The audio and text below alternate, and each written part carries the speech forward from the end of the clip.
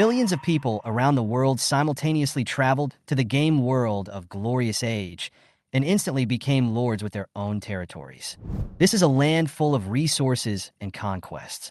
Everyone has to start from scratch, recruit soldiers, collect resources, capture cities and territories, and finally build their own empire. The most important resource here is the army nest. This is the only source of recruiting soldiers. However, the levels of most arms nests are fixed. To obtain top-level arms, players can only seize their arms nests by defeating powerful wild creatures. I awakened the mummy pyramid at the beginning and activated the Desert Lord talent. At this moment, Richard, accidentally discovered that I had triggered a system bug, the black gold system, which can infinitely enhance various resources and even directly upgrade the level of the army's nest. Just as I was immersed in the surprise of the new system, a prompt sounded in my ears. "Ding, the Lord Forum has been opened. Please check it yourself." I thought about it, and a new interface popped up in front of me, divided into forum chat, trading market, and territory ranking. At this time, only forum chat and trading market were available, and territory ranking was still gray. I first went into the forum to chat and see what other lords were up to. The posts were refreshed very quickly. Some complained about being lost, and some were eager to try and explore. This situation suddenly made me feel no longer alone. After all, there were billions of people who were on this crazy journey with me. Then I opened the trading market. I thought there wouldn't be many items at first, but I didn't expect there would be all kinds of resources. In just over 10 minutes, the players had collected a lot of supplies, mainly exchanging common resources. According to the official website of Glorious Era, resources are divided into two categories: common and rare. Common resources include gold, stone, wood, and iron ore, which are used for recruiting soldiers and basic construction. Rare resources include gems, sulfur, mercury, and crystals, which can only be obtained through high-difficulty methods and are used to recruit high-level troops and build advanced buildings. Checking my resource panel, the initial resources given by the system are 2,000 gold coins, 2,000 units each of wood, stone, and iron ore, while the rare resource item is displayed as 0. The resources I have are enough to recruit 14 mummies, and each one only requires 12 units of resources, so it's not a problem at all. However, with the black gold system, direct recruitment does not seem to be cost-effective. It is better to upgrade the mummy pyramid first, raising it from ordinary 3 stars to elite 3 stars to improve cost-effectiveness. Thinking of this, I searched for troop nest core in the trading market. System prompt: items purchased in the trading market will be automatically stored in the 10 cubic meters of system space, so you don't have to worry about not being able to put them in. So I started to select the core of the Desert Camp's troop nests. There are a wide variety of items on the market, and everyone's starting conditions are different. Some people even get elite troop nests or additional nest cores at the start. Although the probability of these conditions appearing randomly is only 1 in 1,000, the number is not small when considering the 20 billion player base. Some players choose to use them for themselves, while others sell them in exchange for resources. After some selection, I finally bought a few cost-effective Desert Army nest cores. After each confirmation, the core automatically entered the system space. The 10 Desert Troops nest cores cost me a total of 4,000 units of resources, and I also carefully controlled the consumption to ensure that 1,000 units of each resource were retained. As soon as I thought about it, 10 Desert Camp Troop nest cores floated before my eyes. They were crystal clear, as if they were carved from pure crystal. I picked one up to check its properties. Desert Viper's nest level. Ordinary 1-star construction requirements. 200 gold coins, 200 units of stone, 200 units of wood introduction. After construction, you can recruit ordinary 1-star soldiers, Desert Vipers. I wondered, the resource consumption of building a troop nest is not high. Why are so many people willing to sell the nest core? Don't they plan to expand the strength of the troop first? Just as I was thinking, the black gold system prompt appeared again. Mummy Pyramid, normal 3-star. Consume 10 ordinary Desert Camp Soldier nest cores to upgrade to elite 3-star. The conditions are met. Do you confirm the upgrade?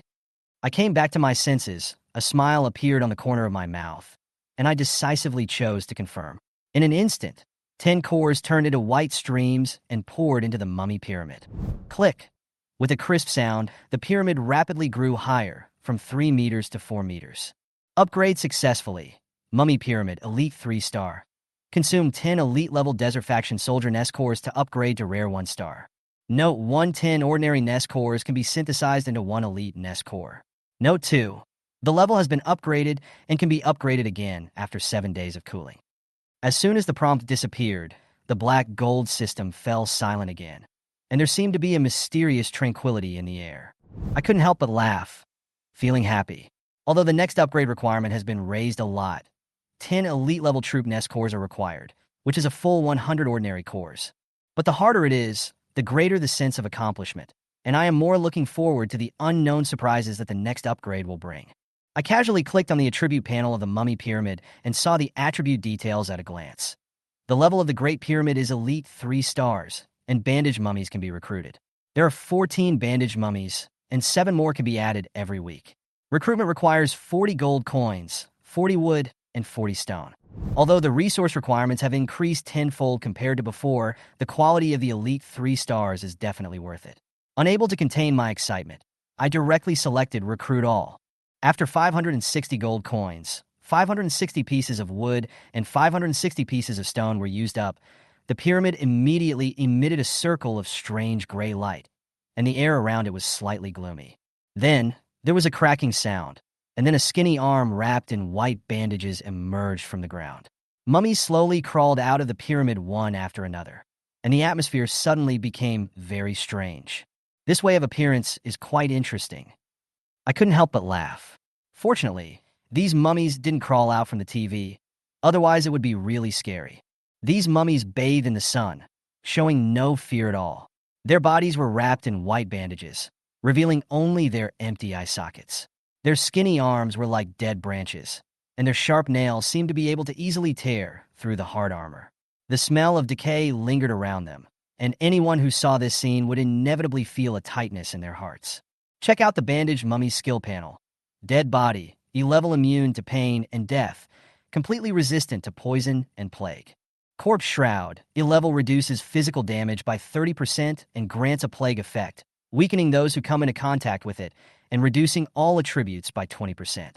If not treated, the person will gradually die. Claw Tearing, E-level the sharpness and strength of nails are increased by 30%.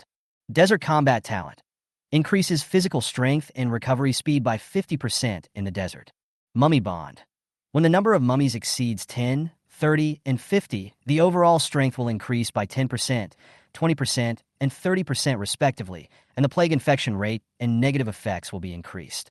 I looked at these new soldiers with satisfaction, especially the physical resistance and plague effect of the Corpse Shroud, which gave me a feeling of adding wings to a tiger. Then, I turned to my Desert Lord talent. This sea-level growth skill allows me to give my subordinates the desertification skill. It is now D-level, but it can reduce 99% of physical damage. With a gentle stretch of his hand, a yellow, sand-like light gushed out, covering the mummies. As the prompt sounded, 14 mummies successfully acquired the sandification skill, which was equivalent to having a short-term physical immunity. This means that my army has one more powerful skill than other lords' troops, and the talent can be improved with level, so the potential is unlimited. I came to my senses, waved my hand to let the mummies follow me, and walked out of the Lord's mansion, wanting to explore the outside world. However, as soon as I went out, I was shocked. Hundreds of residents gathered at the door. These people were dressed simply. Their expressions were nervous and full of awe, and when they saw me appear, they all slowed down their breathing. And when the mummies walked out, they looked terrified and lowered their heads, not daring to look directly at them. At this time, a gray-haired old man trembled and walked forward, knelt on the ground, and said respectfully, "My lord, your humble subjects welcome you." The strange language made me feel at a loss for a moment, but after a while, a wave of unfamiliar information flooded into my mind, and I quickly mastered the various pronunciations and meanings of the words. This is the common language of the mainland. It seems to be a benefit for novices. I smiled and said to the old man in my new language, "Stand up, my people. Dusk City is my territory and your home. There is no need to be so nervous." The old man was visibly relieved and stood up respectfully, followed by the other residents, with some excitement and hope on their faces. It turned out that these residents wandered here 3 days ago, and because the door of the Lord's mansion was closed, they could not find a place to live, so they settled down temporarily. This morning, the gate of the mansion suddenly opened, and they gathered here to wait for the new Lord to appear. It seems that this is the welfare prepared by Glorious Era for novice lords. Population is very important to the territory. With these 100 people, the basic operation of the territory can be started. I looked around at this group of nervous residents and said in a gentle but firm tone, "No matter where you come from, this is your home from now on. Your only identity is a resident of Twilight City." There were whispers of amazement and delight in the crowd, and the old man had tears in his eyes and looked excited. The system prompt sounded quietly. Then you gave a charming speech and won the respect of everyone present. Your leadership comprehension progress increased by 20%. I couldn't help but chuckle. It seems that improving leadership is so simple. Then I continued to ask the old man, "Where do you live now?" The old man pointed to a 2-story house not far from the mansion. The style was rough and obviously suitable for the desert environment. These primary houses could accommodate 100 residents and seemed to be the beginner package arranged by the system.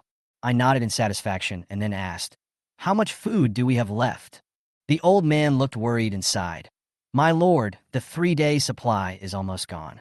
Although we have tried hard to find food, the desert is full of dangers, and it is difficult to find food." I hesitated for a moment and smiled. "It's okay. I'll find a way to solve it."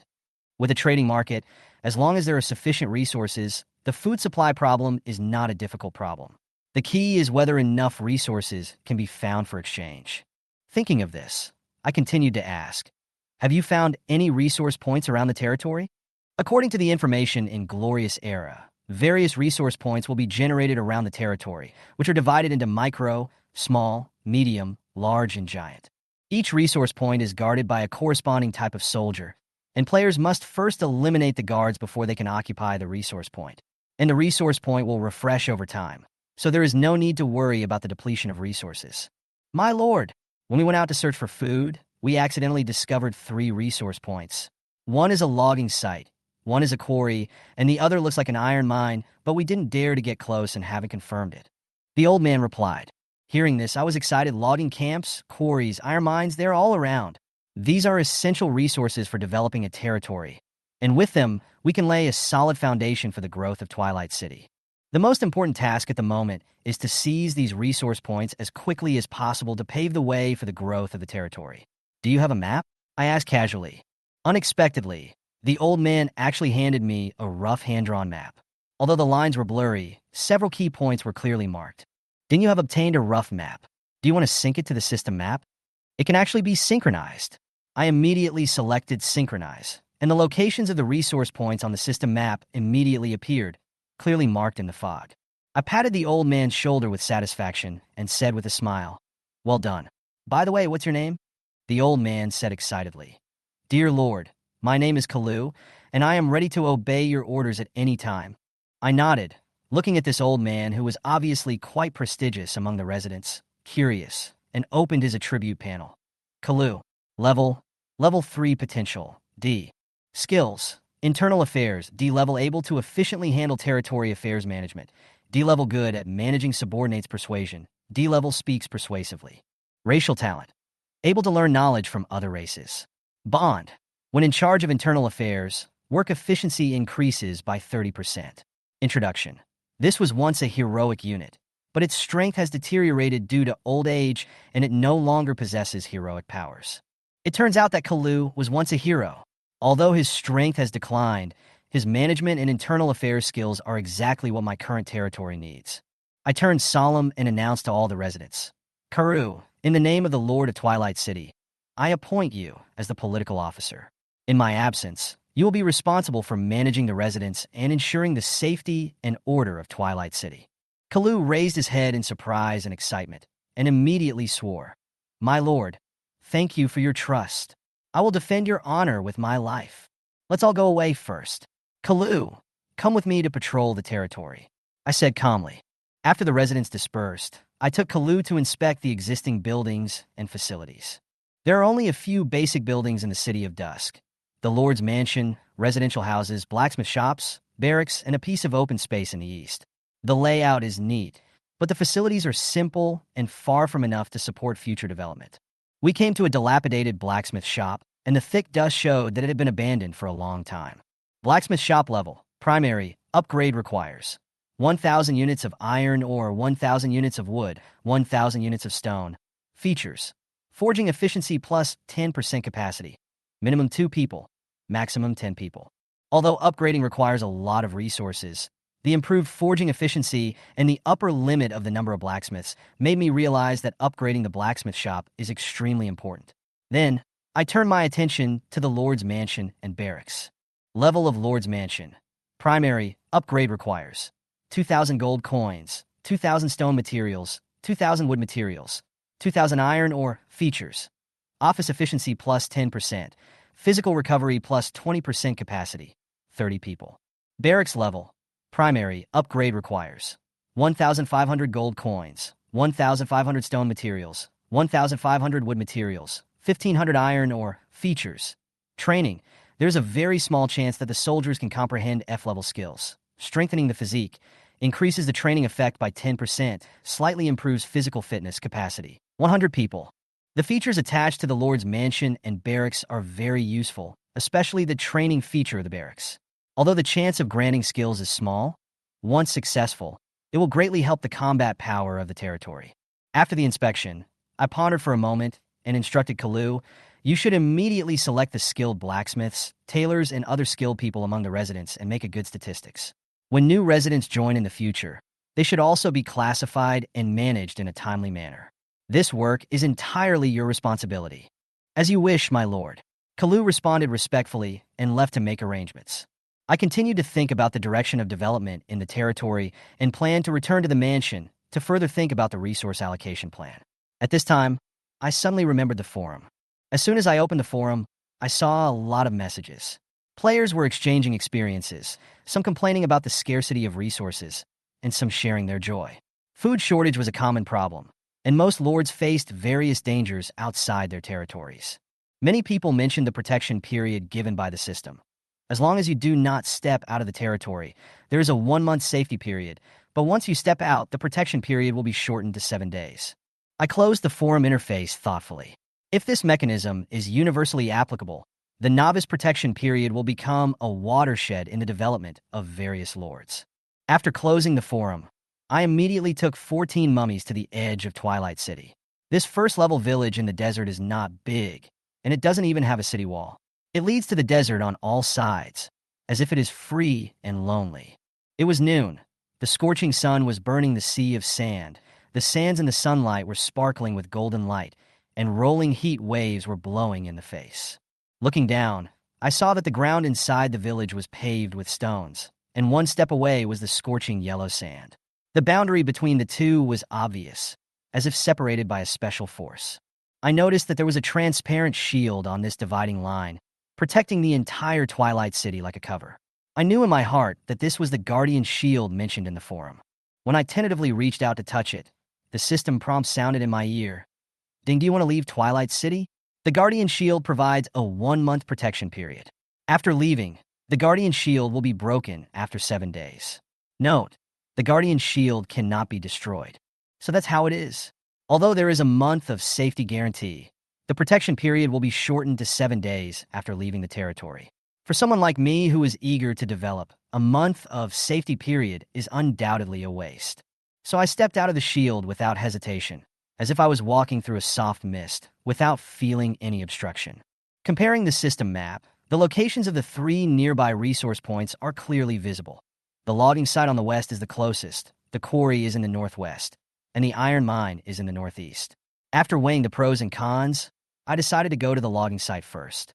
After leaving the city of dusk, I immediately felt the scorching heat of the desert. The fine sand was scorching hot, and the soles of my shoes felt burning where I stepped. In the distance, the sand dunes were undulating like an endless golden ocean. The hot wind mixed with sand hit my face, making my lips dry. However, I have the talent of Desert Lord, so walking in the desert not only feels free of burden, but also extremely comfortable. My mummies are even more at home here. Their recovery speed in the desert has increased by 50%. So I ordered 4 mummies to explore the way ahead, and I moved forward steadily under the protection of the other 10 mummies. Not far away, the mummy in front of us made a gesture to explore the way, as if he had discovered something. I quickly followed the mummy and climbed up the sand dune.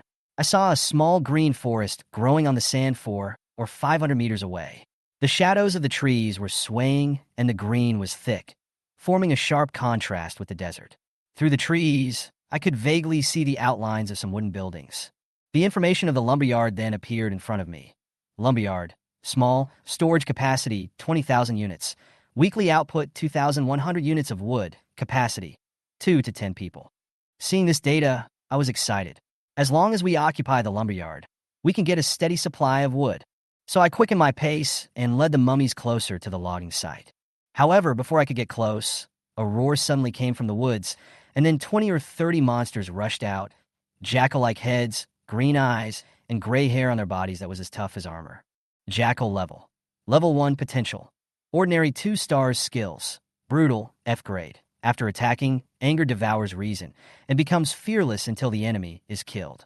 Racial talent. Sensitive sense of smell bond null. When the number of nulls is greater than 10, the strength increases by 10%. When the number is greater than 20, the strength increases by 20%, activated. The number of nulls has exceeded 30, and their strength has increased by 20% due to the bond effect, making them aggressive. But I am not afraid at all, but excited instead. My mummies are elite soldiers. Attack! I gave the order, and 14 mummies immediately rushed towards the werewolves, with their claws raised high and their roars deep. They were incredibly fast and were fighting with the werewolves in a flash. A gnoll pounced on the mummy and bit it with its bloody mouth. The mummy then punched the gnoll in the head, knocking it back. But the gnoll was aroused and continued to pounce. The mummy felt no pain and stabbed its sharp claws into the werewolf's abdomen. With a flash of blue light, the werewolf's strength quickly weakened. The mummy's skill, Corpse Bandage E-level, reduces physical damage by 30% and has a plague effect. The infected person's overall attributes are reduced by 20%, and they will gradually die if not treated. The gnoll was gradually weakened by the plague, and the mummy's claws quickly tore open the gnoll's abdomen, causing blood to spurt out. Even so, the jackals still pounced madly on the mummy, trying to overwhelm the enemy with numbers. However, when they bit the mummy, their bodies glowed with a faint blue light, and they screamed and retreated. The mummy activated desertification, level D, and its body turned into sand, reducing physical damage by 99%, and it could swallow yellow sand to recover from injuries. The gnoll's attacks were ineffective, and they became increasingly weaker due to the plague.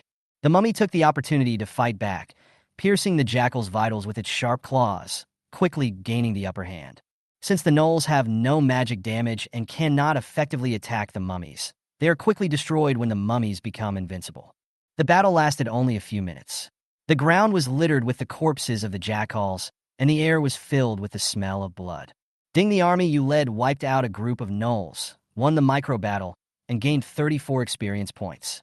Looking at the battlefield in front of me, I was in a good mood. This is the strength of the elite soldiers. Facing enemies several times their number, they remained unscathed and easily won.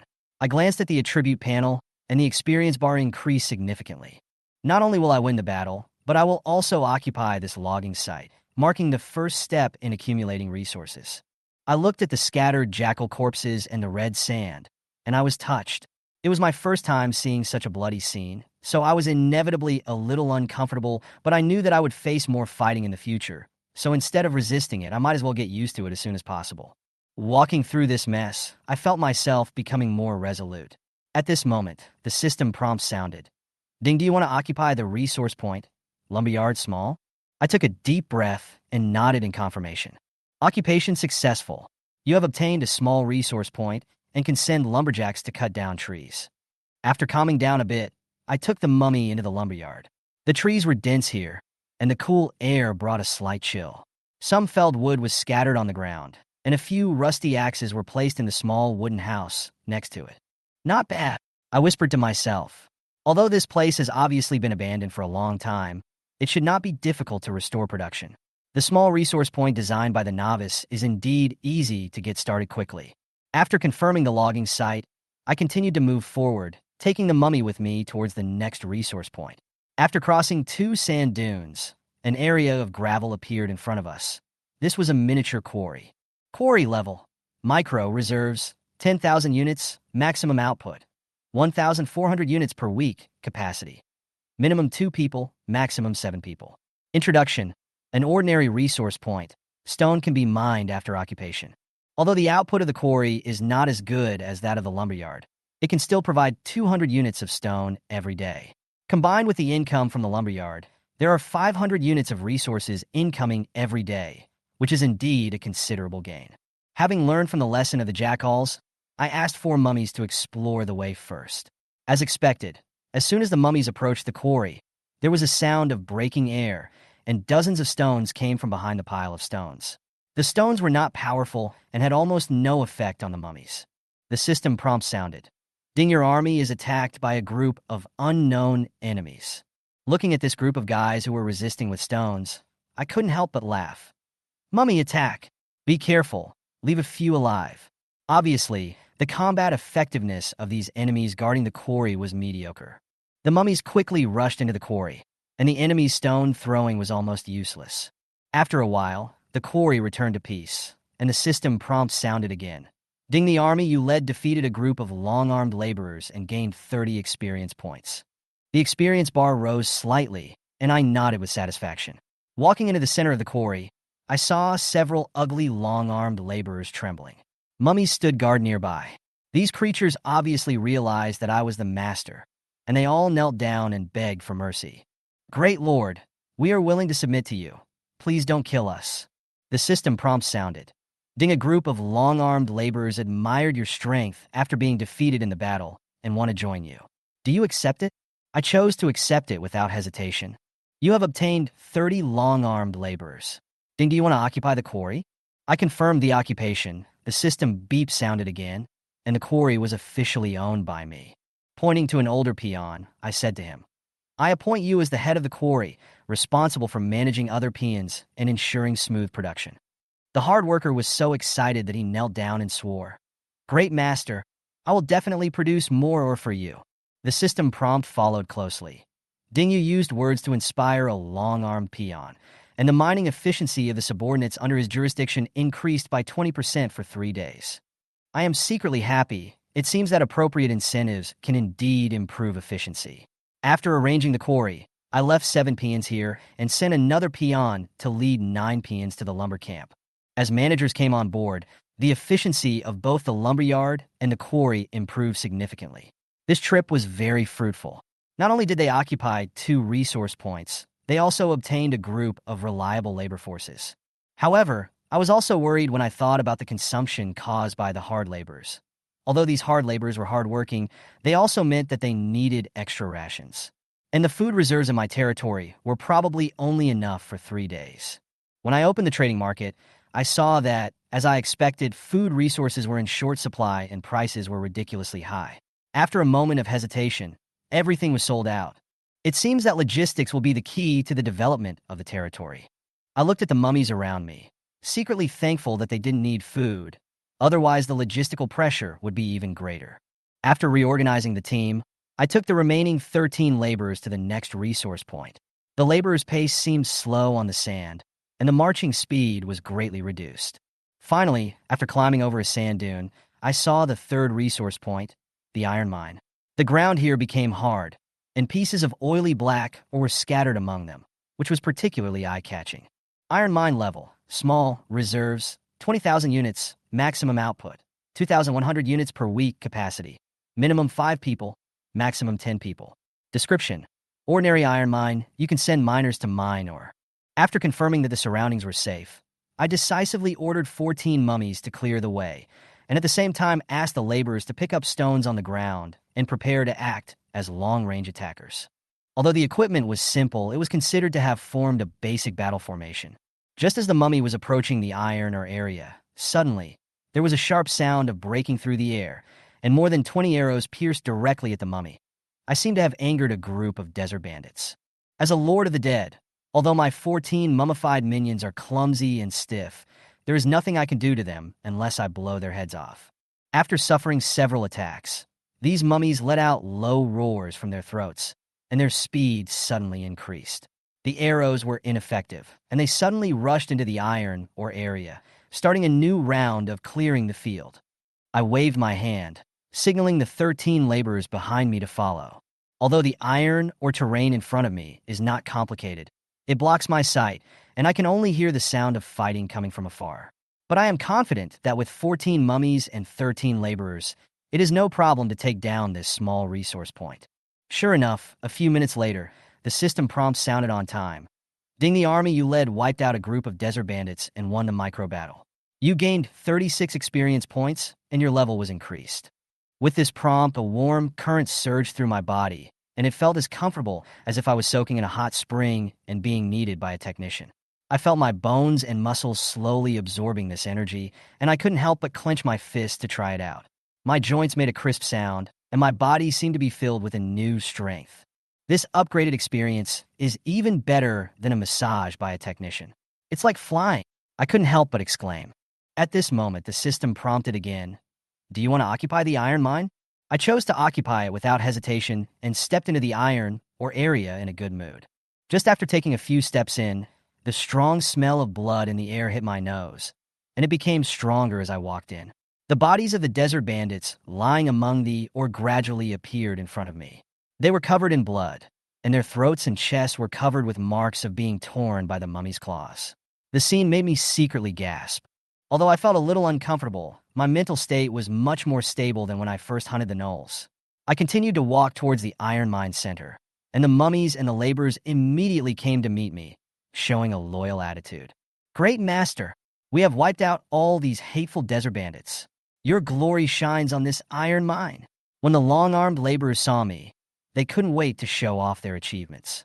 I nodded slightly and was about to praise them when I saw another long-armed laborer running over and said excitedly, Master, I found a treasure chest. Praise the goddess of luck. Treasure chest?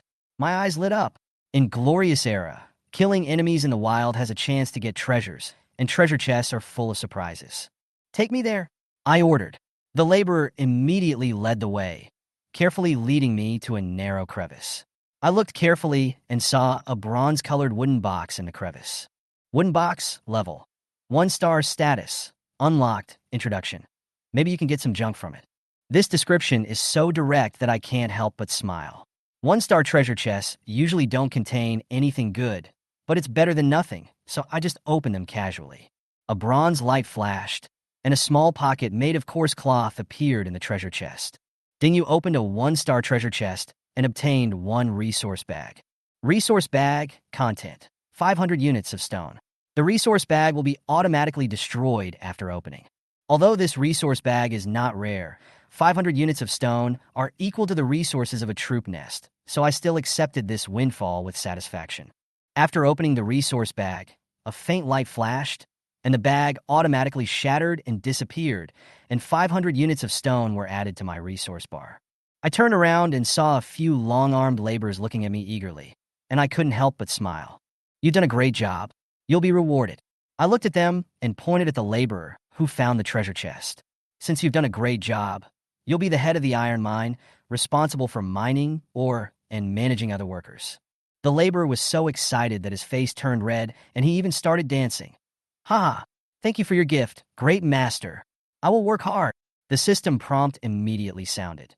Ding, your appointment has greatly increased the enthusiasm of the long-arm laborers, and the mining efficiency has increased by 20%, which will last for 3 days. I sneered, thinking that these guys were easily satisfied. After confirming that there was nothing else to harvest from the iron ore, I left 10 laborers to continue mining and returned to the territory with the mummy and the remaining 3 laborers. The desert heat gradually intensified, and the scorching sun at noon made me sweat profusely. I licked my cracked lips and realized that I was careless. I didn't bring any water. Although my Desert Lord talent reduced desert consumption, I was still thirsty after walking around, and the laborers' lips were so chapped that they were almost bleeding. We couldn't help but quicken our pace.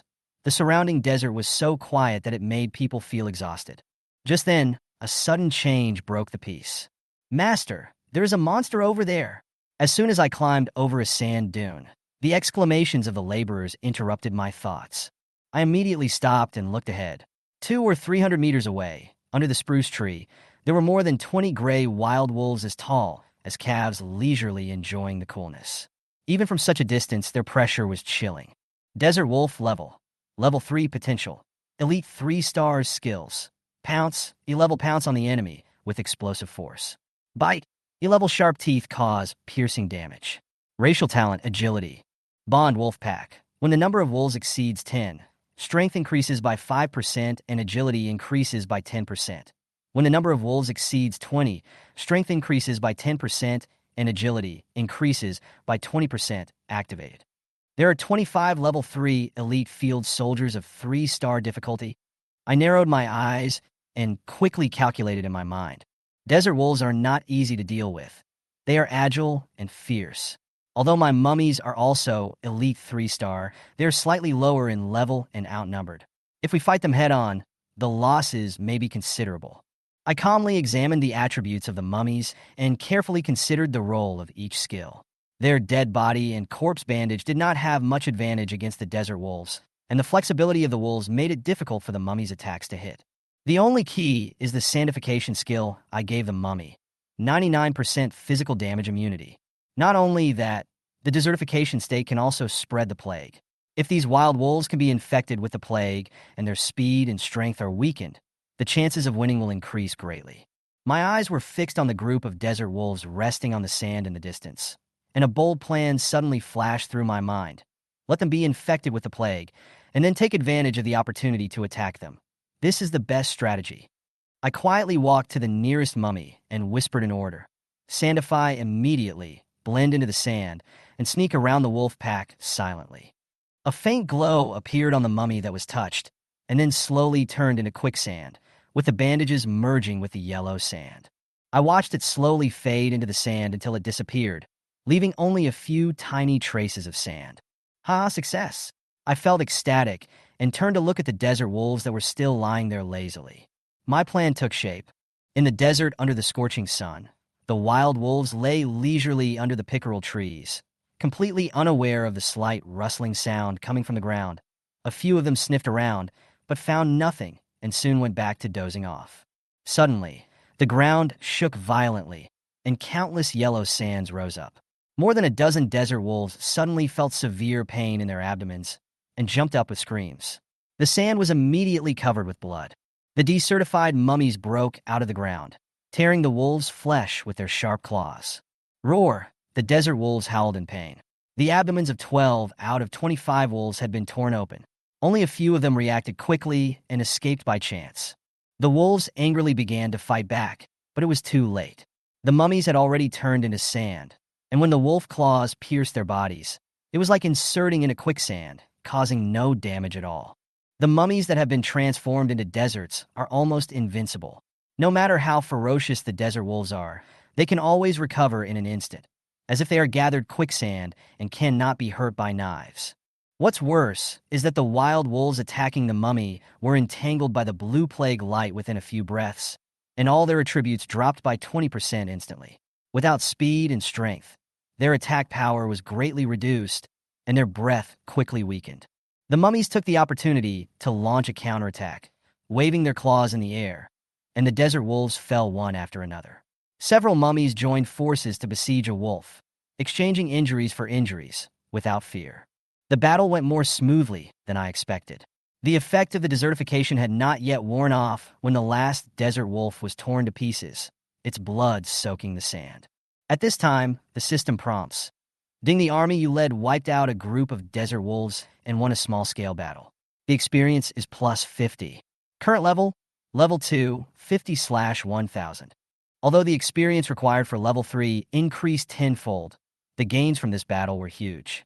Especially the mummies. Not only have their levels improved, but they have become stronger, and even their previous wounds have been healed. The system prompts sounded again. Ding, the bandaged mummy has been leveled up after a lot of battles. The mummy status has been restored, and even the sand transformation skill has been refreshed.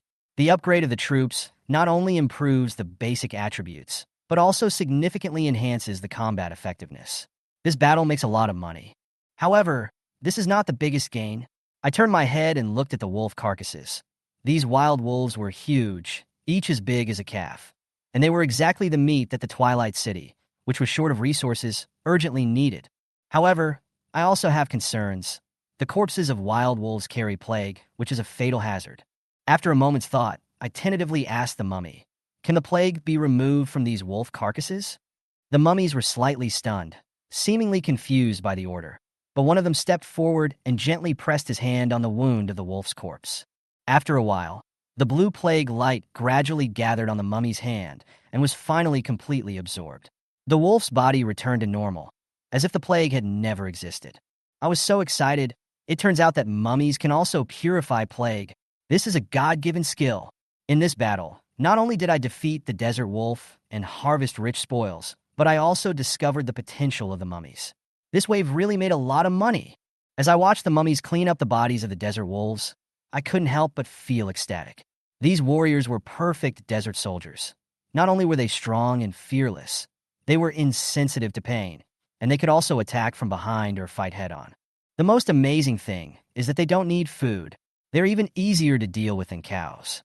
Cows at least have to eat grass, but mummies don't even need grass, yet they are still very strong in combat. They are simply the perfect soldiers born for the desert. Looking at the long-armed laborers around me, their lips were chapped, and they were exhausted. It was obvious that they could not adapt to the harsh environment of the desert. This contrast made me secretly decide that the future development direction of the Dusk City's army must be inclined towards arms that do not rely on logistical supplies. I ordered the laborers to bring the cleaned-up desert wolf carcasses back to the territory. Under the current circumstances, these wolf carcasses are simply life-saving food for saving Twilight City. The laborers cheered and tried to lift a huge desert wolf, but it was too difficult for them, and they could only lift one. I had no choice but to ask the mummies to help. We carried back more than 20 wolf carcasses. Residents of the city gathered around and looked at the spectacular scene in amazement. At this time, Kalu, the political officer I had just appointed, squeezed through the crowd and smiled when he saw the wolf's body on the ground. His face seemed to have a younger look. He saluted me respectfully and said, "Good day, Lord." I nodded and ordered, "Have everyone cut up these wild wolves, store their fur, make some of the meat into jerky, and distribute some to the residents." Kalu's eyes were full of gratitude. He bowed his head and said, "Sir, you are so generous. It is our honor to have a lord like you." I waved my hand to tell him not to be so polite, and then added, "Also, there are 10 dead bodies of desert wolves in the wild. Send someone to bring them back with 4 mummies." Kalu responded in surprise, "There is more." "I understand, sir." I asked again, "How is the statistics of the residents?" Reporting to the Lord, there are currently 15 residents with special skills, including 5 junior blacksmiths, 3 junior carpenters, 5 junior tailors, and 2 junior builders. Kalu replied, "Although the population of Dust City is small, the distribution of skills is still considerable." After making some arrangements, I looked at the 3 long-armed laborers beside me and instructed, "We have captured 3 resource points and brought back 30 long-armed laborers. Currently, 7 are assigned to the quarry, 10 to the iron mine, and 10 to the lumberyard. The remaining 3 laborers are responsible for delivering food and water to the resource points. Thanks to the desert navigation attribute of the territory, residents will not get lost in the desert, and physical energy consumption is reduced by 20%. It is perfect to let these hard workers take on the transportation task." As the order was given, the residents began to act. More than 30 residents and the mummy moved the wolf carcass to the well, preparing to clean and cut it up. Looking at this bustling scene, I couldn't help but recall the lively scenes of the Chinese New Year in my childhood.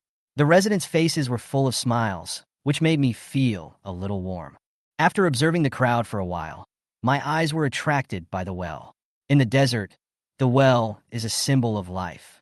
The City of Dusk only has this one well, and its structure is very simple. A deep earth pit surrounded by stones, and water is drawn by a wooden bucket, which can barely provide water for hundreds of people. However, if the population grows, this well alone will not be able to sustain the long-term development of the city. I was just thinking about it when Kalu came over breathlessly and excitedly reported the food situation. "Sir, after removing the fur, bones, and internal organs, each wolf has about 150 units of meat. 25 wolves can provide about 4,000 units of meat, enough for us to eat for 20 days. I nodded with satisfaction. This time the harvest was indeed rich. 3 resource points, 30 laborers, the mummy upgraded to level 2, and a large amount of food. The situation in Dusk City had improved greatly. However, my mind was always on the issue of water sources. I pointed to the well in front of me and asked in a deep voice, "Are there other water sources around the territory?" Kalu shook his head helplessly. Nothing was found. We decided to stay here because we found this well a few days ago. After thinking for a moment, he suggested, "My lord, perhaps we can send people to find a new water source or dig another well. The water output of this well is not large, and it is already difficult to supply 100 people. If it continues for a long time, it may dry up. Lack of water is undoubtedly a matter of life and death in the desert. If you lack food, you can still find a way to hunt, but lack of water means there is no way out. I nodded, feeling heavy in my heart. I'll find a way to solve this problem. Go see if there are any residents who know how to find water or dig a well. After Kalu left, I opened the forum and searched for information related to territory water shortage. I didn't expect that this topic would become a hot topic among players, and hundreds of thousands of posts popped up. I browsed through the comments while sifting through them, and finally found a useful message. I picked up a 3-star treasure chest in the wild and got a treasure fragment, spring water fragment. Collect 3 pieces to synthesize a 1-star resource treasure, spring water. But my territory is by the river, and there is no point in keeping this fragment. I should have known that I could have sold it to get some food. When I saw this message, my eyes lit up. 1-star resource treasure, spring water. This is simply a life-saving straw in the desert. I looked through the content of the post several times, and with some expectations in my heart, I opened the trading market and searched directly for spring water resources. However, the result was disappointing. Nothing. I searched several times repeatedly, but still found nothing. It seems that there are very few players who can open 3-star treasure chests at present. Even if there are even fewer who can obtain this kind of resource treasure. After closing the market, I returned to the post. After a little thought, I gave myself a new name, Qingxiu, and then started a private chat. Qingxiu, brother, I just saw your post. Have you ever considered selling the spring water fragments? As soon as the message was sent, the other party replied, where's your fucking Italian cannon? Want it? What resources can you provide? When I saw this name, I couldn't help but smile. Qingxiu. To be honest, resources are limited in the early stage, and we can't give out much. However, we just hunted a wild wolf, which is a small gift. Where's your fucking Italian cannon? Wild wolf. Isn't it just a guy a little bigger than a dog? What's the use? I walked straight to where the residents were busy and picked out a medium-sized desert wolf. Ding. Do you want to sell the desert wolf carcass? Please set the price. I set the price at 100,000 gold coins. After setting it, the wolf's body disappeared instantly. I went back to the private chat window and sent a message. Qingxiu, wild wolf is already on sale. Go to the trading channel and search for desert wolf. The price is 100,000 gold coins. Not long after, the other party replied, where's your fucking Italian cannon? Awesome. You can actually kill an elite 3-star wolf. I'm having a hard time dealing with elite 1-star soldiers, let alone a farmer soldier nest. I'm totally losing my mind. Boss, what level of soldier nest did you draw? Qingxiu, let's not talk about it anymore. Let's talk about the deal. Where's your fucking Italian cannon? Okay, but one wolf isn't enough. Wolves live in packs, so if you hunt one, there should be more than one, right? Qingxiu, my territory is short of food, and I really can't offer too many resources. Besides, you are just selling a spring fragment. Who knows when we can get it together? Besides, there is no point in offering too high a price. The other party was silent for a while, and I was wondering if he was going to give up the deal. Suddenly, he sent a new message. Where's your fucking Italian cannon? Boss, you hunted a desert wolf and exchanged food for spring water fragments. Your territory is in the desert, right? I was just about to tell him to stop talking nonsense when he sent me another message. Where's your fucking Italian cannon? This fragment is worth nothing, but I have another thing that I'd like to see if you'd be interested in. Saxol Forest. Eleagnis angustifolia Forest Resource Treasure. Level. 1-star range. 10 acres characteristics. Needs to be planted in the desert. Matures once a month. Requires water irrigation. My eyes lit up. Eleagnis angustifolia Forest? Mature monthly? It was more practical than spring water fragments. The key was that it was not a fragment and could be used directly. Qingxiu.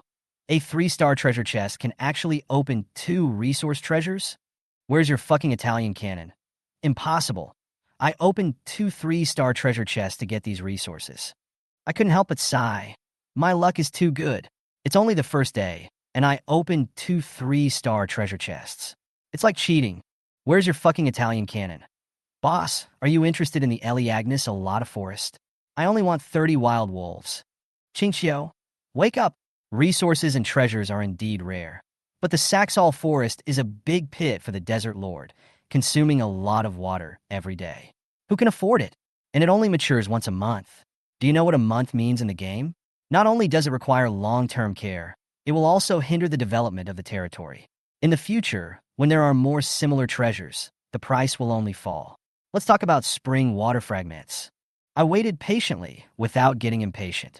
In fact, my interest in the 10 mu of Saxol Forest far exceeded the spring fragments. If we could get it, the food problem in Dust City would be basically solved. As for the water source investment, where is there a benefit without paying? However, negotiations are like this. You have to make the other party anxious first. Furthermore, judging from the post, he was in great shortage of food, so I had the initiative. It was a rare opportunity to meet a suitable desert camp seller on the first day of the game. Where's your fucking Italian cannon? No, the Eli Agnes Alata is a treasure in the 3-star treasure chest. The price is not low. I've already put it on the shelf. Go buy it yourself? I opened the trading market and searched for Saxol and spring fragments. Saxol Forest 1 star. Sold for 5,000 units of food or 30 Desert Wolves spring fragments. 1 star. Sold for 1,000 units of food or 10 Desert Wolves. I smiled. Boy, do you really think I'm a sucker? Just shut down the forum. Remove the body of the Desert Wolf and hand it over to the residents for further processing. Now I'm the one fishing, and he has exposed his cards. Do you really think I will take the bait? As the sky gradually darkened, the residents had been busy all day, dealing with more than 20 wild wolves, and were so tired that they sat down on the ground. After checking the cooked food, a middle-aged man in a short robe came respectfully to the outside of the Lord's house. Seeing the mummy guard at the door, he was obviously afraid and dared only whisper, "Lord, good night. We have prepared food. Please eat." Hearing the noise outside, I got up helplessly and walked out the door. Under the night sky, hundreds of residents gathered around the bubbling wolf meat. The aroma was so fragrant that the children couldn't help but drool. I hadn't eaten all day, but the smell whetted my appetite. Seeing me, the residents reluctantly turned their eyes away from the pot and saluted, "Lord, good night." I looked around at the crowd, smiled gently, and said loudly, "My people, today is the first day you join Twilight City. It is a memorable day. From today on, you are the people of Twilight City. We will share the joys and sorrows and create the future together." Then I added, "In the future, this land will prosper because of your efforts, and your dreams will come true here. Remember today, you will be proud of this time in the future.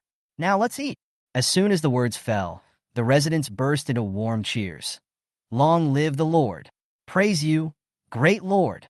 Amidst the shouts of gratitude, everyone finally started eating. Each person was given a large bowl of the viscera and bones of more than 20 wild wolves, enough for 2 more meals tomorrow. I had a full meal myself. Although the wild wolf meat was not well seasoned, it was surprisingly tender and especially delicious when paired with salt. After eating, I returned to the Lord's house with satisfaction and prepared to rest. The night was full of dangers, so I naturally did not plan to go out. Safety was the top priority. When I entered the hall, I saw 2 red-faced blonde girls guarding the door. It turned out that they were sent by Old Man Kalu to serve. I didn't know whether to laugh or cry, so I told them to go back. They kept looking back, looking reluctant, but they didn't dare to disobey the order. The next morning, after washing up, I suddenly remembered something and opened the forum. I immediately received hundreds of private messages, all of which were, "Where's your fucking Italian cannon?" and urging me to buy it. After reading the other party's message, I couldn't help laughing. This guy is really funny. He dared to pretend in front of me before he even had time to show off his cards. He casually opened the trading market and saw that he could no longer hold on. The price of the 1-star resource treasure Saxol Forest had dropped from the initial 2,000 units of food to 2,000 units of meat or 15 Desert Wolves. What's even more outrageous is that the fountain fragments can be directly exchanged for 500 units of food or 3 Desert Wolves, but no one is willing to buy them at such a low price. After all, who would spend extra food on such a useless treasure at this stage? I searched the forum for posts about Cisalin and Quanchue fragments and found that they were all posted by him, and each one was funnier than the last. I looked down at the comment section and saw that it was full of replies mocking him. "You fucking Italian cannon" was trying to reply one by one at first, but in the end he was so exhausted that he could only shut up. I couldn't help but sigh that the culture of venomous tongues is the same everywhere. Thinking of this, I sent him a message. "Yesterday's Desert Wolf has been dealt with. You are late." The other party replied almost immediately, obviously unable to wait. "You fucking Italian cannon. My God, I finally found you. Don't fool me, I checked. There are at least 7 or 8 desert wolves in a pack. This big one, after skinning and deboning, must have at least 2,000 units of meat. How could it be eaten all in one day? Qingxiu, I can only offer 800 units of processed wild wolf meat at most. You fucking Italian cannon. 800? Is this the value of the Eleagnus sacchalinensis forest? It's too little. Qingxiu, who told you that the Eleagnus elata forest is 800? I meant the 2 treasures are 800 in total. You fucking Italian cannon. You are too cruel. I would rather die than surrender. I will not sell it. Qingxiu, listen to me. You fucking Italian cannon. Okay, you go ahead. I'm all ears. Qingxiu, I will pay 800 units of meat for your 2 treasures, and then pay another 800 units every half a month, a total of 2,400 units, to be paid in 3 installments. You fucking Italian cannon. Brother, are you paying in installments? Qingxiu, 800 units of meat can keep you going for a while, and please note that it is meat, not coarse grains. I have hundreds of people to feed here, and my resources are limited. If you don't agree, forget it. Among the 20 billion people, there will always be someone who will sell. The other party immediately became anxious. No, deal. But we have to sign a contract. Qingxiu, no problem. It takes 100 gold coins to sign a contract to ensure the interests of both parties. Those who violate the contract will be punished by the system. After the contract was reached, I went to the warehouse to get 800 units of wild wolf meat. Soon the transaction was completed, and I successfully got 2 resource treasures from the 3-star treasure chest. 800 units of meat were exchanged for 2 treasures, so this transaction was not a loss. The remaining 1,600 units of meat would cost much less than now when the food supply was sufficient in the later stage, which was the beauty of it. I picked up the fragments of the Eleagnus angustifolia forest and the spring water and examined them carefully. The Eleagnus angustifolia forest looked like Eleagnus angustifolia seeds, shimmering. The fragments of the spring water looked like palm-sized crystals, smooth and translucent. Holding the Saxol forest, a piece of information suddenly came to my mind. Just choose a piece of sandy land and place the Saxol seeds in the center, and 10 acres of Saxol trees will grow rapidly. Looking at the Saxol forest, I feel very happy, which means that Dusk City will have a stable source of food. A stable supply is crucial to the development of the territory, but the biggest bottleneck at present is water. The Saxol forest requires a lot of irrigation, but the small well in Dusk City is barely enough for daily drinking water, let alone water for planting. It seems that I need to find the remaining spring water fragments as soon as possible. I thought to myself, since this is a 1-star resource treasure, the probability of obtaining fragments should be high. Although 3-star treasure chests are rare, among the 20 billion people, there are many who are lucky enough to open 2 treasure chests like Italian cannon. As long as there are enough resources, I can offer a reward and ask other players to help collect found fragments. After the target was determined, I immediately called Kalu and instructed him. Today I will patrol the area around the territory to see if there are any available resources or prey. You arrange for the residents to clean up the territory and not go out. Within this week, the territory will be absolutely safe, and no monster or dragon will be able to enter our walls. Chapter 13. The NAK monster who raises bees. After giving Kalu instructions, Richard put the food and water prepared in advance into the system space. At the same time, he opened the system map and looked at it carefully. Today we will start from the logging camp in the west and explore in a clockwise direction over the next few days. After making the decision, he left the territory with the 14 mummies. Although it was only his second time walking in the desert, Richard had obviously adapted better than yesterday, and his face looked much calmer. Desolate, vast, and majestic, the desert is always so spectacular and makes people feel heroic. It was still early, and the yellow sand had not yet been burned by the sun. With a goal and direction, the group moved quite quickly. Soon we passed by the lumberyard, where long-armed laborers were already hard at work. Richard did not stop and continued to explore forward. But less than 5 minutes after leaving the logging site, he suddenly heard a buzzing sound in his ears. Turning his head, he saw a few black and yellow bees flying past him. There are still bees in the desert? He looked a little surprised. However, those bees were very fast and flew away in the blink of an eye, so he didn't even have a chance to find out what was going on. He shook his head, didn't think too much about it, and continued moving forward. But after walking for less than 10 minutes, the mummy who was exploring the way ahead suddenly stopped and stepped back. Waved to the back. There was nothing in the desert to block his view, so Richard immediately noticed something unusual. After making sure that no enemies are attacking, stepped forward to check the details. I came to the warning mummies and, following their instructions, climbed up a small sand dune about 10 meters high in front of me. Richard crouched down and looked forward. On the sand dunes 100 meters away, 3 teams of field soldiers appeared in front of us. These humanoid creatures have rock-like muscles all over their bodies, which bulge out in lumps and are particularly conspicuous. A bodybuilder would be ashamed and angry to death in front of such a life. His body was 2 meters tall, and every move he made was filled with a terrifying sense of power. The back is slightly curved and has 3 rows of dagger-like spikes, making it look ferocious and terrifying. What is even more surprising is that there are swarms of bees flying around these strange creatures. The bees he had just seen had apparently left from here. Knucklehead. Level 4. Potential. Elite 3 stars. Skills. Solid as a rock, D level. Body as hard as a rock. Can ignore the bites of ordinary beasts. Full power attack, E level. After charging, the next attack can burst out 200% of the power. Rock body, E level. Will not die unless the head is cut off. Racial talent. Possessing exceptionally strong defense. Ordinary weapons cannot pierce it. Bond bee. Knack feeds on honey. If you raise more than 3 nests of desert bees, you will automatically gain 10 experience points every day. If you raise more than 5 nests of desert bees, you will automatically gain 20 experience points every day. If you raise more than 10 nests of desert bees, a desert queen will be born and produce golden honey, which can enhance the potential of the knack. Introduction.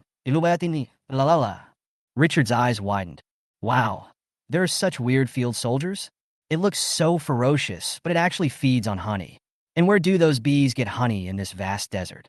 The world is so big, there really is nothing strange.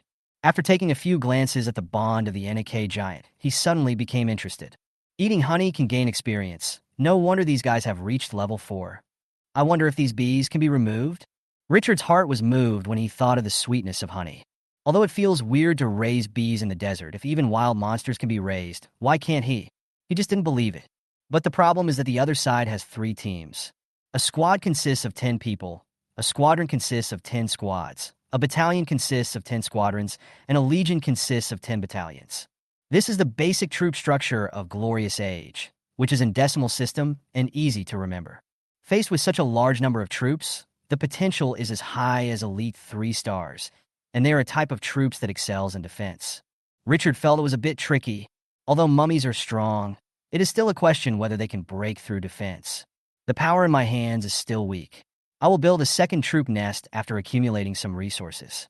With his thoughts scattered, Richard took another look at the mummy's attributes. Corpse bandage, E level, reduces physical damage by 30%. The bandage carries the curse of the dead. The infected person will fall into a weak state. All attributes will be reduced by 20%. If not treated, they will die from the curse. If you don't get treatment, you will die from the curse. After murmuring softly, his eyes gradually brightened. The opponent's defense is amazing. Normal methods may not be effective. Although the desertification skill is powerful, it can only last for 5 minutes. If we attack with force and fail to resolve the battle within 5 minutes, we may face a strong counterattack from the enemy, and the situation will be out of control. Why not try this passive? How can a bunch of wild soldiers dispel the curse of the mummy? The opponent's strong defense is physical defense, and there is no magic resistance at all. Thinking of this, Richard made up his mind. He has always been a man of action, and he does what he says. Not to mention the honey that made him itchy. The high experience gained from hunting the knack monster was worth a try. And maybe you can find some treasures in it. Richard took the mummy and circled the sand dune halfway, slowly approaching the knack monster from the leeward side. Wait until the distance is right. Let the mummy start desertification directly. The 14 mummies merged into the desert without leaving any trace. A moment later, the NAK monster, who was lazily basking in the sun in the bushes, suddenly heard a rustling sound. But these wild monsters that feed on honey are much less vigilant than desert wolves. It was not until the mummy's body crawled up from the ground and even passed through their bodies that these hideous-looking monsters were awakened and climbed up one by one with roars. They used their sandbag-sized fists to hit the mummy's body hard. Phew! After charging, The fist even produced a sonic boom. But no matter how horrific the attack was on the mummy, it was like hitting the sand. They could only feel a slight obstruction and then pass through the mummy's body. On the contrary, due to direct contact with the mummy, their rock-like skin turned a faint blue. The powerful momentum suddenly dropped a lot. The mummy's curse took effect. But the weaker the body becomes, the crazier the NAK becomes. 3 teams of NAK monsters rushed forward and launched a storm-like attack around the 14 mummies. The mummy also fought back mercilessly. But their sharp claws, which could easily tear the bodies of desert wolves apart, could only leave white scratches on the body of the NAK monster. Unable to break defense, the Nak monster, whose attributes are all defense, is much more difficult to deal with than the desert wolf. After a full 2 minutes, the mummy confirmed that all the trolls were infected with the curse, and its body quickly merged into the sand amid the others' roars. Disappeared without a trace. No matter how the NAK monster roars and gets angry, it cannot stop the mummification after the desertification. After the mummy left, the giants vented their anger by attacking the ground with their fists. Smashed out huge pits. Yellow sand splashed all over the sky. The desert bees flying in the air felt the giants' anger and also made a buzzing sound. After the mummy crawled out of the yellow sand, Richard immediately led them away from the area. He came to a sand dune a few hundred meters away and carefully observed the movements of the NAK monster. The NAK giant stirred up the sand in anger and vented his anger. Then, when they saw that the enemy did not appear for a long time, they gradually calmed down. But the faint blue aura on his body did not disappear. On the contrary, there is a tendency to gradually deepen. But the knucklehead's body was too strong. There was no obvious change for a while. After observing for a long time, Richard smiled. Plan accomplished. These giant monsters really have no means to dispel the curse of death. Now all they have to do is wait for the curse to consume them. But given the physique of the NAK giant, I'm afraid it will take several hours to take effect, so there is no need to waste time. After making sure there were no accidents, Richard continued to explore westward with the bandaged mummy. He was looking forward to what would happen next. Chapter 14, Top Quality Goblins, Strange Temple. After leaving the area where the NAK monster was, Richard became more careful. The number of mummies originally exploring the way increased from 4 to 8, and they were divided into groups of 2 and spread out in a fan shape. Each group is about 300 or 400 meters away from him, so they can be recalled immediately in case of an accident. This greatly increases the search scope. It wasn't long before this strategy started to work. Your troops are attacked by a group of desert goblins. Richard had instructed the mummies in advance not to engage in combat when they encountered an enemy, but to quickly evacuate. He immediately gathered the scattered mummies together. After Richard and the other enemies approached, they also saw the appearance of these field soldiers who launched an attack on the mummy. He was about 1.5 meters tall, holding a dry wooden stick in his hand. His skin was green with yellow spots, and he looked very close to the desert. His face was extremely ugly, as if a piece of freshly kneaded dough had fallen onto the uneven ground and then been stepped on. Desert Goblin. Level 2. Potential. Normal 1 star. Skill. Yell. Boost your morale by yelling. Racial characteristics. Bully the weak and fear the strong. Cowardly and afraid of death. Bond. Grease your feet. If the number of enemies is 10% less than the number of people, the escape speed will increase by 20%. If the number of enemies is 20% less than the number of people, the escape speed will increase by 30%. Introduction. Don't come over here, or I'll run away. This property is absolutely amazing. Richard didn't know whether to laugh or cry. I thought he was some powerful character. This group of short green-skinned creatures were chasing the 2 mummies madly, with wooden sticks in their hands. The enemy's number exceeds 4 teams, which looks quite impressive. However, when they saw a large number of enemies gathering, their screaming charge immediately slowed down. Richard was afraid that these guys would run away when he saw this, so he waved his hand. Kill them. The mummy is like a tiger out of its cage. An extremely hoarse roar came from his throat, and the unclear feeling made people's backs chilled. The green-skinned desert goblin was stunned, turned his head to look at his companions, and found that he outnumbered the other side several times, and his morale was immediately boosted. He rushed forward screaming. The mummy who rushed into the desert goblins first directly activated the warrior mode. The shriveled 5 fingers are now sharper than razors. As the sword was swung, the goblins were like lambs lining up to die. One claw for each. Under such powerful force, even if the desert goblin used a wooden stick to block it, the only outcome would be that the stick broke and the body was torn to pieces. Phew! Blood splattered and scattered on the ground. Corpses fell to the ground one after another. In just one round, only 2 teams of desert goblins remained out of the 4 teams. Seeing the miserable appearance of their companions, the remaining desert goblins were immediately frightened. They didn't even bother to escape and just knelt down and kowtowed. Great being, we are willing to submit to you and become your humble servants.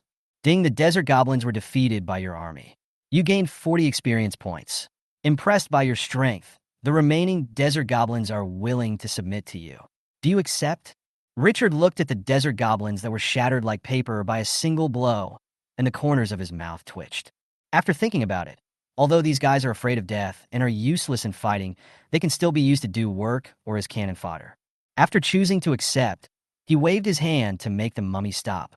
Seeing the death gods around him stop, the desert goblin dared to breathe deeply. But the cold sweat the size of beads on his forehead flowed down almost like tears. Richard stepped closer, and the blood all around him made him frown slightly. But that was all. After several battles, his psychological endurance had a qualitative leap. He is adapting to this world in superb condition. He stared at the desert goblin in front of him. Where are you from and why are you attacking my army? The few people who were questioned were panicking and spoke with trembling voices. Great Lord, we are also forced to do this. Those damn temple guards seized our territory and expelled us. We need food. Need to use food to attack the mummy? What kind of brain circuit is this? Richard was stunned for a long time. You guys don't care about meat or vegetables? However, the temple guards mentioned by the other party aroused his interest.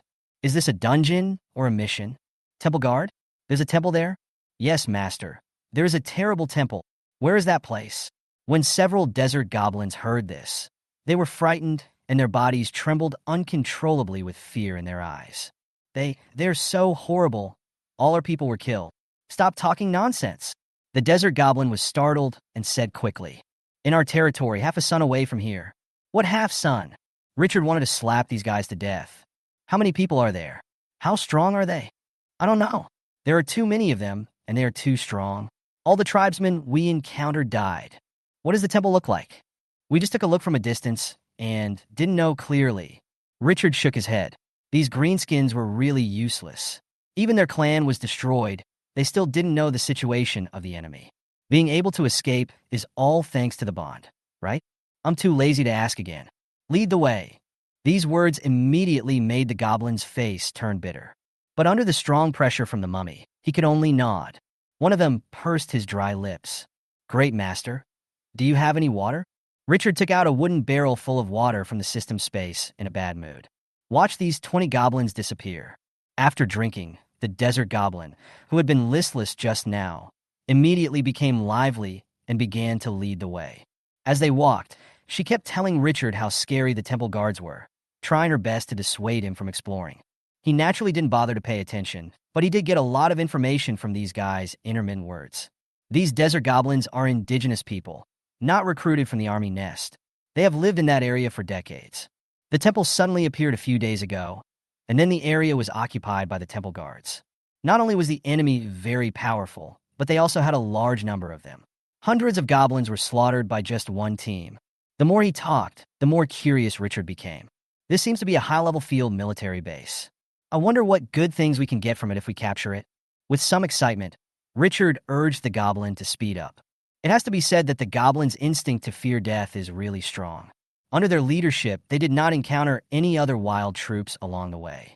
However, with the temptation of the temple, Richard had no time to care about anything else. Nearly 40 minutes later, the goblin leading the way pointed fearfully at a large bush not far away. Great master, the temple is inside. Richard was shocked. Chapter 15. Rare level troops, terrifying temple. The bushes in front of me are so vast that I can't see the end of them. This is a rare green site in the desert. There's a water source in the bush, so that's why we've been living here. The temple is in the center of the bush. Great master, you must be careful. Those temple guards are too powerful. We will escort you outside. Hearing the goblins muttering, Richard glared at these guys unhappily. "Follow me in." These green-skinned creatures suddenly looked miserable. But he didn't dare to say anything and could only stand aside dejectedly. Richard thought about it and selected 5 goblins and sent 4 mummies to explore the way. "You go find a safe way to the temple. A son of a wealthy family will not sit in a dangerous hall." With so many soldiers under his command, there is naturally no need for him to take risks.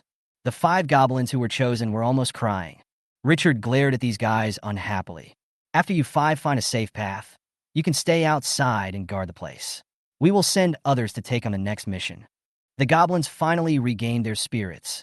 Compared with the unknown tasks that other goblins might encounter, it seemed that exploring a new path was nothing. They run fast anyway. He immediately tiptoed and carried the mummy into the bushes in a very funny way. Richard said nothing and waited patiently. About 20 minutes later, rustling, there were footsteps in the bushes, but the mummy on guard ahead did not issue a warning. A moment later, several goblins appeared in front of Richard excitedly. "Master, we have found a safe passage to the temple." Richard glanced at the mummies behind the goblin, who showed no objection. Only then did he feel relieved. Compared to these green-skinned creatures, mummies are 10 times more reliable. "Leave a small group of goblins to wait here, and the others will follow me to the temple. You 5 are responsible for maintaining order here. No one is allowed to leave before I come back. If anyone tries to escape, you 5 can execute them on the spot." The 5 goblins who were named were suddenly very excited. They looked at their companions around them proudly and raised their heads. "Great, Master. We will definitely keep an eye on the others." Richard nodded and said nothing more. He let a few mummies go first, and then he followed them into the bushes. Too many people can easily lead to chaos, so a small team of goblins is easy to manage and can serve as cannon fodder in case of accidents. The shrubs in this area are very tall, and some dense bushes are 2 or 3 meters high, so there is no need to worry about being exposed. Fortunately, the bushes grew in clusters, with a certain distance between each cluster, and they were not connected together. It was just a little detour to move forward, but not too difficult. Led by the mummy, the progress was not slow. But in order to prevent accidents, Richard still slowed down. In the winding bushes, it is easy to get lost even with a map. One of the characteristics of the territory of Dust City is that residents will not get lost in the desert. This characteristic plays a huge role at this time. Richard felt that his mind was exceptionally clear, and he was not confused. 10 minutes later, the mummy leading the way stopped. Several goblins also sensed something and kept their mouths shut, not daring to make a sound. Even their legs were shaking. Richard signaled the 2 mummies to keep an eye on the goblin, and he headed forward under the protection of the other mummies. After walking about 50 meters, I gently pulled aside the bushes in front of me, and the view suddenly opened up. In front of me was an open space covered with yellow short grass.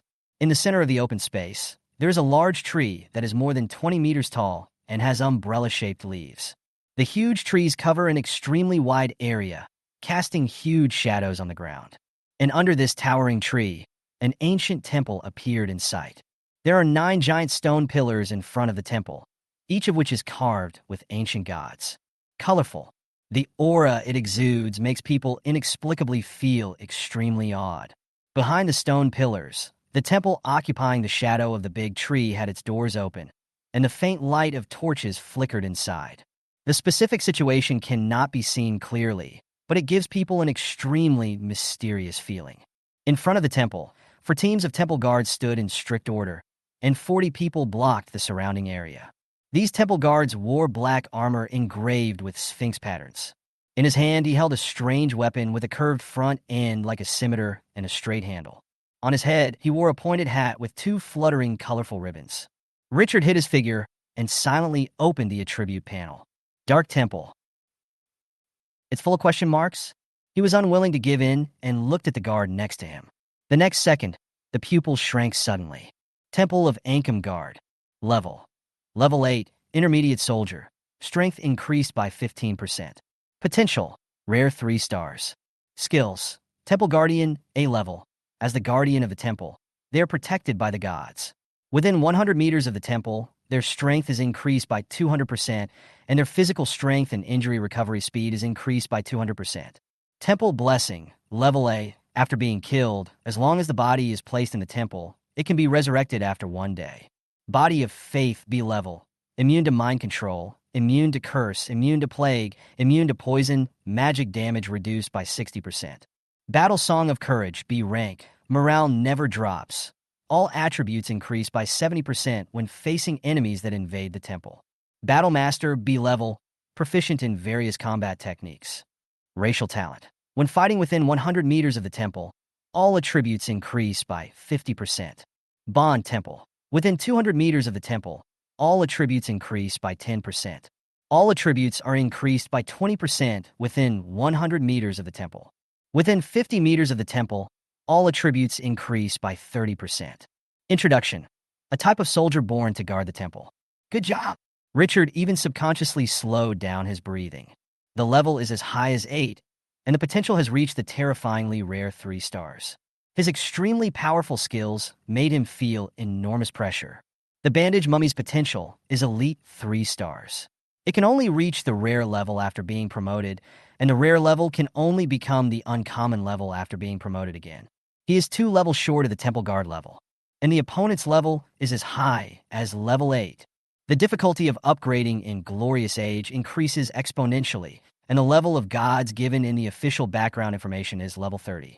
The gods are only level 30, so you can imagine how valuable level 8 is in the early stages of the game. And the number of temple guards just outside is as many as 4 teams. I'm afraid there are many types of troops hidden inside. It is very likely that there are more than a squadron, which means hundreds of people. What is the origin of this dark temple that can attract a squadron of rare soldiers to guard it? If we conquer this place, won't we become rich overnight? Chapter 16, Huge Harvest. The giant monster was suffocated to death. Richard glanced at the temple reluctantly and waved his hand. Withdraw. Without any hesitation, he turned around and left the bush. Although the temple is extremely tempting, if you capture it, you will definitely get extremely precious treasures. But at this stage, the gap between the 2 sides is still too big. I am afraid that even 100, no, 1,000 or 10,000 players combined would not be able to conquer it. Around the temple, the combat effectiveness of these guards will be invincible to players for a long time in the future. Owner! The goblins breathed a sigh of relief when they saw Richard coming back and came forward excitedly to greet him. Richard waved his hand. Let's leave here first. He didn't feel relieved until he was far away from the bushes. He asked, looking at the goblin, "Are there any other temple-like buildings around here?" The goblin shook his head repeatedly. "No, only the temple. What about the other field arms?" Every evening, the temple guards would leave the temple.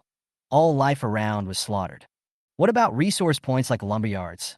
Yes, but it is also within the patrol range of the temple guards. Richard couldn't help but shake his head and gave up the idea of occupying nearby resource points. Not to mention the temple. This place is indeed a bit far from the City of Twilight. I glanced at the system time, and it was already 2 o'clock in the afternoon. I wonder what the cursed NAK monsters are doing now. After thinking about it, he didn't stay any longer and turned around and walked back with the goblin and the mummy. However, this time they did not let the goblins lead the way. Just like before, they scattered the mummies and searched in a fan shape. Goblins also joined the exploration team. In this way, we actually discovered several gathering places of field troops. Dingyu commanded the troops to wipe out a group of sawtooth black rats, gained 20 experience points, and received a miniature resource bag. Dingyu commanded your troops to wipe out a group of sharp-clawed sand rabbits and gained 15 experience points.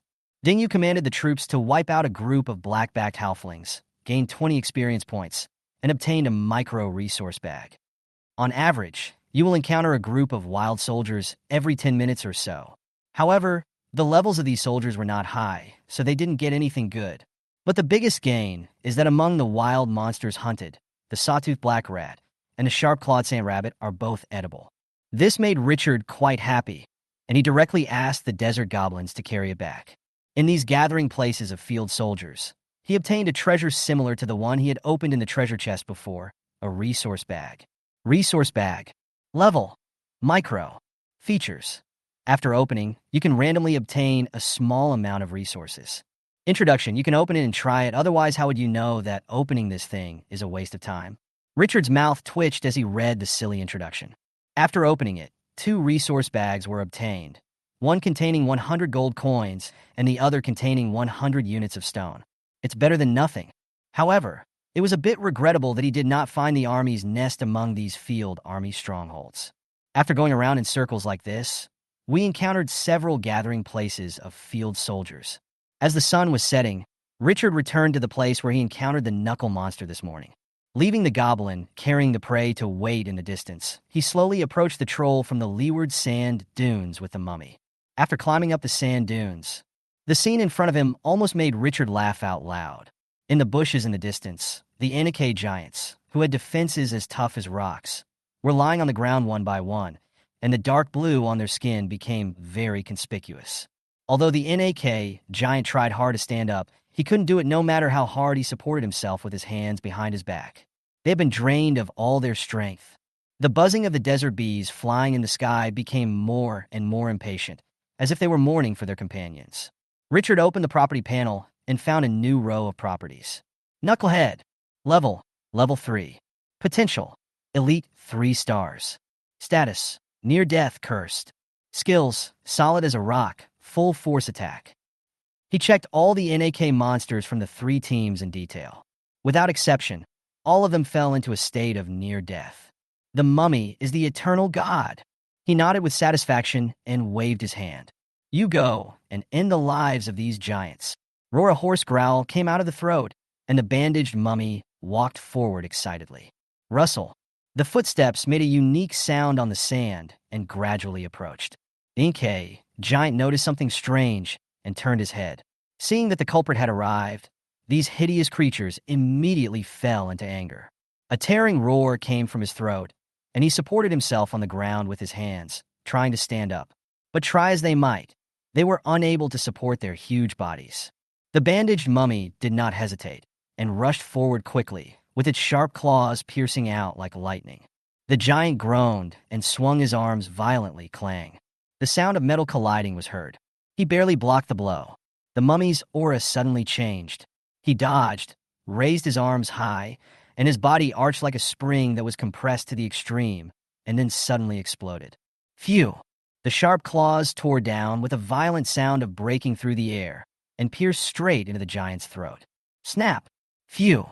Unable to mount a second resistance, the giant monster suffered a fatal blow due to the weakness caused by the curse. The blood spurted out like the huge pressure created by pressing the faucet with your hand. One after another, the level 4, elite 3-star NAK giants with almost abnormal defense were all slaughtered by the mummies. When the last giant monster died, the system prompt arrived as expected. Ding, the army you led wiped out a group of NAK monsters and won a micro battle. You gained 60 experience points. Richard was delighted and stood up and walked to the mummy. The ground was littered with corpses of AK giants, and as you got closer, you could feel the horror of these ferocious soldiers. That strong body might be able to kill a calf with one punch. If you force it, the bandage mummy will have to eat at least double the amount, and it also has to be combined with the desertification skill. Otherwise, even triple the amount will be enough. Sure enough, the brain is the most powerful weapon. Buzz, buzz, buzz. Stimulated by the sudden appearance of the stranger, the swarm of bees in the low sky began to fly around in a panic, and the sound suddenly increased, like an airplane flying overhead. A hint of excitement appeared in Richard's eyes. These bees were his trophies. I wonder what honey tastes like in the desert. Following the path the bees flew, we came to another bush and easily found the beehive hidden in the middle. Although there is only one nest, there are quite a few of them. A large and dense area can cause 10,000 points of real damage to those with trypophobia. Open the property panel, and the properties of the honeycomb immediately appear before your eyes. Desert bee. Level. Special. Queen bee. Primary. Promoted to intermediate queen bee, capable of producing intermediate honey of better quality. Features. It can produce desert honey with a special aroma. Eating it can greatly speed up the recovery of physical strength and injuries. Minimum weekly production. 8 units. Introduction. This bee is rare in the desert and is extremely rare. Special items? After Richard read the properties of the desert bee, his eyes lit up. Once the word special appears, it often means that it has special characteristics, is extremely rare, and is extremely precious. This can be seen from the introduction of honey. After eating it, you can greatly restore your physical strength and injuries. This is absolutely amazing. Isn't this an alchemical potion?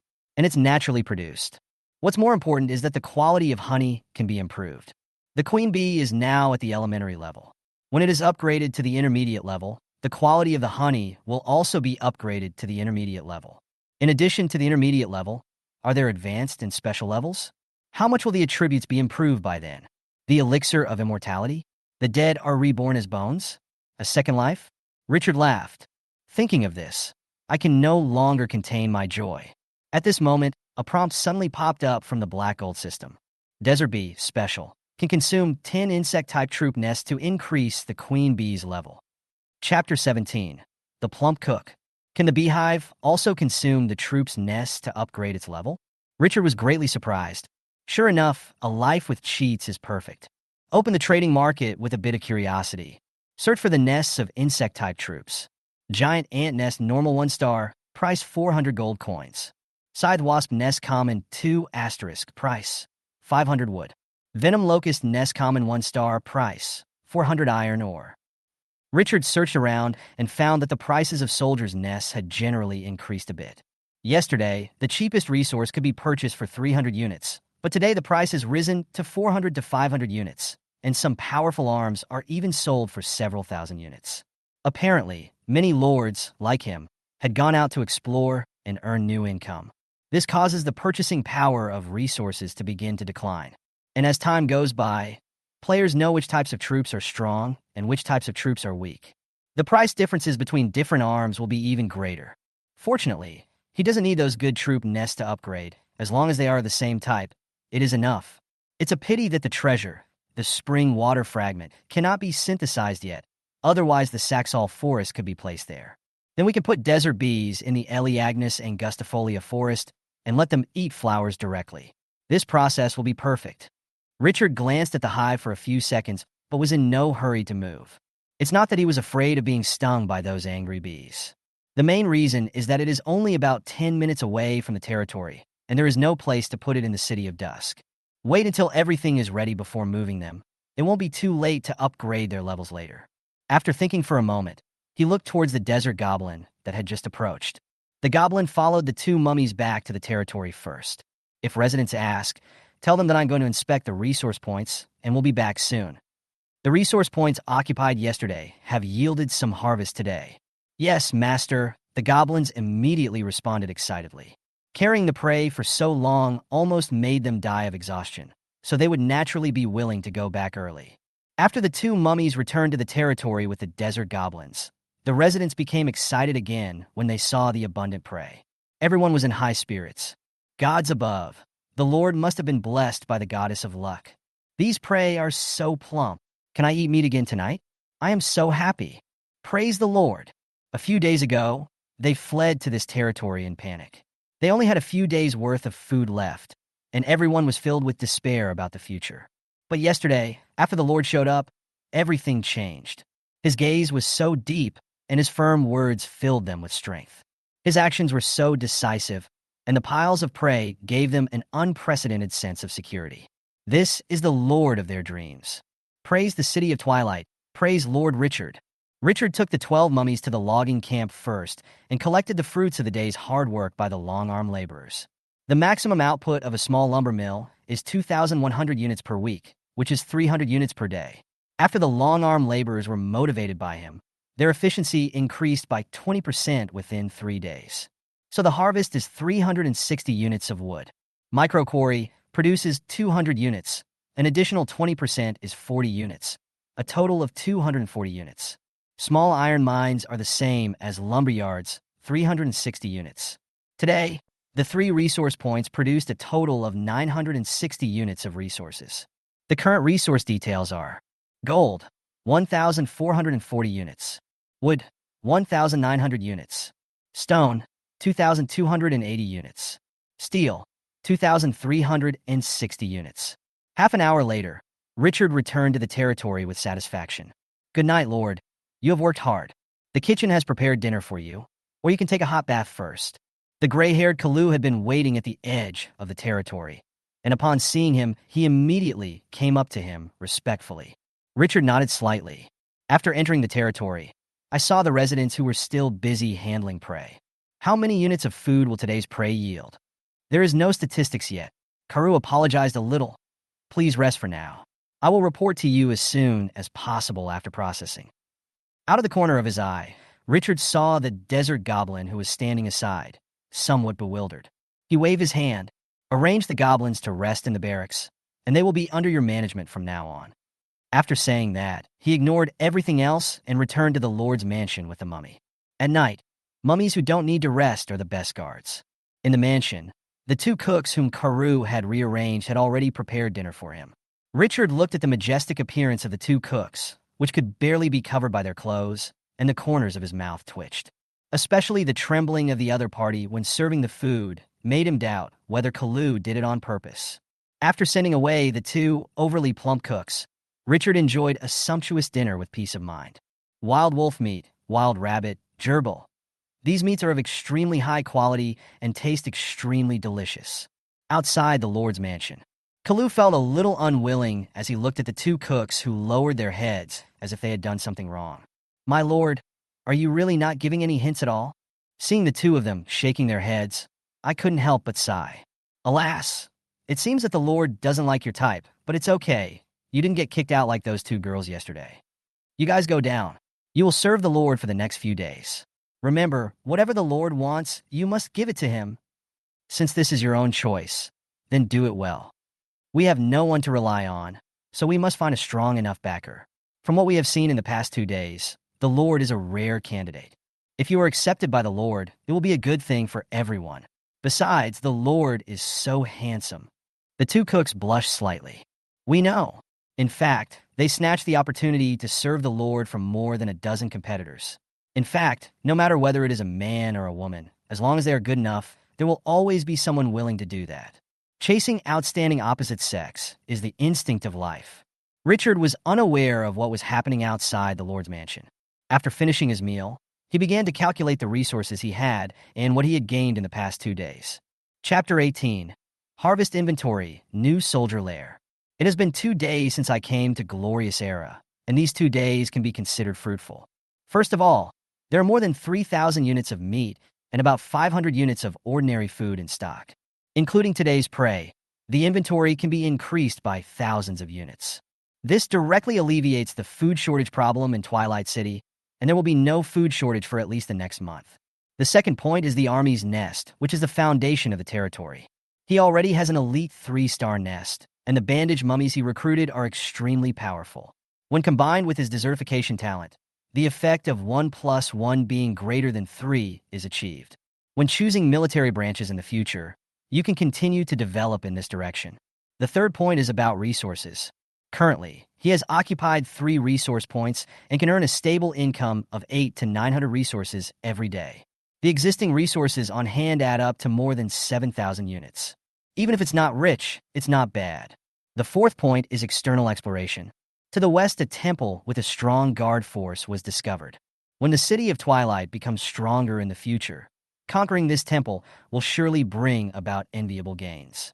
I got a nest of extremely rare desert bees near the logging camp, and I can breed them later. After carefully calculating his gains, Richard felt very relieved.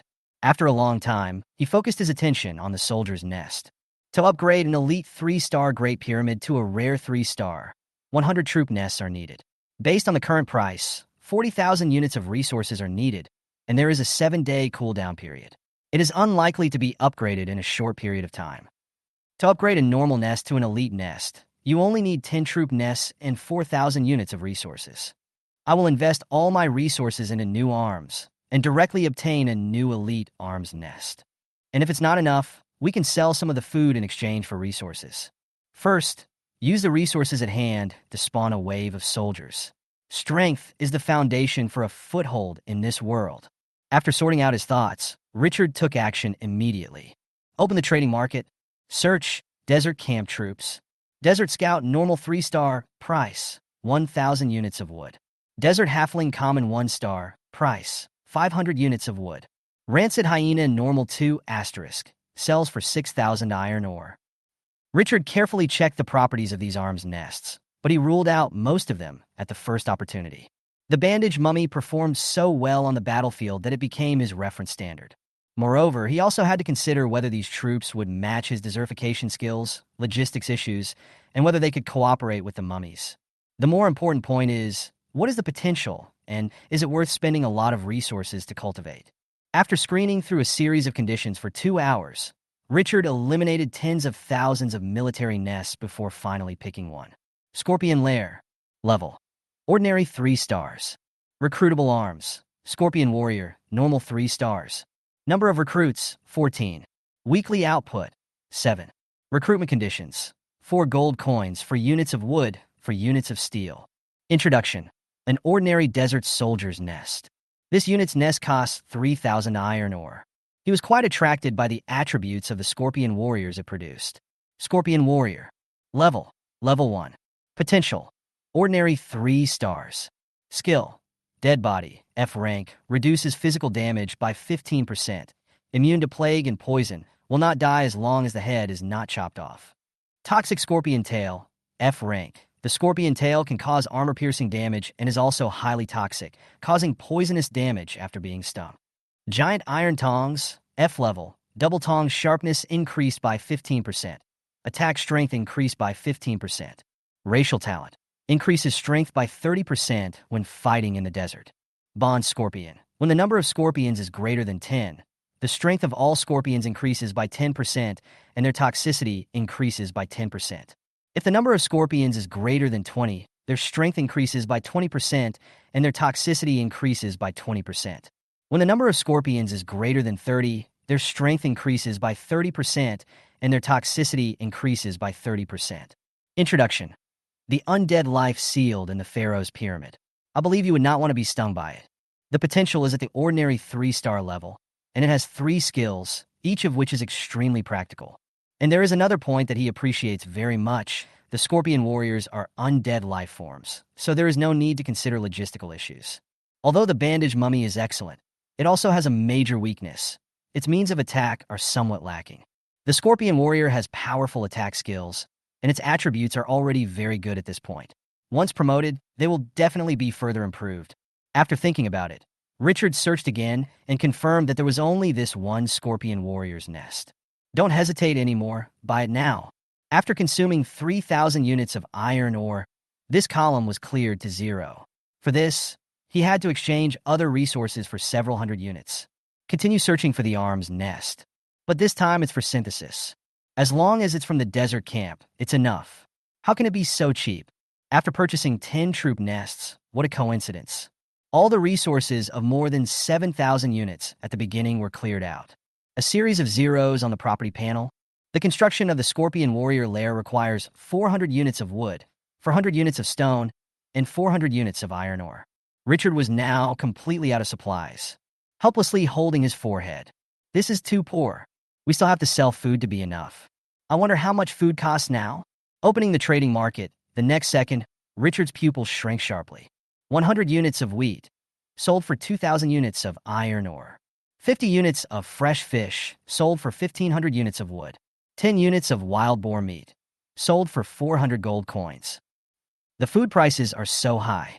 Each unit of meat can be exchanged for 30-40 units of resources, and once it is hung up, it will be sold out in seconds. Food such as wheat and rice also cost around 20 units. Richard took a few glances and thought of the thousands of units of meat in the warehouse. At this moment, there is a feeling of gaining windfall. It turns out that food is the most valuable gain of these days. Thousands of units of meat can be sold for 30 to 40,000 units of resources. Including today's harvest, the amount of meat in the warehouse definitely exceeds 4,000 units. This is an amazing fortune. If you sell all of them, without considering the 7-day cooldown period, you can even upgrade the Mummy's Pyramid and the newly acquired Scorpion Nest to rare levels. Chapter 19. Powerful Scorpion Warrior. But unfortunately, we can only sell a portion of the food. Food in Dust City is also tight, so we can't spare much. Hundreds of people eat, drink, defecate, and urinate every day, and there are 30 long-armed laborers and 20 desert goblins. In a harsh environment like the desert, each person consumes at least 2 units of food per day. The warehouse looks well off, but it's good enough not to buy food from outside. Richard shook his head. The current food stockpile can only last for more than 10 days, which is too little for a territory, making him extremely insecure. If anything changes, Dusk City simply cannot afford it. I have a plan in mind. At this stage, hunting is undoubtedly more profitable than occupying resource points. In the short term, hunting can be the main goal of going out for exploration. While thinking, he got up and left the Lord's mansion and came to the well. At this time, the residents had just finished processing today's prey. Richard directly took 200 units of food in exchange for 8,000 units of resources. Exchange gold coins, wood, stone, and iron, or for an average of 2,000 units. After encouraging the residents who were working hard, he turned around and returned to his mansion. The newly acquired scorpion nest was placed next to the Great Pyramid. Select build. In an instant, 1,600 units of resources were consumed. At the same time, the troop nest he placed on the ground began to expand like a balloon. In a short moment, it became a 3-meter-high earthen house. The exterior of the earthen house is covered with ancient yellow mud, with relief patterns of scorpion bodies and human faces. The thick hay on the top forms a special pattern that is laid above the building. This building looks like an ancient building dug out from the earth, giving it an inexplicable sense of mystery. Scorpion nest, normal 3-star. Consume 10 ordinary desert camp soldier nest cores to upgrade it to elite 3-star. The conditions have been met. Do you want to upgrade it? The Black Gold Systems prompt arrived as expected. After confirming the selection, the 10 troop nests in his hand shattered directly, turned into light, and merged into the scorpion nest. A gray light floated. The relief of a human-faced scorpion body in front of the scorpion's nest becomes more eye-catching with the blessing of mysterious power. The property panel changed after the light receded. Scorpion Lair. Level.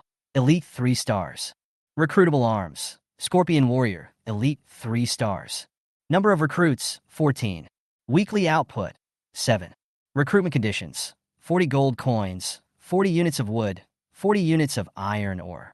Introduction, ordinary desert soldier nest. The upgrade was successful. Richard was in a very happy mood. However, the resources required for recruitment also increased significantly. Unfortunately, each type of troop nest has a 7-day cooldown period after being promoted. Otherwise, by selling more food, it can be directly upgraded to the rare level. Recruiting a Scorpion Warrior requires 120 units of resources, and 14 of them is 1,680 units. Recruit all. At the moment of choice, a gray energy lingered in the Scorpion's nest. After a while, the energy began to pour into the relief in front of the poisonous Scorpion's lair. The relief gradually began to fill up, as if filled with flesh and blood, and then gradually came to life. When the energy was condensed to a certain extent, the relief suddenly opened its eyes. Taking one step forward, he broke away from the wall of the poisonous Scorpion's lair and stood firmly on the ground. This scene is extremely cool, like a scene from a myth. Richard nodded with satisfaction. The poisonous Scorpion Warrior is 2 meters tall, with the upper body of a human and the lower body of a poisonous scorpion. The muscles on his body seem to be forged from steel, with extremely obvious outlines. The long scorpion tail is countless times sharper than a spear. The arms are not human hands, but 2 venomous scorpion pincers that shine with cold light. Click, click. As soon as they are closed, the crisp sound of metal friction is heard. No one can doubt the terrifying killing power of these 2 pliers. When the pliers are closed, a butcher's hook similar to that of a butcher is exposed at the front. Even if the pliers are not opened, attacking with the hook can still cause exaggerated damage. What is most chilling is the Scorpion Warrior's cold brown pupils that do not show any signs of life or emotion. At first glance, it gives people great psychological pressure. Richard opened the attribute panel with full expectation. Scorpion Warrior. Level 1. Potential, Elite 3 stars. Skill, Dead Body, F rank, reduces physical damage by 30%, immune to plague and poison, will not die as long as the head is not chopped off. Toxic Scorpion Tail, E-level. The Scorpion Tail can cause armor-piercing damage and is also highly poisonous, causing huge toxic damage after being stung. Giant Iron Tongs, E-level. The sharpness of the 2 tongs is increased by 30%, and the strength when attacking is increased by 30%. Racial Talent. Increases strength by 30% when fighting in the desert. Bond Scorpion. When the number of scorpions is greater than 10, the strength of all scorpions increases by 10% and the toxicity increases by 10% activated. If the number is greater than 20, the strength will be increased by 20% and the toxicity will be increased by 20%. If the number is greater than 30, the strength will be increased by 30% and the toxicity will be increased by 30%. Introduction. The undead life sealed in the pharaoh's pyramid. I believe you would not want to be stung by it. Richard was in a very happy mood. Sure enough, after the potential was improved, the skill levels of the scorpion warriors were improved and their attributes were greatly enhanced. 14 2-meter-tall poisonous scorpion warriors with a pair of large pincers and curved scorpion tails stood neatly in front of him, immediately giving people a strong sense of oppression. This soldier is even more flashy than the bandaged mummy. Master, thank you for giving us new life. The scorpion warriors all held their chests and bowed, paying homage to their master with the most reverent gesture. The soldiers recruited from the soldier nest will be forever loyal to the masters who recruited them. Richard nodded slightly. Slowly extend your right hand. A light like yellow sand began to rise in the palm of his hand, like a storm caused by strong wind blowing into the sand. Then all the light poured into the body of the poisonous scorpion warrior. Ding with your blessing. The 14 poisonous scorpion warriors have mastered a portion of the power of the desert and gained a new skill, desertification D-level. When the light faded, Richard opened their attribute panels and the desertification skill appeared on them. The desertification's immunity to 99% physical damage is combined with the scorpion warrior's powerful attack power. Richard got excited just thinking about that scene. Isn't this the opening of the Wushuang? If he encounters a wild soldier like the Knuckle Monster again, he can easily fight his way through it. Richard was in a good mood. In this way, he now had 2 elite-level troop nests in his hands. The Great Pyramid can recruit elite 3-star bandage mummies, who are good at cursing and can greatly reduce the enemy's attributes, and even curse the enemy to death. The Scorpion Lair can recruit elite 3-star scorpion warriors, who have powerful attack power and are good at tough battles and frontal attacks. The total number of the 2 types of troops added up to 28, which is nearly the strength of 3 squads. This is only the second day into this world, and the future is promising. Chapter 20 Players' Envy. After letting the Scorpion Warrior and the Bandaged Mummy stand guard together, Richard returned to the hall and opened the chat channel as usual. 2 days have passed, and I wonder how the other lords are doing now. Fuck. Today, I attacked a small logging camp and encountered an elite 3-star wild monster. I was so scared. Why would an elite monster appear in a small logging camp? All the soldiers I recruited were gone. You may not believe me, but today I encountered a caravan of NPCs, the indigenous people. You didn't see them, but they use ground dragons to transport supplies. That's a rare type of soldier. I was so envious that my eyes turned red. What's upstairs is nothing. The NPC caravan I met wanted to trade with me, but my territory doesn't have any special products, so they took one look and left. Bah! This is naked discrimination. Humph. I will let these bastards know. Things change over time. Don't bully the poor young people. Where on earth can I get food? My population has exceeded 300, but I really can't afford it. This is the first time I know that 300 people need to consume so much food every day. If anyone can lend me some food, I promise that I will return it tenfold when I become rich. I finally have an elite troop nest. I used half of the territory's population as cannon fodder and finally captured that field troop base. But this doesn't seem to be anything to be happy about. All the residents ran away because of this. Damn, life is too hard now. You damn game planner. Don't let me know where you are. Why did you develop such an inhumane game? The residents of my territory rebelled just because they were hungry for a day. Fuck, isn't it just a day of not having food? Why did they rebel? It's fine if they want to rebel, but they even looted my territory. Can we still live like this? It's too difficult. Why is this world so difficult? How can I manage my territory? I lack food, water, and resources. And outside, there are all these powerful wild soldiers. It's like cursing my mother. Richard looked for a while and found that most of the players were living a hard life. Only a very small number of people are able to get by, but they also have many problems. In comparison, Twilight City is so comfortable. After only 2 days, they had already established a foothold in the desert, a place where life is forbidden. Although food is not abundant and water resources are still scarce, it is countless times better than the miserable lives of other lords. After watching for a while, he suddenly thought of something. He took out 2 resource treasures that he had exchanged for 800 units of food, the Saxol Forest and Spring Water Fragments. A 10 Eleagnus angustifolia forest matures once a month. It goes without saying that the sooner we plant this stable food source, the better. Although hunting is profitable, It is unstable, and it is not a long-term development plan for the territory. But the problem is that the Elaeagnus angustifolia forest must have enough water for irrigation. And there's only one spring water fragment. How can we get the other two fragments? It's obviously not realistic to open the treasure chest by yourself. You still have to buy it from other players. Richard had an idea as his mind turned. On the premise of ensuring the consumption of Dusk City, you can take out some food to exchange for the spring treasure fragments and start planting 10 acres of Elaeagnus angustifolia forest as soon as possible. A Saxall forest that can stably produce food is of great significance to Dusk City in the desert. The desert is not a fertile place, and stable food output is a great guarantee. Twilight City cannot rely on hunting to solve its food problem forever.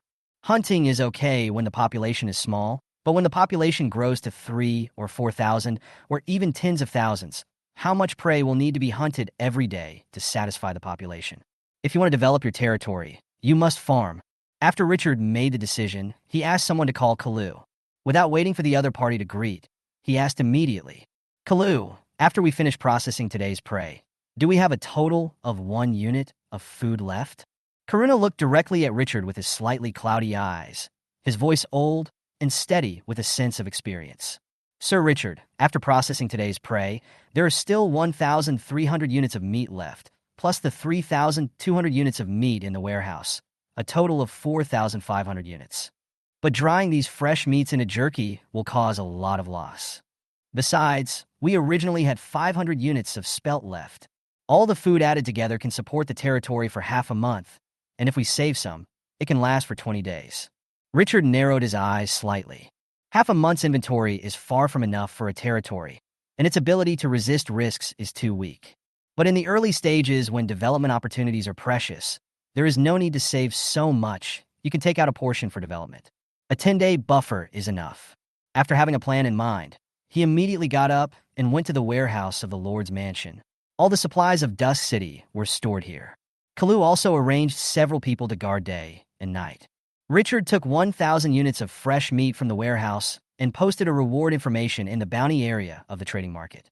1,000 units of fresh meat bounty resource treasure. Fountain water or fountain water fragments *2. This piece of information immediately appeared in the first and second positions in the bounty area. Bounty areas are ranked according to their value. Obviously, the system determined that his 1,000 units of fresh meat were worth more than any other bounty items offered by anyone. In such a huge market, there are countless rewards.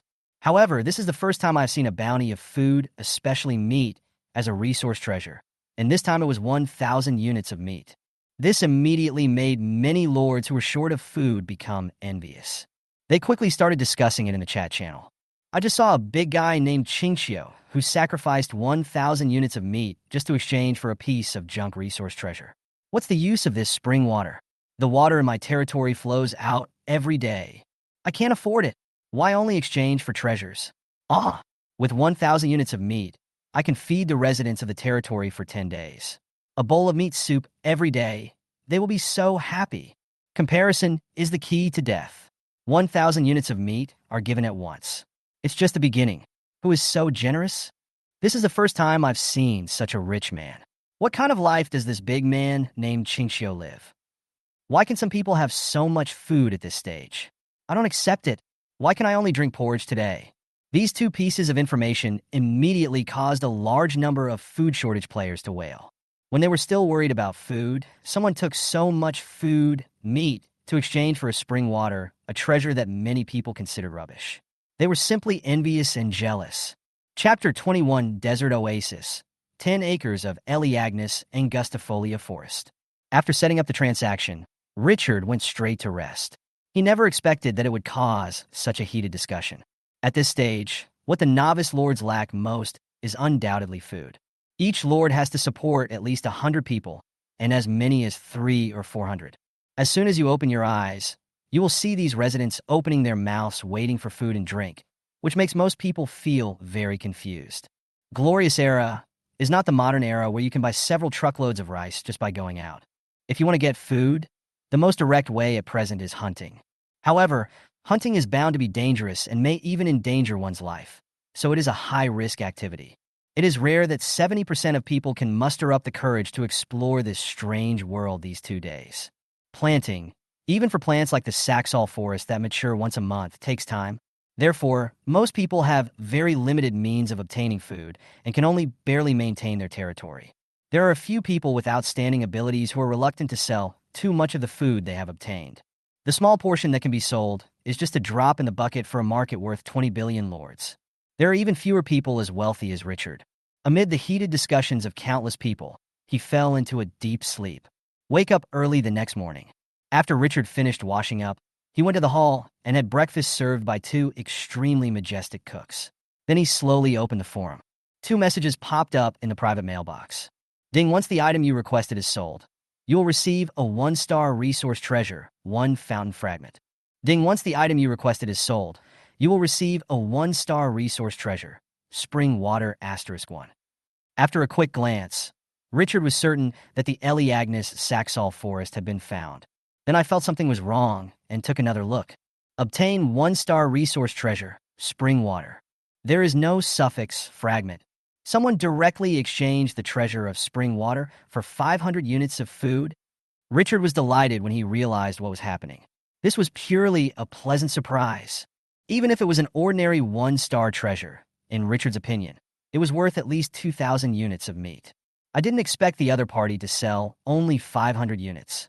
Is he in a hurry to get the rice cooked? This unexpected gain made him think seriously. Next, maybe we can take advantage of the strong demand from other lords in the early stage and exchange the prey for more good things. Now that we have the treasure of the spring water, we have 2 more fragments.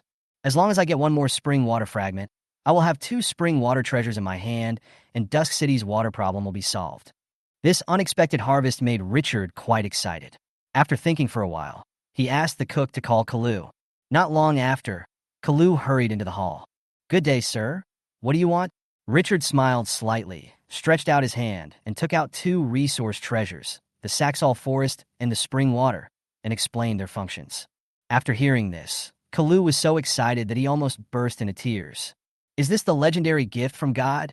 Gods above, you must be the son of God sent by the gods to save us. Under your leadership, Dusk City will surely become a pearl in the desert.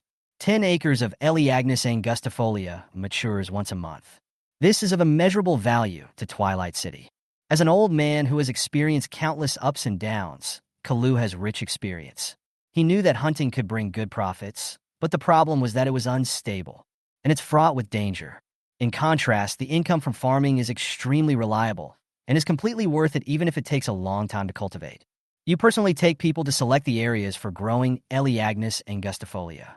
Remember, Twilight City will expand very quickly in the future.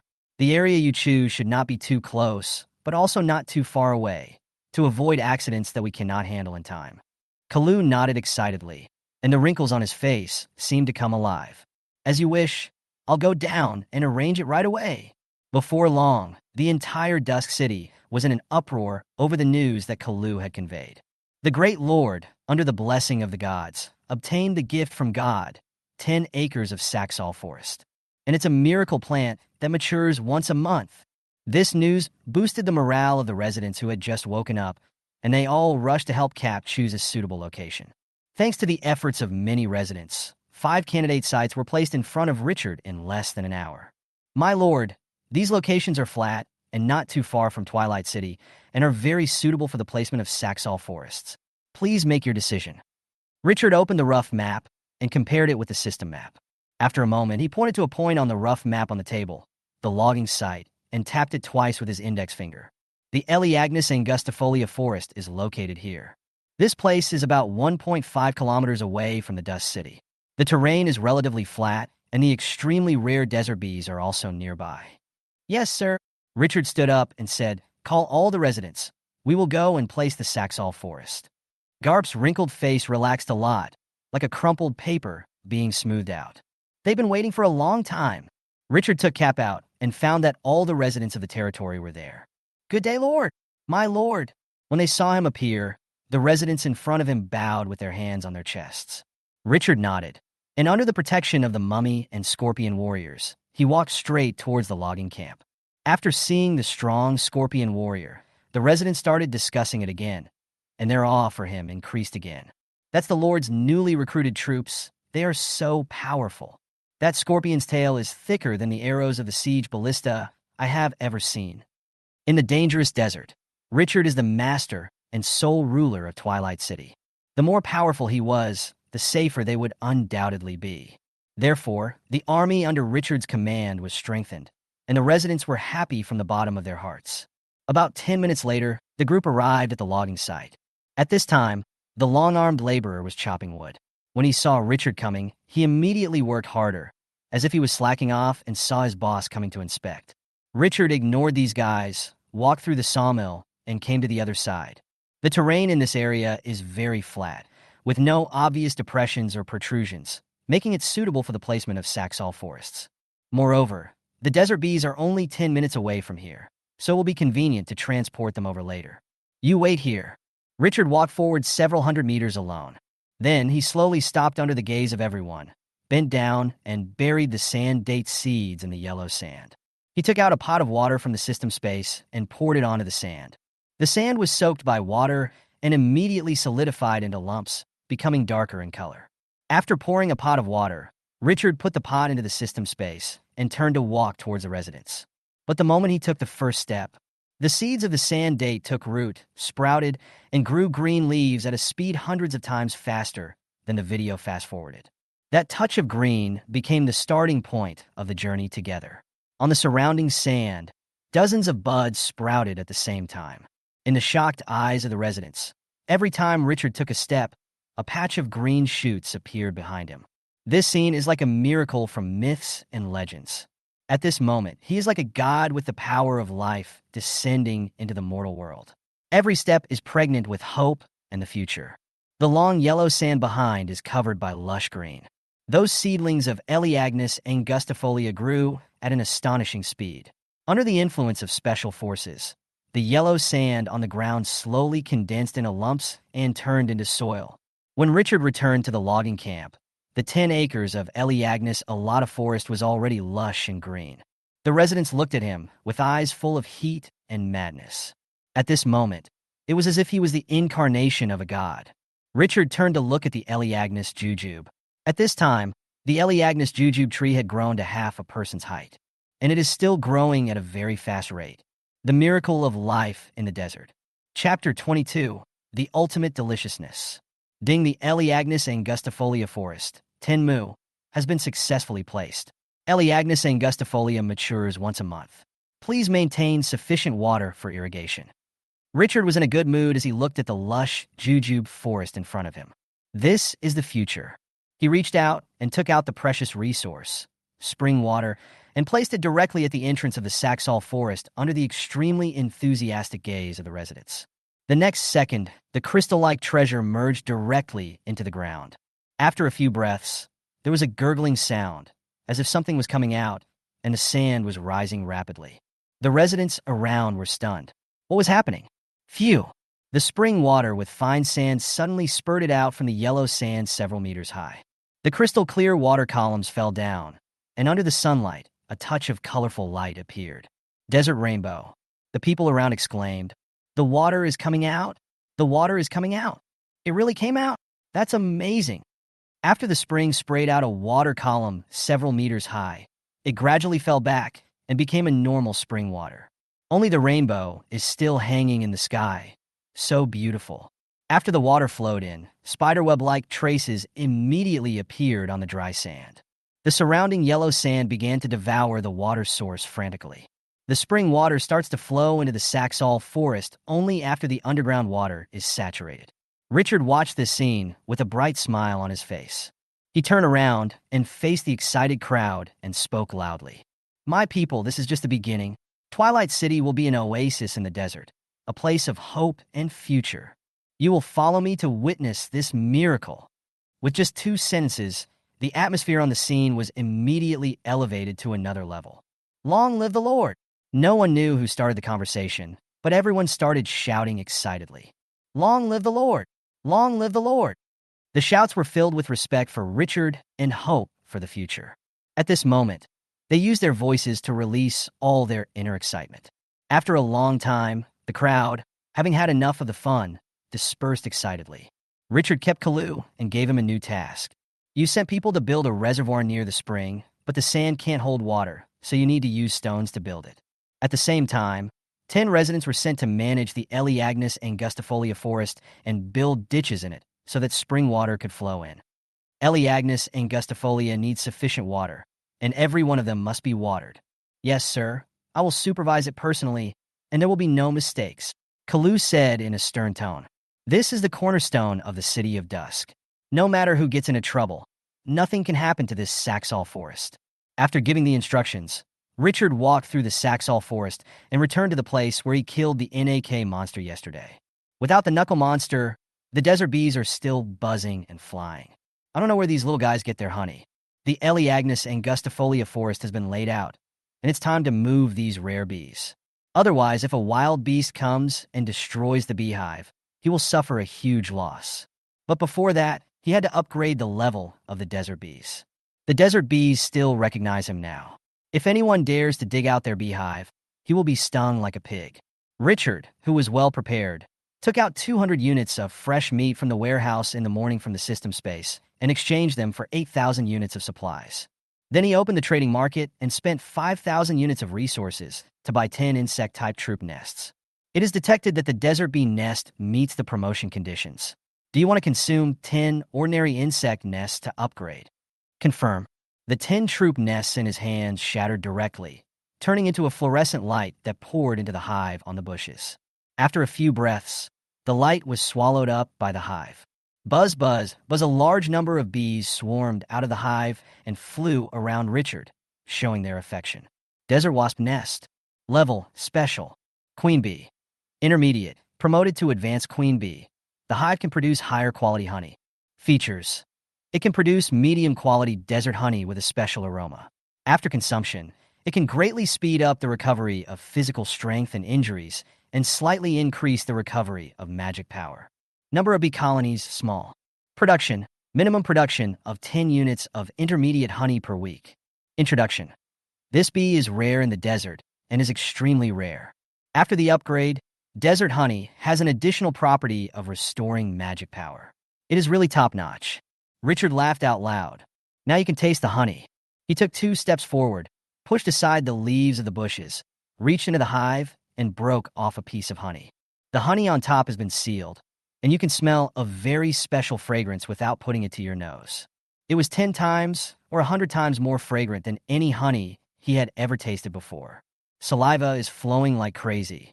Richard couldn't help but take a bite. The honeycomb pulls out long silk threads, which appear particularly crystal clear under the sunlight.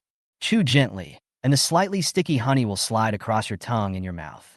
The next second, an indescribable sweetness exploded from the mouth. The whole person was instantly filled with an indescribable sense of satisfaction. Gulp! After swallowing it, a little warmth spreads from the abdomen to the limbs. The whole body feels as if it is soaking in warm water and is relaxed.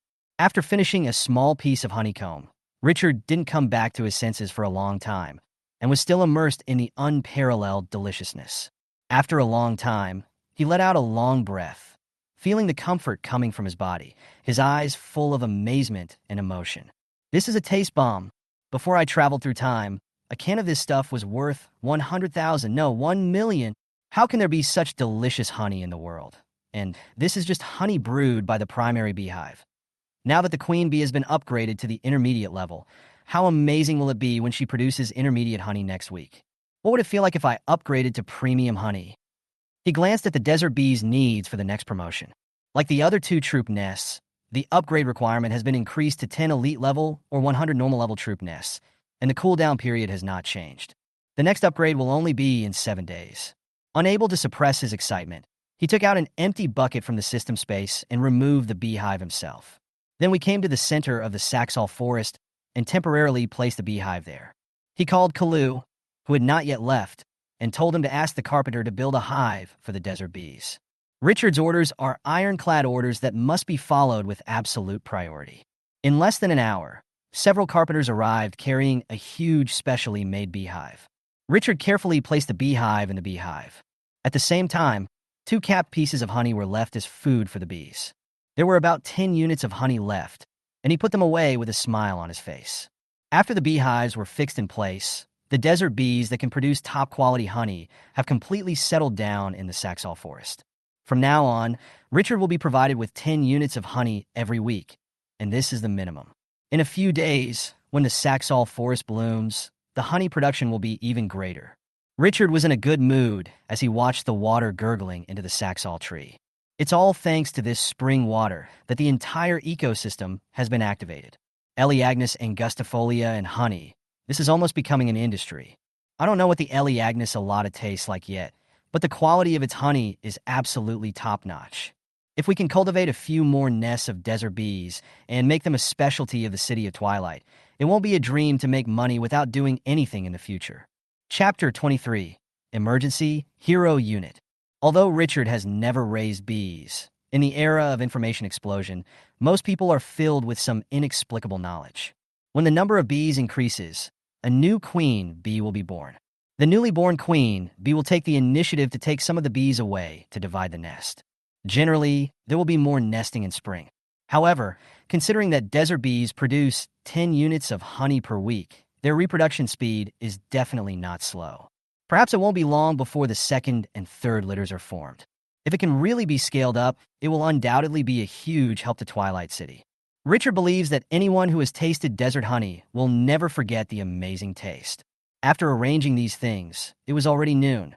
The yellow sand land just now is now covered with lush and green Saxall forests, gurgling springs, and buzzing bees. It has become a paradise in the desert and an oasis of life. After lunch, Richard did not stay in the territory, but continued to explore with nearly 3 teams of soldiers. His goal today is hunting. He was very tempted by the high price of the food.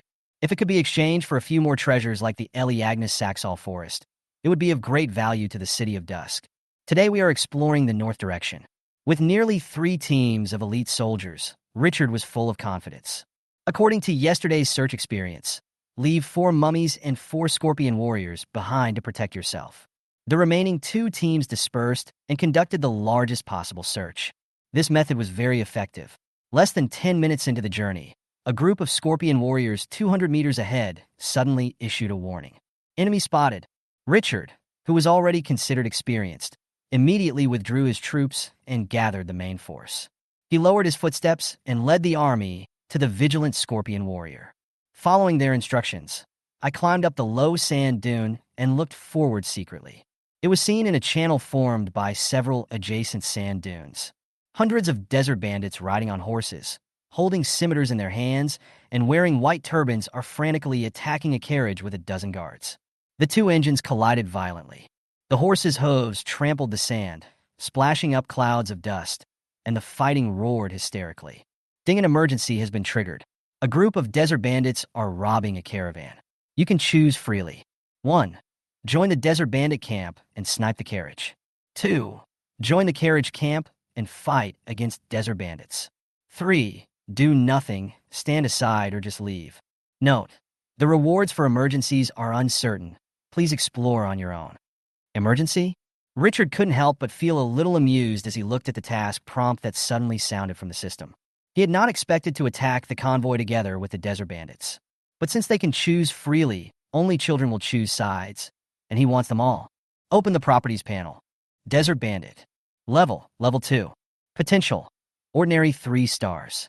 Skill, Plunder level. When robbing a caravan, all attributes increase by 20%. Agility, F level. When riding a horse in battle, agility increases by 30%. Racial talent, increase speed by 15% when running in the desert. Bond robbery. When you have the upper hand in a robbery, all attributes increase by 10%. When you are at a disadvantage, speed increases by 20%. Introduction. Fight, rob. Quickly, hand over the money. Richard couldn't help laughing when he saw the attributes of the desert bandit. Wow, they're indeed a type of soldier born for robbery. The convoy is much more serious in comparison. Human warrior. Level 5. Intermediate soldier. Strength increased by 15%. Potential, Elite 1 star. Human swordsman. Level 5. Intermediate soldier. Strength increased by 15%. Potential, Elite 2 star. Human archer. Level 5. Intermediate soldier. Agility increased by 15%. Potential, Elite 3-star. There were only 14 soldiers in the carriage, all of them elite level. However, the gap in numbers between the two sides is too great. There were more than a squadron of desert bandits. Moreover, there were bandits in the rear who were shooting with crossbows to suppress the enemy. Although the carriage guards fought desperately to break through the blockade, they returned in vain, leaving behind only corpses. If it weren't for its sophisticated equipment, it would have collapsed long ago. Just as Richard was about to take action, he suddenly saw a middle-aged man wearing an elegant robe with a big belly and short stature like a sausage coming out of the carriage. The other party was constantly roaring and directing the battle. The properties of the short sausage aroused his great interest. Onic, hero units. Potential, C level. Occupation, businessman. Level 5, intermediate hero. Negotiation ability increased by 20%. Skills, negotiation, intimidation, diplomacy, trade, observation, eavesdropping. Hero characteristics, able to accurately judge the value of goods. Racial characteristics, able to learn the knowledge of other races. Bond, Luangwihua Chamber of Commerce. When cooperating with members of the Luangwihua Chamber of Commerce, you can earn an additional 20% profit. Introduction. This artifact of yours is fake. I can only offer 10 gold coins. Your Majesty, the God of War. Wow, there's actually a hero unit in this convoy. However, the other party's bond made him think. Luangwihua Chamber of Commerce? NPC, Aboriginal. When these words came to my mind, they immediately aroused great interest. In the forum, other Lord players also mentioned that they have encountered some indigenous caravans one after another in recent days, and they thought they did not exist in the desert. I didn't expect it to appear. As the situation gradually deteriorated and the convoy began to show signs of collapse, Richard no longer hesitated. With a wave of his hand, he gave a decisive order. Everyone listen up, kill all the desert bandits. Don't hurt the people in the carriage. The mummies and scorpion warriors, who had long been unable to contain themselves, immediately charged towards the battlefield. The 8-legged scorpion warriors were one step faster than the mummies. These powerful soldiers with 2 giant iron pincers suddenly rushed from the flank into the desert bandits who were besieging the convoy. The desert bandits reacted as soon as they appeared and sent out 5 teams to launch a sniper attack. They are about to capture their target and will not allow anyone else to snatch the food from their mouths. Tap tap. The desert horse's broad hooves trampled on the yellow sand, raising a cloud of dust behind it as it ran. The desert bandit swung the scimitar violently, and the power of the scimitar was greatly enhanced as the horse ran at high speed. Tap tap. Getting closer and closer. The desert scorpion's cold face revealed a chilling smile. The 2 pliers suddenly opened and swung like lightning. The 2 sides ran towards each other at a very fast speed. Just in a flash. Clang. Phew. Blood splatters. The ranger's body broke into 2 pieces, and after the inertia of high speed, it flew out and hit the ground hard. The gushing blood directly dyed the sand red. Flash sale. The charge that had just been launched now seemed to be nothing more than a rush to death. The desert horse under the ranger also followed his life and death. When the scorpion warrior's pincers were opened, they were like a guillotine. When closed, the protruding curved hook in the front looks like the iron hook of a pirate's prosthetic limb and is extremely sharp. Sizzle.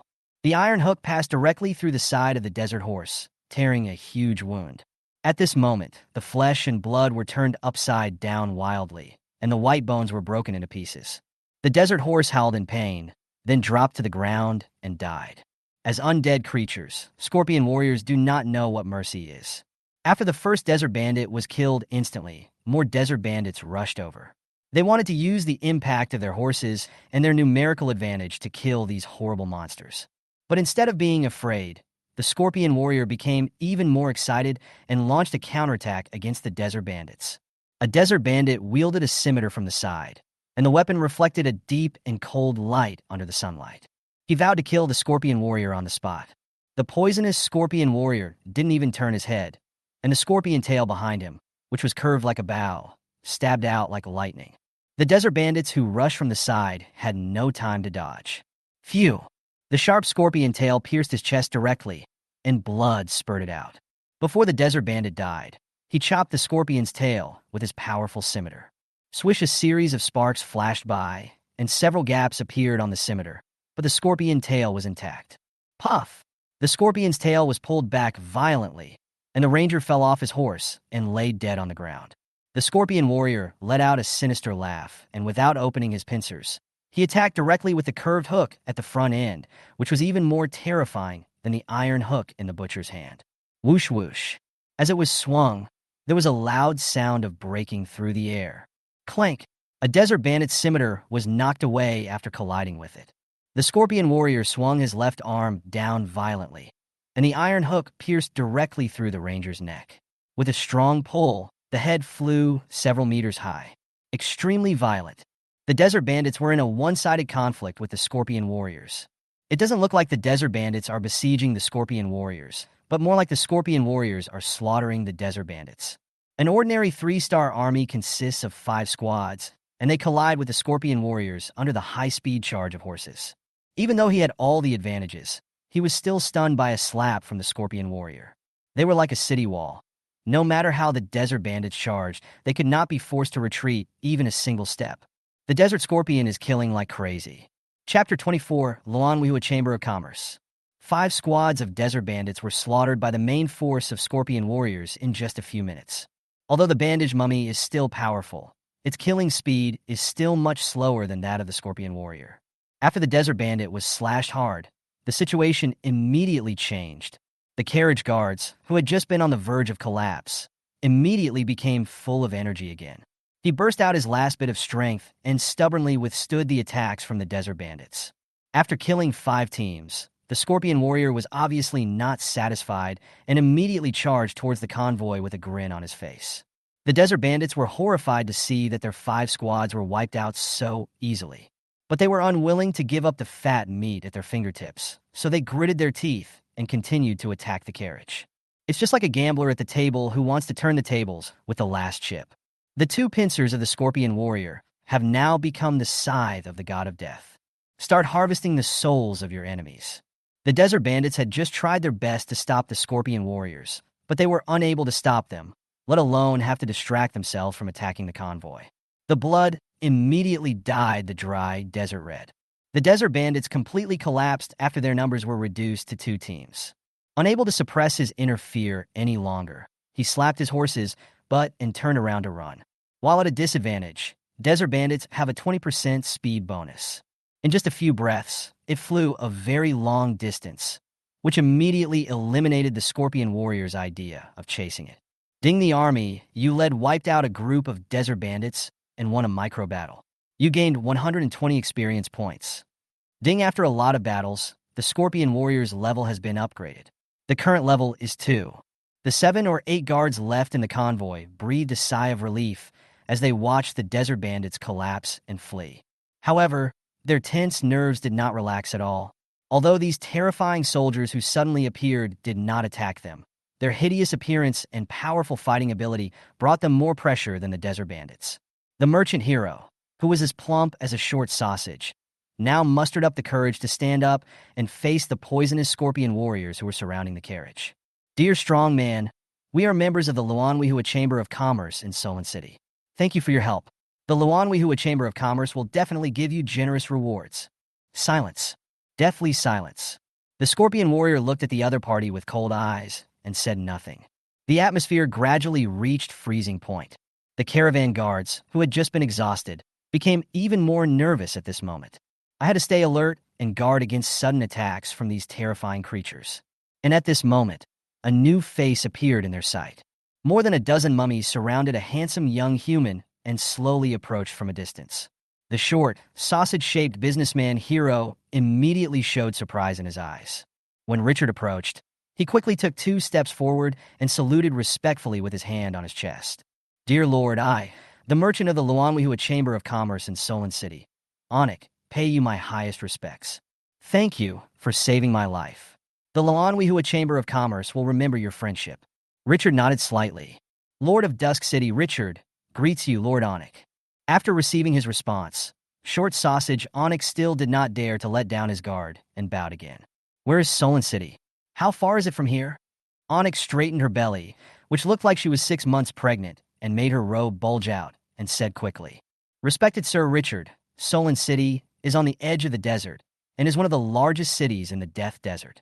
Then he exclaimed as if he had thought of something. You don't even know about Solon City.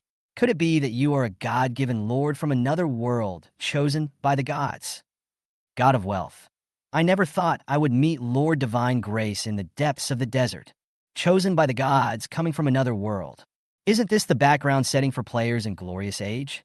Death Desert. He didn't expect that the desert he was in would be here. It is said that there are dozens of deserts of various sizes in Glorious Era. There are only three largest and most famous ones introduced on the official website: Death Desert, Lost Desert, and Endless Desert. The Death Desert is located in the central area of the main plain of Glorious Era. It is extremely vast. Even in the most favorable circumstances, it would take 5 or 6 months to cross it. But that was all the information he knew. Yes, Lord Onik. But why are you so surprised? Onik calmed down and said, "Because you are the Lord chosen by the gods. Isn't that exciting enough?" Richard's mouth twitched. If you knew there were 20 billion so-called Lords of Divine Grace, you might not be so excited. Not tangled in this. Changing the subject. How far is it from here to Solon City? Onik's face fell. He took out a map from his arms and looked at it carefully. After a moment, he said frustratedly, "There's still a month to go. Gods above, we have strayed too far from the business path." Richard was a little curious. How did you get here and get attacked by desert bandits? Onik had regained some composure at this point and began to recount the events of his group. Although the Death Desert is extremely terrifying, it is located in the center of the main plain and is surrounded by various forces. As long as you can cross the desert and reach the other side, you can exchange the goods for tens or even dozens of times the profit. If a businessman can make a 100% profit, he will dare to risk being hanged. If he can make a 300% profit, he will dare to trample on all human laws. Under the temptation of high profits, the powerful Luanwihua Chamber of Commerce in Solon City invested a lot of manpower and material resources to open up a trade route. But a week ago, a sandstorm hit the caravan. During the natural disaster, they were separated from their companions. After leaving the sandstorm, we encountered desert bandits. At that time, they had 3 teams of guards. But in the struggle over the past few days, there were heavy casualties, and only 7 or 8 people are left. Richard nodded. You are lucky to have survived the sandstorm. What are your plans next? Are you going to return to Solon City immediately or reunite with your caravan? Onyx shook his head. After the caravan got separated, I don't know how many people can survive. We plan to return directly to Solon City. After saying this, he looked at Richard with longing eyes. Respected Sir Richard, can we go to your territory to rest and replenish water before leaving? After saying this, he was worried that Richard would refuse, so he hurriedly said, I am willing to pay you. In addition, you saved us. On behalf of the Luanwihua Chamber of Commerce, I would like to express my gratitude to you. If appropriate, we can start commercial transactions in the future. Dingyu saved the Luanwihua Chamber of Commerce's convoy and won their gratitude and respect. Your current relationship with the Luanwihua Chamber of Commerce is friendly. Ding the Luanwihua Chamber of Commerce has applied to inspect your territory. You can establish new trade relations with them. Chapter 25 Special Building Hero Altar. Richard fell into deep thought after hearing the system prompt. Although we can trade with other players through the trading market at this stage, there is no doubt that the indigenous people who dominate the game in Glorious Era are the gold mines to be mined. It would be a great thing if the Luanwihua Chamber of Commerce could establish trade relations with them. Onik in front of him saw that Richard took a long time to respond to his request, and his expression became more and more indifferent. An indescribable feeling of uneasiness rose in my heart. Although the Luanwihua Chamber of Commerce is very famous in the Death Desert, Lord Shin doesn't know about it. If he had any evil thoughts, he would just wave his hand and order his subordinates to kill them. In this vast desert, the Chamber of Commerce cannot possibly know. The more he thought about it, the more terrified he became when he saw Richard's expressionless face. They secretly glanced at the ferocious scorpion warriors around them. Their eyes, which were devoid of any human emotion, were staring at them coldly. It seemed that in the next second, he would use the iron clamp that could easily tear a horse apart to cut off his head. That kind of uneasiness was magnified to the extreme. In this weird atmosphere, he gritted his teeth. He took out an item from his arms and handed it to Richard. Respected Sir Richard, we have lost contact with the caravan and most of the goods. The only thing left is this treasure that was snatched back from the sandstorm. To thank you for saving my life, please accept it. I think your territory may also need it. The guards around the carriage showed some hesitation in their eyes when they saw Onyx's actions. He wanted to say something, but then he looked at the scorpion warriors around him and shut his mouth again. They don't want to die here either. Richard was slightly stunned. Seeing the uneasiness in the other party's eyes, he glanced at the scorpion warriors who surrounded them.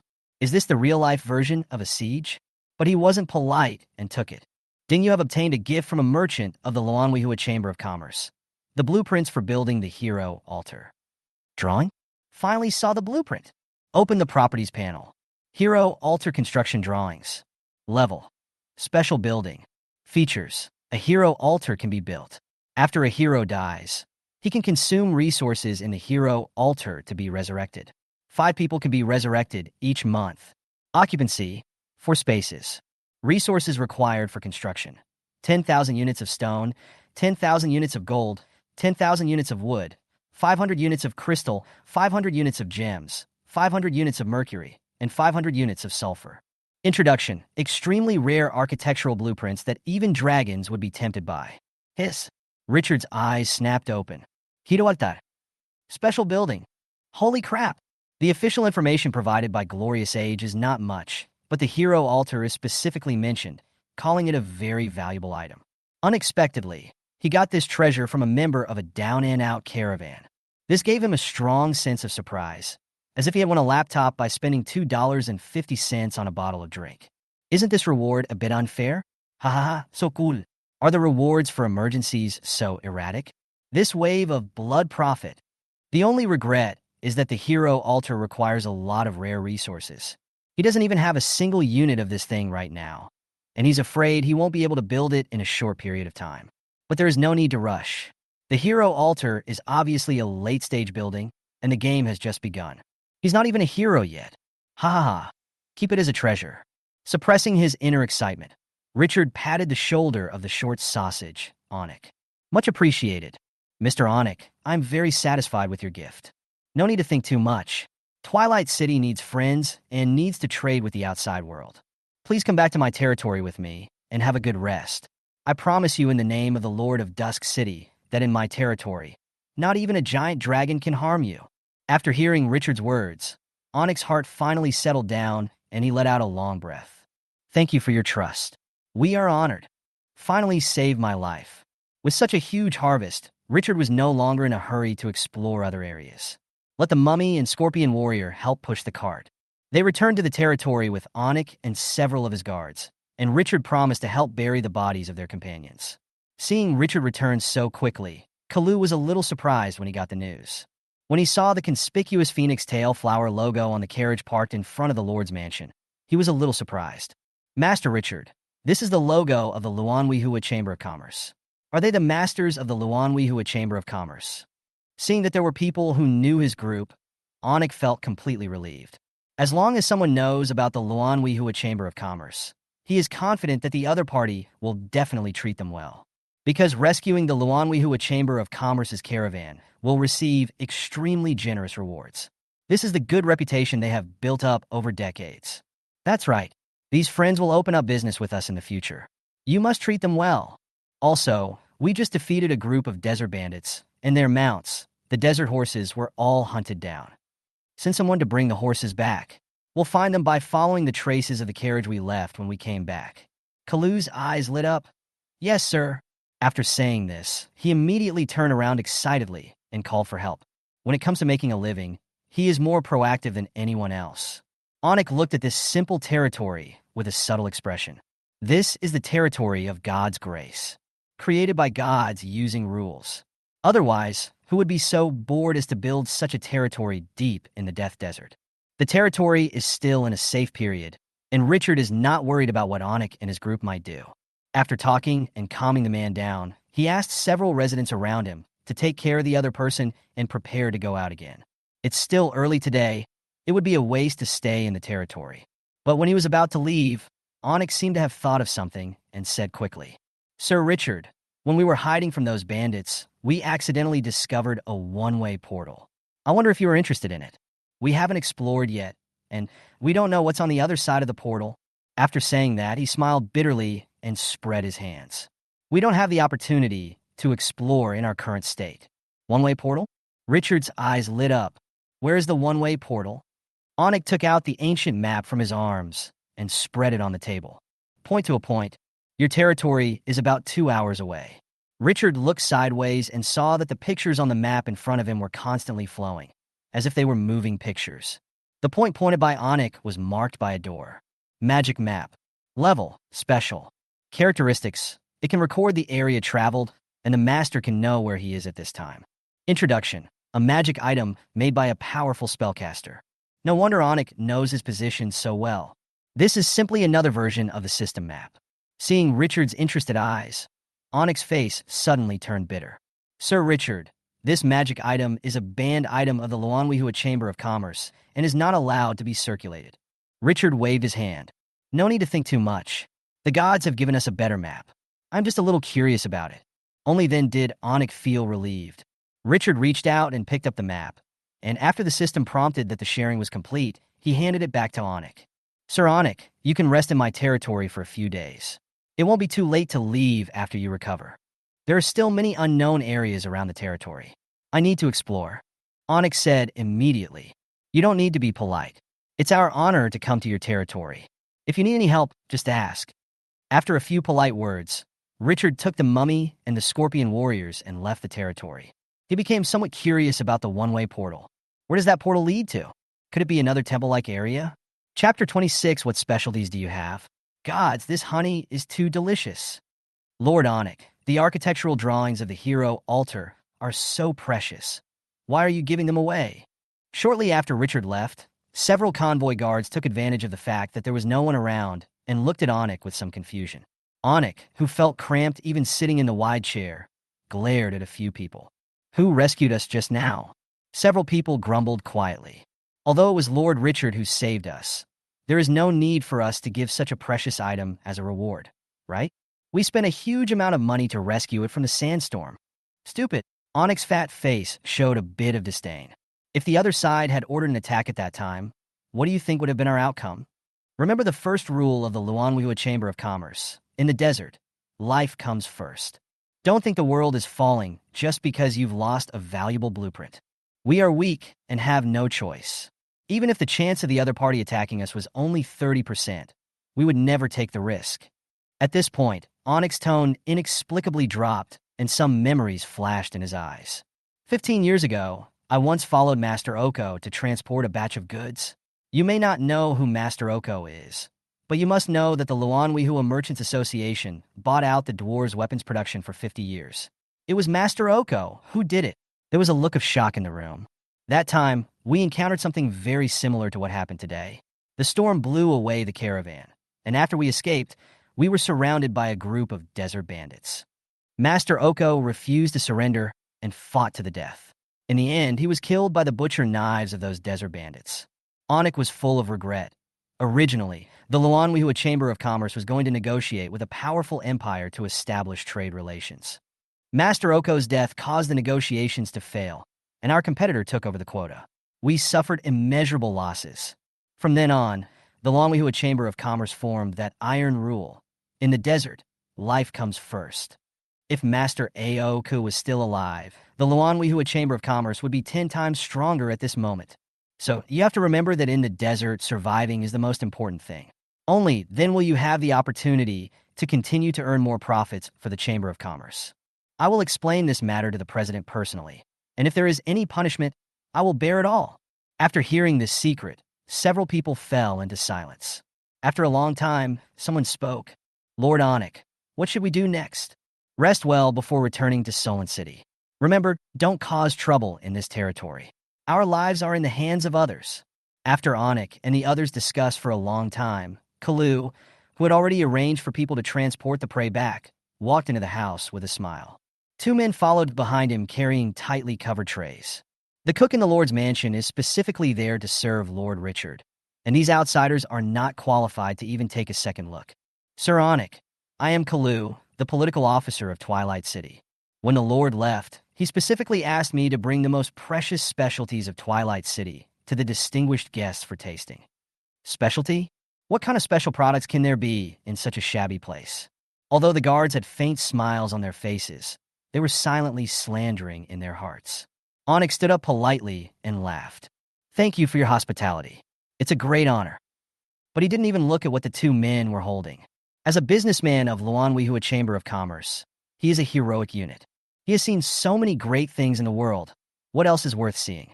Kalu seemed to notice the indifference of several people, but he didn't care. He stretched out his hand to signal the two people behind him to take off the tightly fitting wooden lid on the tray. The moment the lid was taken off, an indescribable strange fragrance instantly filled the room. Gulp! Onik and his group swallowed in unison, and the sound was so loud that everyone could hear it clearly. Suddenly, everyone's face turned red. They looked at each other, their faces filled with embarrassment. They were still dismissive a second ago, but they didn't expect to be so embarrassed in the blink of an eye. Fortunately, I didn't say what was in my heart just now, otherwise I would have died on the spot. Onik couldn't care less at this moment. He took a step forward and looked at the crystal-clear object with a slight golden color in the gray pottery bowl. Suddenly, the simple pottery bowl seemed extraordinary. Is this honey? Looking at Onik's stunned expression, Kalu smiled proudly. That's right, Lord Onik. This is a specialty of Dusk City, a delicacy brought back by the Lord. Anyone who has tasted desert honey will never forget it. The ultimate in human nature. Can I have a taste? Onik swallowed hard. It's embarrassing to say that after traveling all over the country for so many years, this is the first time he has seen honey with such a special fragrance. Of course, this was originally used by the Lord to entertain you all. However, because it is too precious, there are not many of them. Please forgive me. Thank you, Lord Richard. Onik impatiently picked up a ceramic bowl from the tray, which was only filled to the bottom with honey. He put it to the tip of his nose and sniffed it. That special fragrance made him feel as if he was floating in the air, and he felt relaxed and happy. This is definitely a rare and exquisite product. There was a hint of intoxication in his eyes. I couldn't wait, but didn't want to eat it too quickly, so I put all my energy into it. Like a pilgrimage, I tasted the desert honey in small sips. When the honey entered his mouth, Oniko felt an indescribable deliciousness bursting out. I was in a trance. How could there be something so delicious in this world? Is this a gift from God? After he finished drinking the honey, he looked at the residue at the bottom of the bowl and licked it up without any hesitation. When he came to his senses, he remembered that he had done this in front of outsiders, and his face suddenly turned red. He boasted of being knowledgeable and experienced, but he didn't expect that he couldn't even withstand a few drops of honey. He was about to speak when he suddenly felt a warm current in his stomach. Then the whole person felt as comfortable as if soaking in warm water. His spirits were greatly lifted, and most of the physical strength he had consumed was restored in the blink of an eye, and even the injuries on his body healed a lot. He became more and more excited.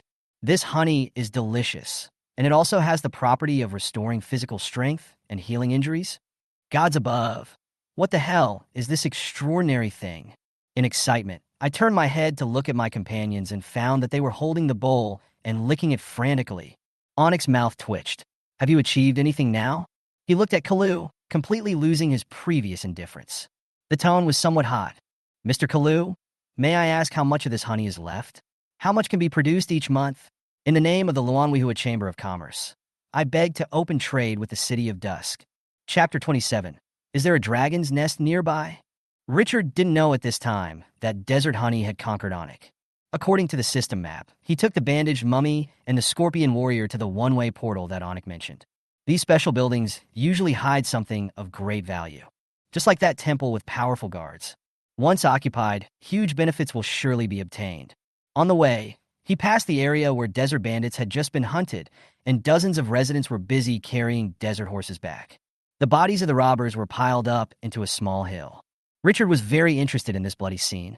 This time, the harvest is not just the construction drawings of the hero altar. Dozens of desert horses are also a coveted fortune. Although the desert horse is not large in size, it has more bones and less meat. But the quantity is here, and it can be exchanged for precious strategic treasures. Without further ado, wouldn't it be great if you could exchange it for a few springs or a few Saxall trees? The more Richard thought about it, the more he felt that this time he had reaped a great deal. The Scorpion Warrior's level was raised to level 2 because of the battle, and he also obtained 70 or 80 horses as food. He also established a relationship with the Luanwihua Chamber of Commerce and obtained an extremely precious architectural drawing of the hero altar from them. Finally, I got information about a one-way portal from the other party. He suddenly felt that Onik was a lucky star. You have to treat this guy well when you get back. You can interact with him more often in the future. I love making friends the most. Maybe we can ask Onik where we can find dragon eggs? This time the target is a one-way portal, but Richard has not given up exploring the surroundings. Still, the two squads of soldiers were sent out to conduct a carpet search. The one-way portal was about 2 hours away from Dust City, but it took him twice as long. After fighting all the way, we gain a lot. The most intuitive manifestation is that the levels of the bandaged mummy and the scorpion warrior have both been upgraded to level 3. Richard's experience had reached 900 points at this time, and he was only 100 points away from upgrading again. The greatest contribution came from a group of desert ratmen who hollowed out an entire sand dune. There were 4 squadrons of them, and the mummies and scorpion warriors were all killing like crazy. The endless yellow sand always gives people a feeling of desolation and tragedy. But if you watch it too much, it will feel a bit boring. It should be not far away. Richard looked at the approaching signs on the system map and felt refreshed. After crossing another sand dune, the land in front of us gradually became dry and hard. There was a lot of gravel. He was alert and drew his army back a little. On alert, we walked through a kilometer-long gravel area, and then the terrain suddenly sank. When Richard took a closer look, a river that had been dry for who knows how many years appeared in his sight. The pebbles in the center of the riverbed are weathered and cracked. The yellow sand seems to have become the flowing water of this dry river. But even if the drought is to this extent, you can still tell from the traces of the riverbed and the stone walls on both sides how rough the river here used to be. After taking a few more glances at this rather magnificent sight, Richard walked towards the dry riverbed. How did this guy Onik get down here? The rocks all over the ground made it difficult to move forward, and there was a mummy lying in the pit ahead which didn't make things much better. After staggering for about 10 minutes, Richard suddenly stopped. In a depression on the cliff, a building like an arch stands. The arch is 5 meters high, and in the middle is not a door, but a translucent shield that emits light like water waves. A quaint atmosphere greets you. One-way portal. I felt a little excited. This dish looks really good. After asking the mummy and the scorpion warriors to check the surroundings and make sure there was no danger, Richard stepped closer. Standing in front of the 5-meter-high building, I felt an inexplicable sense of insignificance. I don't know where those rippling, semi-transparent waves lead to. Open the Properties panel. One-way portal. Level, Special. Features, one-way transmission, leading to the area, the burned village. You need to complete the task before you can return. Difficulty 1 star. Introduction. Maybe you will be teleported to the dragon's treasure house, or go to hell to have dinner with the devil. Before using the portal, pray to the goddess of luck. Copy? Richard's eyes lit up. According to the background setting of the official website of Glorious Era, the origin of the copy is that during the last war of the gods broke the river of time, causing countless fragments of time to be scattered in various planes. These fragments contain many worlds from which entrants can obtain various resources. The task needs to be completed because each time fragment has its own rules, and only by adjusting the rules can these time fragments return to the long river of time. This setting is actually quite good. Now that it has become a reality, it makes sense and there are no major bugs. Copies are good things because some of the time fragments are from the ancient era, and things that cannot be obtained outside have a chance to appear in copies. But the problem is that the copy in front of us only has a very simple introduction and no other valuable information. This made him hesitate. The difficulty is only 1 star, which doesn't seem high. But what is the criterion for this 1 star? Are there only ordinary soldiers or only 1 dragon? Just as he was thinking, the black gold system lights up. Found the copy, Burning Village, copy level, 1 star. Average strength of arms, rare. Are there any hero units? Yes. Factions. Demons, undead, church, humans. Tip. Unable to upgrade the copy level. Richard was stunned. Then he laughed out loud. Wow, the black gold system is really awesome. Fortunately, I didn't act rashly. The average strength of the troops is rare. There are also hero units, and even 4 camps are involved. If we rush in, it will be all in vain. Although they are much weaker than the temple's troops, exploring them now would be sheer suicide. To be safe, go back and accumulate strength first, and come back after exploding a wave of soldiers. At least exploding a squadron of rare soldiers first. After making notes on the system map, Richard turned around and returned to the territory without staying any longer. It was already afternoon, and we still had 2 hours to go back. Night in the desert is more dangerous than daytime. Richard had just walked back for a few minutes, and before leaving the riverbed, suddenly, An unspeakable, terrifying pressure swept down from the sky. He seemed to be standing under a crumbling mountain. Heaven and earth seemed to be falling. Roar! A thunderous roar came down from the sky, and the dry river bed seemed to shake. The pressure doubled. The next second, a huge shadow was cast across the riverbed by the sun, covering the earth. Richard subconsciously raised his head and looked at the sky. I saw a terrifying creature covered with scales that were so strong that even a siege crossbow might not be able to pierce it, flapping its ferocious wings and flying. The opponent's body size is extremely exaggerated, with a wingspan of more than 20 meters. Its sturdy limbs have sharp claws that flash with cold light, and perhaps it can easily destroy a city wall. That extremely terrifying being was passing across the riverbed. His pupils shrank suddenly, and a word that made him breathless emerged in his mind. Dragon! Is there a dragon's nest nearby? Chapter 28, Desert Crown. Happy New Year. A giant dragon flashed across the sky, flapping its wings and flying across the valley in a few blinks of an eye. Richard was shocked and immediately opened the attribute panel. Desert Dragon. Level 15. Potential. Skill. Racial talent. Bond Dragon. Introduction. The top predator in the desert. No one can directly fight against its dragon breath. Good job. Level up to level 15. The other attributes are not even visible. Level 15 may be very low in other games, but the official website of Glorious Age states that the level of gods is 30. Every 5 levels is a watershed. The higher the level, the more difficult it will be to upgrade. Level 15 is already enough to be domineering.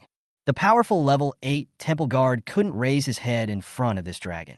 When Richard lost his mind, the ferocious and domineering dragon had disappeared from his sight. After a long time, he let out a sigh. His eyes were filled with heat. I must catch a giant dragon to ride next time.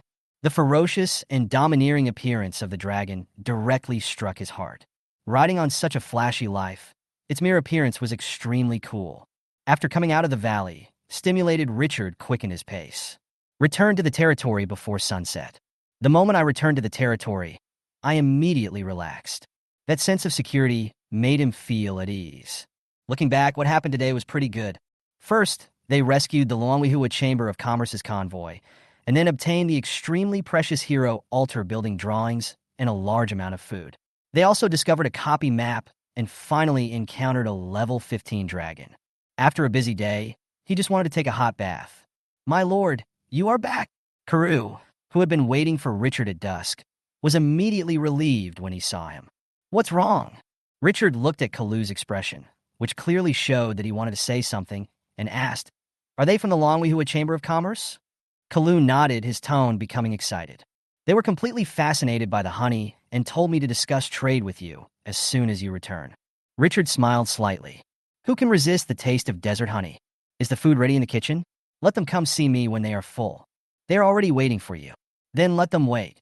Richard ignored everything else and returned to his mansion, where he finished his dinner with the help of 2 busty cooks. Took a hot bath by the way. After washing away the fatigue of the day, he asked someone to call Anik, who had been waiting for half a day. In the hall with a rough architectural style, oil lamps made of animal fat on the 12 stone pillars were emitting dim light. The bright moonlight shone into the hall through the glassless wooden windows, adding more brightness. Good night, respected Sir Richard. Short Sausage Anik came alone with his big round belly. After entering the house, he immediately put his right hand on his chest to salute.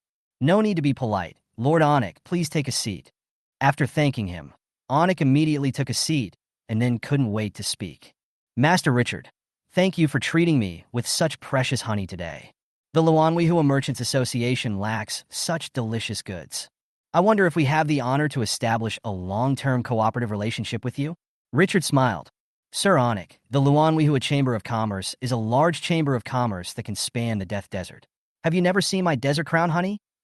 Excuse my ignorance. I have never seen it before. Sir, this delicious honey is called Desert Crown? Richard nodded as a matter of course. I got the Desert Crown bee in a secret room, and I also saw the murals in the secret room that have been passed down for countless years. Innumerable ages ago, the Desert of Death was united by a powerful king who conquered the desert. Even the entire main plain is spreading his legend. And this great ruler's most beloved treasure is this honey. He compared it to his own crown and only the most noble people can wear the crown. So it was named Desert Crown. Before finishing the little story that Richard made up casually, Onik was already swaying. Only the most noble people can wear the crown. And this honey is called Desert Crown. Doesn't that mean that only people of noble status can taste such deliciousness? For a moment, a sacred feeling arose in my heart. It seemed that he had become a noble person comparable to the king. Sir Richard, can you let me admire that mural? I wonder what the great emperor who once ruled the desert of death was like. Richard didn't even blush. You're late. The sandstorm a while ago wiped out all traces. You should know what a desert is. After saying this, he didn't wait for Onik's response and continued. Sir Onik, the desert crown is produced in very small quantities and is extremely precious. I wonder what price the Luanwihua Merchants Association is willing to pay for it. Hearing this, O'Neill's heart skipped a beat, not because of the price, but because of the extremely low production volume. Sir Richard, can you tell me the exact production volume? Richard said with some regret. Currently, only 5 units can be produced per week. After saying that, he added another sentence. But there is still room for production to increase in the next period of time. Things are valuable because they are rare. Things are valuable because of their reputation. Since the quality of desert honey is so high, it is natural to take the high-end route. The quantity is small and the origin is extraordinary. So can the price be low? As for whether the Luanwihua Chamber of Commerce believed the story he made up, it didn't matter. If the other party is smart, they will make this story more perfect. And if the quantity is small, the price can be better controlled. Phew! Onik breathed a sigh of relief. Fortunately, if only 5 units are produced per year, that is indeed too little. 5 units can be produced in a week, which means 20 units in a month. Although it is still pitifully small, it is acceptable for such delicious food. He stood up and said proudly, Lord Richard, Luanwihua Merchants has everything you need. We can even get you a dragon troop nest, as long as you can pay the equivalent of a desert crown. Richard believed this. There was no need to question the strength of the Chamber of Commerce that could span the entire Death Desert. Sir Onik, how do you think the desert crown should be priced? Onik couldn't help but hesitate. There is no need to say much about the deliciousness of the desert crown, but since he has never bought it outside, he is not sure about the specific price. Think about it. Lord Richard, can you please allow us to take some desert crowns with us? When we return, we can let the market test them and then set the price. Richard smiled slightly and waved to Kalu, who had been silent. Kalu immediately turned and left, then returned with a tray. There were 2 somewhat battered glass bottles on the tray. Through the glass bottle, you can see that it is half filled with crystal clear honey. Richard picked up a bottle from the tray and placed it on the table. This bottle is for you to take back to the Luanwihua Chamber of Commerce for the price. After saying that, he picked up another bottle and placed it in front of Onik. Sir Onik, you presented me with the blueprints for the construction of the hero's altar as a testimony of our friendship. As a return gift, I will give you the most precious treasure of Dusk City, the Desert Crown. I hope our friendship will last forever. Onik was overjoyed. The pain in my heart for giving away the hero's altar completely disappeared at this moment. Thank you for your generosity. Richard smiled slightly and continued. Sir Onik, if possible, I hope you can bring more drawings needed for territory construction next time you come. It would be best if there were some resource treasures, such as the Eliagnis angustifolia forest. Chapter 29, Ondel Thorin. After a conversation, under the temptation of the Desert Crown, Onik readily agreed to Richard's conditions. For the Luanwihua Chamber of Commerce, these requirements can be achieved with just a few clicks. The indigenous people have developed for countless eras in glorious age, and the resources they have in their hands are many times stronger than those of the current players. After Onik went down to rest, Richard looked at Kalu. Have those desert horses been brought back? They have been delivered back. A total of 92 horses, but there are too many, and we haven't had time to process them yet. Richard nodded. No need to deal with it. I have other uses for these. After thinking about it, I opened the chat channel directly. Click on the private chat of your fucking Italian cannon. Give you your food back. When he purchased the Saxall Forest and Spring Water Fragments, he still owed the other party 1,600 units of food. After sending the message, he came to the well, looked at the desert horses piled on the ground, selected 6 larger ones, and traded them directly to the other party as a way of fulfilling the contract. The moment the transaction was successful, the contract signed by the 2 people disappeared without a trace. You fucking Italian cannon was suddenly confused when you saw the system prompt that you had received 6 desert horses. After coming to my senses, I immediately sent a message. Fuck Chinchio boss. You've become rich again after just one day of not seeing you. Awesome. Honestly, I really admire you. I haven't found a food source yet, and you have thousands of units of food at any time. Can you help me? As long as you are willing, you will be my father from now on. Richard's face was filled with black lines. If you have any good treasures in the future, please contact me. After saying that, he ignored this top-notch item and directly opened the trading market. Start posting reward information. Reward for 1-star resource treasure, spring water or spring water fragments, reward amount. 3 desert horses, reward quantity, 4. Reward for 1-star resource treasure. Eleagnis angustifolia forest, 10 acres, reward amount. 15 desert horses, reward quantity 2. Reward for special nest, desert bee, reward amount. 20 desert horses, reward quantity 1. After this information was released, there were only 24 desert horses left filling the ground. After thinking about it, he posted another message in the reward column of the trading market. Reward, resource treasures, or other treasures that can be used in the desert. Reward price, 20 desert horses. This reward requires the consent of both parties before it can be traded. As a result, there were only 4 desert horses left that had just piled up into a mountain. Dozens of residents who had just finished dinner and were happily preparing to deal with the desert horses were stunned when they saw the empty ground. If Richard hadn't been here, they would have definitely shouted that there was a thief. Good night, Lord. Greetings, my lord. Those desert horses? Richard waved his hand. I have other uses for them. You can just deal with these horses. Thank you for your hard work. Several residents responded quickly with a bit of panic in their voices. It's not hard. It's not hard. It is our honor to serve you. Richard nodded and went straight back to the Lord's mansion. The Lord Forum was once again set off by his bounty information. Fuck, did you see that? That Chinchio boss is selling food again. This is outrageous. I just calculated that the other party sold more than 80 desert horses at one time. I just want to ask, are you by Mawa? Who's heard of wild horses did they rob? Why is it so exaggerated?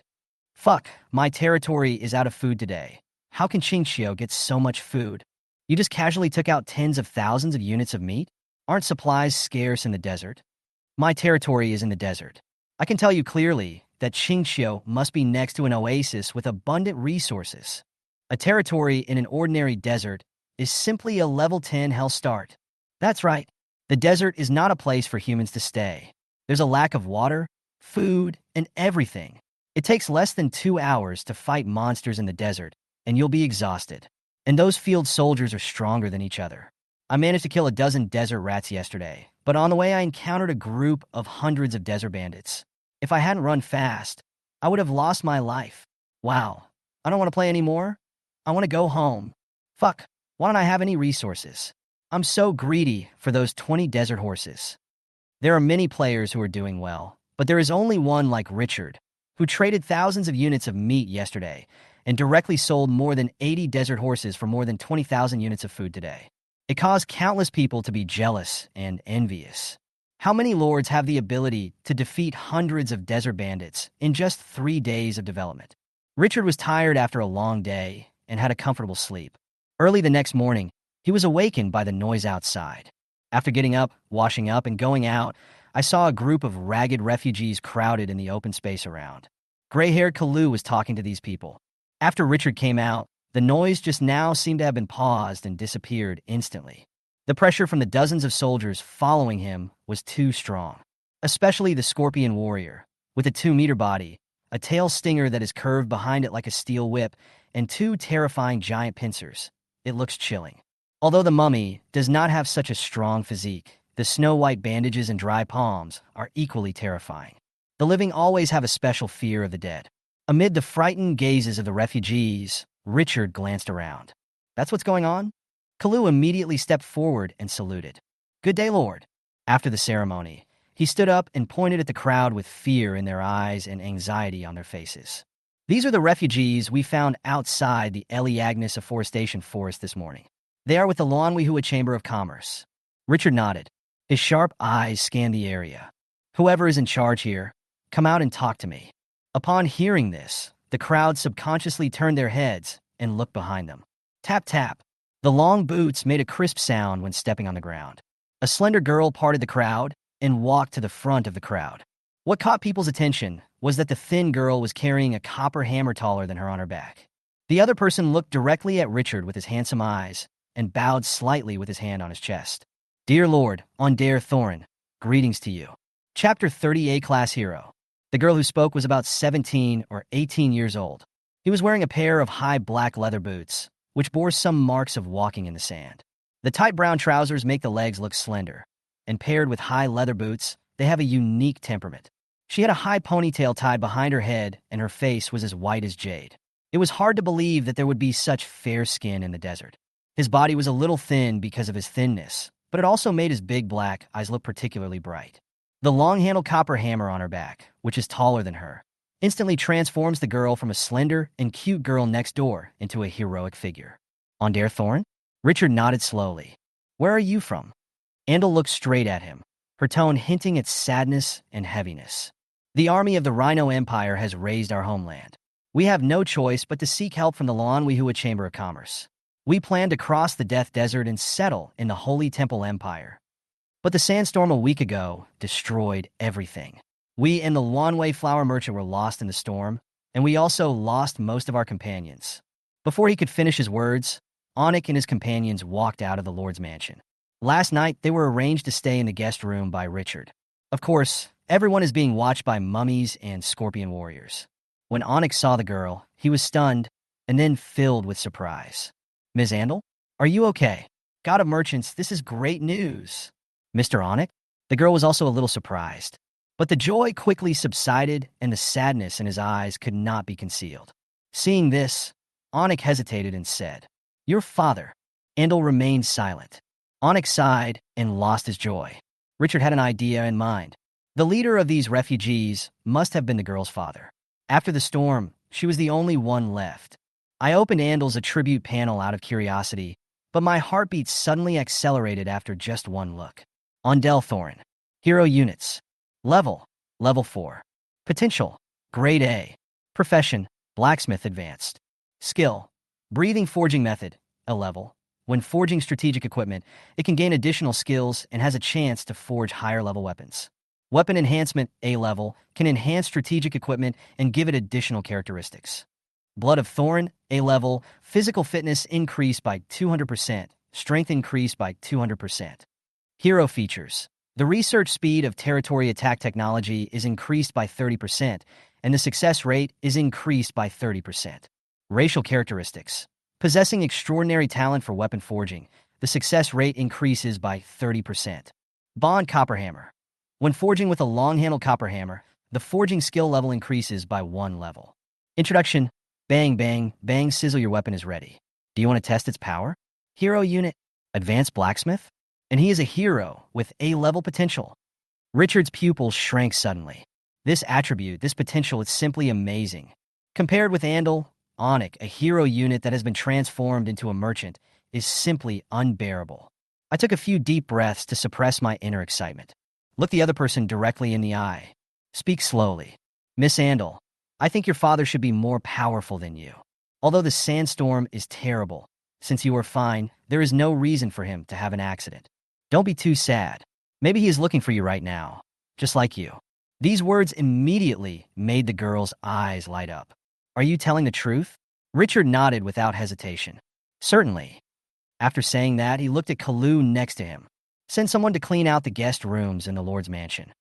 Then he looked at Andal and said, You can stay here for a few days, firstly to recuperate, and secondly to look for your father. The tone became a little more serious. If you need it, I can send someone to assist you, Miss Andal. Believe me, the residents of my territory are more familiar with the desert than you are. Your companions do not need to rush across the vast desert. We welcome you. This hero must not be let go. However, the other party had just arrived and had also experienced the disappearance of his father. It was not easy for him to recruit him directly, so he could only think of a way from the side. If you want to get something, you must give it first. This is the basic philosophy of life. But he didn't expect that Andal was more anxious than him. He said hurriedly, like a drowning man grabbing the last straw. My lord, as long as you can find my father, I am willing to give everything. I, I can become your subordinate and work for you. If you can find your father." Her eyes became red and her voice was choked with sobs, which made people feel inexplicably distressed. The system prompt sounded quietly. "Ding Andalthorin has issued you a hero recruitment mission. Find your father, who was blown away by the sandstorm.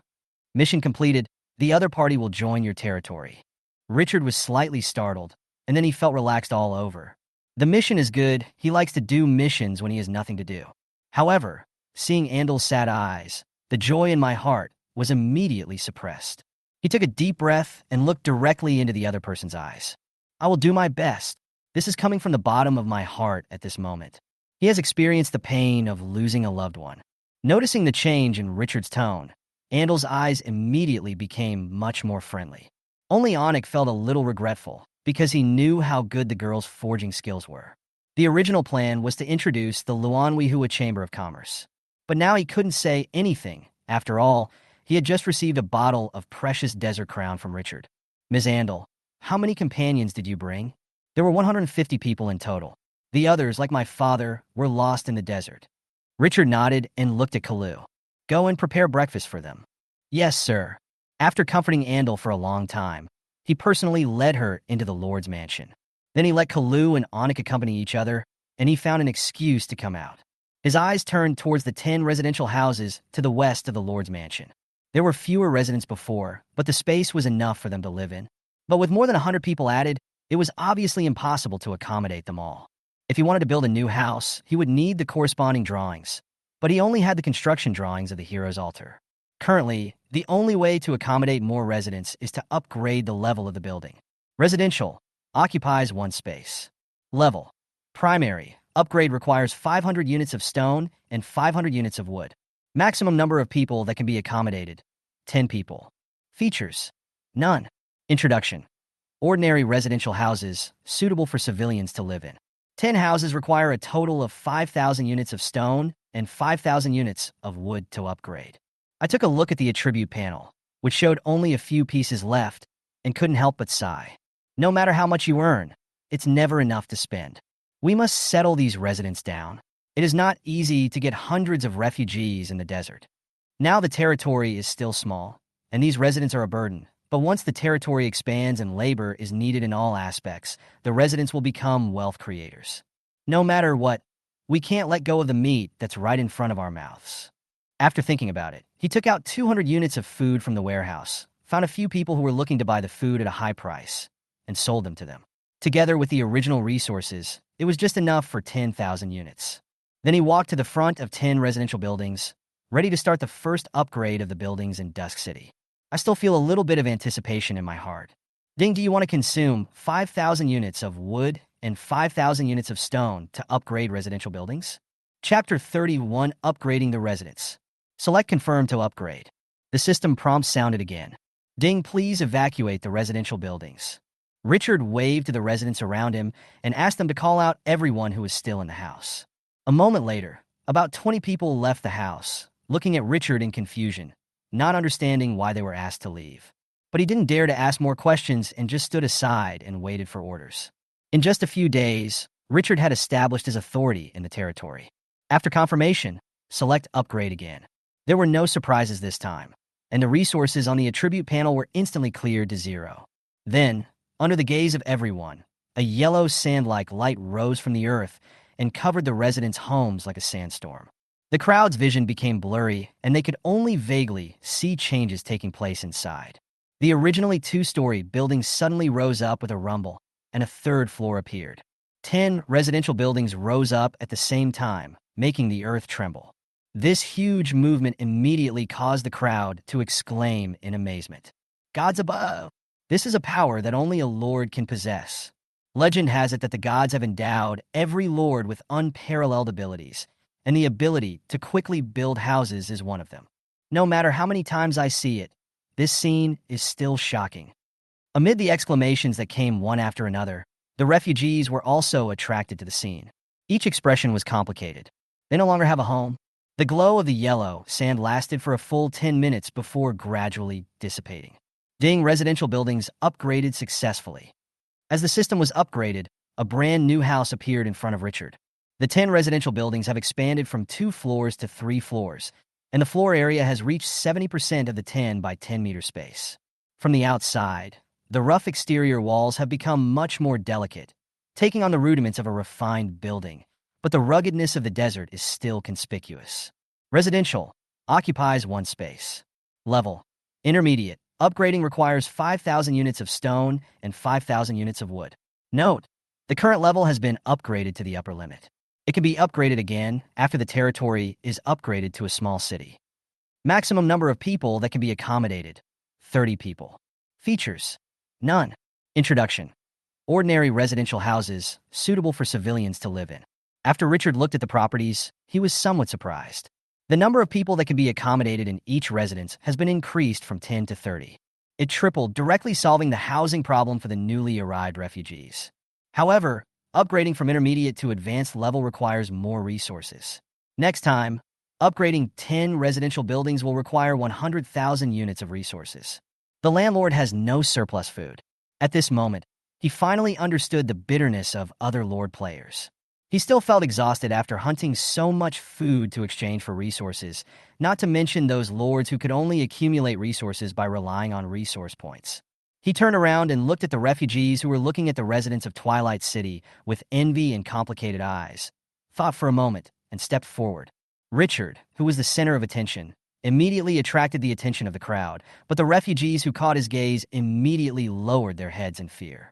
They felt tremendous pressure facing the master of this land. The other party's words can determine their life or death. That is the powerlessness of having one's destiny controlled by others. Richard didn't say anything, just looked at them indifferently. Hundreds of refugees went from feeling uncomfortable at first to gradually becoming panic-stricken and even ultimately experiencing infinite fear. Could it be that this lord wants to expel them directly? As for worse things, they didn't dare to think about it. New residents, I'm the lord of Twilight City, Richard. Richard's sudden words made the already extremely nervous crowd's hearts rise to their throats. I immediately pricked up my ears and listened attentively to his next words. I understand your fear and your confusion and helplessness about the future. No one can remain indifferent after losing their homes, relatives, and friends. After all, that was our sustenance, our hope. We have all experienced the pain of shattered hope. The crowd looked at Richard with a slightly closer gaze. Richard kept talking.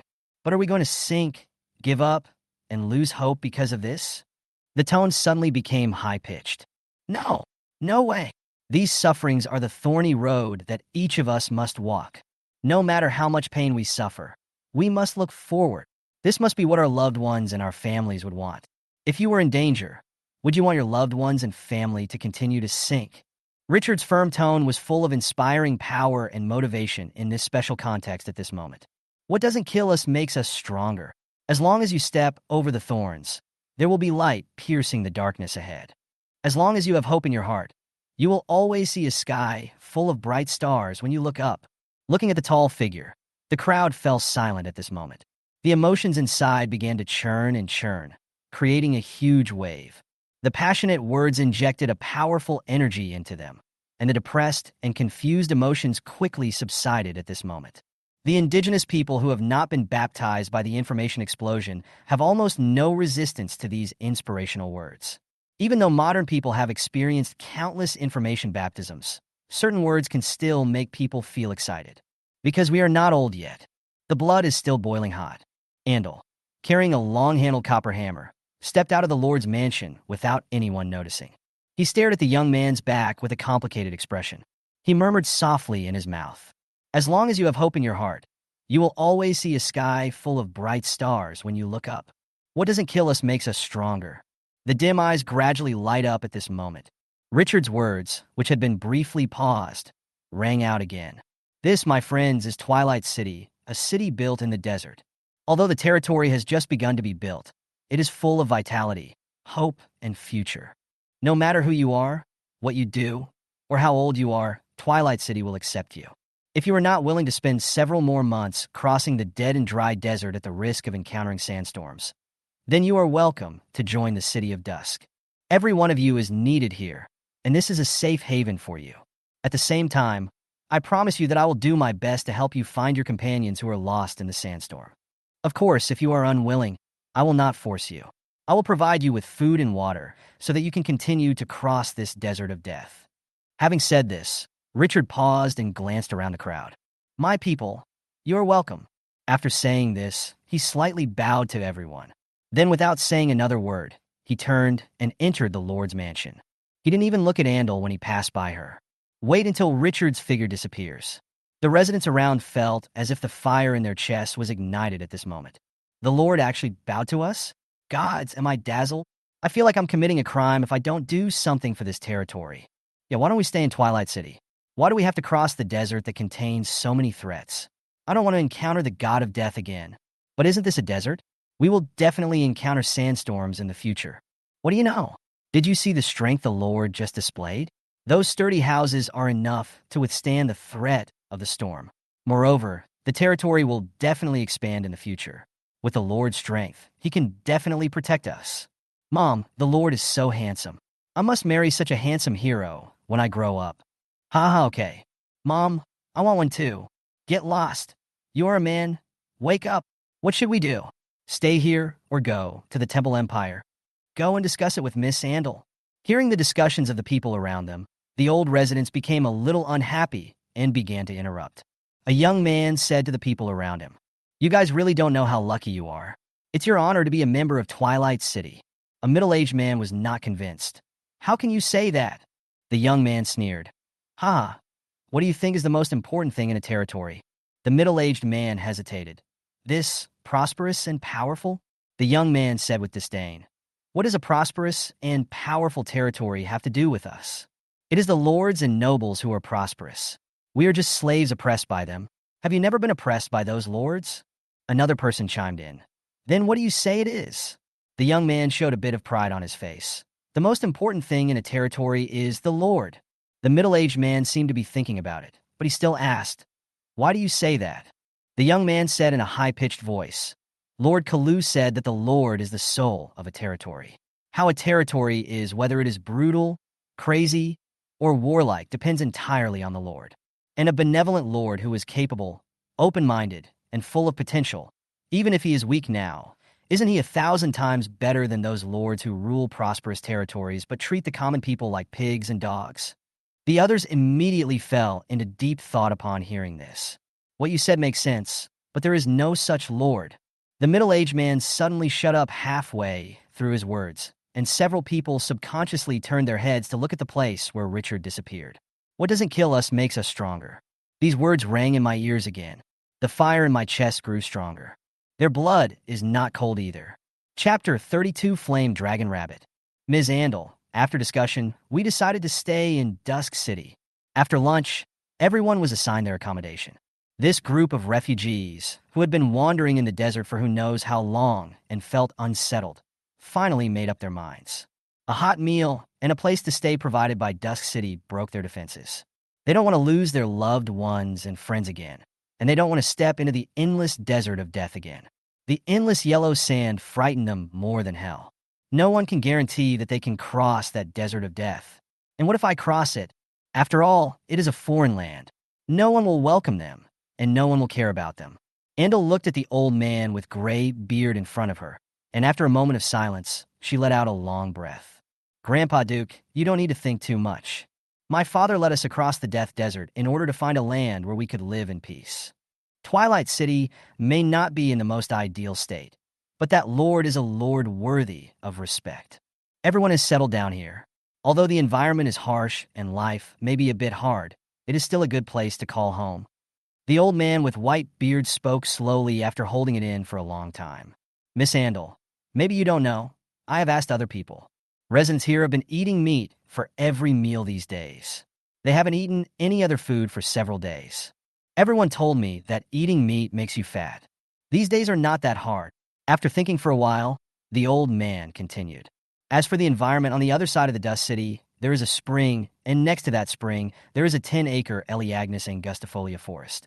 I've been to see it, and the leaves are so green. Other residents say it's a gift from God, and it's amazing that it can mature once a month.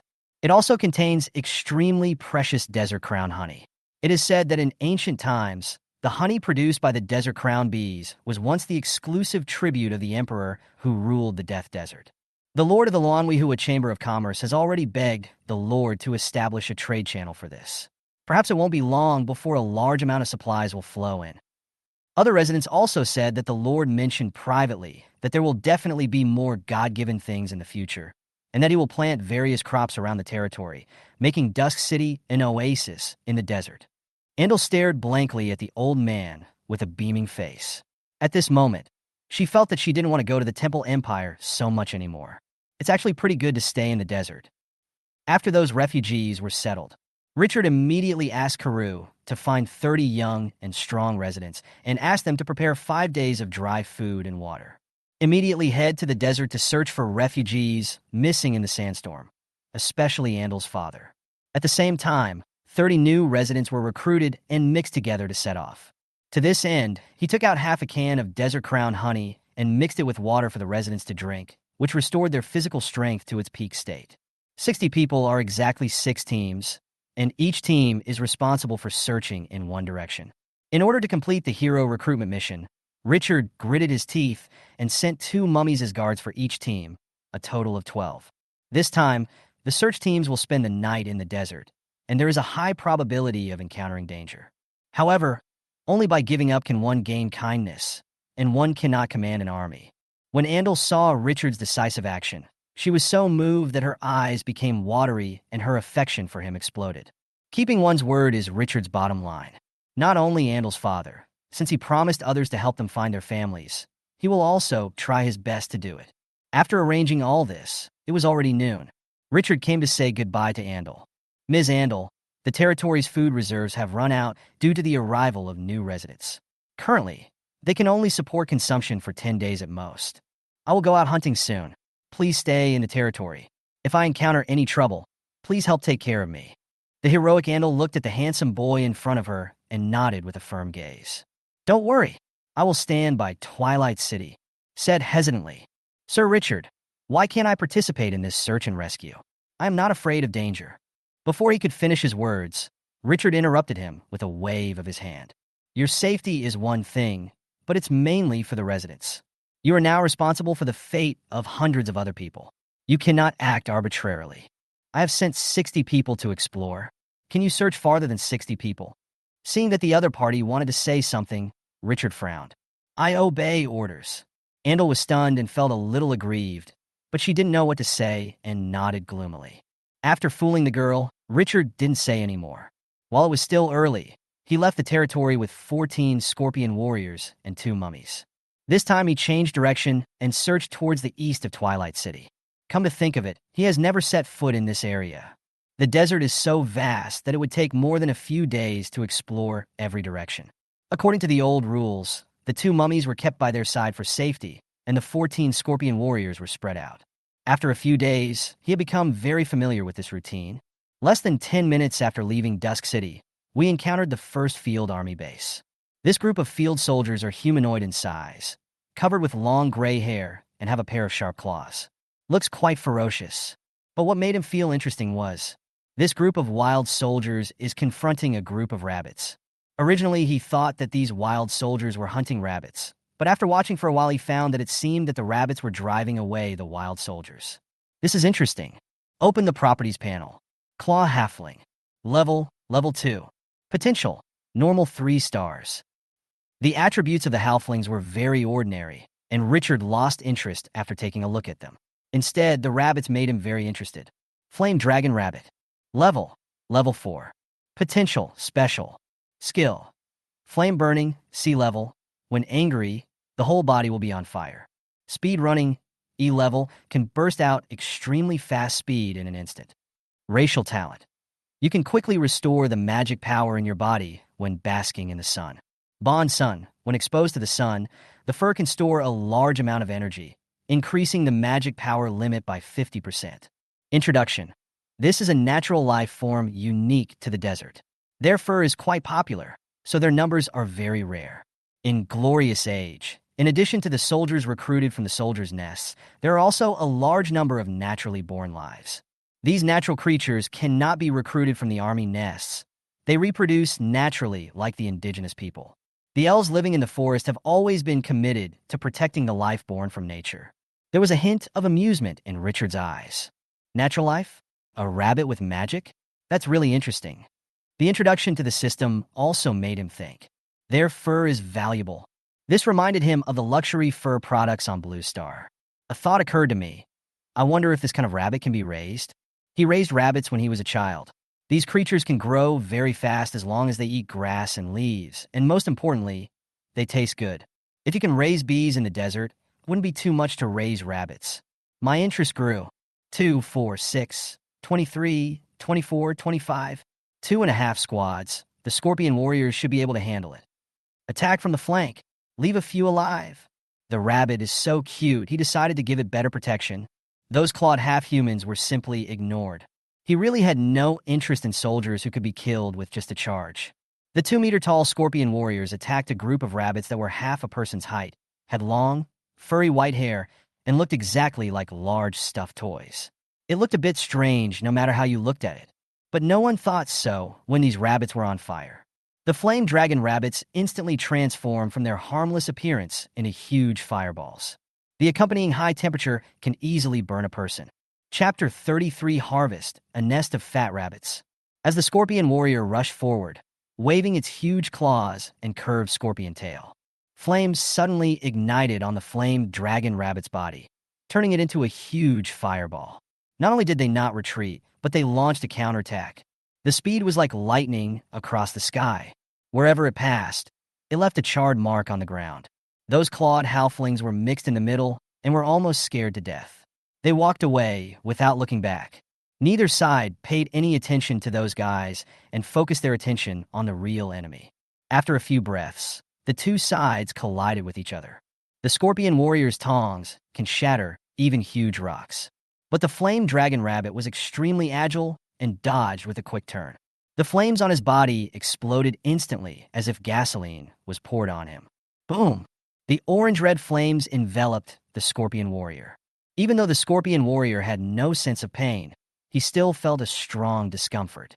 The soul was warning him. The scorpion tail, bent like a bow, stabbed out like an arrow, trying to kill the enemy. But the flame dragon rabbit was too agile, and it kicked its hind legs to avoid his attack the moment it was launched.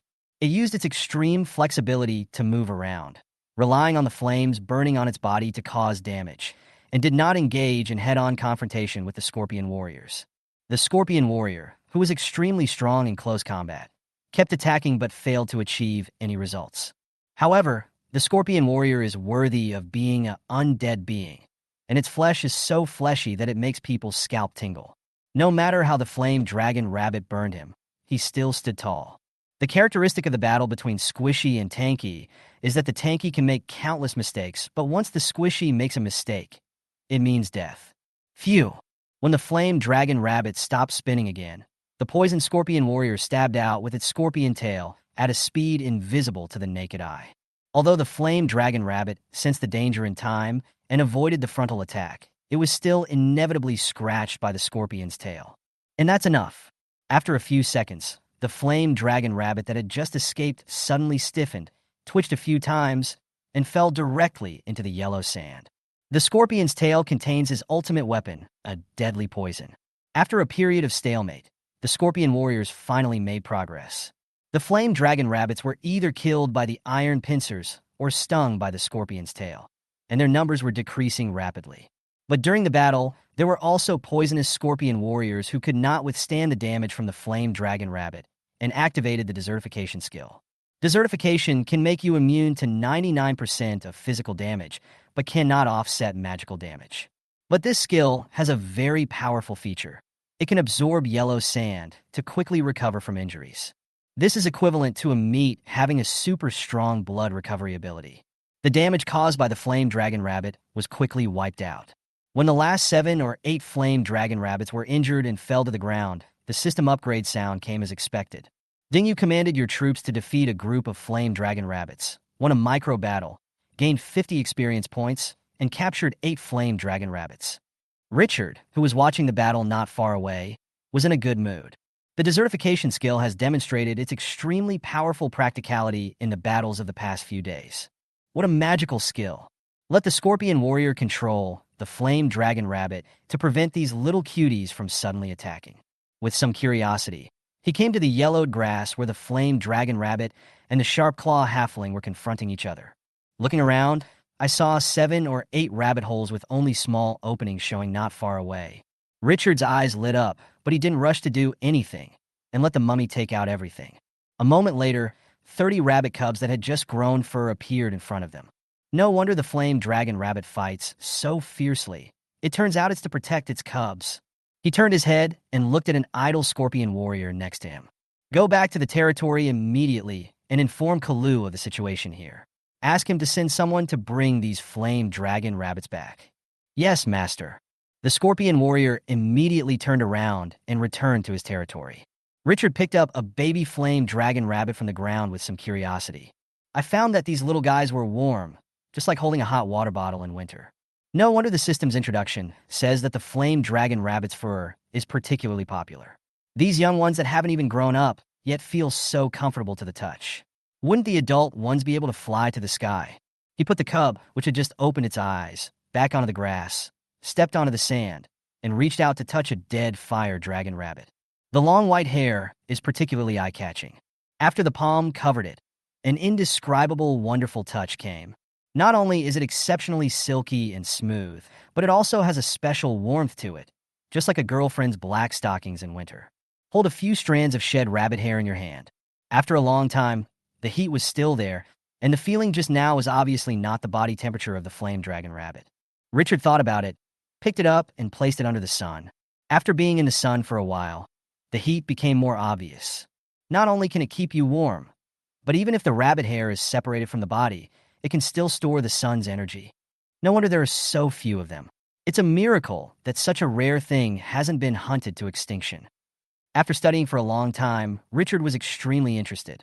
He had a feeling that this thing could really be raised. Not necessarily worse than desert crown honey.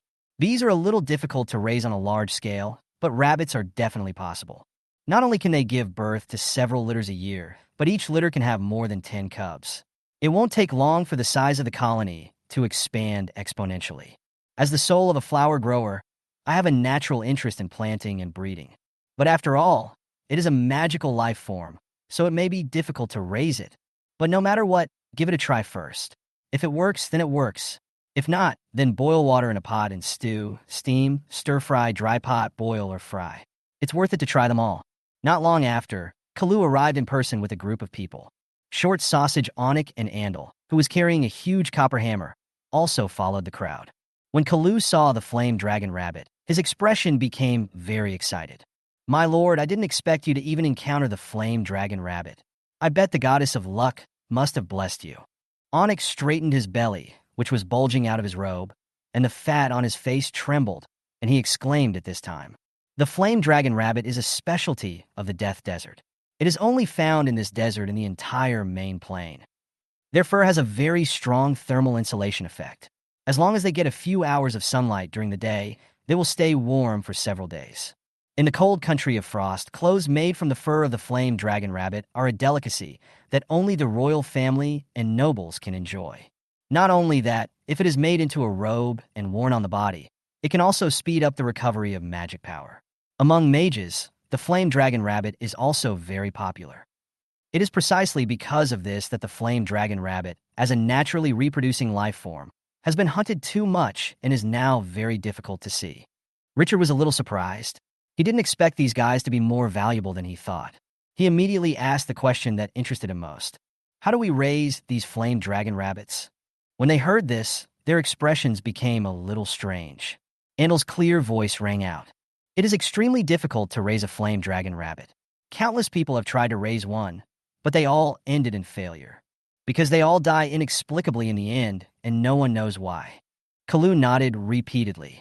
Yes, sir, Miss Andal is right. Flame dragon rabbits cannot be bred. Richard couldn't help but feel disappointed. Oh my God, my breeding plan is over before it even begins? Just wave your hand. Then forget it. I can only braise it tonight, stir-fry, and steam it every day, and deep-fry, dry-fry, and stew it the day after tomorrow. After savored it, I felt better. From this perspective, it seems that not being able to raise a child is not such a bad thing. But just as he finished speaking, a weak voice sounded from behind the crowd. "My lord, I know how to raise a flame dragon rabbit." Richard turned his head sharply and looked at the person who spoke. His eyes narrowed. "Are you the one planning to ruin my good thing?"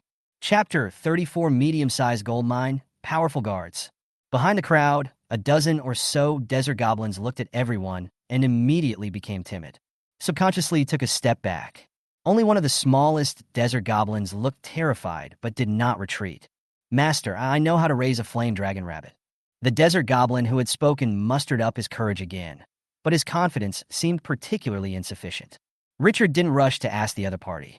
He turned his head to look at Anik and smiled. "Besides you, do other goblins know about this?" The desert goblin immediately became excited and looked at his companions proudly. "No one knows. This is what my grandpa told me." "Very well, don't tell anyone about this." After saying that, he said to Kalu, "Kalu, take the flame dragon rabbit back first and assign a separate room to this goblin. No one can talk to him without my order." "Yes, sir." Although Anik was extremely curious at this time, he gave up the idea after hearing this. If it can really be cultivated, this thing will obviously be a specialty of Twilight City in the future. Wouldn't it be offending people if he went to inquire about it? Besides, how true can the words of a goblin be? Even if it is true, he still has to trade with them in the end, and he will be the one who benefits. Judging from Richard's generosity in giving him a bottle of Desert Crown honey, if he can succeed in breeding in the future, he might even be able to get a robe made of flame dragon rabbit. It's so face-saving to wear it out this winter. For a moment, Anik actually hoped that this was true. Andel's expression at this moment was somewhat subtle. She remembered again what the old man who came with her in the morning had said to her. Under the leadership of this young man, Twilight City seems to have unlimited potential. While the crowd was thinking, several goblins had already swiftly tied up the flame dragon rabbit that was controlled by the scorpion warrior. Originally, Richard was worried that the flame dragon rabbit would suddenly attack and hurt people. But when he saw the goblin who had just spoken take out water and skillfully pour it on the flame dragon rabbit, instantly turning it into a drowned chicken, and the flames on its body could no longer burn. "I feel very calm. This skinny little desert goblin is really something." After Kalu and the others sent the flame dragon rabbit back, Richard did not rush back, but continued to explore outside. As for Anik and the others, they just came to see something new. He had no interest in going hunting with Richard. As a businessman, he didn't want to get himself killed. After leaving the flame dragon rabbit's territory, Richard's speed increased a bit. The harvest of the flame dragon rabbit made him very excited. This kind of thing where you can pick up treasure when you go out can really boost morale. Dingyu commanded your troops to defeat a group of swift gerbils, won a micro battle, and gained 30 experience points. Dingyu commanded your troops to defeat a group of sharp-fanged rattlesnakes and won a micro battle. Ding! There seemed to be a lot of gathering points of field troops in the east, and the Scorpion Warriors had a great time killing them. In less than an hour, Richard's level was also raised to level 3. Level 3, 32/5000. But what upset him was that the experience points for upgrading from level 3 to level 4 soared directly to 5,000.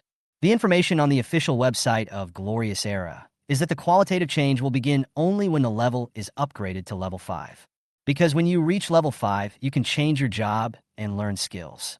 How powerful the skill is can be seen from the performance of desertification in battle.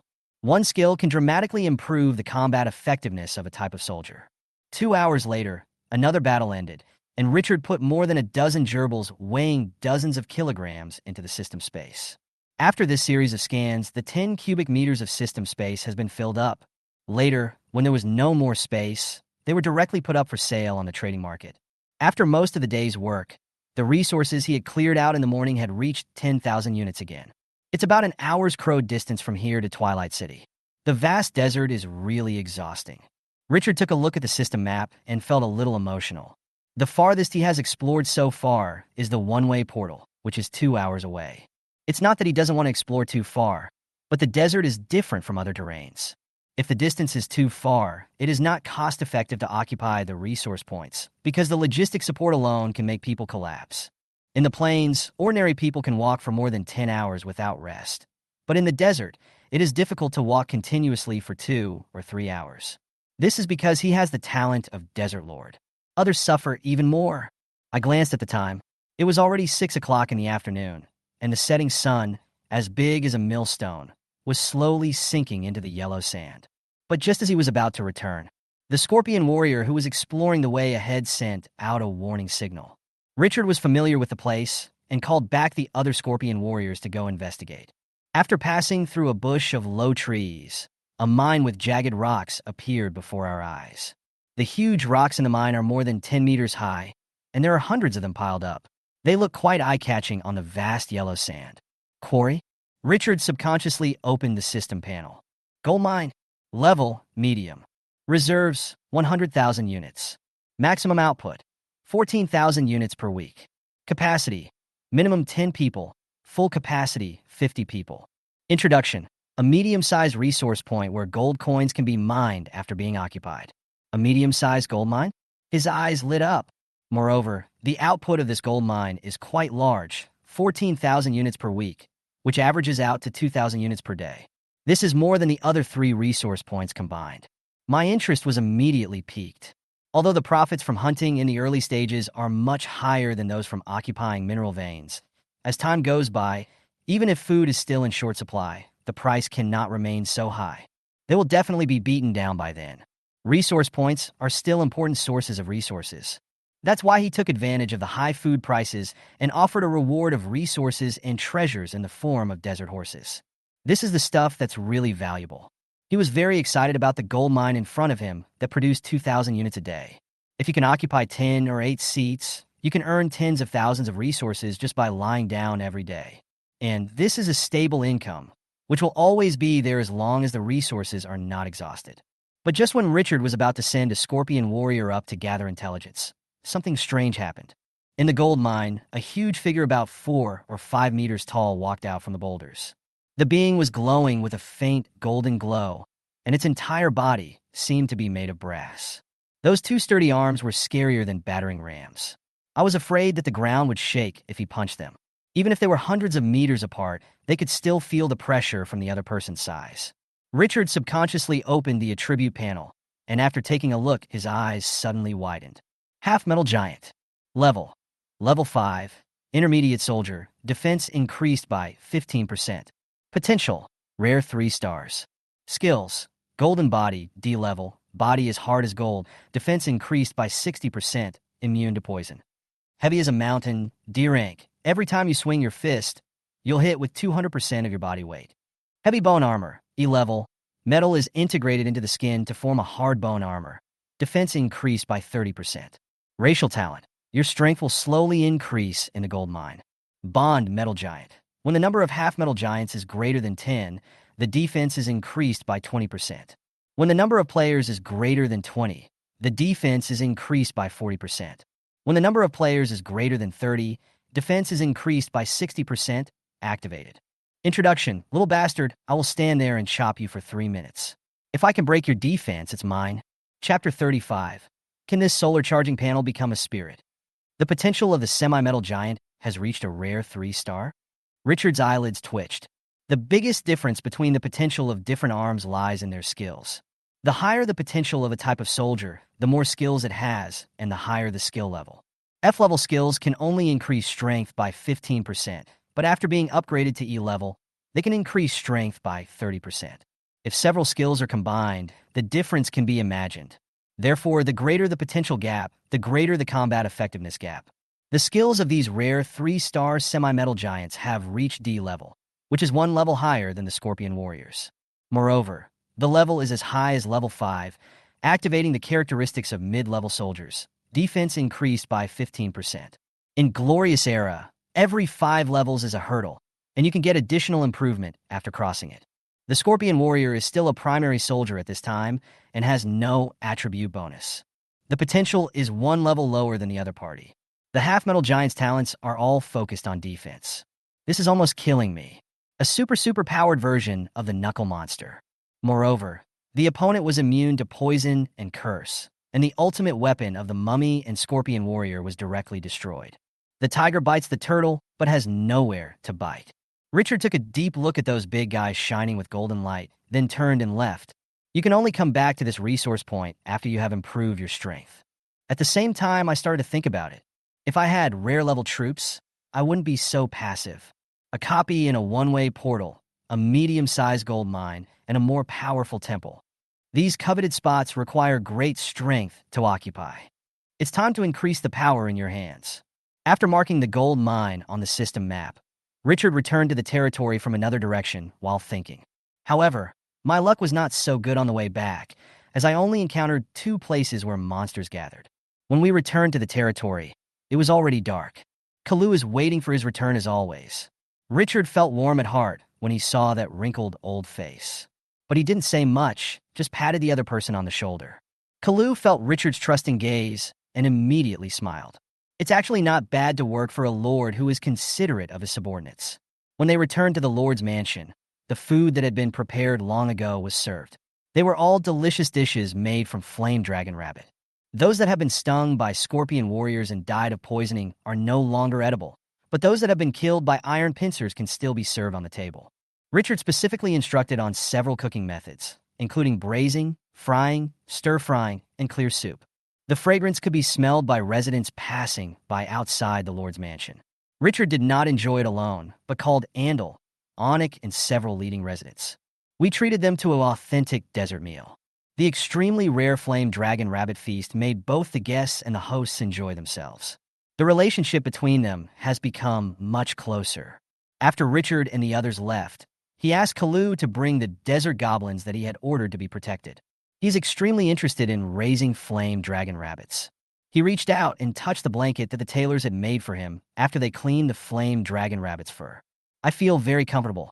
Of course, he was the first user of this rare and good thing. The desert is scorching hot during the day, but the temperature is very cool at night, especially in the second half of the night, so you need to cover yourself with something. The blanket sewn by the flame dragon rabbit is snow white and fluffy. It feels indescribably comfortable to the touch and exudes a special warmth. What's even better is that when it's covered on your body, it can automatically adjust the temperature according to the external conditions. It's even more powerful than air conditioning. After using it, I realized there's a reason why the flame dragon rabbit is so valuable. And the more this happened, the more interested he became. Not long, some uneasy green creatures stepped into the hall. When he saw Richard sitting in the main seat, he bowed in fear. "Great master, good night." His voice was trembling, as if he had been frozen by taking a cold shower in winter. Richard nodded. No need to be polite. After the desert goblin stood up, he didn't dare to look directly at Richard. He lowered his head, as if he wanted to shrink his neck into his clothes. Perhaps there is no more standard coward template than this. You said you can raise flame dragon rabbits? Have you raised one before? The desert goblin shrank his head, raised his head to look at Richard, then quickly lowered it again, like a thief.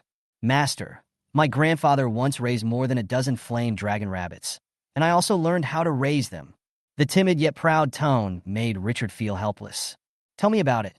"Yes," the desert goblin responded, and then excitedly talked about the process of his grandfather teaching him how to raise fire dragon rabbits. The world's entertainment level is really too backward. Without a mobile phone to play with, it feels quite interesting to listen to a goblin bragging. After talking for more than 10 minutes, the desert goblin finally got to the point. "So if you want to breed flame dragon rabbits, you have to set aside a large area in the desert and place dragon leaf grass in the center. Flame dragon rabbits particularly like this plant, and they will build nests here. But you must surround it with wisteria thorns. Flame dragon rabbits hate this plant very much because it emits a special scent, so they won't run away." Having said this, the green-skinned creature lowered his voice a bit and said proudly, "My lord, let me tell you a secret that no one else knows. The flame dragon rabbits shed their fur every month, so there's no need to kill them. And the flame dragon rabbits don't need to eat at all.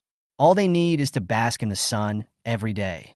But once the flame dragon rabbit doesn't get enough sunlight, it will want to eat. Once they eat anything else, it won't be long before they die. So where the flame dragon rabbit lives, there can't be anything else except dragon leaf grass and purple wisteria thorns. My grandfather didn't know all this. I discovered it all by myself. My grandfather even rewarded me with a rabbit leg, which was really delicious." Richard was greatly surprised to hear this. Is there such a strange life? You just need to bask in the sun every day and don't need to eat anything. But will you die if you eat something? Is this a solar charging panel that can become a spirit? No wonder the flame dragon rabbit cannot be bred. After others get the flame dragon rabbit, they will definitely take care of it carefully and feed it 8 times a day. It would be strange if nothing happens. After knowing the secret, Richard was in a good mood. Sure enough, there is no garbage in this world, only resources placed in the wrong place. If he hadn't been thinking of having a few more free laborers, he would have brought these desert goblins back. I'm afraid that something as lucrative as raising flame dragon rabbits has nothing to do with Dusk City. Very good. Now you can tell me your name. The desert goblin was stunned and then felt a little at a loss. Master, I don't have a name. Richard raised his eyebrows. You have made great contributions. You should not be without a name. I will reward you with a name today. From today on, you will be called. After a moment's silence, I suddenly saw his blue teeth. Green Fong. The desert goblin was stunned. Blue Fong. Blue Fong. After muttering to himself more than a dozen times, he finally came to his senses. He suddenly knelt down on the ground in front of Richard and kowtowed loudly. When he stood up, his forehead was already bloodshot, but the expression on his face was still excited. I have a name. I have a name. Chinya, ha. The Lord has given me a name. Richard nodded slightly. Chinya, in the name of the Lord of Dusk City, I appoint you as the head of the Flame Dragon Rabbit breeding base and assign all the goblins to you for management. But remember, the method of raising a Flame Dragon Rabbit must not be known to anyone else. At the same time, I will assign 2 bandaged mummies to serve as your subordinates to assist you in raising the Flame Dragon Rabbit. During this period, if you need any supplies, you can apply to Kalu. If you encounter any problems, you can come to me directly. Although this goblin could not get rid of his timid nature, he was able to observe so many things, which made him considered a talent. Chinya, who was entrusted with an important task, was extremely excited and wanted to kneel on the ground to wipe Richard's soles clean. After bowing several times, he skipped away to share his joy with his friends. After the matter was resolved, Richard was in a good mood. After thinking about it, I opened the forum directly. Search the troop nest. Today, he was stimulated by the rare semi-metal giant in the gold mine. He wanted to buy a new troop nest and produce a wave of soldiers. Chapter 36 Magical Arms, New Pyramid. Ding, the item you offered for reward has been traded. You lost 12 desert horses and gained 4 spring water fragments. As soon as he opened the forum, Richard saw the bounty message that had not been posted in the morning, but now one transaction had already been completed. But this time I wasn't as lucky as last time. All I got were fountain fragments. But even so, he was very satisfied, because in this way, he has 6 pieces of spring water fragments in his hand, which can be directly synthesized into 2 springs of water. The well with so little water output was already difficult to provide for the original 100 people. Now there are 150 more people. It's almost life-threatening. The well is almost unable to supply enough drinking water every day. Now with these 2 springs, this fatal problem can finally be solved. But just as he took out the spring water fragments and prepared to synthesize them, a prompt appeared on the black gold system. Fountain fragment. Consume 3 pieces to synthesize 1 star treasure. Fountain water. Consume 10 fragments to synthesize 2 star treasure. Medium spring water. Consume 30 fragments to synthesize a 3-star treasure. Large fountain. Richard was stunned when he saw the message that suddenly appeared, and then he was a little surprised. Can treasures be synthesized? This hint made him postpone the idea of direct synthesis. Although the water output of a 1-star spring is not small, if the City of Dusk continues to expand, it may not be long before it is insufficient. In this case, it is better to do it in one step and upgrade directly to a medium-sized fountain. This can at least support a few thousand people, right? We won't have to think about this issue again soon. He glanced at the reward information that had not yet been completed. 20 desert horses reward 1-star treasure. Ellie Agnes and Gustifolia. 20 desert horses bounty special soldier, Desert Bee. 20 desert horses are offered as a reward for resources and treasures of any type. Note, the transaction requires the consent of the party offering the reward. After thinking about it, he removed the information about the bounty for desert honey and continued to use the 20 desert horses as the bounty for spring water fragments. Even Onik, the businessman from the Luanwihua Chamber of Commerce, had never heard of desert bees, so it goes without saying that their number is pitifully small. It's not too late to offer a reward once there is enough food. Let's do the most important thing first. At the same time, he took out a portion of the prey obtained from today's hunting and exchanged it for 20,000 units of resources. Including the prey sold during hunting, Richard now has a total of 30,000 units of resources. However, it seems that it is not enough to cultivate a rare level troop nest. But there is no rush. Let's wait until we find a suitable troop nest. He immediately began to search for military nests in the trading market with great interest. With bandaged mummies and scorpion warriors, the front row is more than enough. What is lacking now is the means of long-range attack. He felt a headache when he thought of the half-metal giant. Those rare soldiers who are as tanky as dogs are really difficult to deal with, and it is impossible to play without long-range soldiers. Desert camp troops. Hydralisk, normal 3 asterisk, price, 900 wood. Desert lizard man, common 2-star. Sells for 700 units of iron ore. After watching for a while, Richard suddenly came to his senses. The soldier nest can only be upgraded once a week. If you want to directly obtain the rare level, you can only purchase the elite level upgrade. Change your search criteria. Desert camp, elite troops nest. Quantity, 198. 198? Less than 200? Richard was a little surprised. It seems that at this stage, elite troop nests are still exclusive to top players. Without hesitation, I started to read it immediately. Desert Rat Elite 1-star, price, 8,000 units of wood. Desert Wanderer Elite 2 asterisk, price, 10,000 gold coins. Desert Wolf Elite 3 asterisk, price, 15,000 iron ore. Richard looked through all of the 100 or so in a short time. But after watching it, I couldn't help but feel a little disappointed. None of these are suitable. They are basically melee units, and their own skills are also very weak. There is no value in cultivating it.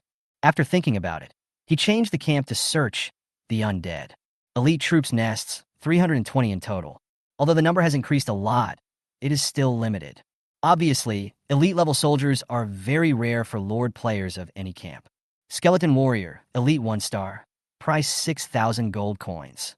Ghost, Elite 2 asterisk, sells for 8,000 units of iron ore. After looking for a long time, I couldn't find anything suitable. They are all very ordinary arms with no future for training.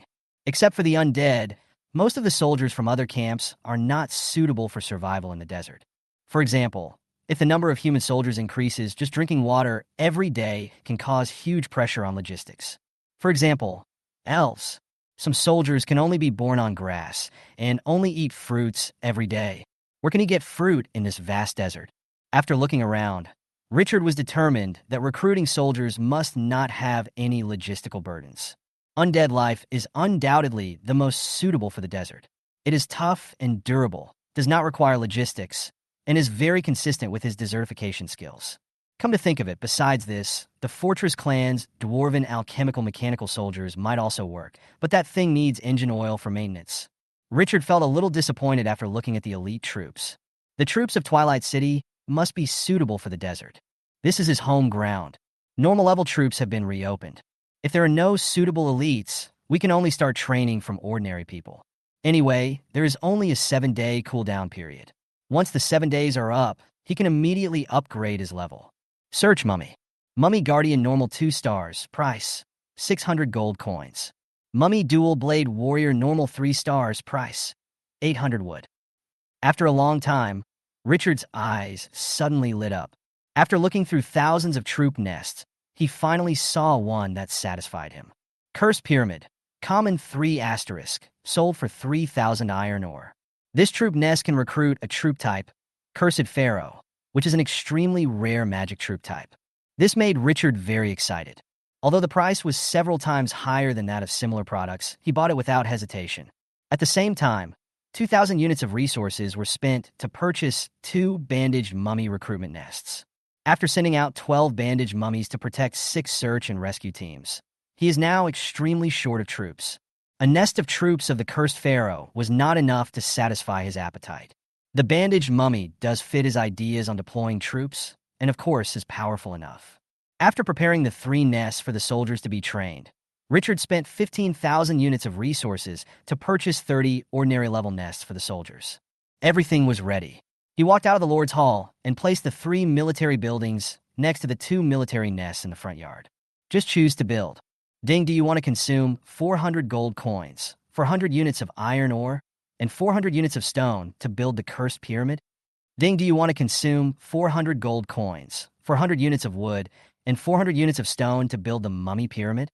Ding! After resource consumption, the 3 mini pyramids immediately began to grow, climbing to a height of 3 meters in a dozen breaths. The overall structures of several connected pyramids are almost the same, but there is a big difference in appearance. The Great Pyramid that can recruit bandaged mummies is a piece of weathered yellow sand and is very rough. The Cursed Pyramid that recruits the cursed pharaoh is engraved with distorted, colorful patterns. It looks very mysterious and has a special religious flavor. The black gold system's prompt arrived as expected. Do you want to consume 10 troop nests to upgrade the Cursed Pyramid to Elite 3? Whether to consume? Richard's mind moved, and the 30 soldiers' nests turned into a bright stream of light and merged into the soldiers' nests. The 3-meter-high military building immediately rose to 4 meters. The appearance is becoming more and more simple and mysterious. With full expectations, Richard opened the attribute panel of the new soldier's nest and prepared to recruit elite soldiers. Cursed Pharaoh. Chapter 37. New Soldier. Cursed Mummy. Cursed Pyramid. Level. Elite 3 stars. Recruitable arms. Cursed Pharaoh. Elite 3 stars. Number of recruits. 10. Weekly output. 5. Recruitment conditions. 40 gold coins. 40 units of wood. 40 units of stone. Introduction. An unusual desert soldier's nest. Richard felt a little bit sorry after reading it. The weekly production of Cursed Pharaoh was only 5, and there was only 1 team in stock. Without hesitation, he recruited all the Cursed Pharaohs. After consuming 1,200 units of resources, the mysterious and twisted colorful religious patterns on the surface of the Cursed Pyramid began to glow like yellow sand. It's as if those patterns come alive, making people look at them. After a while, those colorful patterns began to be reflected in front of the pyramid, where countless energies condensed. In the constant flashing of patterns, the Cursed Pharaoh appeared. This new soldier wears a brightly colored crown on his head, with 2 colorful ties hanging behind his ears. He was holding a dry, short wooden staff, and his face was only white bones without flesh and blood. The fire of the soul burned in his head, and a faint blue light shone from the empty eye sockets. Its appearance is permeable and reveals an indescribable mystery. Curse the Pharaoh. Level 1. Potential, Elite 3 stars. Magic, 100 plus 50. Skill, Curse Body, E level, immune to poison and plague. Touching its body will cause a curse, with attributes decreasing by 5% per minute, up to 40%. Pharaoh's Curse, E level. After casting the curse on the enemy will fall into a weak state. All attributes are reduced by 20%. The cooling time is 5 minutes, and it consumes 20 magic points. Curse Word, E level. Forces the enemy's mind into a state of confusion. Stagnation of action. Duration depends on the enemy's strength. Cooling time, 3 minutes. Consumes 20 magic points. Racial Talent. When fighting in the desert, mana recovery speed increases by 50%. Bond Mummy. If the number of mummies is greater than 10, the Cursed Pharaoh's magic power limit increases by 15%. If the number of mummies is greater than 30, the magic limit will be increased by 30%. When the number of mummies is greater than 50, the upper limit of magic power increases by 50%, and the magic power recovery speed increases by 30%, and the curse effect increases by 30% activated. Introduction. The Pharaoh's Curse. This is a nightmare. After Richard looked at the attributes of the Cursed Pharaoh several times, he nodded with satisfaction. Compared to the bandaged mummy, the attributes of the Cursed Pharaoh obviously have a different focus. The opponent can actively release the curse, but the bandaged mummy can only passively wait for the enemy to attack before it is triggered. And the Pharaoh also has a control skill that he values very much, the Word of Curse. It can cause the enemy to fall into confusion and stop their movements. The Cursed Pharaoh is responsible for control, while the bandaged mummy and the scorpion warrior are responsible for damage. A perfect match.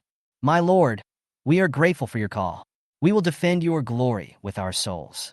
10 cursed pharaohs wearing colorful crowns knelt on one knee in front of Richard, their voices filled with ethereality and solemnity. The dark blue fire of the soul is particularly eye-catching in the night. Richard nodded. Stand up. From now on, you will follow me and fight with me. After saying that, he looked towards the other 2 nests for recruiting bandaged mummies, the Great Pyramids. The Great Pyramid produces 7 bandaged mummies per week. Currently, 14 can be recruited, and with 2 types of troop nests, that means 28. Directly choose to recruit. The classic scene is reproduced. Click the bandaged mummy's arm, suddenly stretched out from the pyramid, and then crawled out of it in a very cool way. A moment later, 28 bandaged mummies appeared before them. With a wave of his hand, he bestowed the desertification skill upon them. After the system prompted all soldiers to master the desertification skills, Richard nodded with satisfaction. Started to think about it. Including the 12 sent out to guard the searcher team and the 2 guards for the desert goblins, he had a total of 42 bandaged mummies, plus 10 cursed pharaohs and 14 scorpion warriors. In this way, he now had 66 elite-level soldiers and nearly 7 teams. I immediately felt excited. This is only the 4th day, not even a 7-day safe period. The power in his hands has expanded to 7 teams. If they continue to grow at this rate, within a few days the strength of Dusk City's troops will surely exceed that of a squadron. Looking at the entire glorious era, with 20 billion players, how many people can achieve this level? The only regret is that I didn't find a suitable elite-level troop nest. Otherwise, I would have directly had a rare-level troop nest. Richard still felt a little pity. Players need to be more competitive, work hard to explore the map, and sell me more goodies. After cheering others on, he opened the chat channel. I wonder if those sand sculpture players have encountered anything new. I can't cry anymore. Why are the guards of the medium-sized resource points so perverted? Fuck, there are even rare-level soldiers among them. Do they want us to survive? Oh my god, what should I do? Today, another 100 refugees came. There are already 600 people in my territory. Who can afford to support them? I dare not chase them away. This will lower the morale of the people. There is data about public opinion in the territory. Which big boss can tell me what's going on? You don't know this, right? Public opinion was revealed by a senior planner of Glorious Era. It is something that cannot be seen or touched. When life is good, public opinion is naturally high. When life is bad, public opinion is bad. The benefits of high public opinion are high work efficiency and good public security. If public opinion is low, expect all kinds of trouble. If it is extremely low, expect a rebellion.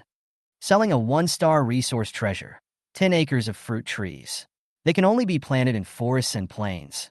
If you are not suitable, don't waste your time. Bring your price. Looking to purchase elite troop nests, requiring troops that can fly. Are there any players in the mountainous area west of the Gray Mountains of the Rhino Empire? We can form an alliance. Damn, those greedy Rhino people are coming to my territory to take advantage of me again. If I don't kill them today, I won't believe in the king. Fuck, I went to an NPC city today. It was so prosperous. When will I be able to develop my territory to be so magnificent? A priest came to my territory and said he could build a church for me for free. From now on, as long as my territory believes in the God of justice, I can recruit high-level priests from the church. This is so cool. Richard could clearly see that after a few days of adaptation, the players had gradually begun to integrate into this world. Discovered new indigenous cities, new resources and treasures, new buildings. But what puzzled him was why he hadn't discovered other players' territories around Dusk City in all these days. Or is it that the desert is too big and the players are separated by too far? Chapter 38, How Dare You Touch My Girl? Puzzled by not noticing other players, Richard fell asleep. There was too little information for him to figure out what was going on. The next day, before he woke up, Qingya, the leader of the hare breeding base, came to the Saxal forest with 19 other desert goblin minions and 2 bandaged mummies. Great Lord Qingya, are we going to breed flame dragon rabbits here? Qingya, who was exceptionally thin among the desert goblins, turned his head to glance at the green-skinned goblin who asked the question and said proudly, "What do you know? Just follow me. Also, remember, from now on, the word great can only be used to address the Lord. Got it?" "Yes, Master Qingya." A group of goblins responded quickly, and one of them asked with an apologetic smile, "Master Qingya, what should we call you then?" Qingya thought about it, and his eyes lit up as he looked at his body, which was obviously thinner than other desert goblins. "From now on, you will call me the strongest Lord Qingya." The group of goblins were silent for 3 seconds, and then they looked at the 2 ferocious mummies standing behind him, and suddenly they had an idea. Each one shouted louder than the other. "Yes, the strongest Lord Qingya." Looking at this group of companions, each of whom was a head taller than him, Qingya expressed great satisfaction. With his hands behind his back, he strode and gave a lecture in front of a group of goblins. "Listen, the great, noble, and benevolent Lord has bestowed my name on me and appointed me as the head of the Honorable Flame Dragon Rabbit Breeding Base. This is a historic moment, an unprecedented opportunity for the desert goblins.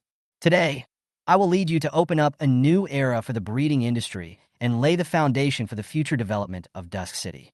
In the future, we, the Desert Goblins, will become the Lord's #1 soldier and will sacrifice everything for him. I want to make the reputation of the Desert Goblins resound throughout this desert.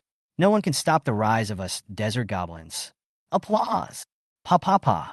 After a round of warm applause, Qingya waved his hand that was like a dry branch. He brought a group of goblins to a place about 500 meters north of the Saxall forest. Looking at the sunken sand dune in front of him, he nodded with satisfaction. Start issuing commands. You guys go dig up dragon leaf grass and plant it in this desert. You guys go get some water and wet this area. You guys go dig up the wisteria thorns and surround these hills. Remember, you must complete the mission today and never let the Lord down. Qingya was majestic and commanded his younger brothers proudly. That look was even more arrogant than a knight riding a dragon. Mr. Qingya, we don't have enough manpower. The goblins' faces suddenly turned bitter. Not enough? Go ask. Ahem, ask Lord Kalu to send some reinforcements. Fortunately, the swelling Qingya knew that Kalu's status was not comparable to his. Yes, strong Lord Qingya. Soon, Cap sent 30 residents to assist him in the work.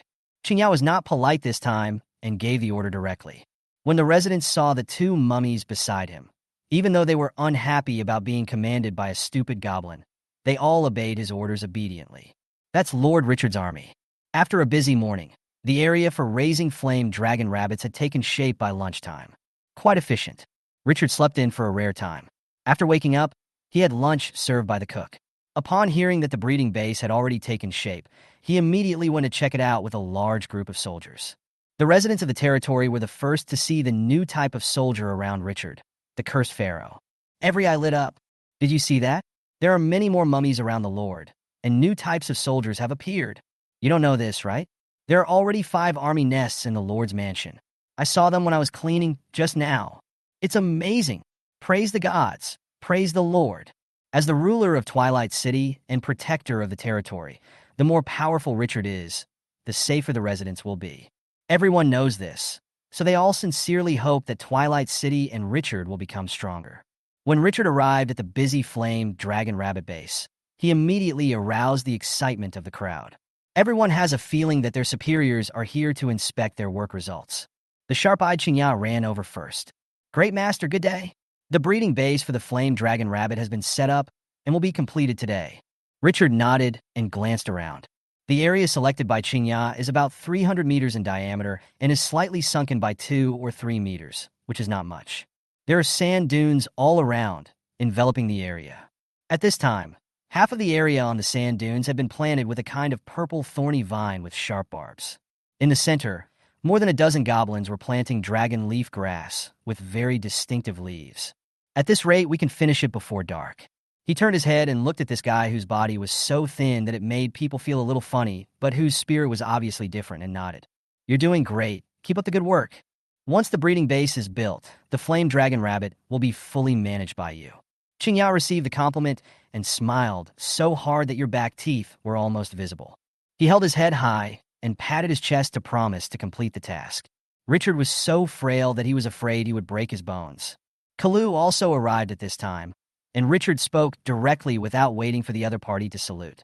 Once the Dusk City army is strong enough, I will leave a team of bandaged mummies to guard the Saxall forest and protect the safety of the flaming dragon rabbits and desert bees day and night. At the same time, this area is designated as an agricultural restricted area. Except for the relevant staff, no outsiders are allowed to enter. Karu, you are responsible for carrying out this matter. He had this idea when he was choosing a location for the Saxall forest.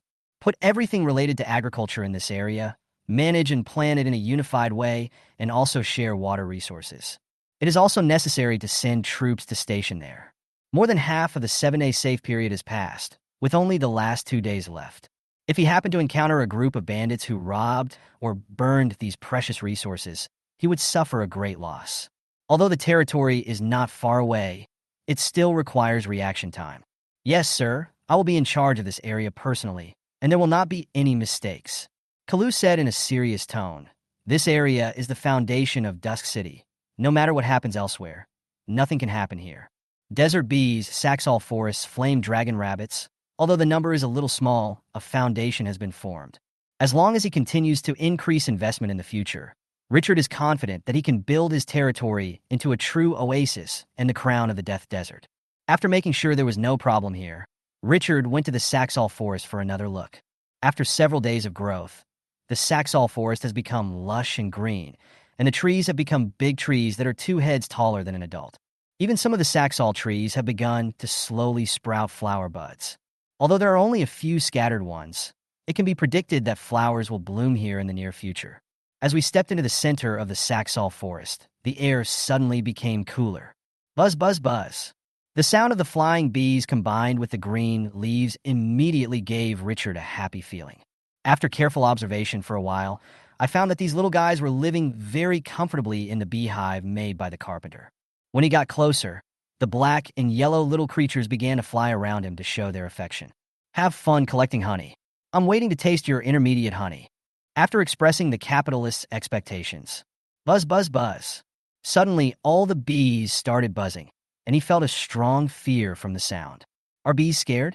Richard turned his head and looked around in confusion. A moment later, 3 or 4 huge wasps with long stingers, about 7 or 8 centimeters long, quickly descended from the sky. Fly to the entrance of the desert beehive. The bees heard the wasps' flapping wings and made even louder noises. One of the wasps stabbed a bee to death with its stinger right in front of him, and then tried to fly away with the bee in its hand. Richard was immediately furious. How dare you touch my female, Bobby? Open the properties panel. Stinging wasp. Level 5. Potential. Rare 3 stars. Chapter 39. Rare 3 stars. Rare 3 stars? A wasp about 7 or 8 centimeters long, reaching level 5, with the potential of a rare 3 star? Richard's eyes glazed over. My scorpion warrior is so strong, but it hasn't reached rare level yet. With a bit of dissatisfaction, I continue to check. Poisonous wasp. Level. Level 5. Intermediate soldier. Poison damage increased by 15%. Potential. Rare 3 stars. Skills. Insect body. Sea level. Immune to poison. Immune to curse. Can regenerate broken limbs and can slowly recover from any amount of non-fatal damage. Flying bee. Sea level. Agility increased by 40%. Flight speed increased by 40%. Toxic bee sting. Sea level. After stinging the enemy, it will inject bee venom. The higher the amount injected, the higher the damage caused. Sharp tail spike. D level. Can pierce armor of the length of the tail spike. Can pierce low-level magic shields. Racial talent. Able to communicate freely within a range of 100 meters through tentacles. Bond swarm. When the number of wasp swarms exceeds 100, the toxicity of all wasps increases by 10% and the flight speed increases by 10%. When the number of wasps is greater than 500, the toxicity increases by 20% and the flight speed increases by 20%.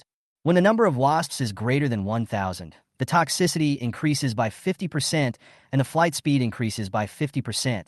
Activated. Introduction. Believe me, you don't want to be stung by it. 3 C-level skills and 1 D-level skill. This wasp is quite fierce. Richard stopped thinking about slapping the other person to death and watched as several poisonous wasps preyed on the honeybee. As he watched the other person fly away, a hint of excitement appeared on his face. If we can destroy the nest of the poisonous wasps and take control of this type of troops, then we won't have to worry too much about the safety of the Saxall forest, right? This is a rare 3-star soldier, and the opponent's bond has been activated, which means that there are at least thousands of wasps in this nest. If we carry a beehive in a battle, wouldn't that be going against the will of heaven?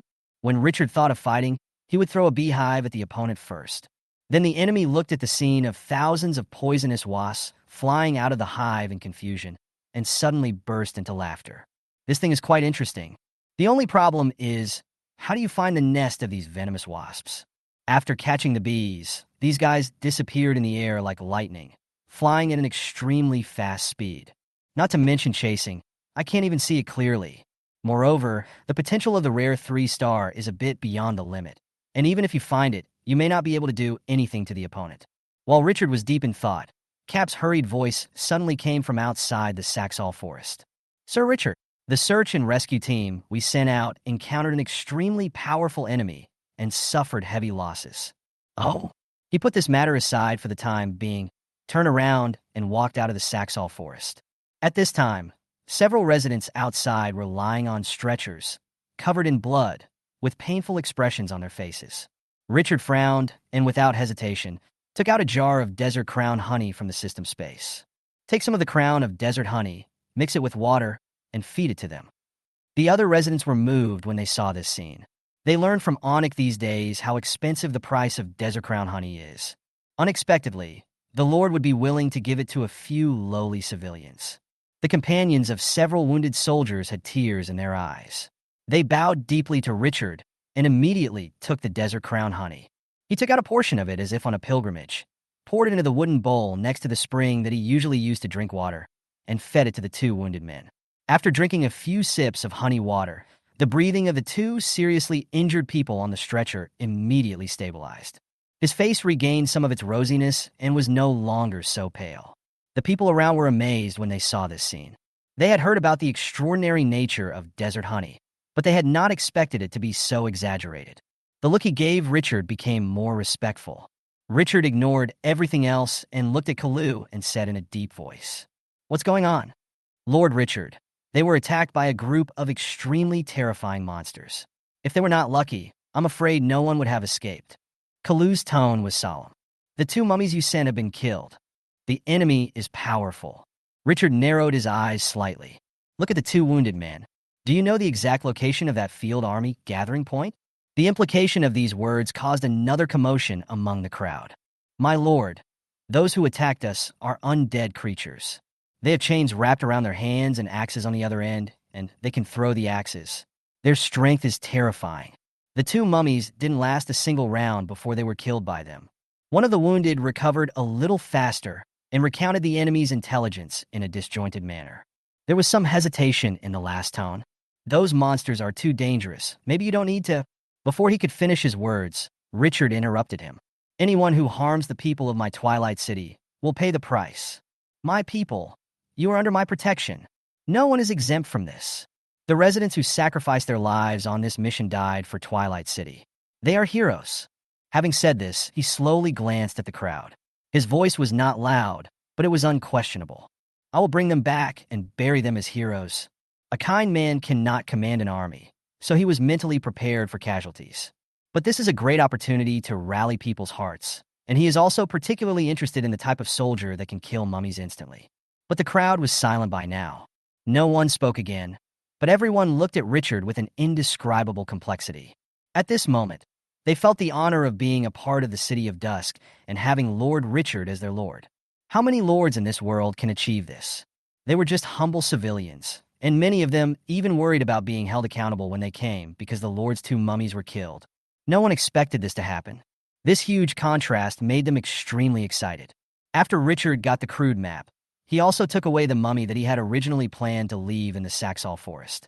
Kalu looked at the other person's back and murmured, "Lord Richard." The look in his eyes changed from complicated to gradually firm. After the other person completely disappeared from his sight, he suddenly turned around and looked at other people. Said in a deep voice, "Open your eyes and look. This is the Lord of Twilight City. Remember, no matter what happens to you in the future, never betray Lord Richard. Never betray Twilight City." After saying this, he turned and left without waiting for the crowd to respond. His old body looked particularly upright at this time. Only a group of people with fermenting emotions were left. Chapter 40, Acts of the Dead, Powerful Attributes. Lord Richard led the army to seek revenge because of the casualties of a few civilians. Anik heard the news and thought it was Kalu joking. They were just a few civilians. What does it matter if they died? If civilians are not to be used as cannon fodder, what else can they do? But when he saw that Kalu's expression didn't change at all, his heart skipped a beat and he didn't know what to say. After a moment's silence, he spoke slowly. "Originally, I came to say goodbye to Lord Richard, but we are going back today. But I didn't expect it to be so unfortunate. But it doesn't matter. When I get back, I'll immediately apply to the Chamber of Commerce to open a trade route with Dust City. Perhaps in less than 2 months, we will be able to meet again." Kalu's expression also relaxed, and he smiled a little. "Mr. Anik, you are welcome to come again next time. Have you brought enough water and food? Do you need?" Anik waved his hand, his tone somewhat emotional. "Everything is stocked up. Since we still have things to deal with in Dust City, We will leave first. Sir Kalu, please bid farewell to Lord Richard for me and thank Dusk City for its hospitality again." Having said this, he held his hand to his chest and bowed deeply to Kalu. Kalu did not avoid it. At this moment, he represented Twilight City and Richard. "Have a safe journey, my friend. See you next time."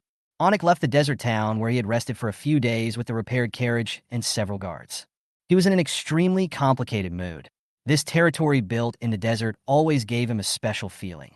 I touched the honey in my arms and was full of anticipation for going back. I really don't know what the president's expression will be when he tastes the desert crown. "Lord Richard, are you going to avenge the casualties?" When Andal heard the news, her eyes were filled with self-blame. If she hadn't asked Richard to find her father, perhaps those innocent people wouldn't have been in trouble. Richard's style of doing things once again left a deep impression on the girl. This was the first time in such a long time that she had heard of a noble lord being angry about the death of a commoner and even risking his life to seek revenge. Richard's status in her heart, which was already quite high, rose even higher. I even had the thought that no matter what the result of the search was, I could stay here. After traveling for 3 hours in the desert and destroying 7 or 8 gathering places of field soldiers, Richard felt a little tired. Fortunately, it was not far from the incident area. Half an hour later, 2 scorpion warriors who were exploring the way ahead first discovered the strange area marked on the map. They immediately returned and reported respectfully, "Master, we have found the enemy." Richard's spirits perked up, and his fatigue was instantly suppressed. "Call the others back." A moment later, 28 bandaged mummies, 10 cursed pharaohs, and 14 scorpion warriors all gathered. The total force is 52 people, 5 teams in total. It has already formed a certain scale. With everyone on alert, they advanced more than 300 meters and arrived at the foot of a sand dune with tall cacti. Richard climbed up the sand dune and looked into the distance under the cover of the cactus. 200 meters ahead, among several clumps of cacti, a terrifying army numbering more than 3 teams appeared before their eyes. Those soldiers wore black armor with mandala patterns on them and helmets with curved horns that left only their eyes exposed. A thumb-thick chain was wrapped around his right arm, and the other end of the chain was connected to a battle axe with a handle wrapped in coarse cloth. The sharp battle axe was held tightly in his hand. Those soldiers were extremely burly. Each of them was over 2 meters tall, much taller than the strong scorpion warrior. The helmet that revealed the eye emitted a faint blue light, the symbol of the life of the dead, the fire of the soul. Richard looked around and found 7 or 8 corpses lying on the ground not far away. The blood painted the sand crimson, but under the sun, the red had dried and turned black. He frowned and opened the properties panel. Axe of the Dead. Level 4. Potential, Elite 3 stars. Skill, Body of the Dead level, immune to poison and plague. Defense increased by 30%. Will not die unless the heart is destroyed. Roar, E level. After roaring, the next attack power increases by 30%. Axe kill, D level. Can throw a battle axe to attack the enemy within 30 meters and can retract the battle axe through the chain on the arm, causing huge magic damage to the enemy. Racial talent. After the battle axe is broken, it can consume power and recondense. Bond battle axe. The distance of the battle axe throwing is 110 meters, and the damage caused is increased by 20%. The distance of the battle axe throwing is 1120 meters, and the damage caused is increased by 40%. The distance of the battle axe throwing is 2130 meters. The damage caused is increased by 60%, and there is a 30% chance to trigger the instant death skill, Soul Execution, which directly kills the enemy. The stronger the enemy, the smaller the triggering probability. Introduction. Darling, close your eyes, I'm going to throw the axe. Richard's eyes narrowed. These undead soldiers actually have ranged attacks, and the damage caused by their battle axes is magic damage.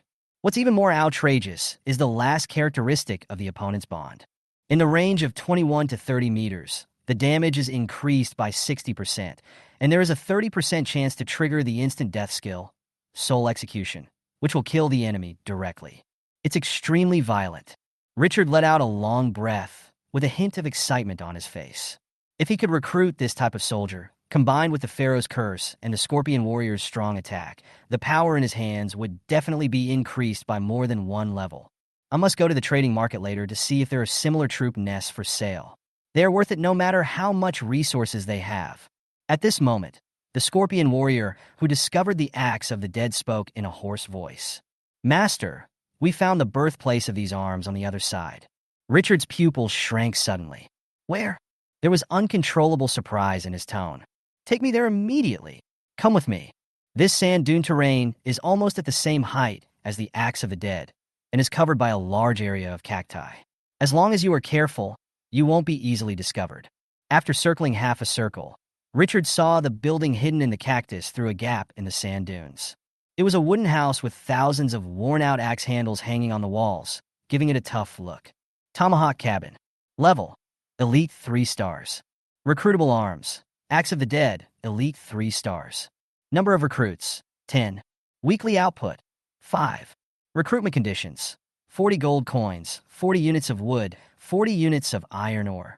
Introduction: An uncommon desert soldier's nest. Finally saw the arm's nest. Richard's eyes gradually brightened. He had previously complained that there were no military nests at the field military gathering points he encountered in the past few days. Now comes a big one. The attributes of this type of soldiers are definitely at the leading level. If we upgrade it to a rare level after occupying it, and upgrade several powerful skills of the Axe of the Dead, wouldn't the combat power soar to the sky? No matter what the cost, I'm going to take this troop nest. Chapter 41: Soul Execution. Coming back to the front, Richard's eyes were now filled with excitement. The violent Axe of the Dead was his favorite. But the only problem now is that the other side has 3.5 teams, 35 people in total. The thrown battle axes still have magic damage, and the desertification of the mummies and scorpion warriors is largely restrained. Moreover, as the opponent is an undead, he is immune to curses, which makes the Pharaoh's curse ineffective. Now only control skills are effective. This disadvantageous situation forced him to think seriously. We can't let the Axe of the Dead throw his battle axe. Otherwise, the mummies and scorpion warriors won't be able to handle it. We must not let the opponent's instant death skill be triggered. The 30% chance is too terrifying. We absolutely cannot handle it. If we launch a direct attack, even if we can achieve victory, we will have to pay a heavy price. There is no need to sacrifice in vain. Close combat and killing them one by one is the best way. Perhaps we can also lure the tiger away from the mountain, surround the point and attack the reinforcements, openly repair the plank road, and secretly cross Chinsong. I just don't know if these troops will be lured away. After thinking for a while, Richard gradually clarified his ideas. After careful planning, he began to issue orders. Everyone listen up. Back 500 meters. Over there.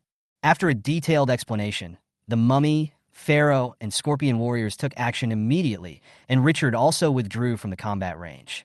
Watch all this from a very far distance and direct it remotely. There was a small team of mummy guards around him. As the ruler of Twilight City, his safety is always the most important. If you lose a type of soldier, you can spend resources to recruit new ones, but if something happens to him, he will be gone for real. This kind of battle is too close. If an axe flies towards you, you will go straight to the sky.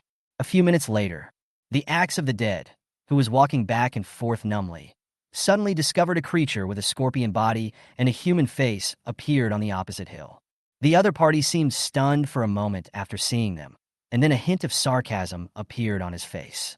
Turning around, the curved scorpion tail slowly straightened up. The tail sting hooked at them. For some reason, several Axes of the Dead felt something exploded immediately after seeing the scorpion warrior's action. They felt they had been insulted to an unprecedented degree. Damn lowly life. A string of undead blasphemies emanated from his mouth. He turned his head sharply and looked at his companion, who was also furious. A tacit understanding was reached in an instant. A whole squad of Axes of the Dead rushed over. They will make the other party feel what pain is. At this time, the life that provoked them not only did not leave, but instead launched a counterattack against them. This action almost caused the Axe of the Dead, which was already furious, to explode. They held the battle axe tightly in both hands, without any intention of throwing it away. They wanted to kill that damn lowly life with their own hands. The two sides raised a cloud of yellow sand as they ran, and collided with each other after a dozen breaths. The scorpion warrior roared, and swung his sharp pincers directly, clanging blocking the battle axe of the Axe of the Dead. Mars flickered in the sunlight. The scorpion warrior didn't move, but the Axe of the Dead took a step back, his feet sinking into the sand to withstand the recoil. In terms of power, The Axe of the Dead was strongly suppressed by the Scorpion Warrior. Also belonging to the elite 3 stars, the throwing skill of the Axe of the Dead is unparalleled. But in close combat, the Scorpion Warrior is more powerful. But there are too many enemies. Moreover, the undead creatures don't care about one-on-one fights or fairness. When the other axes saw the Scorpion Warrior being dragged, they immediately rushed forward, wanting to send him to death with the axes in their hands. Although the Scorpion Warrior fought hard, he was still hit by the battle axe.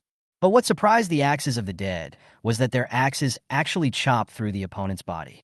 The monster with a scorpion body and a human face merged directly into the underground desert like sand. Although they wanted to stop the Scorpion Warriors, it was all in vain. Axe of the Dead can only deal magic damage when used with the powerful skill, throwing axes. Their simple slashing did not cause any magical damage, so they could only watch the Scorpion Warrior slip away. They can feel that the other party is not dead. The fire of the soul suddenly exploded at this moment. A faint blue light suddenly lit up in the 2 dark eye sockets, which was extremely terrifying.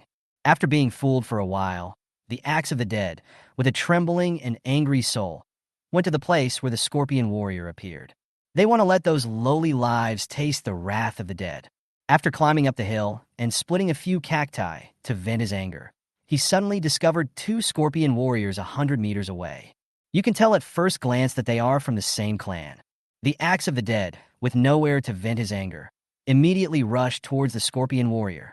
But this time, the Scorpion Warrior did not launch a counterattack, but simply fled backwards. The enraged Axe of the Dead no longer cared about anything else and sped up. After chasing for several hundred meters, they stepped into a sandy area with bushes on both sides. My steps stopped involuntarily, because they felt as if something was hugging their legs underground. Looking down suddenly, I saw mummies wrapped in white bandages crawling out of the sand. The other party grabbed their feet tightly and climbed up little by little. Roar! A roar came from the Axe of the Dead's throat. He swung the axe violently and chopped down. Sizzle! There was the sound of axes rubbing into sand, and their arms even pierced through each other's bodies. The mummy that had turned into sand did not suffer any harm. After standing up, it was directly entangled with the Axe of the Dead. The sharp claws in its hands attacked frantically, leaving deep scratches on the opponent's armor, and even pierced through the armor and attacked the body of the Axe of the Dead. Unfortunately, the Axe of the Dead is a form of undead life, and the mummy's attacks, although fierce, cannot cause fatal damage. However, their greatest role has been played out, restricting the movement of the Axes of the Dead and forcing them to be unable to throw their axes. The next moment, the bandaged mummy attacks. Rustle. There was a sound of footsteps coming from the bushes on the side. The tall figure of the Scorpion Warrior rushed out at an extremely fast speed. The 2 sides were very close to each other, and they reached each other in just a few breaths as they ran at high speed. The Axe of the Dead had already realized that he had fallen into an ambush. Seeing that something was wrong, they struggled violently and forcibly pulled the axes in their hands out from the restraints of the mummy, ready to throw. Once you attack from this distance, it is very likely to trigger the instant death skill with a probability of up to 30%. At this critical moment, an indescribable mysterious sound was heard. Boom Axe of the Dead felt as if his soul was being hit by a battering ram, and his thoughts became confused in an instant. Body stiffness. Curse word E-level forces the enemy's mind into a state of confusion. Stagnation of action. Duration depends on the enemy's strength. Cooling time 3 minutes. Consumes 20 magic points. The cursed pharaoh blocked the Axe of the Dead's most powerful blow. But just when Richard, who was watching the battle from a distance, felt that the situation had stabilized, the situation suddenly changed. 2 death axes broke free from Pharaoh's restraints in an instant, and the muscles in his right hand tensed up instantly. The battle axe flew out of his hand. At this time, the distance between the targeted Scorpion Warrior and the target was exactly 20 to 30 meters. It all happened so fast that the Scorpion Warrior had no time to dodge and was hit on the body. An indescribable, horrifying energy directly tore his soul apart. With a roar of extreme pain, the 2-meter-tall body fell to the ground with a bang, splashing sand and dust all over the ground. Instant death skill, soul execution. The Scorpion Warrior didn't even have the chance to resist and died instantly. So horrifying. Fortunately, the other scorpion warrior who was targeted by the battle axe swung his pincers violently and knocked it away. This is how I survived the disaster. The other axes of the dead also broke free from control in the blink of an eye. But this brief period of control gave other scorpion warriors a chance to get close. The scorpion warrior rushed to the axe of the dead and hit the opponent's head with the curved iron hook in front of its claws. Crack! The curved horn armor was directly dented. The body was like a spring stretched to the extreme, suddenly bursting out with infinite power. With another hard pull, a huge head flew up. The soul fire dissipated in the air. The first axe of the dead fell to the ground with a thud. Chapter 42, Post-War Harvest Moment. Clang! When the last axe of the dead fell, Dusk City won the small ambush. Although it didn't take long, Richard, who was watching the battle from a distance, felt that it was the most thrilling battle he had fought in the past few days. Because of the existence of the instant death skill, he had to be extremely careful. Even after multiple arrangements were made, some scorpion warriors were still killed by the axe of the dead in the end. If we rashly confront the axes of the dead of 3.5 teams head-on, even if we can win in the end, we will suffer heavy casualties. Richard stood up and approached the battlefield. The body and equipment of the axe of the dead were rotting and rusting rapidly. This is a characteristic of the undead class. They will decay quickly after being killed. There are still 2.5 teams of the axe of the dead left. Let's lure another wave while the mummy's desertification hasn't passed. But I'm not very confident of luring him this time. But normally, field troops without a hero leader are easier to deal with. A few minutes later, when the mummy's sanification was about to pass, the second Death's Axe team has arrived. Richard was in a good mood and it really worked. Following the same method, with the lessons learned from last time, the cursed pharaoh did not let the axe of the dead escape prematurely this time. The mummy crawled out from the ground to restrict the movement of the axe of the dead. The cursed pharaoh took control at the critical moment, and the scorpion warrior carried out the killing, and the Trinity joined forces to fight the enemy. The axe of the dead can use its battle axe to burst out damage far beyond its level. But the strongest point also became a breakthrough point. After the scorpion warriors got close, the axes of the dead, who were unable to use throwing skills, fell to the ground and died one by one under the 3-in-1 attack. After the second wave of hunting, the system sounded a prompt. Ding! After a lot of battles, the level of the scorpion warrior has been upgraded. The current level is 4. Richard laughed out loud. In the past few days, I have taken the scorpion warriors to scan the map and kill quite a few soldiers, and now it can be said that I have paid off. After eliminating the axe of the dead from the two teams, he immediately led his troops to prepare to attack the opponent's lair. At the same time, the mummy who used the desertification ability was replaced, and the guard team around him went into battle. He did not rush into an attack, but after thinking it over, he decided to use the method used by the bandaged mummy to kill the NAK, giant, and the desert wolf. Everyone activate the desertification and dive into the ground. The mummy will hold them back first, and the pharaoh will control them, buying time for the scorpion warriors. One strike will kill. 4 squads of troops attack 1.5 squads. This is a battle for wealth. After completing the arrangements, Richard came to the top of the sand dune and watched the battle that was about to begin. The more he used it in the vast desert, the more he felt the infinite potential of the desertification skill. Whether it is used for attacking or escaping, or even for recovering from injuries, it has powerful properties. Absolutely superb skills. In the distance, the axes of the dead, whose numbers had suddenly dropped, had already sensed something was wrong. They approached each other. The faint blue soul fire slowly overflowed from their empty eye sockets, and they looked around vigilantly. A troop without a hero leading it, though powerful individually, is like a pile of loose sand and cannot exert its strongest power. Rustle. Suddenly, the axe of the dead, who was on alert, heard a strange sound coming from underground. He lowered his head and looked around, trying to confirm what had happened. Sizzle. The arms that had been dry all the time suddenly stretched out from the desert and grabbed their feet tightly. Then, one mummies after another crawled out of the sand. Several axes of the dead moved quickly, and before the mummy could completely restrain them, they threw the sharp axes in their hands directly. Phew! The giant axe with powerful impact force directly hit the mummy. The mummy was hit, and its body exploded with a crackling sound, splashing sand all over the sky. Battle axe kill, sea level, can throw a battle axe to attack the enemy within 30 meters, can retract the battle axe through the chain on the arm, causing magic damage to the enemy.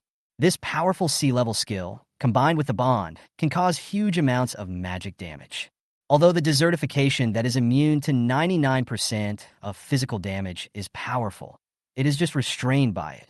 The axe of the dead pulled hard, and the battle axe that hit the mummy seemed to have life and went straight around from the back. Swish at the mummy again. The mummy who forcibly restrained the axe of the dead could no longer bear it, and his body fell to the ground like sand, blending into the endless yellow sand. Kill by force. But fortunately, there are as many mummies as two teams, and the death of one or two will not change the overall situation. When the mummies crawled up from the ground one after another, the cursed pharaoh and the scorpion warriors also appeared in the second. At this time, the angry dead were still frantically attacking the surrounding mummies, trying to get rid of these disgusting enemies. By the time they realized something was wrong, the cursed pharaoh's control skills had already been used. Curse words. The axe of the dead's operation came to a sudden halt. The bandaged mummy and the scorpion warrior took this opportunity to launch an attack. The bandaged mummy restricted the opponent's movements, while the scorpion warrior's poisonous scorpion tail, which was sharper than a spear, stabbed out like lightning. Clang! The sound of metal clashing rang out. The extremely sharp scorpion tail pierced the helmet of the axe of the dead. The still struggling axe of the dead suddenly stiffened. After twitching a few times, the soul fire in his helmet suddenly lit up and then went out. After killing one axe of the dead, the scorpion warrior went straight for the second one without any hesitation. The only pity is that although the pharaoh's curse is powerful, there is only one team, and they are unable to control all the axes of the dead. Whoosh! The battle axe, pulled by the chain wrapped around the arm, tore through the sky. The chest of a scorpion warrior in the desert exploded, and a big hole appeared. The body was frantically devouring the yellow sand beneath its feet to fill the hole, and it was recovering visibly to the naked eye. But the other axe of the dead next to him did not give him a chance to recover. Whoosh! The chains rattled, and the battle axe was thrown out directly, vowing to kill the scorpion warrior on the spot.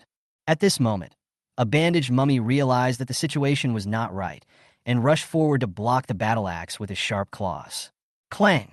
The terrifying power of the battle axe directly shattered its sharp claws, and it slashed into its chest with a rustling sound.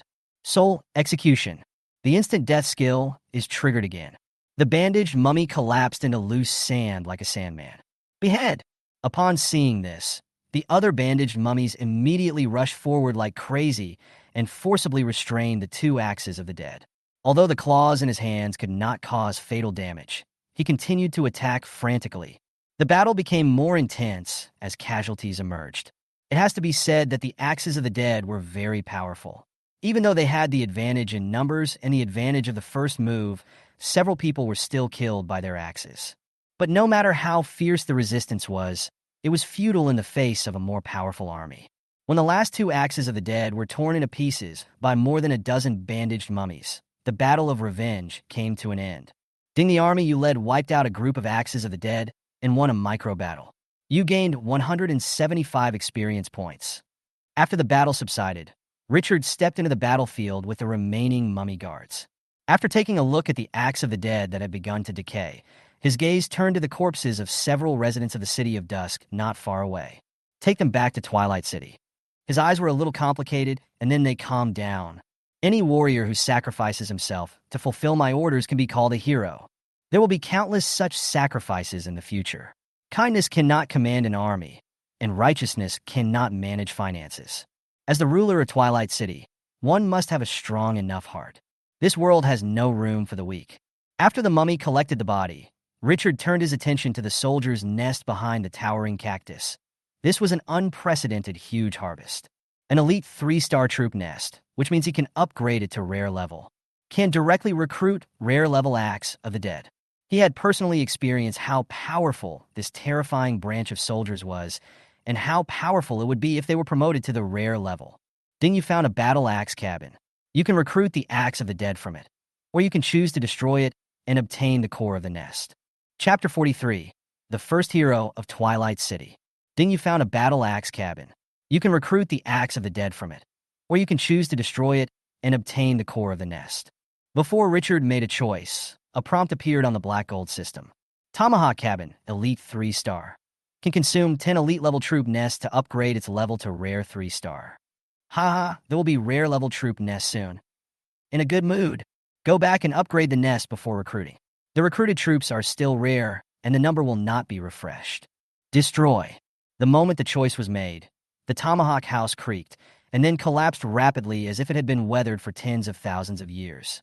After a dozen breaths, it completely turned into debris. At this moment, a fist-sized miniature tomahawk wooden house appeared among the debris on the ground. Richard stepped forward, picked it up, and took a look at its properties. There is no difference in the properties just now. There are still 10 axes of the dead to recruit, but they need to be rebuilt. Only after storing the soldiers' nests into the system's space did he feel satisfied. But when he was about to return to his territory, he suddenly noticed from the corner of his eye that there seemed to be something pressed under the wood chips next to him. His eyes lit up, and he immediately walked over to brush away the sawdust. Pull out the stuff below. It was a yellowish map made of sheepskin, and it looked full of history. Then you got a 2-star treasure map. Richard was delighted. A treasure exploded? Wow. Today is really a day of good fortune. Dozens of wild army gathering points have been eliminated in the past few days, and this is the first time that a wild army nest has been discovered and something has exploded. This explosion rate is really shockingly low. 2-star treasure map. Richard looked at the yellowed treasure map with great interest. After careful observation, he found that the center of the treasure map was where the treasure was located. And there is a very obvious sign around it, an extinct volcano. Although the Death Desert is large, there shouldn't be many places with volcanoes. It shouldn't be difficult to find Onik, the merchant hero of the Longwehua Chamber of Commerce, if we go back and ask him. I just don't know what treasures are in this 2-star treasure map. My requirements are not high. Just 8 or 10 rare-level troop nests will be enough. If that doesn't work, a dragon egg will do. After putting away the treasure map with a happy mood, Richard took a look at his troops and calculated the losses in his mind. This time the exploration team was attacked, and a total of 6 residents were killed. In terms of military forces, 2 mummies following the explorer team were killed, and another 5 mummies died during the battle, for a total of 7 deaths. 1 scorpion warrior died, leaving 13. Curse Pharaoh had no casualties. The total number of troops in Dust City has dropped significantly. Bandage Mummy 35, Scorpion Warrior 13, Curse Pharaoh 10. But it all makes sense. The money earned from harvesting the nests of the axe of the dead alone was 10 times the original profit. Not to mention there's a treasure map waiting to be drawn. Comfortable. After making sure there were no other items under the ruins, Richard returned directly to the territory with his spoils. During the 3-hour return journey, we encountered many field military strongholds, but the battle was quickly ended under the attack of several powerful troops. When we returned to the City of Dusk, it was already completely dark. Inside the territory, oil lamps made from animal fat emitted a dim light. Richard was somewhat surprised to find that at this time, all the residents in the territory were in the open space, seemingly waiting for something, and did not return to the house. The Lord is back! With a loud shout of surprise, everyone immediately turned their eyes to Richard, who was slowly stepping into the territory. The mummy carrying the bodies of the residents behind him deeply touched everyone. My lord, you really brought back the bodies of the dead residents. He didn't deceive them. At this moment, a special emotion was brewing in everyone's heart. After Richard entered the territory, the crowd parted to the left and right, making way for a path. Her eyes followed his steps. Many sharp-eyed residents also noticed that the number of soldiers behind Richard had decreased. Your lord's army. A faint voice sounded. After being reminded, the crowd turned their attention to the military units. I counted them this morning, and now there's almost 1 squad missing. Those soldiers died, fighting for us. My lord! These few whispered conversations made the waves in many people's hearts even more intense. Is it really worth sacrificing such a powerful army just to bring back a few civilian bodies? Even the relatives and friends of the killed residents could not say anything wrong at this moment. In the complicated atmosphere, Richard walked to the Lord's mansion with slightly heavy steps. Stand on the stairs, facing the residents.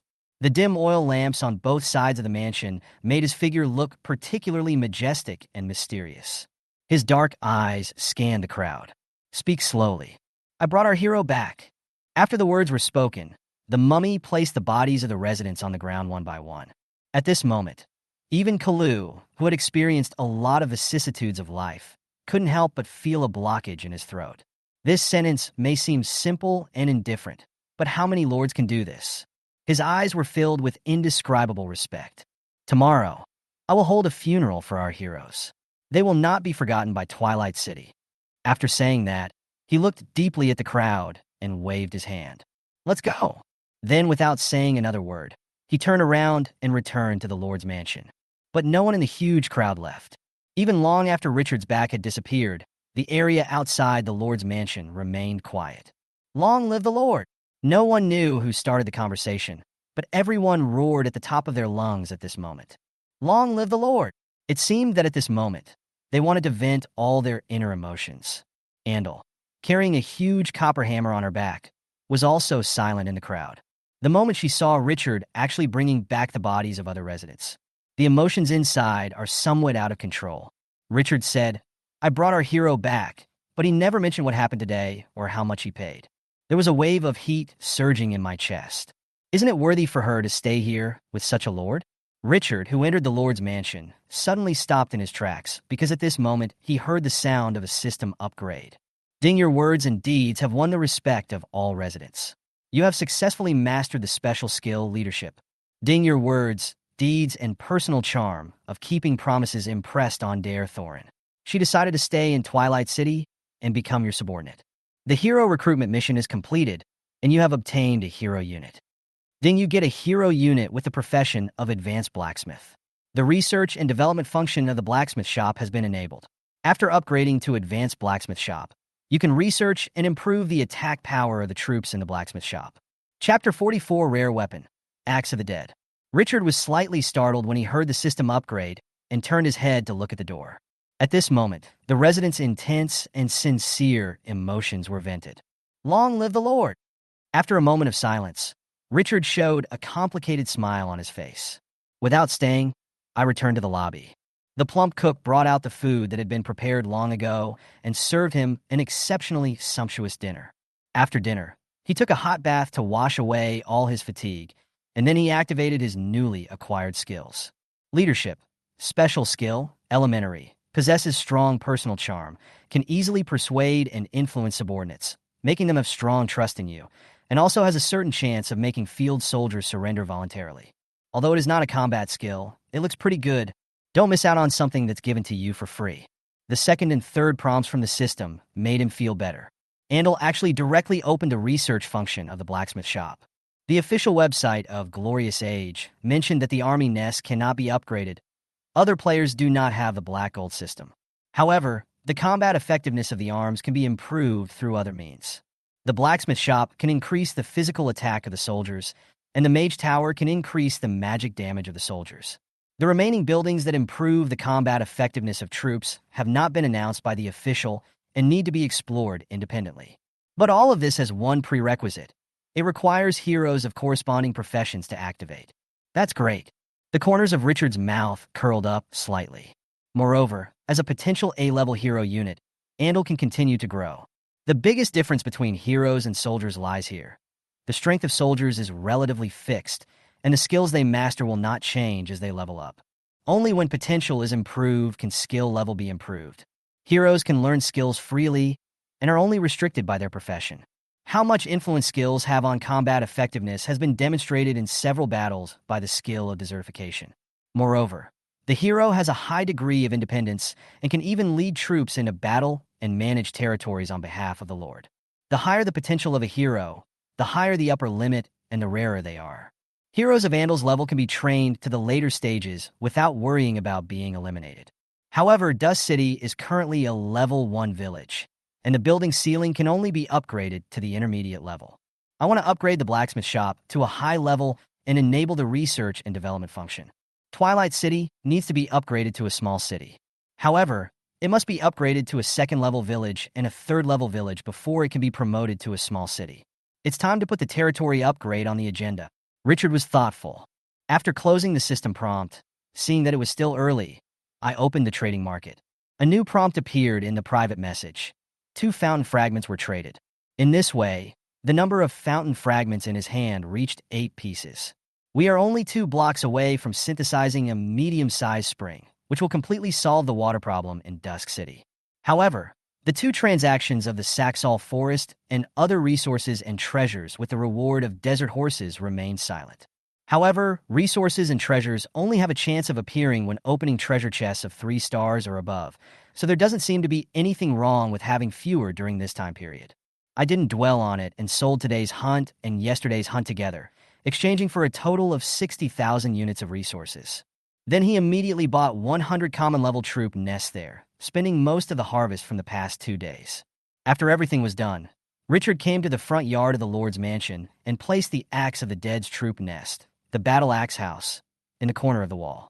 Ding, do you want to consume 4,000 units of wood, 4,000 units of stone, and 4,000 units of iron, or to build a battle axe cabin? The resources required to build elite-level troops are 10 times that of ordinary-level troops' nests. Richard didn't hesitate. Confirm. The next second, the mini tomahawk wooden house expanded like a balloon. After a dozen breaths, everything calmed down. The complete version of the tomahawk cabin appears in front of you. The wooden house is 3 meters high, with hundreds of bronze battle axes hanging on the outer wall, making it look like an armory. There is a door in the middle of the wooden house. Through the door frame, you can see that the house is also full of axes. If you could use one word to describe this military lair, it would be ruthless. Tomahawk wooden house, elite 3-star. Consume 10 elite-level desert camp troop nests to upgrade it to rare 3-star. Note, 10 ordinary nests can be synthesized into 1 elite-level troop nest to meet the upgrade conditions. Is it promotion? Confirm. The moment Richard made his choice, the 100 troop nest piled on the ground turned into a stream of light and merged into the tomahawk wooden house. The 3-meter-high wooden house immediately grew to 4 meters. The bronze battle axe hanging on the outer wall now had a faint silver-white color, looking quite extraordinary. Tomahawk cabin. Level, rare 3 stars. Recruitable soldier. Axe of the dead, rare 3 stars. Number of recruits, 10. Weekly output, 5. Recruitment conditions, 400 gold coins, 400 units of stone, 400 units of iron ore. Introduction. You can recruit undead soldiers with average combat effectiveness from them. Not bad, very good. Richard nodded in satisfaction. A rare type of soldier. This is just the first few days into the glorious era, full of inner achievement. However, the resources required to recruit soldiers have increased a lot. It takes 1,200 units of resources to recruit a rare soldier. After taking a look at the attribute panel, after several rounds of consumption, there are only 5,000 food supplies left. There is not enough to recruit all the axes of the dead. The landlord has no more food left. He was in pain and happy at the moment. Without hesitation, he went to the warehouse and got a few hundred units of food, selecting those with high bounties to sell, and raised just enough resources to recruit 10 axes of the dead. Ding, do you want to consume 4,000 gold coins, 4,000 units of stone, and 4,000 units of iron, or to recruit axe of the dead *10? After confirmation, the materials on the attribute panel are instantly cleared, and the tomahawk house suddenly emitted a silver-white energy. Then the energy gathered madly in the wooden house like stirred clouds. Under the condensation of silver energy, a 2 meter tall figure, wearing full body armor engraved with a black mandala pattern appeared. Wearing a bullhorn helmet that only revealed his eye sockets and with no weapon in his hands, Axe of the Dead walked out of the battle axe hut. Just when Richard was confused, the first Axe of the Dead that was born reached out and pulled out a battle axe from the ones hanging on the outer wall. Sizzle. The moment the battle axe was held in his hand, a chain as thick as a thumb condensed out of thin air and finally tightly wrapped around his right arm. A true Axe of the Dead was born. Richard couldn't help but feel jealous when he saw this scene. The appearance of these arms is more handsome than the other. Just wait and see. Sooner or later, he will bring a giant dragon, and then he will show you what a real show-off is.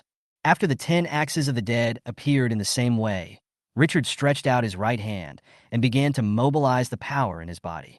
When the yellow sand-like light covered all the Axes of the Dead, the system prompt arrived as expected.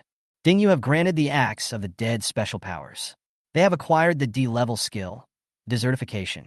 After the light faded, Richard opened the attribute panel with anticipation. Axe of the Dead. Level 3. Potential, rare 3 stars. Skill, Axe/Sea level. Can throw a battle axe to attack the enemy within 30 meters and can retract the battle axe through the chain on the arm, causing huge magic damage to the enemy. Body of the dead D-level. Immune to poison and plague. Stamina increased by 80%. Will not die unless the heart is destroyed. Roar D-level. After roaring, the next attack power increases by 50%. Spin D-rank. After throwing the battle axe, the player can use the chain wrapped around the arm to pull the battle axe and attack continuously. Sandification D-level. Turns the body into sand. Reduces 99% of physical attacks. Can swallow yellow sand to recover from injuries. Lasts for 5 minutes. Cools down for 2 hours. Racial talent. After the battle axe is broken, it can consume power and recondense. Bond battle axe. The distance of the battle axe throwing is 110 meters, and the damage caused is increased by 20%. The distance of the battle axe throwing is 1120 meters, and the damage caused is increased by 40%. The distance of the battle axe throwing is 2130 meters. The damage caused is increased by 60%, and there is a 30% chance to trigger the instant death skill, Soul Slash, which kills the enemy instantly. The higher the enemy level, the smaller the triggering probability. Introduction. Darling, close your eyes, I'm going to throw the axe. Battle axe kill. C-level, body of the dead. D-level, roar. D-level, spin. D-level, desertification. D-level. 1 C-level skill and 4 D-level skills. Compared with the elite level axe of the dead skill, it is an overall improvement of 1 level. Wow! This is indeed the type of soldier he has chosen. This attribute is simply too powerful. The difference in potential between different arms mainly lies in the difference in skill levels. Low potential soldiers have low skill levels and few additional attributes. High potential soldiers have high skill levels and powerful additional attributes.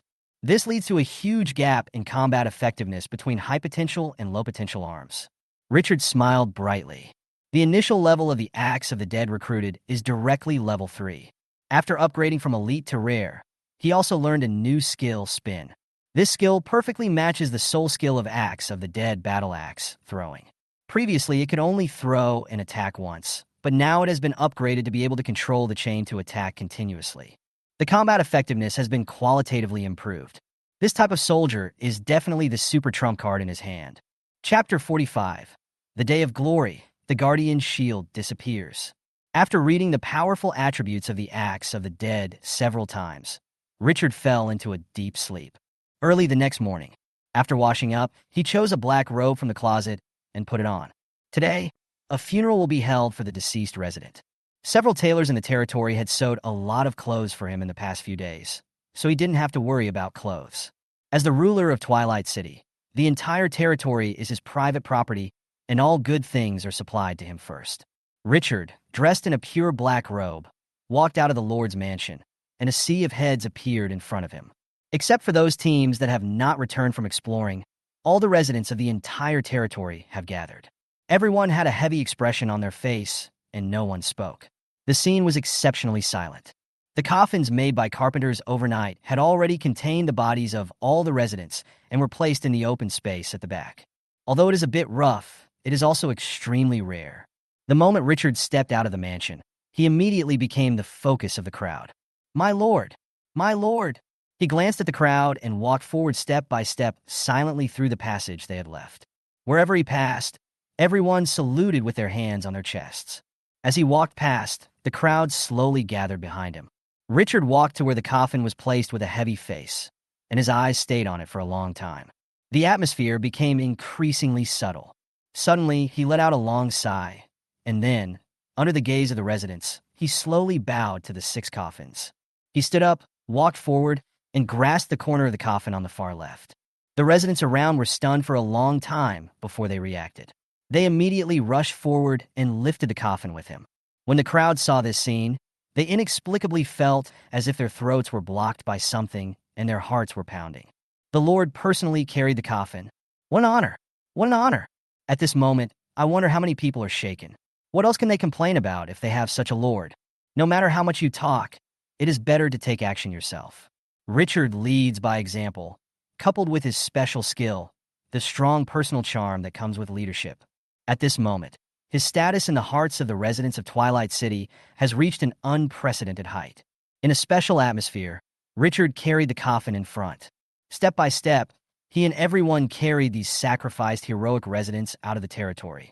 The cemetery has already been selected, In the southwest corner of Twilight City, about 5 kilometers away, there is a low hill mixed with gravel. On the desert, Richard, who personally carried the coffin, was in front, followed by all the residents.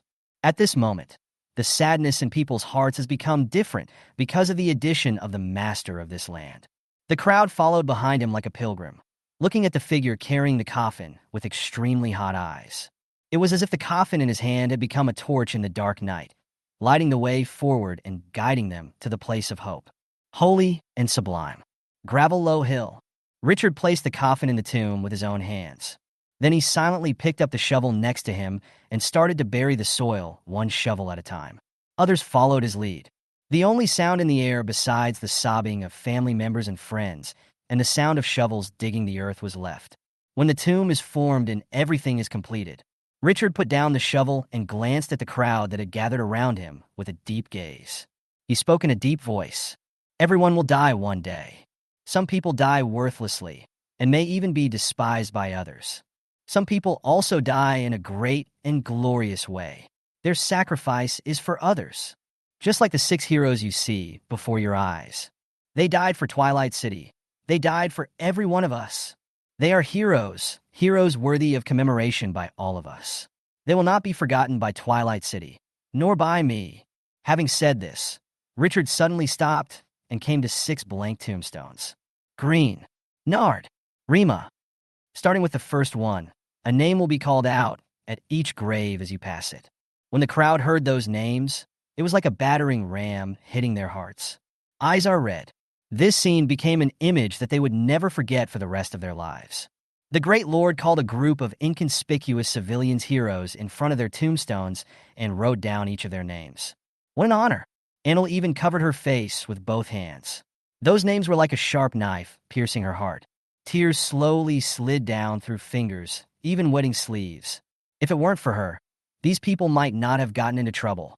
After reading out everyone's names, Richard looked at everyone again, his tone firm and powerful. From this day forward, every hero who dies in Twilight City will be buried in this land. This is a place of glory and a home for heroes. And I have decided to set this day of every year, May 8th, as a day of honor to commemorate our fallen heroes. Every year on this day, Twilight City holds a memorial ceremony and prays for them. A day of glory? A day to honor fallen heroes? When the residents heard this, they were completely overwhelmed. Everyone's eyes were red. The old Karu seemed to have regained his youth at this time. He suddenly raised his right hand and shouted loudly with a hoarse voice. The city of Twilight will live forever. Long live Lord Richard. At this moment, this shout became everyone's outlet, and everyone screamed crazily to vent their turbulent emotions. The city of Twilight will live forever. Long live Lord Richard. The city of Twilight will live forever. Long live Lord Richard. At this moment, they recognized their lord from the bottom of their hearts. After the hero's funeral in the land of glory ended, Richard went straight back to the territory.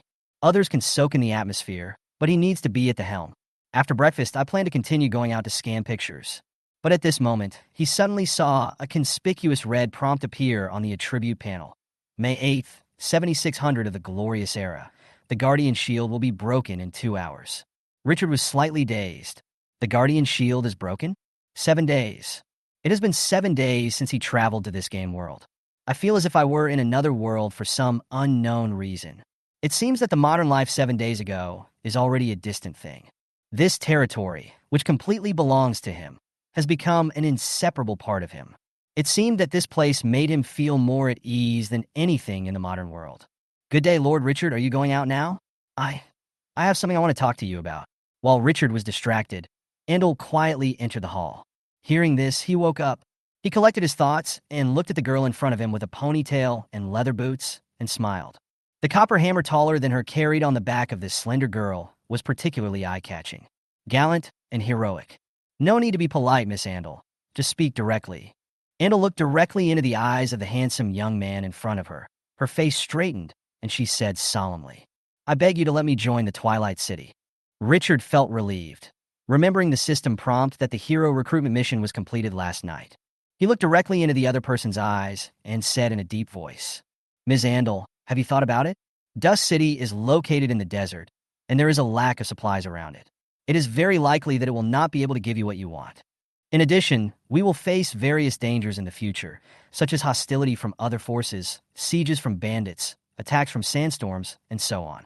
In order to protect the City of Dusk, I need you to forge weapons for the army and even fight the enemy in battle.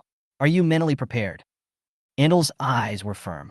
Bring back the bodies of a few civilians who were considered lowly by other lords. I'm ready for this. Sir Richard, I am willing to serve the City of Twilight and become your subordinate. As he said this, he placed his right hand on his chest and knelt on one knee. He lowered his head, which had been held high. Ding, the hero unit Andel Thorin is conquered by your personality charm and is willing to submit to you. Do you accept it? Richard nodded and said solemnly, Andel Thorin, in the name of the Lord of Twilight City, I accept your loyalty. From today on, you are a member of Twilight City. From now on, Twilight City will be with you. You will no longer be alone. I will always be your strongest supporter. Chapter 46, The Sand Sculpture Player's Showy Operation. As he spoke, Richard reached out and helped Andeel up. At this time, the girl's eyes turned slightly red. After standing up, she said firmly to Richard, Lord Richard, I will protect your glory even if it costs my life. Protect the City of Dusk. Richard smiled. Then let us build Twilight City together. After he finished speaking, he paused for a moment, his tone solemn. Andel, I officially appoint you as the head of the blacksmith shop department in Dusk City. Although we only have one blacksmith shop and a few junior blacksmiths at the moment, I believe you can build all of this. Only advanced blacksmith shops can unlock the research function, and that is when this A-level hero can show his prowess. Andel nodded vigorously. Lord Richard, I will do my best. Richard nodded slightly, hesitated for a moment, and said softly, The search team should be back this afternoon. The conversation did not continue because no one knew whether the search team had found the other person's father. There was a hint of hope and some pain in Andel's eyes. If I hadn't requested it, perhaps those residents wouldn't have been in trouble. Richard waved his hand. There's no need to blame yourself. When we recruited residents to go search, they all signed up voluntarily. And it's not just for you. Other residents' relatives and friends are also lost in the desert and need to be found as well. Even if your father is not here, I will still send out a search and rescue team. That's true. The desert is too barren, and there are usually no refugees. Even if Andel is not a hero, he will send people to find those refugees. If Dusk City wants to grow, it must have a sufficient population. These words touched Andel greatly. In her opinion, Richard said this on purpose to comfort her. Lord Richard, looking at the other person's watery eyes, Richard waved his hand and interrupted her. No need to say more. Go and tidy up the blacksmith shop first. They will be back in the evening. And if we can't find it the first time, we can always look for it a second time and a third time. The army I have will become stronger and stronger. By then, I can send more troops out to ensure the safety of the exploration team. Only then did Andel feel relieved. After paying her respects, she left the Lord's mansion with both anticipation and trepidation. Since Andel has such a strong bloodline talent, her father should also be strong. He might be the second hero, but it's not easy to find someone in the vast desert. Fortunately, the residents of Twilight City will not get lost in the desert. Richard looked at the empty hall and shook his head, but was in no hurry to leave. In 2 hours, the protective shield will be broken, and he is afraid of accidents. After thinking about it, he walked out the door and started making a series of arrangements. First, 3.5 teams of mummies were scattered around the Dusk City for alert. Once he encounters danger, he can be warned. At the same time, 13 poisonous scorpion warriors were dispatched to protect the safety of the Saxal forest. The desert crown bee and the flame dragon rabbit are both first-class treasures, and nothing can happen to them. Finally, he ordered all residents to return to their territory and wait until after lunch before leaving. Although they did not understand Richard's intention, no one objected to the order. After doing everything you can to the extreme, only then did Richard wait with peace of mind. 2 hours seemed longer than a century. For the first time, he felt time passing so slowly. Finally, the system prompt lit up when the time reached 12 o'clock. Ding, the Guardian Shield has been broken. Congratulations. From now on, you can explore this world freely without any restrictions. But please be aware that your territory may be attacked by field soldiers, natives, or hostile lords at any time. Please protect your territory and residents and expand your territory. I wish you to become eternal in the death competition among all races. After the system prompt sounded, Richard felt as if some subtle changes had taken place in his body. It seemed that there was no barrier between him and the world at all. Even breathing became particularly comfortable. There is a kind of comfort that comes from removing certain safety measures. Does this mean you have fully integrated into this world? Richard was in a weird mood. With some complexity, he opened the chat channel. The next second, the sand sculpture player immediately made him feel better. Gao Gao kill. I, Long Out Yin from the glorious era, swear to trample this world under my feet. Elf girls, succubi, human princesses, beast-eared girls from the beast tribe, mermaids from the sea tribe, undead vampires, are all waiting for me. I want to build a huge harem and control 3,000 alien races at night. Oh my god, the elf's little brother, the orc's hunk, the vampire's gentleman, the human's prince, all are waiting for me. I want to sleep with you all one by one. Fuck my membrane. Ugh. The protective shield is broken. Fuck. I just defended a group of robbers yesterday, and this morning they sent people to scout my territory. Help. There's a large group of bears 1,000 meters away from my territory. What should I do? A few days ago, I relied on my invincibility to lure them to my territory and hunt them. These 2 days, those bears are so angry with me. What should I do without the shield of protection? If anyone can come and save me, I am willing to give everything I have. Even chrysanthemums are given to me. Do you want to mobilize millions of troops to march across the plains with a wave of your hand, capture cities, become a general or a prime minister, and ascend the throne as a king? Do you want to be surrounded by beauties and have a harem of 3,000 concubines? Message me privately, and I'm selling cheats for Glorious Era to you. Let's turn on cheats for your life. Is there any big brother from the Lion Kingdom? There are a lot of wolves outside my territory, and I'm so scared. Can you give me some resources to recruit soldiers? If you are nearby, we can meet offline. We can chat privately for the specific price.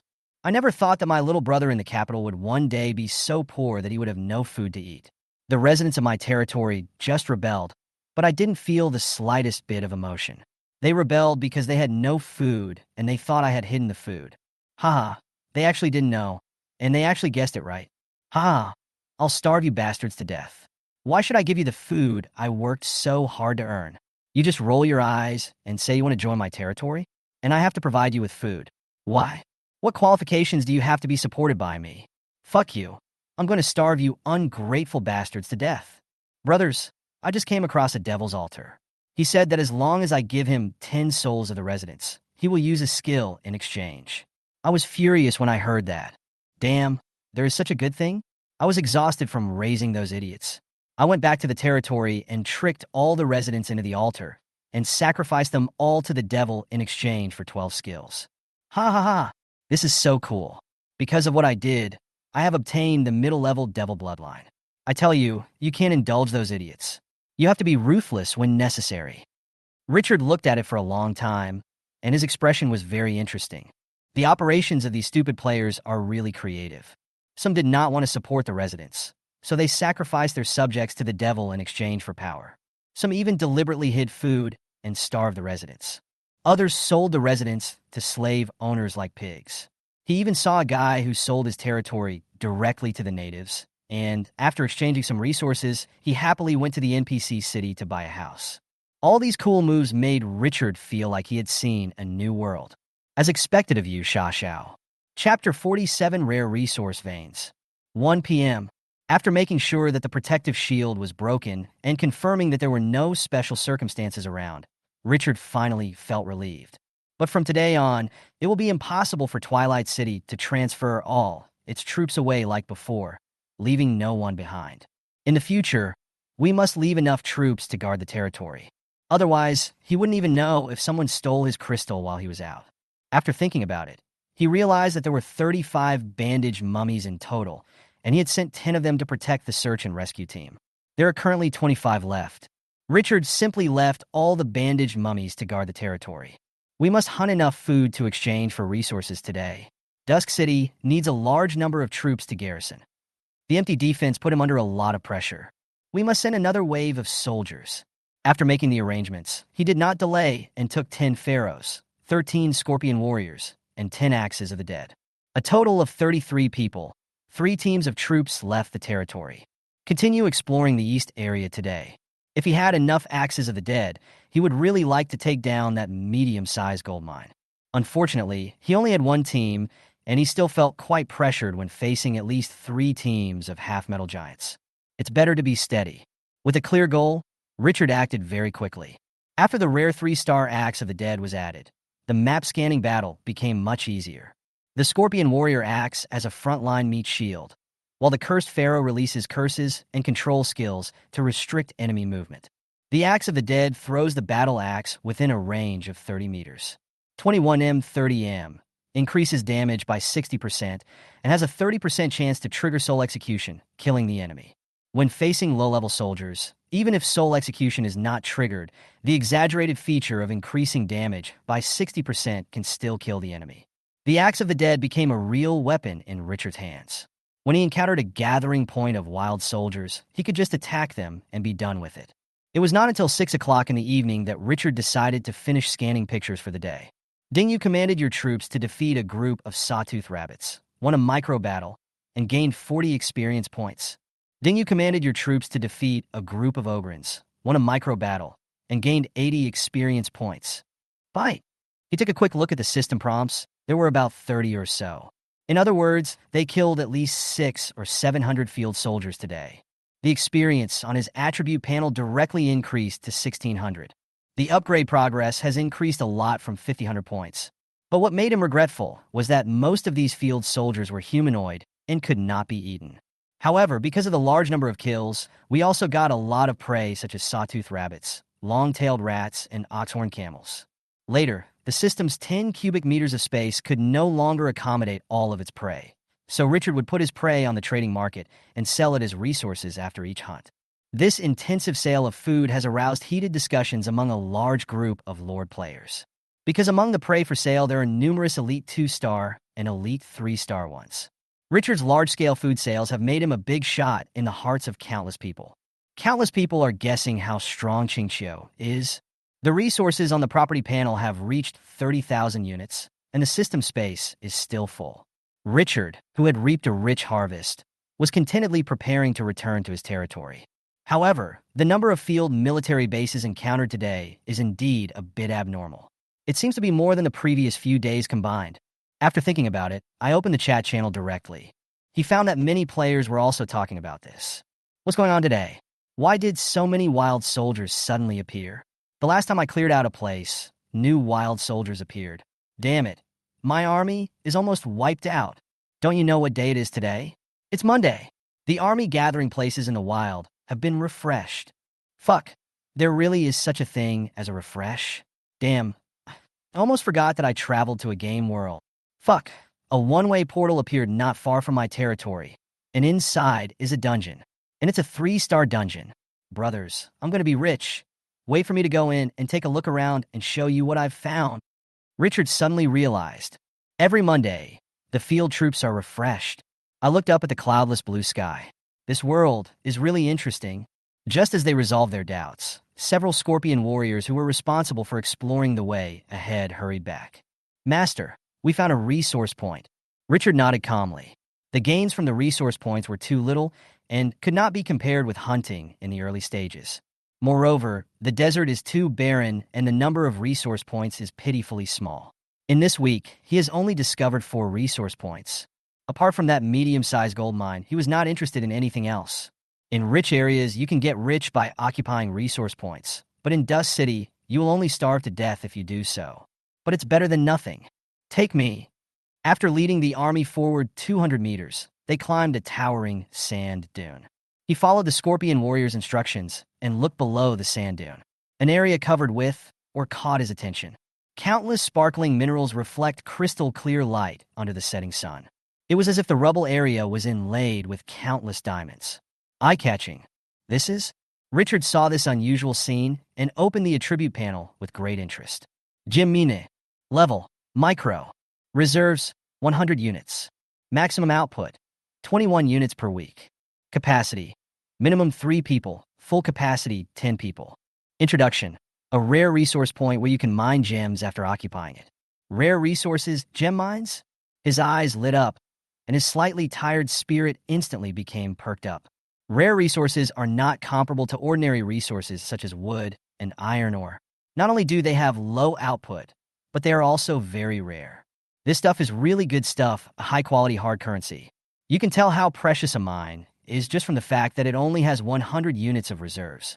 Moreover, the construction drawings of the hero altar are still in his hands. This precious drawing obtained from the Luangwihua Chamber of Commerce has always lacked rare resources for its construction. Richard suppressed his inner joy and turned his attention to the soldiers guarding the gem mine. If you want to occupy the mineral vein, you must first get rid of these wild monsters. They're a special group of lives. The two goat horns on its head are sharper than spears. Its back is slightly raised with a row of fin-like membranes growing on it, and a row of sharp thorns in the middle. With his upper body naked and wearing a crotchless animal skin culottes, his muscles were particularly obvious, as if he could burst out with the power to crush rocks at any time. These goat horn monsters held a long-handled hammer in their hands. The front of the hammer was flat, and the other side had a raised curved blade. What is even more eye-catching is the other party's blood-red eyes flashing with cruelty and murderous intent, which can make people feel cold in their hearts. These monsters are not weak. Richard raised his eyebrows and opened the property panel. Demonic Sheep Monster. Level 4. Potential, rare 2 stars. Chapter 48. Tyrannical Axe of the Dead. Hard fight with rare arms. Demonic Sheep Monster. Level 4. Potential, rare 2 stars. Skills. Strong physique D level, strength increased by 50%. Physical strength recovery speed increased by 50%. Heavy attack D level, swinging a giant hammer, charging for 3 seconds, and then bursting out 200% of the power in the next attack. Demon Blood D level, all attributes increased by 30%. Physical strength increased by 50%. Racial talent, can devour gems to quickly recover from injuries. Bond Demon, when the number of demons is greater than 10, the strength increases by 10%. When the number of people is greater than 20, the strength increases by 20%. When the number of players is greater than 30, the strength is increased by 30%, and the attack has the crushing feature activated. Introduction. Enjoy the pleasure of being hit on the head by a heavy hammer. Wow, rare 2 stars? And the number of demonic sheep monsters exceeds that of 4 teams. Is it necessary to garrison such a tiny rare resource point with such a strong force? If it is a small one, wouldn't it be garrisoned by rare-level troops? Richard couldn't help but sigh at the difficulty of dealing with rare resources. But after looking at the attributes of the demon sheep monster several times, he gave up the idea of evacuating. Although the demonic sheep monster has good attributes, it lacks the 2 key features of immunity to curses and immunity to instant death skills. Moreover, the opponent's damage is physical. The skill of desertification is a natural counter. He turned his head to look at the axe of the dead beside him and made a decision. Everyone prepare to fight. Scorpion warriors are on the front line, preventing the enemy from getting past you. Cursed Pharaoh casts the spell last. Once the enemy escapes the Scorpion warrior's defense, use skills immediately to restrict the opponent's actions. Axe of the Dead, you are the main force. Stand 20 meters behind the Scorpion warrior. Once the enemy enters the 30-meter range, attack immediately. Bandaged mummies and Scorpion warriors are both elite troops, and only the Axe of the Dead is a rare-level combat force. It is also the key to winning this battle. Richard's cold voice was full of fighting spirit.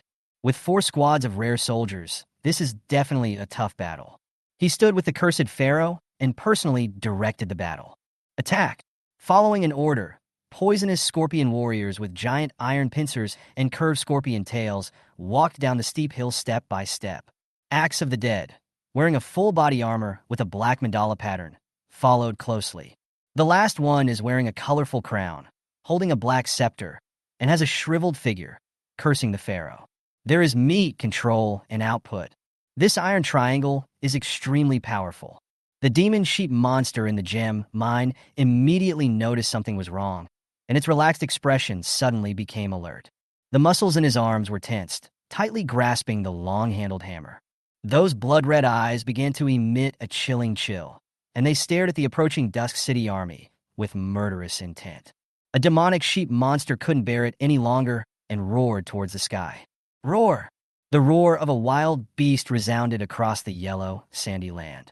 Damned undead and mummies, you dare to challenge the great devil. You are courting death. The leader of the demonic sheep monsters swung his long-handled war hammer fiercely, pointing it at the army rushing down from the sand dunes. Kill! With an angry roar, dozens of demonic sheep monsters charged towards the poisonous scorpion warriors without any hesitation. They're going to crush these undead souls. Rustle. The sheep's hooves stepped on the desert, splashing up a lot of fine sand. Dozens of demonic sheep monsters charged at the same time, immediately raising the dust more than 10 meters high. Dust rolled behind. The sand dune was only about 70 or 80 meters high. After traveling 1/3 of the way, the scorpion warrior suddenly stopped. The 13 scorpion warriors opened their giant claws that could easily destroy steel, like a trap for catching animals, waiting for the beast to step into it. 10 axes of the dead grasped the handles of the battle axes. The power of the soul exploded violently, and the faint blue light overflowed from the bullhorned helmet. The cursed pharaoh raised his scepter, and the spell in his mouth echoed at this moment. 30 meters, 20 meters, 10 meters. The enemy is getting closer. When the first 7 or 8 demon sheep monsters charged within 10 meters of the scorpion warrior, Axe of the Dead let out a roar from his throat, and his body burst out with the strongest power like a spring stretched to the extreme. Roar, D-level. After roaring, the next attack power increases by 50%. Phew! The battle axe in his hand was thrown out, and the chains on his arms rattled. The violent sound of breaking air pierced the eardrums. The battle axe drew a row of phantoms in the air. The demon sheep monster in front did not expect that those undead holding battle axes would actually be ranged soldiers. The two sides were so close that the attention was attracted by the scorpion warrior again. By the time the battle axe tore through the sky, it was too late for them to dodge. Phew!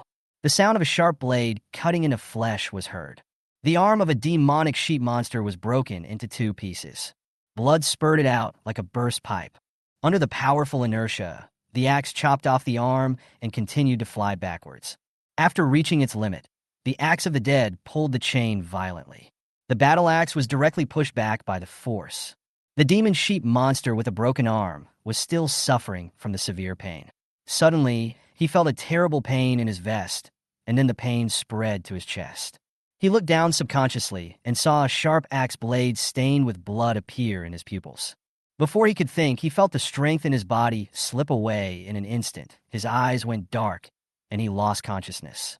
This attack did not trigger the instant death feature, but even so, it relied on its terrifying lethality to forcibly kill the rare 2-star demon sheep monster. The Axe of the Dead, a throwing battle axe, can unleash an attack power beyond its level within a range of 10 to 30 meters. Extremely powerful, and 10 Axes of the Dead attacked at the same time. Only one of the 8 demon fawns was avoided. Everyone else was hit. The 30% chance of instant death instantly caused the 2 demon goat monsters to fall to the ground and die. They had already met the god of death before they even encountered the scorpion warrior. Although several other demonic goat monsters fought hard, they were still killed one by one under the exaggerated battle axe control of the Axe of the Dead. It all happened so fast, just a few breaths away. The demon goat monsters behind only saw the cold light of a battle axe reflecting the dazzling light under the setting sun, and their companions fell in large pieces. The blood stained the desert red. But this scene not only failed to scare the demonic goat monsters, but instead stimulated their nerves. His already scarlet eyes seemed to be dripping with blood at this moment. Kill! Charge forward swinging your hammer. They're going to tear these undead souls apart. Chapter 49 Gem Mine. The first round of collisions ended quickly. The Axe of the Dead was victorious, but they had not yet taken it back. The second batch of demon sheep monsters have charged forward and are fighting with the scorpion warriors. The long-handled hammers in their hands contain terrifying power. I swear to smash these undead. Phew! A demonic sheep monster suddenly smashed towards the poisonous scorpion warrior in front of it, and this hammer even made the poisonous scorpion warrior feel mortal danger. The giant pincers closed and were directly held in front of him to block. Clang! When the two sides collided, sparks flew everywhere, as if a blacksmith was hitting a red-hot iron block. The demon sheep monster was a head shorter than the scorpion warrior, but the force of its explosion forced the scorpion warrior to retreat 3 steps, with its 8 feet stuck deep in the yellow sand. Violent and powerful, the scorpion warrior, who had never met an opponent in close combat, now suffered a great loss in front of the rare 2-star demon sheep monster. The distance between them creates a huge gap in the power between the two sides. But the scorpion warriors were not afraid, even when they suffered setbacks. No matter how the demon sheep monsters attacked, they just roared and defended the front line. The battle was extremely fierce. Cast a spell, control the situation, and don't let the demons break through the scorpion warriors' defenses. The moment Richard gave the order, the cursed pharaoh, who had been prepared, raised the withered wooden scepter. A dark light flashed across the sky. Pharaoh's curse, E-level. After casting the curse on the enemy will fall into a weak state. All attributes are reduced by 20%. The cooling time is 5 minutes, and it consumes 20 magic points. Curse words, control your enemies. After releasing 2 curses in succession, the demon sheep monster that was attacking fiercely suddenly felt its strength dropped significantly. Even the speed of swinging the hammer became slow. Some of them even came to a standstill, allowing the scorpion warriors to attack. Only then did the demon sheep monster discover the cursed pharaoh behind him. But the 2 lines of defense in front of them were as solid as a rock and insurmountable. The only regret is that the cursed pharaoh only has 1 team, while the demonic sheep monsters still have 3 teams left. Can't control it all. Snap! A demon sheep monster that was not cursed exploded with its maximum strength and directly hit the giant claws of the scorpion warrior. The scorpion warrior's pincers that could tear steel appeared with countless cracks, like glass falling to the ground. The demon sheep monster pursued the enemy. Roaring, he swung the long-handled war hammer again. He wanted to smash the damn scorpion to pieces. Sizzle. The blow that could shatter a huge rock directly broke the giant claws, blowing up sand and gravel all over the sky. The remaining force of the giant hammer continued, and it directly shattered the scorpion warrior's chest.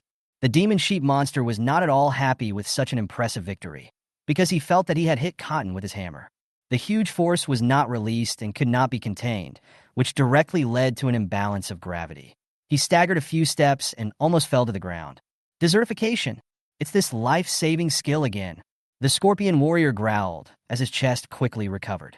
Seizing this extremely rare opportunity, he wielded the intact pliers in his left hand. The iron hook, which was the same as the one used by butchers to hang livestock, was directly nailed into the body of the demon sheep monster. With a strong pull, a dramatic scar tore directly through the body of the demon sheep monster. At the same time, the poisonous scorpion tail that was arched behind it also stabbed out like lightning.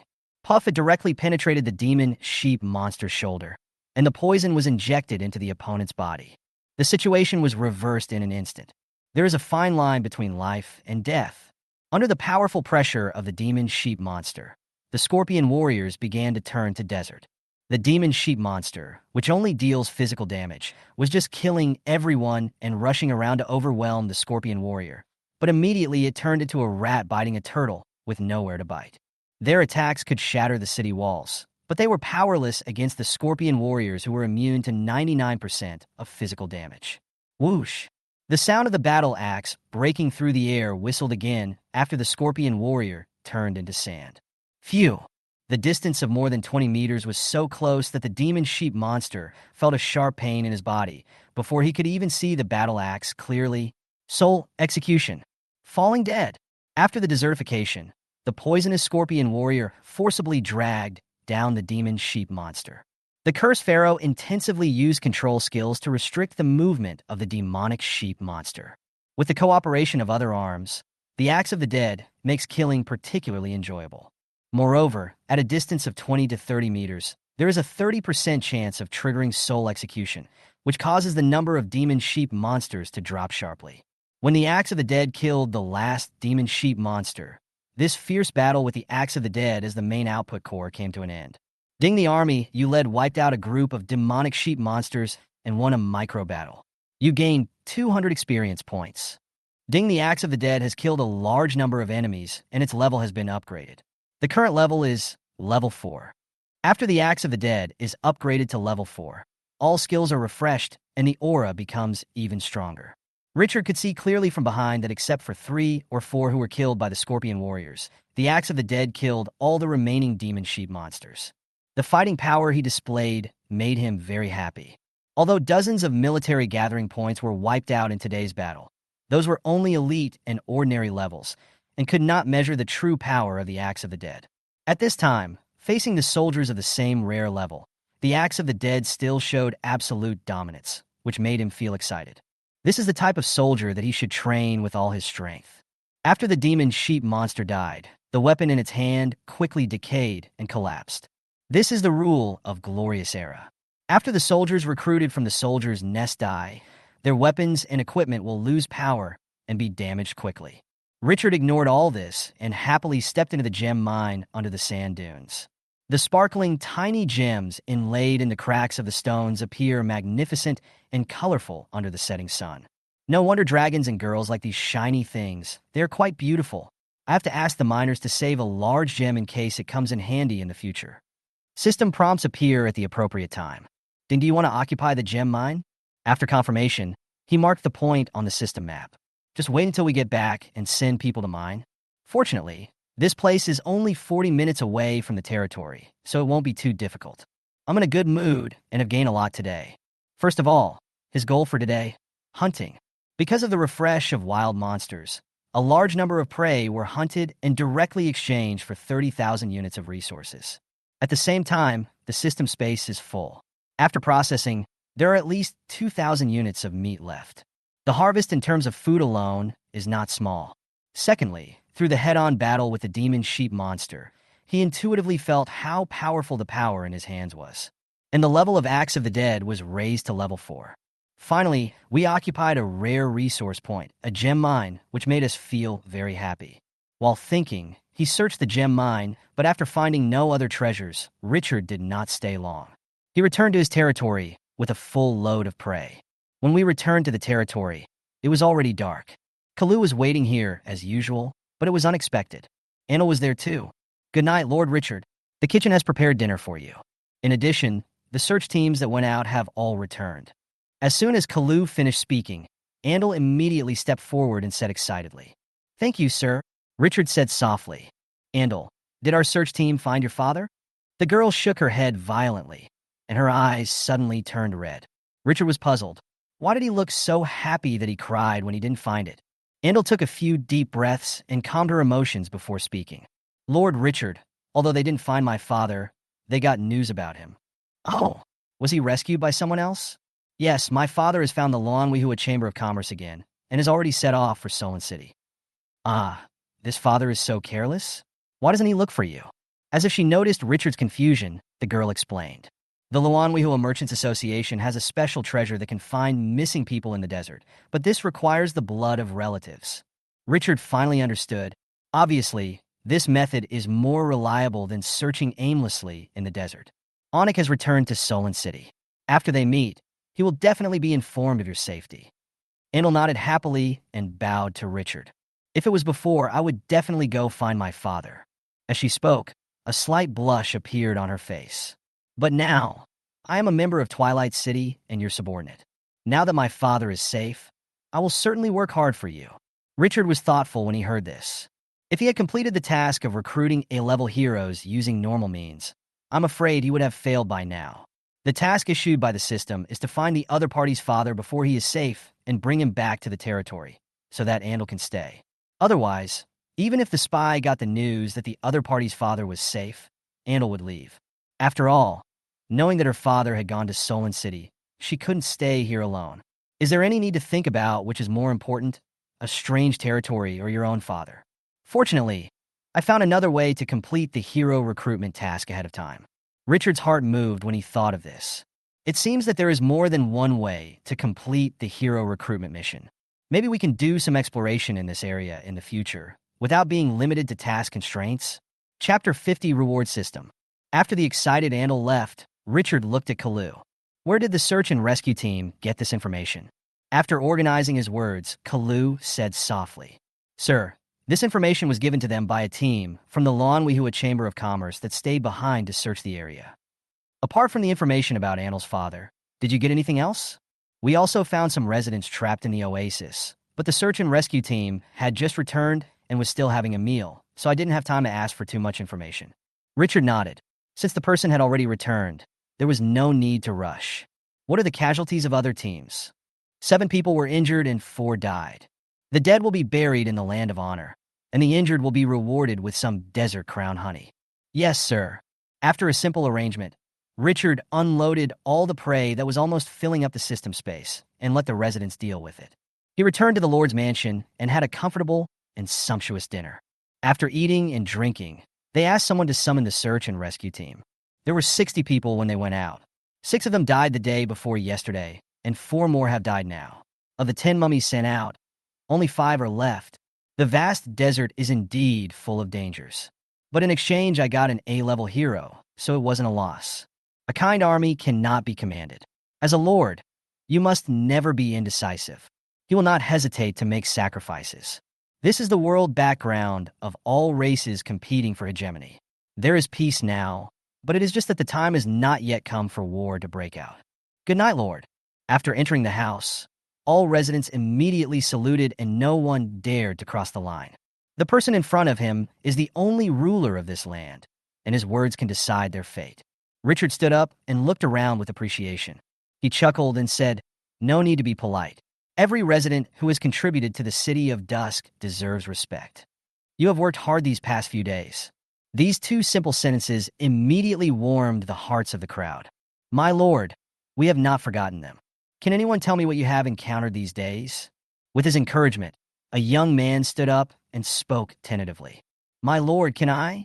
His voice was trembling a little, and his hands were clenched into fists. When the crowd turned their eyes to him, he felt his legs go weak. Richard gave him an appreciative look. "Of course you can. Don't be nervous. You have completed the mission and are heroes of Twilight City.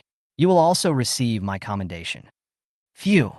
The young man immediately felt relieved, and his tone became a little higher. "Lord Richard, these past few days." He then elaborated on what the search and rescue team had experienced in the past few days.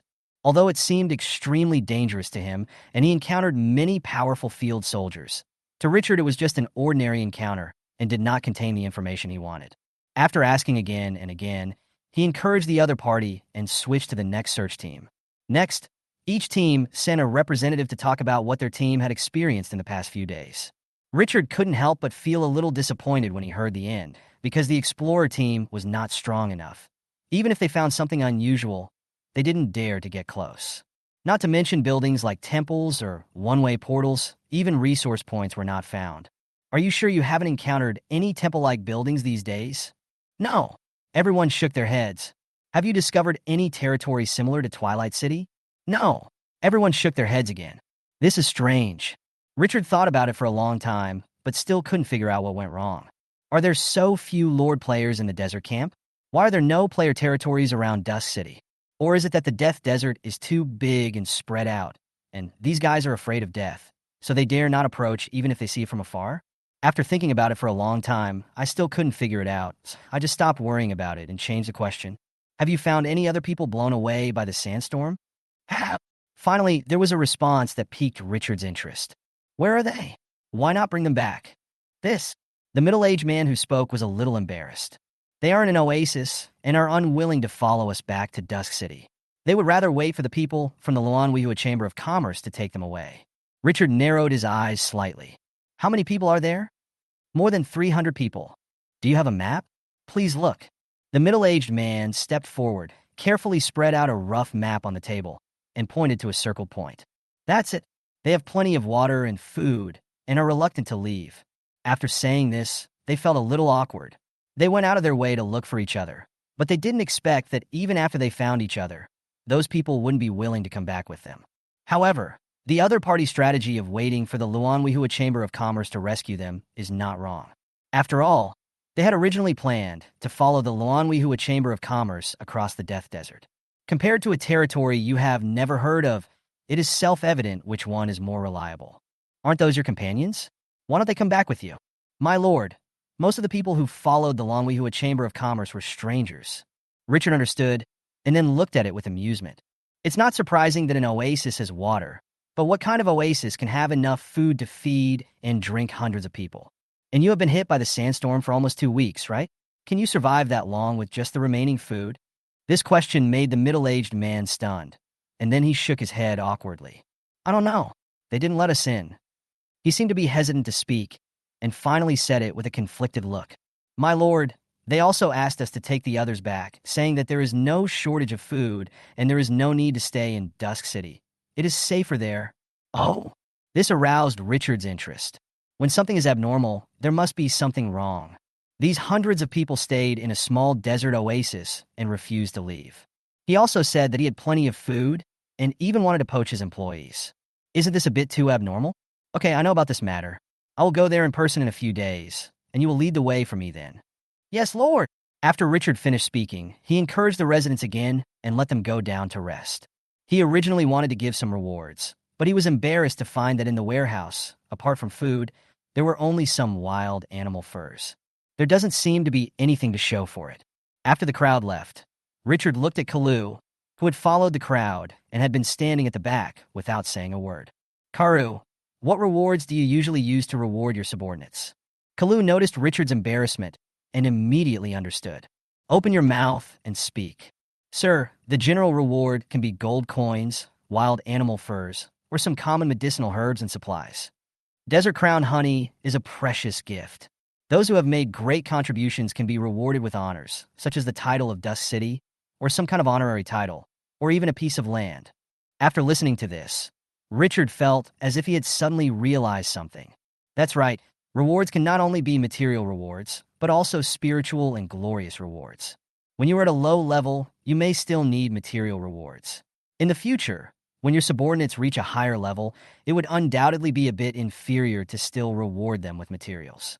Those who make great contributions in the future can be awarded titles, such as Honorary Baron or Honorary Earl. It doesn't cost money, nor does it give real power, and it's even more prestigious to talk about it. It really kills two birds with one stone. Chapter 51. Another rush of soldiers, Mummy Guardian. After figuring out the key, Richard was in a good mood. Karu, hold a ceremony tomorrow to honor all the residents who participated in the search and rescue and let them come on stage to receive their rewards. Tell the tailor to find some red cloth tonight and make big red flowers for them to wear. If there is not enough cloth, make smaller ones and wear them on their chests. All residents who participated in this search and rescue mission will be awarded the Twilight City Collective Bronze Medal. Use a piece of paper, write down everyone's name on it, and award them along with the bronze medal. Also, have Andal forge the bronze medal for me, and also design the silver medal, the gold medal, and the highest honor of Twilight City, the Lord's Medal. From now on, those who have made contributions will be honored at a ceremony, awarded publicly and awarded medals, depending on the extent of their contributions. Rewards are divided into group rewards and individual rewards. For tasks with a large number of participants, group medals will be awarded. For tasks completed by a single person, individual medals will be awarded. Residents who receive these medals can hang the title of Honored Resident on their doorsteps, and they will be given priority for promotion in the future. Richard modified the modern reward system that has hundreds of years of history and moved it here. The corresponding medals will give a certain amount of material rewards. You can research the specific amount. This system is just being built, so there are bound to be deficiencies or areas that need to be supplemented. Please pay attention and make up for it in the future. Kalu was quite excited after hearing this. Lord Richard, your wisdom is enough to make the gods admire you. Everything else was fine, but the group reward setting surprised him quite a bit. It's a big event with so many people involved, and everyone has contributed. You can't just give everyone credit, right? Wouldn't that make the credits seem too simple? Collective rewards solve this problem perfectly. Richard didn't dwell too much on this aspect. Dust City was still very weak, and there was no point in setting up two complicated systems. How much of the prey I brought back have you processed? Kalu smiled and said, there are too many. It will take time. A full warehouse of food makes people feel safe. Richard nodded, stood up, and walked out of the hall, coming to the well, which was still busy. At this time, there were fully 200 people busy. Those who boil water, skin, remove the internal organs, and cut the meat all do their own job and process the prey piled up like a hill at a very fast speed. The cut and clean meat was piled on the clean ground. The meat will then be cooked and then dried so that it can be preserved for a very long time in the dry environment of the desert. This is how dry food for long journeys is made. Looking at this pile of meat, Richard thought about it and opened the trading market. He posted the reward information for several days, but there was no response. 15 desert horses rewarded with 1-star resource treasure. Eliagnis Angustifolia Forest, 10 acres. Reward quantity 2. 20 desert horses are offered as a reward for resources or other treasures that can be used in the desert. The transaction requires the consent of both parties. Another piece of fountain fragment was sold, and he now had 9 fragments in his hand. He only needed one more fragment to synthesize a medium-sized fountain. These days, he has heard residents talk more than once about how difficult it is to draw well water, and that they have to run to the spring in the Saxal forest to fetch water. Kalu also reported this problem to him several times. However, 3-star treasure chests are rare after all, and there are not many that can produce fountain fragments and that people are willing to sell. So when you can get the last fragment depends on your luck. This matter cannot be rushed. After thinking about it, he directly changed the reward price for the Saxal forest. 30 desert horses rewarded with 1-star resource treasure. Eleagnis angustifolia forest, 10 acres. Reward quantity 1. The original reward was 15 horses for each one, but now he has doubled it. The price of food has dropped a bit recently, and the chance of players opening resource treasures is pitifully small, and it is even rarer to find someone willing to sell them. The value of Eleagnis angustifolia lies in the fact that it matures once a month. And more importantly, it can provide sufficient pollen for the desert crown bees and increase honey production. If you plant more Eleagnis angustifolia stands and plant them at different times, the desert crown bees will be able to collect nectar throughout the month. The desert crown bee is his main breeding target. After some minor adjustments, Richard can only hope that players will give him some help. The search begins again for food. 60 units of wheat, sold for 1,200 gold coins. 20 units of boar meat, sells for 700 units of wood. 30 units of bison meat, sells for 900 units of iron ore. The ratio of meat to ordinary resources is around 130, and ordinary food is about 120. The price of meat is obviously lower than the previous 2 days. Moreover, the number of units sold has increased, but most of them are in the dozens, and 100 or 200 units are relatively rare. Obviously, as time goes by, players are gradually getting on the right track. Richard took a look at his attribute panel. There are still 30,000 units of resources. These are all the harvest of today. Although I have a lot of troops, the force responsible for guarding the territory is too weak when I am away. Must be supplemented. The base camp is the core of everything, and the empty defense makes him feel uneasy. I started to think about it in my mind. The soldiers who guard the territory must have several characteristics. First, they must be able to adapt to the desert climate. Second, I don't need logistics. I don't want to be exhausted by logistics. Third, it has strong defensive capabilities suitable for protecting territory. Fourth, it has potential and is worth cultivating. But after thinking about it, Richard turned his attention to the mummy again. No need for logistics, strong combat capability, suitable for deserts, not afraid of death. Apart from being ugly, he has so many advantages. Search, desert camp mummy. Suddenly, a large number of troops appeared. Richard began to screen. First up are the elite troop nests, but there are only a few thousand of them, and they are all rubbish troop nests. No one is willing to sell the good ones. Other large camps, such as humans and elves, have tens of thousands of elite nests, which makes the desert camp seem pitiful in comparison. He looked at it for a short while before closing it and reopening it at the normal level. Sharptooth mummy, normal 1-star, sold for 600 wood. Howling mummy, normal 3-star, selling for 1,000 units of stone. Spike mummy, normal 3 asterisk, price 1,200 iron ore. The various strange and bizarre mummy soldiers opened his eyes. After a full 20 minutes, he finally saw a type of military force that dazzled his eyes. Mummy Guardian. Level 1. Potential, ordinary 3 stars. Skill, Body of the Dead, F rank, immune to poison and plague, reduces physical damage by 15%. Guardian F level, within the territory, all attributes are increased by 30%, invalid outside the territory. Patrol, F level, patrolling the territory, can increase sensitivity by 30% and can detect enemies sneaking into the territory. Formation, E level, can form a 10-man formation to launch an attack.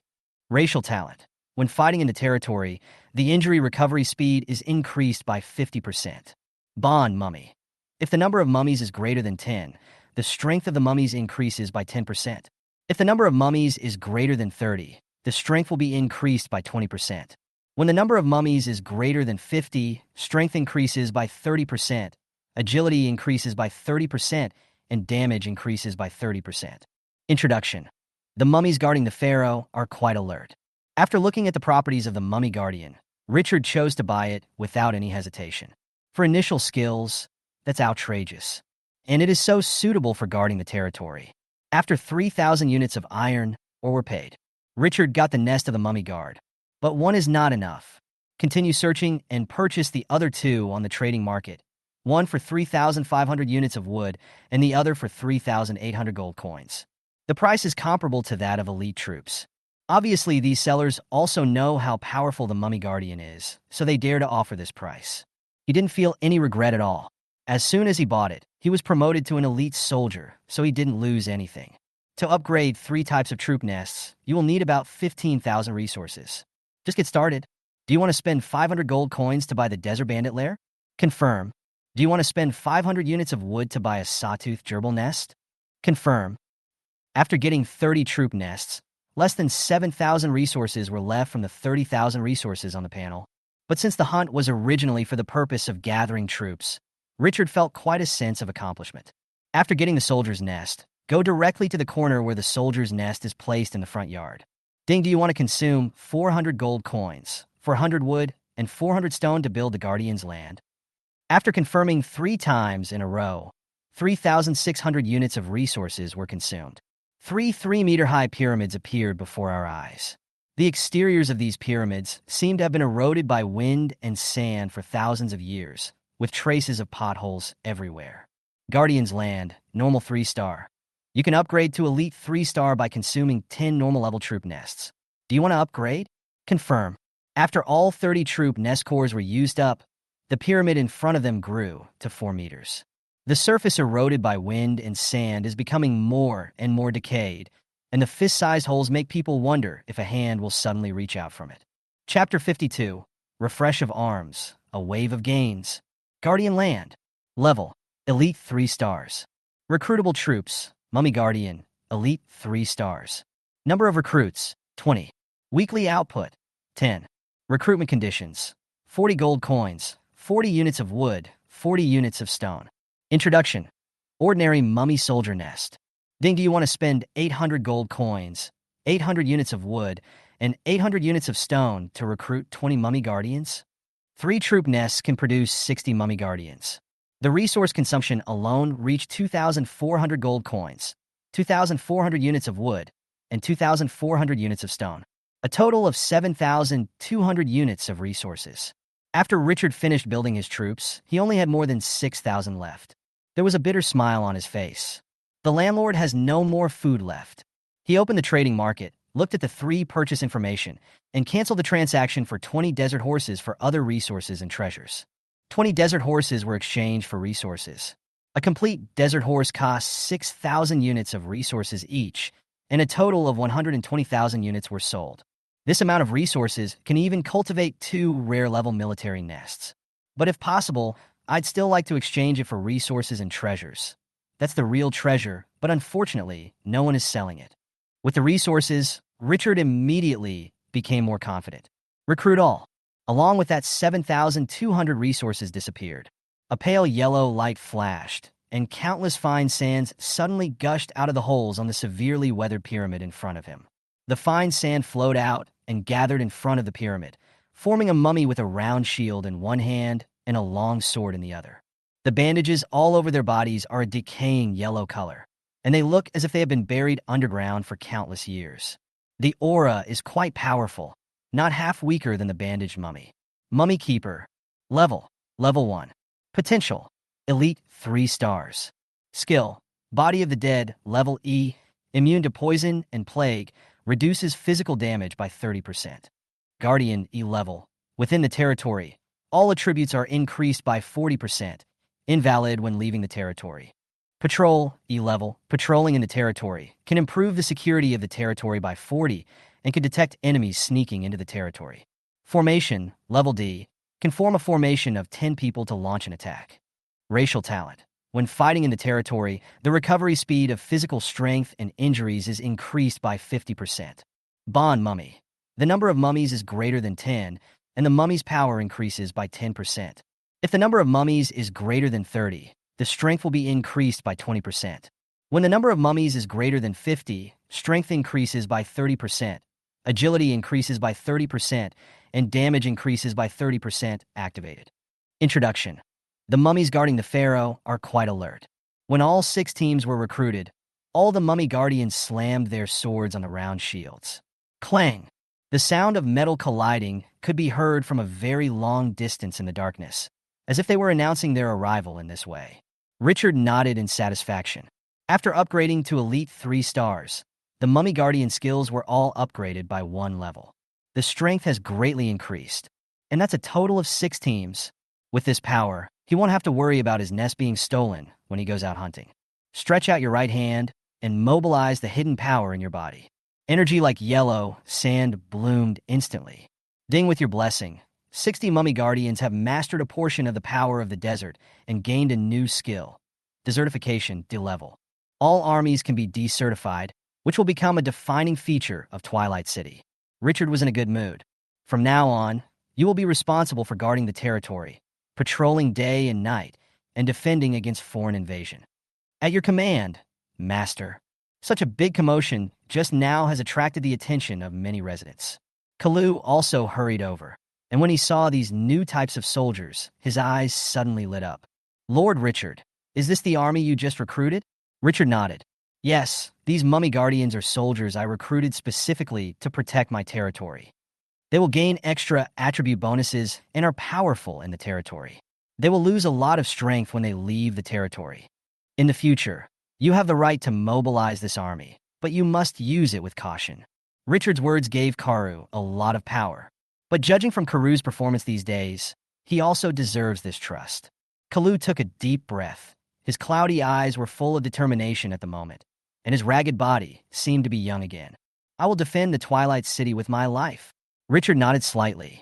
Because Karu was no longer a hero, he could not command the army and could not hand over control of the army to the opponent, so he had to give an explanation. Let all mummy guardians obey Karu's orders based on the principle of protecting their territory. He waved his hand and let them follow Kalu down. As a result, there are still 3 teams of bandaged mummies left. The number of troops guarding the City of Dusk is close to a squadron. Later, bandaged mummies can be scattered outside the territory as sentries. The mummy guardian sits in the City of Twilight. 1 outside and 1 inside. No matter what enemy attacks, there is always time to react. Richard was satisfied. Just when he was about to go back to take a hot bath, the system suddenly sounded a reminder. Ding, this week is a special disaster week drought. Lords, please take precautions. Ding, the production of all troop nests has been refreshed. Lords, please recruit on your own. What is happening? He was slightly stunned, and after opening the first system prompt, he subconsciously glanced at the system time. 2000 hours, May 8th, year 7600 of the glorious era. This week is a special disaster week. Drought? I'm already in the desert, and you're telling me it's dry? Is there anything drier than this place in the world? After complaining a few words in his mind, Richard saw the second system prompt. Will the production of troops be refreshed at 8 p.m. every Monday? My breathing suddenly became rapid. Quickly open the troops nest panel. Next second, my heart is beating faster and faster. This wave is about to be released. Great Pyramid, Elite 3 stars, 3 towers, recruitable units. Bandaged mummies, recruitable quantity, 21. Scorpion Lair, Elite 3 stars, 1 tower, recruitable troops. Scorpion Warriors, recruitable quantity, 7. Cursed Pyramid, Elite 3 stars, 1 tower, recruitable troops. Cursed Pharaoh, recruitable quantity, 5. Battle Axe Hut, rare 3 stars, 1 unit, recruitable unit. Axe of the Dead, recruitable quantity, 5. What's more, he glanced at the mummy guardian he had recruited a few minutes ago. Guardian Land, Elite 3 stars, 3 towers, recruitable units. Mummy Guardian, recruitable quantity, 30. Ha ha ha ha. Richard laughed. What is a wave of fat? What the hell is a wave of fat? Chapter 53, surprises brought by desert bees. If he recruits all the refreshed troops, the military strength he has will grow explosively. 21 bandaged mummies can be recruited, 7 scorpion warriors can be recruited, 5 cursed pharaohs can be recruited, 5 axes of the dead can be recruited, and 30 mummy guardians can be recruited. The total number is 68. Nearly 7 teams. It's just a sudden surge in weight. Richard took great effort to suppress his inner excitement. However, it takes a lot of resources to recruit all 68 types of soldiers. Bandaged mummy recruitment requirements. 40 gold coins, 40 units of wood, 40 units of stone. 21 are gold coins, 1,640 units of wood, and 1,640 units of stone, totaling 4,920 units of resources. Scorpion warrior recruitment requirements: 40 gold coins, 40 units of wood, 40 units of iron ore. 7, totaling 840 resources. 5 cursed pharaohs, totaling 600 units. 5 axes of the dead, totaling 6,000 units. 30 mummy guardians, totaling 3,600 units. The total number is 15650. After doing some calculations, Richard couldn't help but sigh. No wonder people say that the army is built with money. 5 rare axes of the dead consume 6,000 units of resources, which is 2/3 of all other types of troops combined. There are only dozens of types of soldiers, and they're so expensive. When the levels of the soldiers are higher in the future, the prices will probably be even more outrageous. However, he is still a wealthy man who owns 120,000 units of resources and has nothing to worry about. Richard got up and went out happily, recruiting all the refreshed soldiers. After consuming 15,000 units of resources, the power in his hands soared dramatically. Number of bandaged mummies: 51. Scorpion warriors: 20. Cursed pharaoh: 15. Axe of the dead: 15. And the army to guard the territory: mummy guardians: 90. The total strength has reached 191, nearly 2 squadrons. Next time you go out hunting, you can leave all the bandaged mummies and mummy guardians behind. This power is enough to ensure the safety of Twilight City. Richard felt a lot less stressed. Apart from the troops left behind, he led 5 teams to go out and sweep the map. The power of the Iron Triangle soared further. Tomorrow we can go and try to capture a medium-sized gold mine. I wonder if we can get some treasures like treasure maps by hunting down those semi-metal giants with full defense. The rapid growth of strength brought Richard one step closer to conquering those advanced maps. A 1-star copy with average strength reaching rare level in a one-way portal. 2-star treasure map obtained from attacking Axe of the Dead. A dark temple protected by powerful and terrifying temple guards. And the level 15 desert dragon he had seen briefly near the one-way portal. These advanced maps are useless if you don't have powerful troops, but Dusk City is qualified to explore them. The desert still has countless mysteries waiting for him to uncover. With anticipation and excitement, Richard fell asleep peacefully. He didn't wake up until 10 o'clock the next day. After he woke up, the cook immediately brought him hot water and helped him wash up. His previous wish was to sleep until he woke up naturally and have someone to serve him 24 hours a day. Now that I have come into this world, it can be said that my dream has come true. I'll have to find some elves or girls with animal ears to be maids in the future. Black stockings, high heels, miniskirt, maid outfit, everything is put on. The life of a lord should be so simple and unpretentious.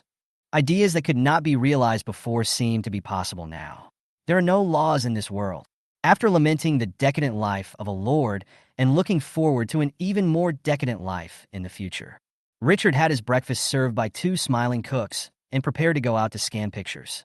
But before that, he went to the Saxol forest first, because Kalu said that the Eleagnis angustifolia is in bloom. The Saxol forest occupies an important position in his farming business and is an indispensable part of the ecology. Richard came to the lush green Saxol forest, his eyes full of surprise. Above the endless yellow sand and among the green leaves, the fragrance of the Saxol flowers is in the air. The flower buds were very rare a few days ago, but now the garden is full of flowers. What is particularly striking is that the flowers of the Eleagnis angustifolia are not a single color, but a variety of colors. At first glance, rainbow-colored flowers are floating among the lush green woods. Countless black and yellow bees are buzzing and flying around, collecting nectar from flowers. The scene looks magnificent. What's even more interesting is that the Saxol forest is surrounded by endless yellow sand, which is synonymous with death and desolation. It is in such a forbidden area of life that such beautiful flowers bloom. The feeling cannot be described in words. This place seems to be synonymous with hope and vitality. When several residents who were in charge of managing the Saxol forest saw Richard, they immediately saluted. "Good day, Lord." Richard smiled slightly. "You guys did a good job." After saying this, he seemed to remember something and frowned slightly. "Have those poisonous wasps been here again during this time?" The leader was a middle-aged lady with a chubby face that looked like two red apples cut in half. The sound was fast and sharp. "My lord, those wasps are so abominable. They come to catch bees every day. Sometimes they come 7 or 8 times a day. If you hadn't told us not to do it, we would have killed those wasps." Richard didn't know whether to laugh or cry. Those poisonous wasps can easily kill 10 camels. Don't mess with them. So, we're just going to let them bully us?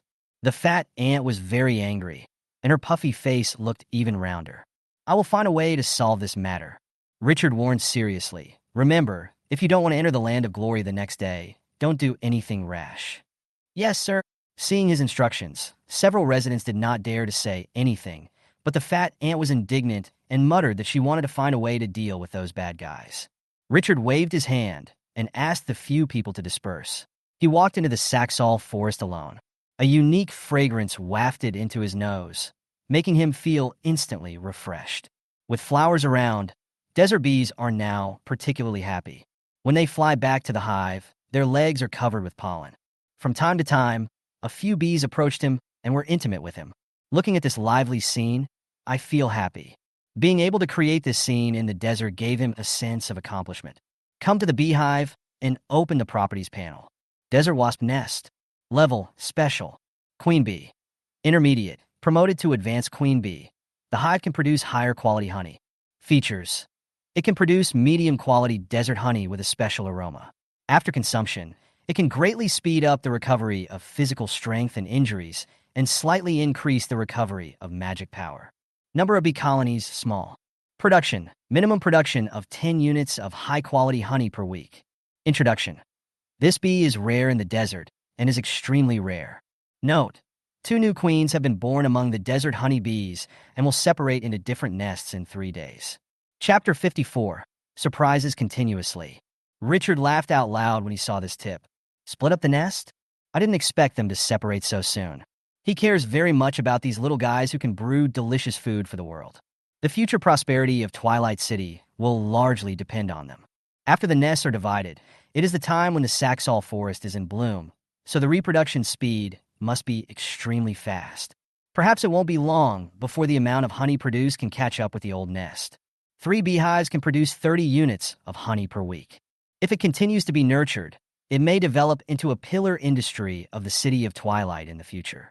No, since the system prompts that it is extremely precious, it will definitely not be so easy to expand. It is very likely that after the separation, they will enter a period of growth. Richard shook his head. No matter what happens in the future, separating the nests is always a good thing. Desert Crown, such delicious honey, 1 jar is sold for 10,000. No, 100,000 units of resources is not too much, right? Even if one can produces 10,000 units of resources and 30 cans can be produced per week, that would mean 300,000 units of resources are picked up for free. This is simply delicious. Now it depends on whether Onik, a member of the Luanwihua Chamber of Commerce, can use the 2 jars of honey to open up the market in Solon City. As for selling it to other players, those idiots are getting poorer and poorer now. Who would spend 10,000 units of resources to buy a jar of honey? With this money, wouldn't it be nice to buy some elite soldiers and mass-produce them? Buzz, buzz, buzz. As his thoughts were dispersing, the bees that had just been flying quietly began to make frightened sounds again. Whoosh! Richard looked up and saw 2 extremely poisonous wasps about 7 or 8 centimeters long flapping their wings and falling down. I was furious when I saw these wasps kill 2 bees and then walk away. We must find a way to get rid of these rare wasps. I can't hang around for so long and get bullied by a few wasps. He just didn't believe it, but he couldn't do anything to the other party. I will definitely deep fry you then. Bee pupae are a delicious dish. They were angry and frowned when they left the Saxol forest. Several residents didn't dare to speak. Richard didn't stay long and came from the Saxol forest to the flame dragon rabbit breeding base a few hundred meters away. At this time, the sunken sand was surrounded by wisteria thorns that were 2 meters wide. And to prevent accidents, there were a dozen goblins pounding wooden stakes on the periphery, trying to build another fence. As soon as Richard approached, he heard Chinya's voice. The thin goblin was now commanding others with his head held high. Hit it firmly. The Great Lord has instructed me to keep a good watch on the flame dragon rabbit. This wall is the second line of defense. Next, we will have to establish the 3rd, 4th, and 5th lines of security. Mr. Strong Green Fong, How well do I hit this steak? Not bad. You can have an extra piece of meat tonight. Lord Qingya, you are such a tolerant and kind leader. I praise you. Mr. Strong Greenfong, do you see how I hammered this nail? It's just SSO a little crooked. Lord Qingya, your eyes are sharper than a falcon's. Look, strong Lord Qingya, how is my purple vine thorn plant? Too bad. Pull it out and replant it. Master Qingya, your voice when you scold me is as majestic as thunder, so powerful. It was fine at first, but Richard's mouth twitched when he heard the rest of the story. Are these greenskins fucking brainless? You are so strong, Lord Qingya. With your toothpick-sized body, a sneeze can break your ribs. Don't other goblins have some shame when they flatter me? How can they say such immature words? Goblins are really amazing creatures. Qingya, who had enjoyed a lot of flattery, suddenly saw Richard. The whole body shook immediately, then suddenly straightened up and roared angrily. Everyone gather, the great and merciful Lord is coming. The other desert goblins immediately put down their tools, ran to Richard in unison, and formed a long line with their chests puffed out. Then Qingya yelled, "Salute to the great Lord!" After saying that, he suddenly held his chest and bowed. "Good day, great Lord!" The other goblins immediately bowed and shouted along. "Good day, great Lord!" Richard's expression instantly became stiff as he watched this scene. Each one is so familiar. You've rehearsed it, right? He waved his hands weakly. Get up. Thank you, Lord. After Qingya took the lead in shouting, the other goblins followed suit. Seeing that these greenskins seemed to have something to show, Richard couldn't stand it anymore and interrupted them directly.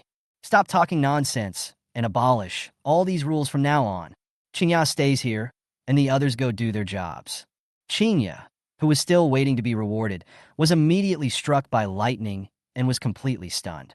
The great lord actually didn't like the greeting rituals that he had consulted many humans for and created, and he still had many that he hadn't remembered to perform.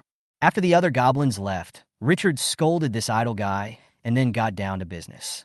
How has the flame dragon rabbit been doing these days? Speaking of this issue, Qingya immediately revived with full health. Said quickly, "My lord," after the purple vine thorns surrounded them, the flame dragon rabbits have already started to build nests on the dragon leaf grass. Their injuries have all healed. The little flame dragon rabbits have also grown very healthily in the past few days. Richard nodded. Last time you said that the flame dragon rabbits would shed their fur automatically? How often do they shed their fur? 1 month. Qingya patted his chest and vowed. I observed it carefully. The flame dragon rabbit absorbs a large amount of solar energy every day, and that energy is stored in its fur, which causes its hair to grow extremely fast.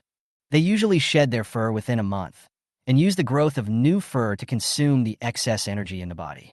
Richard's expression changed a little. When this goblin is not stupid, he is quite smart, and when his brain is not screwing up, he is quite normal. Is there a big difference between the shed rabbit hair and the rabbit hair plucked from them? My lord, the shed rabbit fur is equivalent to the ripe fruits on the tree, and the rabbit fur plucked from them is equivalent to the unripe fruits. The shed rabbit fur is of the best quality. It's just that most people like to peel off the rabbit skin together because it looks better that way. Richard was a little surprised. He didn't expect there was such a secret. How do you collect those scattered rabbit hairs? No need to collect.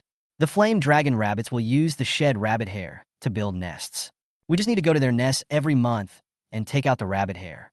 Wow, an automatic hair collector? Richard thought about it and suddenly realized that these flame dragon rabbits were really easy to raise. Just circle the opponent and don't give him any food. Not only do you not have to feed them food, they will also actively collect the shed rabbit hair, saving even the labor cost.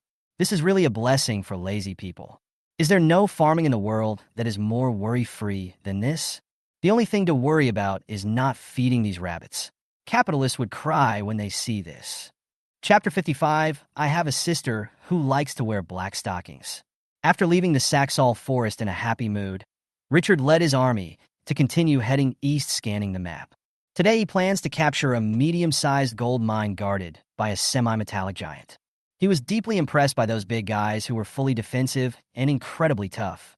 But after the troops were refreshed this time and the number of axes of the dead increased, this powerful weapon gave him strong confidence.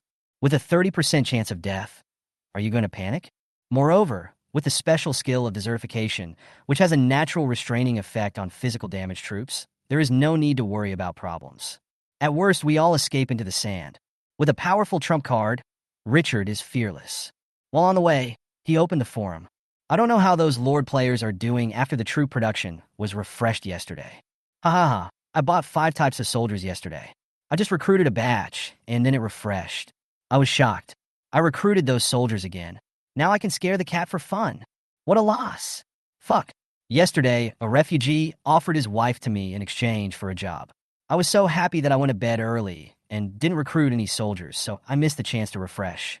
Then this morning, a large group of bandits looted my territory, and I didn't have enough troops to wipe out the enemy. Later, I found out that the refugee was actually a spy sent by the enemy, and his wife had syphilis.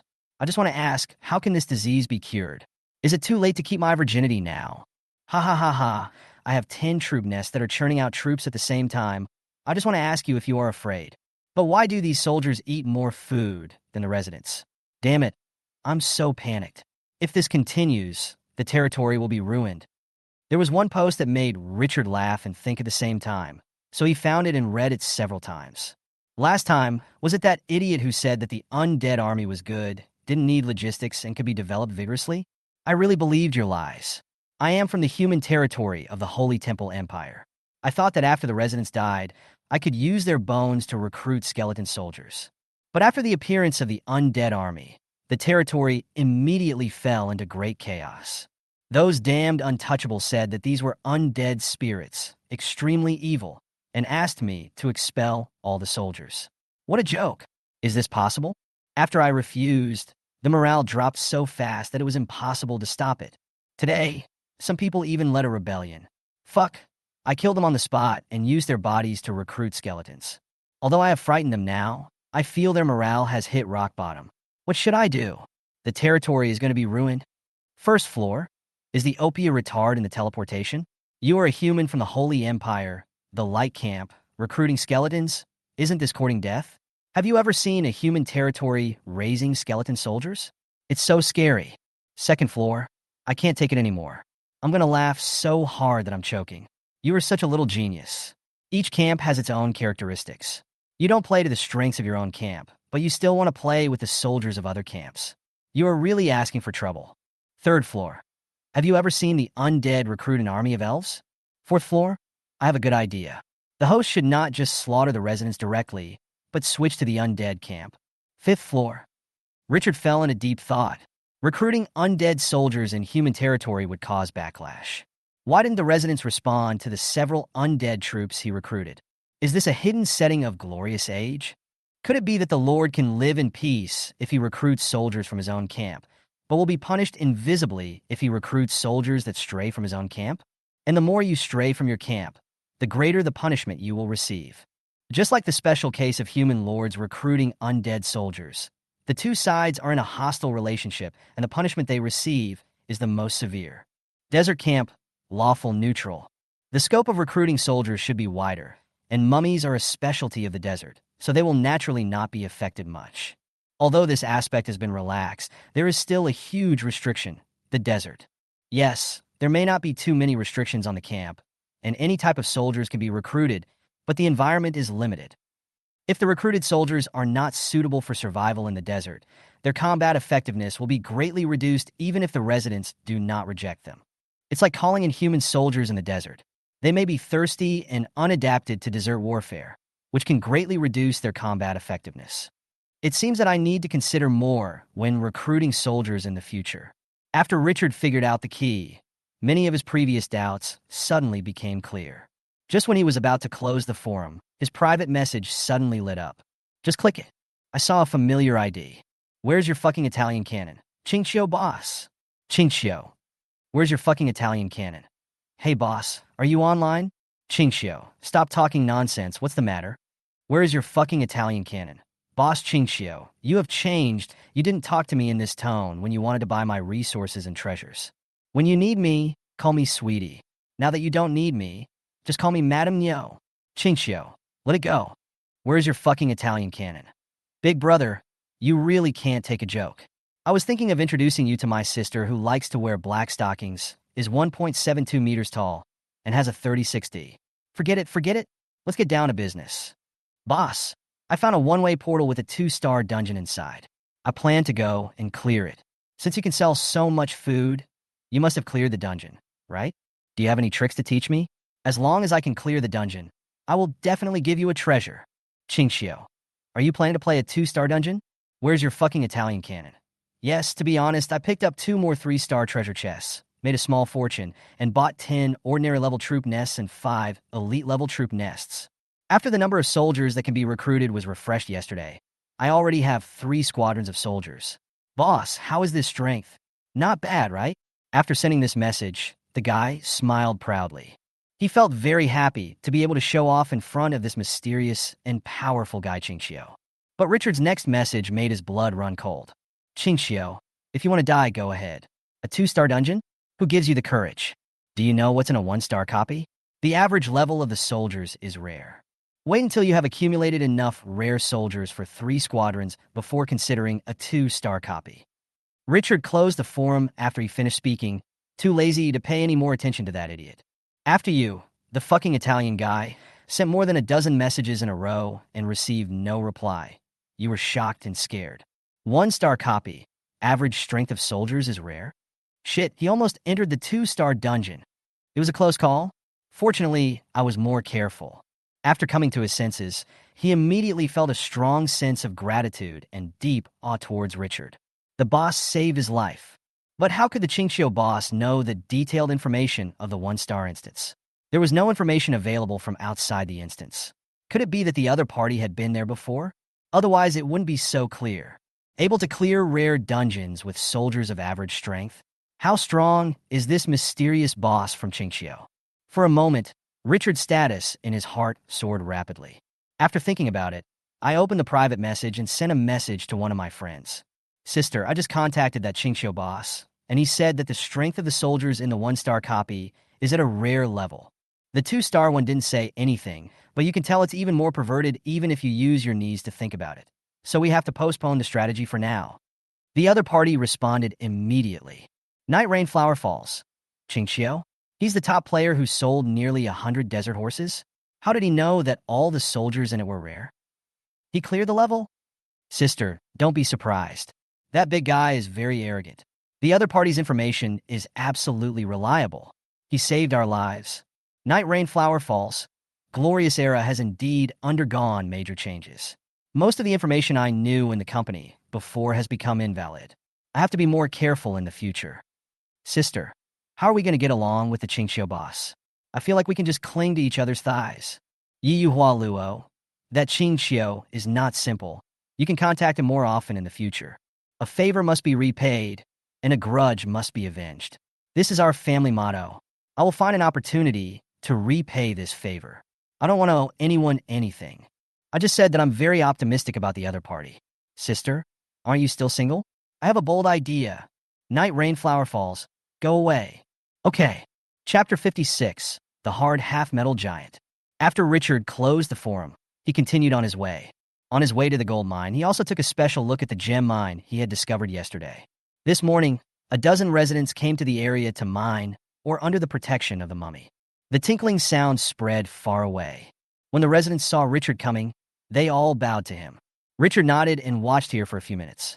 Mining is a boring job. You have to swing the tools repeatedly to dig out the tiny gems inside. Nothing interesting. After confirming that there was no problem at the mine, he did not stay any longer and turned away. The microgem mine only produces 3 units of gems per day, so you need to be patient. The gem mine is about 20 minutes away from the gold mine. When Richard saw the scene of huge rocks in front of him again, he immediately became excited. Everyone prepared to fight. The half-metal giants have amazing defense and terrifying strength, so don't fight them head-on. Use the Scorpion Warrior and Curse Pharaoh as support, and the Axe of the Dead as the main attack. Kill them with soul execution. Richard looked into the distance, and the big guys patrolling among the boulders appeared before him. Half-metal giant. Level 5. Intermediate soldier. Defense increased by 15%. Potential. Rare 3 stars. Skills. Golden body, D level. Body is hard as gold. Defense increased by 60%. Immune to poison. Heavy as a mountain, D rank. Every time you swing your fist, you'll hit with 200% of your body weight. Heavy bone armor, E level. Metal is integrated into the skin to form a hard bone armor. Defense increased by 30%. Racial talent. Your strength will slowly increase in the gold mine. Bond half-metal giant. When the number of half-metal giants is greater than 10, the defense is increased by 20%. When the number of players is greater than 20, the defense will be increased by 40%. When the number of players is greater than 30, defense is increased by 60%, activated. Introduction. Little bastard, I will stand there and let you chop me for 3 minutes. If you can break my defense, I lose. Although he had seen it once when he watched it again this time, Richard still felt that it was really fucking hard. All skills and bonds increase defense. Ordinary weapons wouldn't even be able to leave a white mark on this thing.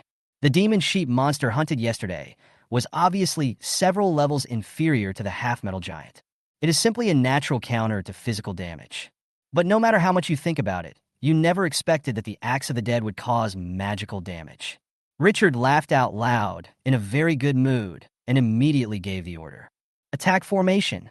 2 teams of Scorpion warriors stepped forward, and 1.5 teams of Axes of the Dead stood 20 meters behind the Scorpion warriors.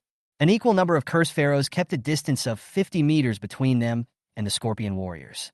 Yesterday's hunt for the demon sheep monster had made Richard intuitively realize the power of this iron triangle. The movement outside immediately attracted the attention of the big men in the gold mine. Bang, bang, bang. The ground began to shake. One by one, huge figures stepped out of the gold mine. The huge, purple gem-like eyes stared at the enemy that suddenly appeared outside. The tip of his nose was slightly twitching, and his face, which was made of steel and had a metallic luster, showed a bit of anger. Damn undead! How dare you step into our territory? The sound like muffled thunder spread far away. The other semi-metal giants in the gold mine were also alarmed. One by one, they stepped out. From the outside, it looks like hills are moving. The poisonous Scorpion warriors guarding the front line showed no fear and raised their voices in provocation. Quit this gold mine. This is the territory of Dusk City. The half-metal giant, who was already furious, became even more furious. This is our territory. The half-metal giant, who spoke first, rushed out first. He would let these lowly lives know what cruelty is. Roar! A roar sounded like thunder exploding in my ears. Zuntida, zuntida. More than 20 meters away from the gold mine is a desert.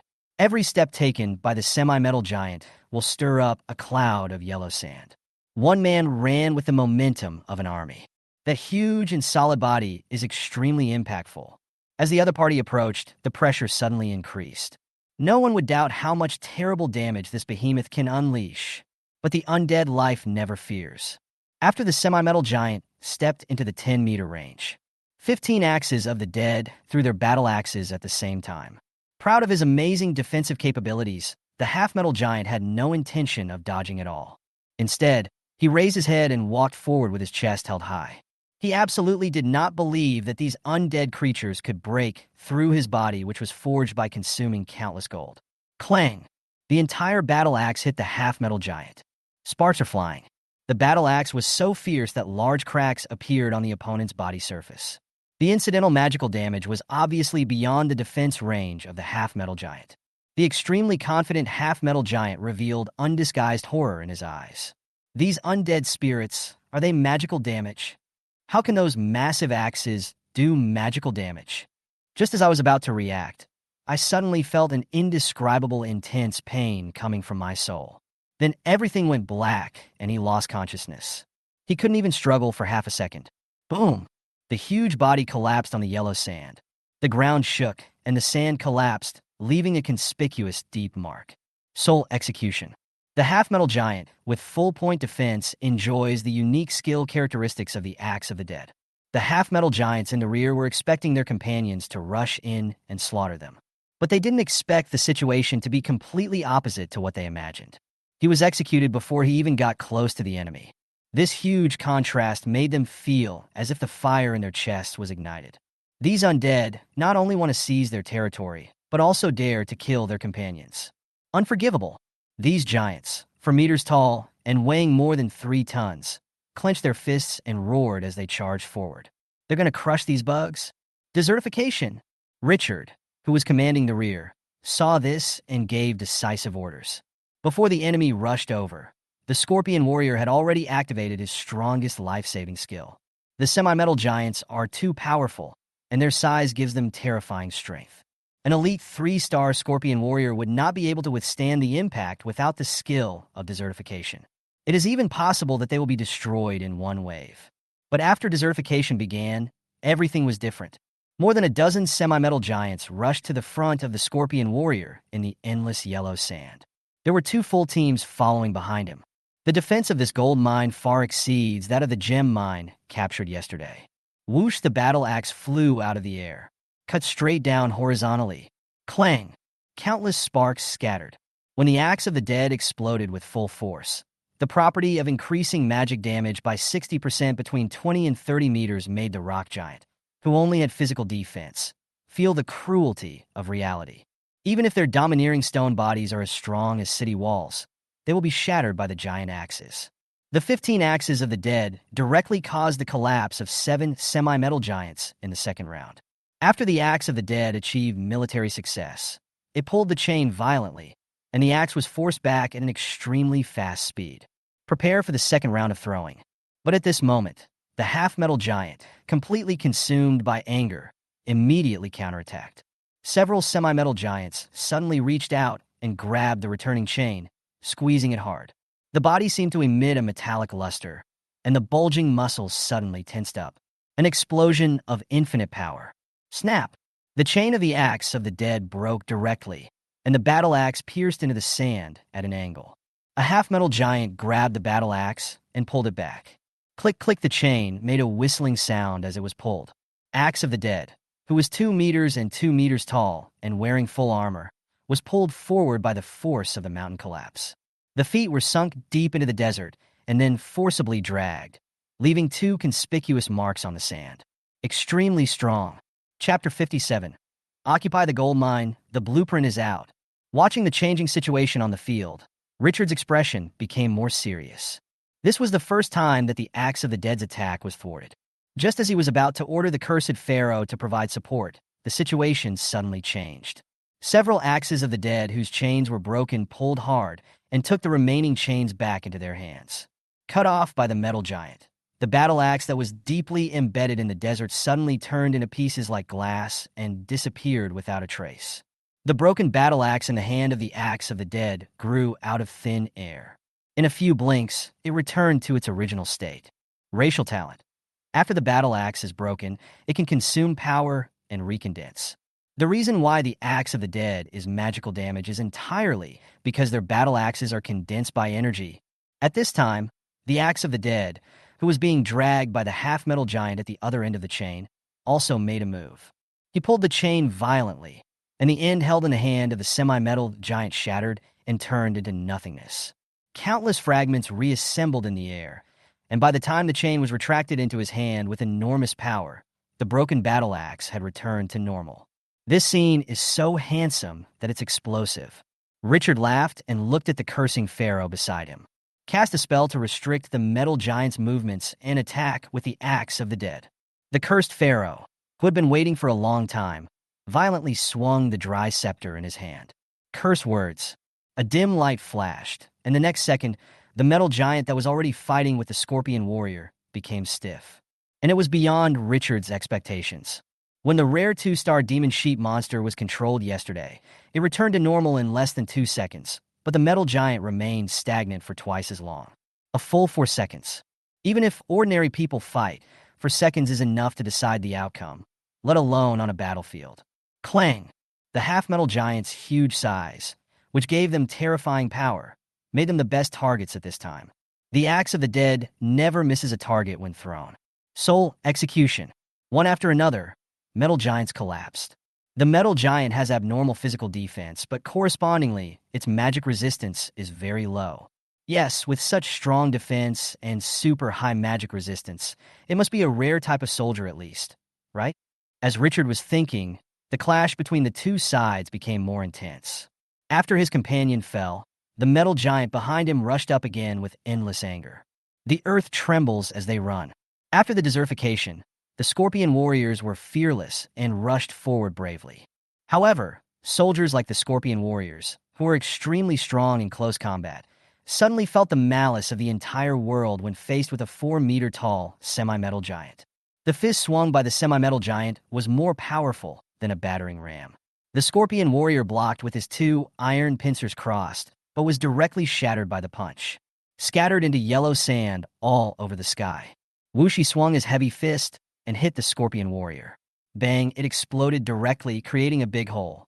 Even if the scorpion warriors frantically devoured the yellow sand to repair themselves, they could not withstand it. Fortunately, desertification is immune to 99% physical damage. Otherwise, fighting these guys head-on would be a nightmare for all melee soldiers. Curse of the Pharaoh. The cursed pharaoh waved his withered scepter a second time, and the power of the most ferocious metal giant rushing forward quickly faded. All attributes decreased by 20%. The metal giant, with extremely low magic resistance, cannot resist the power of the curse. The scorpion warrior immediately got a chance to catch his breath and began to desperately try to hinder the opponent's progress. But even so, the metal giant was still extremely violent, hammering the scorpion warrior so hard that sand exploded. A sandstorm blew up on the battlefield, and the yellow sand covered the sky. But the more chaotic the fight is, the more the axe of the dead can demonstrate its characteristics. The sound of the chain flying as the battle axe in his hand pulled it was endless. Every time, there is a chance to trigger the sensational instant death feature. The first effort is the best, the second is the best, the third is the best. When the half-metal giants were unable to break through the blockade of the scorpion warriors in the first wave and kill their way into the back row, the hope for the second and third waves is becoming increasingly slim. The City of Dusk is getting stronger and stronger, while the number of semi-metal giants is decreasing rapidly. Clang! The last half-metal giant, who was entangled with the scorpion warrior, fell under the 30% killing property of the Axe of the Dead. The rolling yellow sand on the scene gradually calmed down. Richard could see it clearly from behind. But throughout the entire battle, the scorpion tail of the poisonous scorpion warrior with armor-piercing properties only left white marks on the semi-metal giant. In the end, one can only admire the power of the Axe of the Dead. It's not that the half-metal giant is not strong, but that Dusk City is stronger. Ding, you commanded the army to win a micro-battle, and you gained 300 experience points. Ding, you have defeated the army stationed at the medium-sized gold mine and gained the authority to occupy the gold mine. Do you want to occupy it? Confirm. After the system prompt sounded, Richard became more excited. These are rare 3-star soldiers, and there are as many as 3 teams. Their average strength is several levels stronger than the demon sheep monsters hunted yesterday. But even so, he was still able to kill it without any harm. A strong sense of accomplishment arises in my heart. This is the army he forged with his own hands, and everyone fights for him. Gold mine. Level, medium. Reserves, 100,000 units. Maximum output, 14,000 units per week. Capacity, minimum 10 people. Full capacity, 50 people. Introduction, a medium-sized resource point where gold coins can be mined after being occupied. The output of medium-sized gold mines has increased significantly compared to small resource points. However, correspondingly, the number of people required has also increased from 10 to 50. In the early stages, you can rely on hunting to exchange for more resources, but once there are more mineral veins, these resource points with stable output will also become a reliable source of income for the territory.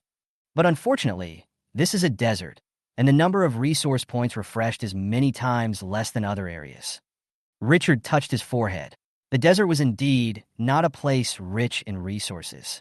When the lords of other camps posted on the forum, they all intentionally or unintentionally revealed the information about the numerous resource points near their territories, but the lord of the desert camp was the only one who wailed. But if this continues, there won't be enough residents in the territory. Thinking about the pitiful 300-odd residents of Twilight City, he immediately shook his head. Unfortunately, although the soldiers are intelligent, they cannot replace the natives. The official website of Glorious Era mentioned that in the later stages of city upgrades, there needs to be a sufficient population. Those lords who abandoned their residence in the early days will surely suffer the consequences. We still have to bring back the 300 people that the search and rescue team found last time who refused to leave the desert oasis. Moreover, they have no shortage of food in such a small oasis. This is too suspicious. As his thoughts turned, he led the army into the gold mine. From the outside, there are huge rocks everywhere, and it looks more like a quarry. However, After stepping in, you can occasionally see gold shining with golden light at the foot of the huge rock. Entering the central area, there's a large workshop used to make the mined gold into gold coins. As long as there are workers, work can start at any time. After a careful search, Richard found a half-rotten wooden box in front of the dusty workshop. Is this a treasure chest? I felt happy, but when he got closer, he couldn't check the properties. I couldn't help feeling a little disappointed. However, with the idea that a fisherman would never return empty-handed, he bent down and opened the wooden box.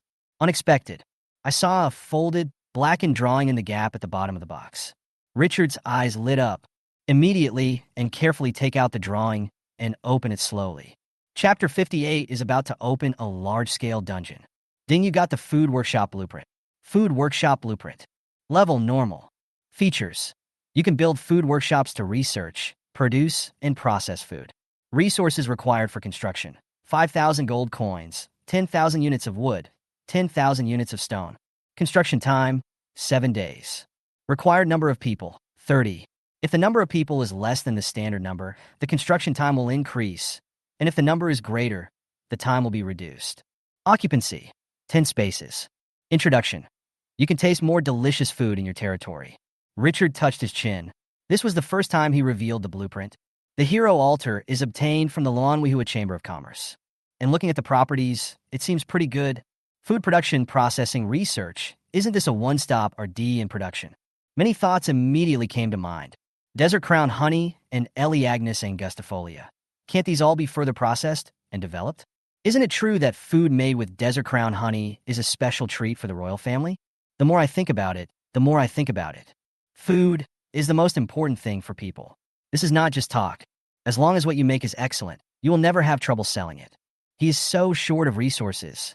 After a troop nest reaches rarity, each upgrade will require a huge amount of resources.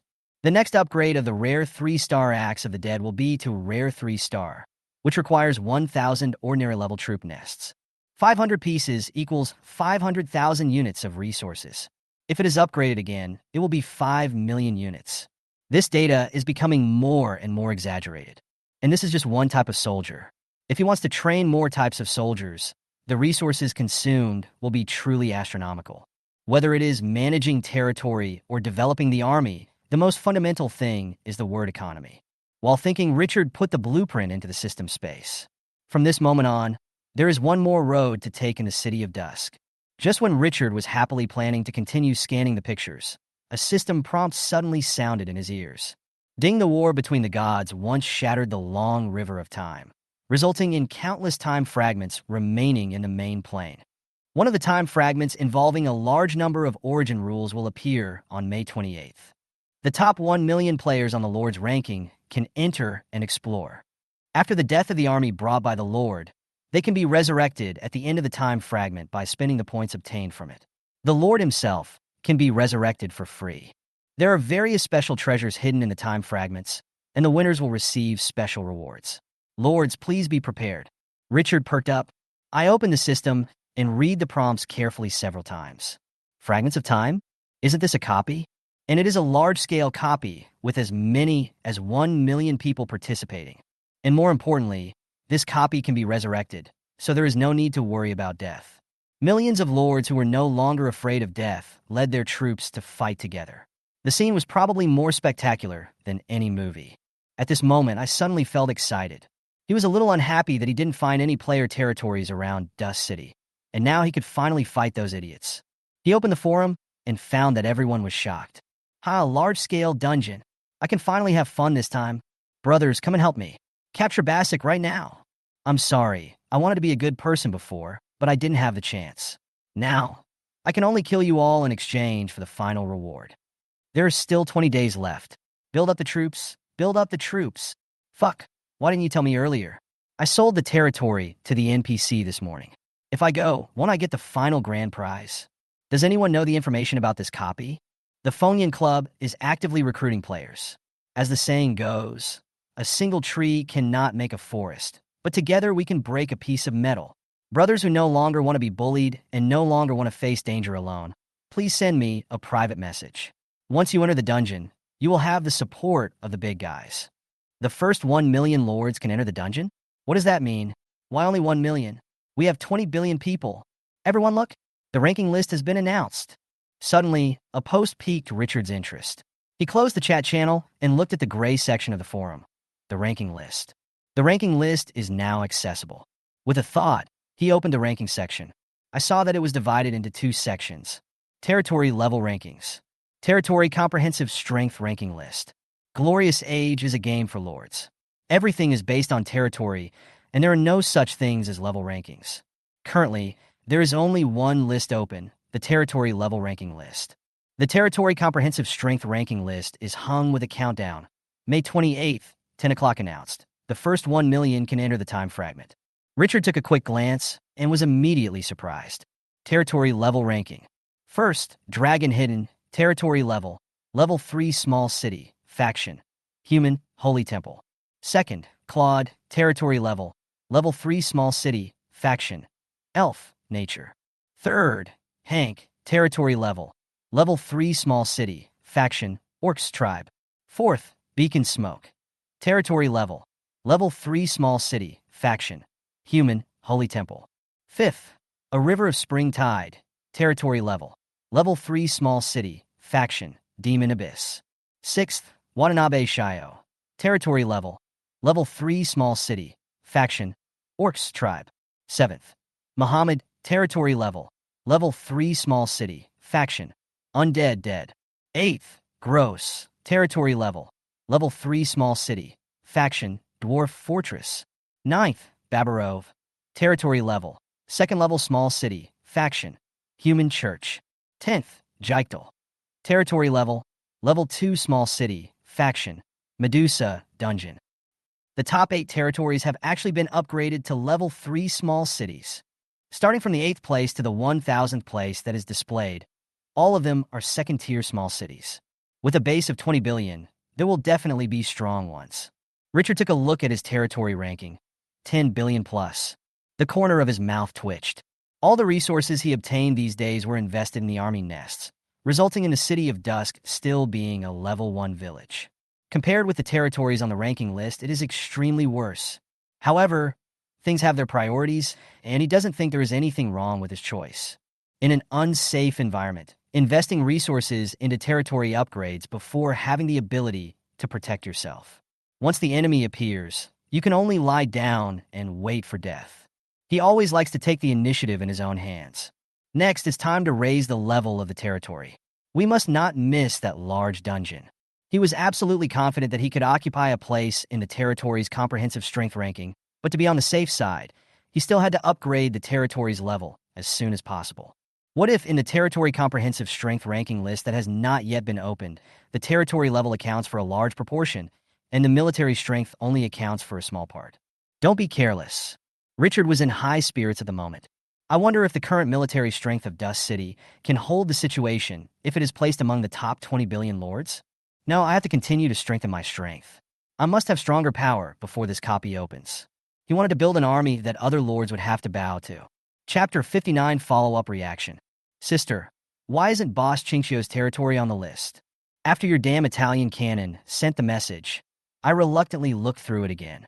But the ranking list only showed the top 1,000 lords, and he looked through it several times but didn't see an ID named Chinchio.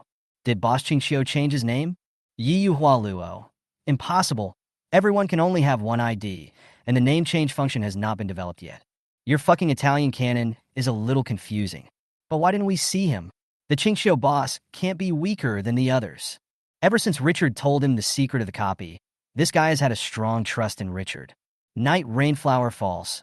Territory level cannot represent everything. Chinchio sold nearly 100 desert horses a few days ago, so there will be no shortage of resources. The other party is likely to have invested resources into the army.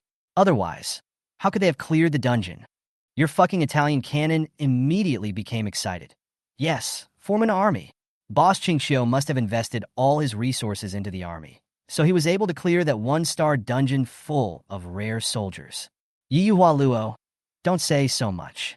Before the dungeon opens, you must level up as quickly as possible and enter the top 1 million. This large dungeon will definitely produce a lot of good things. I know. Don't you see who I am? Just wait. In less than a week, I will trample everyone under my feet and become the world's #1. Night Rain Flower Falls. Oh, sister, can your B-class hero be ranked first in the current hero rankings? Night Rain Flower Falls. Not sure. Isn't it said that the missions for A-level heroes are extremely difficult, and it is difficult to recruit them even if you encounter them in the early stages? In this case, isn't your hero definitely #1? Night Rain Flower Falls. How do you know that no one else has completed the recruitment of B-level heroes? Night Rain Flower Falls, but I am confident that I can make it into the top 3. Chris will have a chance to become an A-level hero in the future. How much stronger is an A-class hero than a B-class hero? Night Rain and Flowers Fall. It's hard to describe. The two are not on the same level. Are there many A-class heroes? Night Rain Flower Falls. If we put it in the entire glorious era, there are a lot of them, but very few can be recruited by players. Sis, can we train an A-class hero ourselves? Night Rain and Flowers Fall. It is more difficult to train soldiers by yourself than to recruit them. You can only get it if you find a special building that can convert soldiers into heroes and get a treasure that can enhance the potential of heroes. Your fucking Italian canon is excited. Sis, you should know where these special buildings are, right? Yiyu Hualuo. I know too, but they are too far away from us, and there are no treasures that can improve the potential of heroes. If we go there, we can only recruit heroes of D level and C level. Sister, do you have any other methods to recruit high-level heroes? Give me one. Night Rain Flower Falls. No, the current situation of Glorious Era has changed drastically from the game information I first learned. If I didn't know all the information about Chris, the chances of this recruitment failing would be very high. Well, I'll ask Boss Qingxiu later if he has recruited any B-level heroes. Night Rain and Flowers Fall. The chance is low. The early heroic missions are very difficult, and some cannot be completed with a strong military force. For example, if a hero posts a mission to find an item or a person, even if you have dragon-level soldiers, you just can't find them. There's nothing you can do. Only E and F-class heroes are slightly easier to recruit, but heroes of this level have no potential for training. Well, this may be a problem for Boss Qingxiu. He's in the desert. What kind of heroes can he recruit? It would be great if he has a C-level hero. There has been a huge uproar on the forum over the ranking issue. Most players didn't expect that those powerful players could be so perverted. In just a few days, their territory was upgraded to a 3rd-level small city, and many of them are still working hard every day to prevent residents from going hungry. People really can't be compared. I was still worrying about the food in my territory today. I opened the leaderboard and realized that I am such a loser. When will I be satisfied with having enough food? Have you noticed that the Qingxiu boss who sold a huge amount of food a few days ago doesn't seem to appear on the ranking list? Huh, you dare to call yourself a big shot just because you sold some food? If you have the guts, take a spot on the leaderboard. Don't brag about others for no reason. You won't get paid. Really? Qingxiu didn't even rank in the top 1,000. I thought he was a big shot before, but I didn't expect that when the ranking list came out, there was nothing. Bullshit. Don't you think about it? Qingxiu was able to get so much food a few days ago.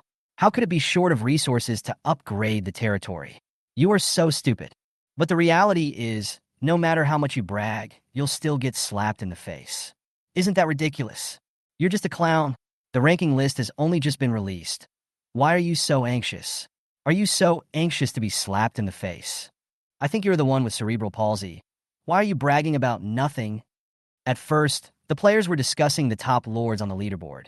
But later, a large group of people somehow turned the topic to Richard, who had attracted countless people's attention because of his large scale and frequent food sales.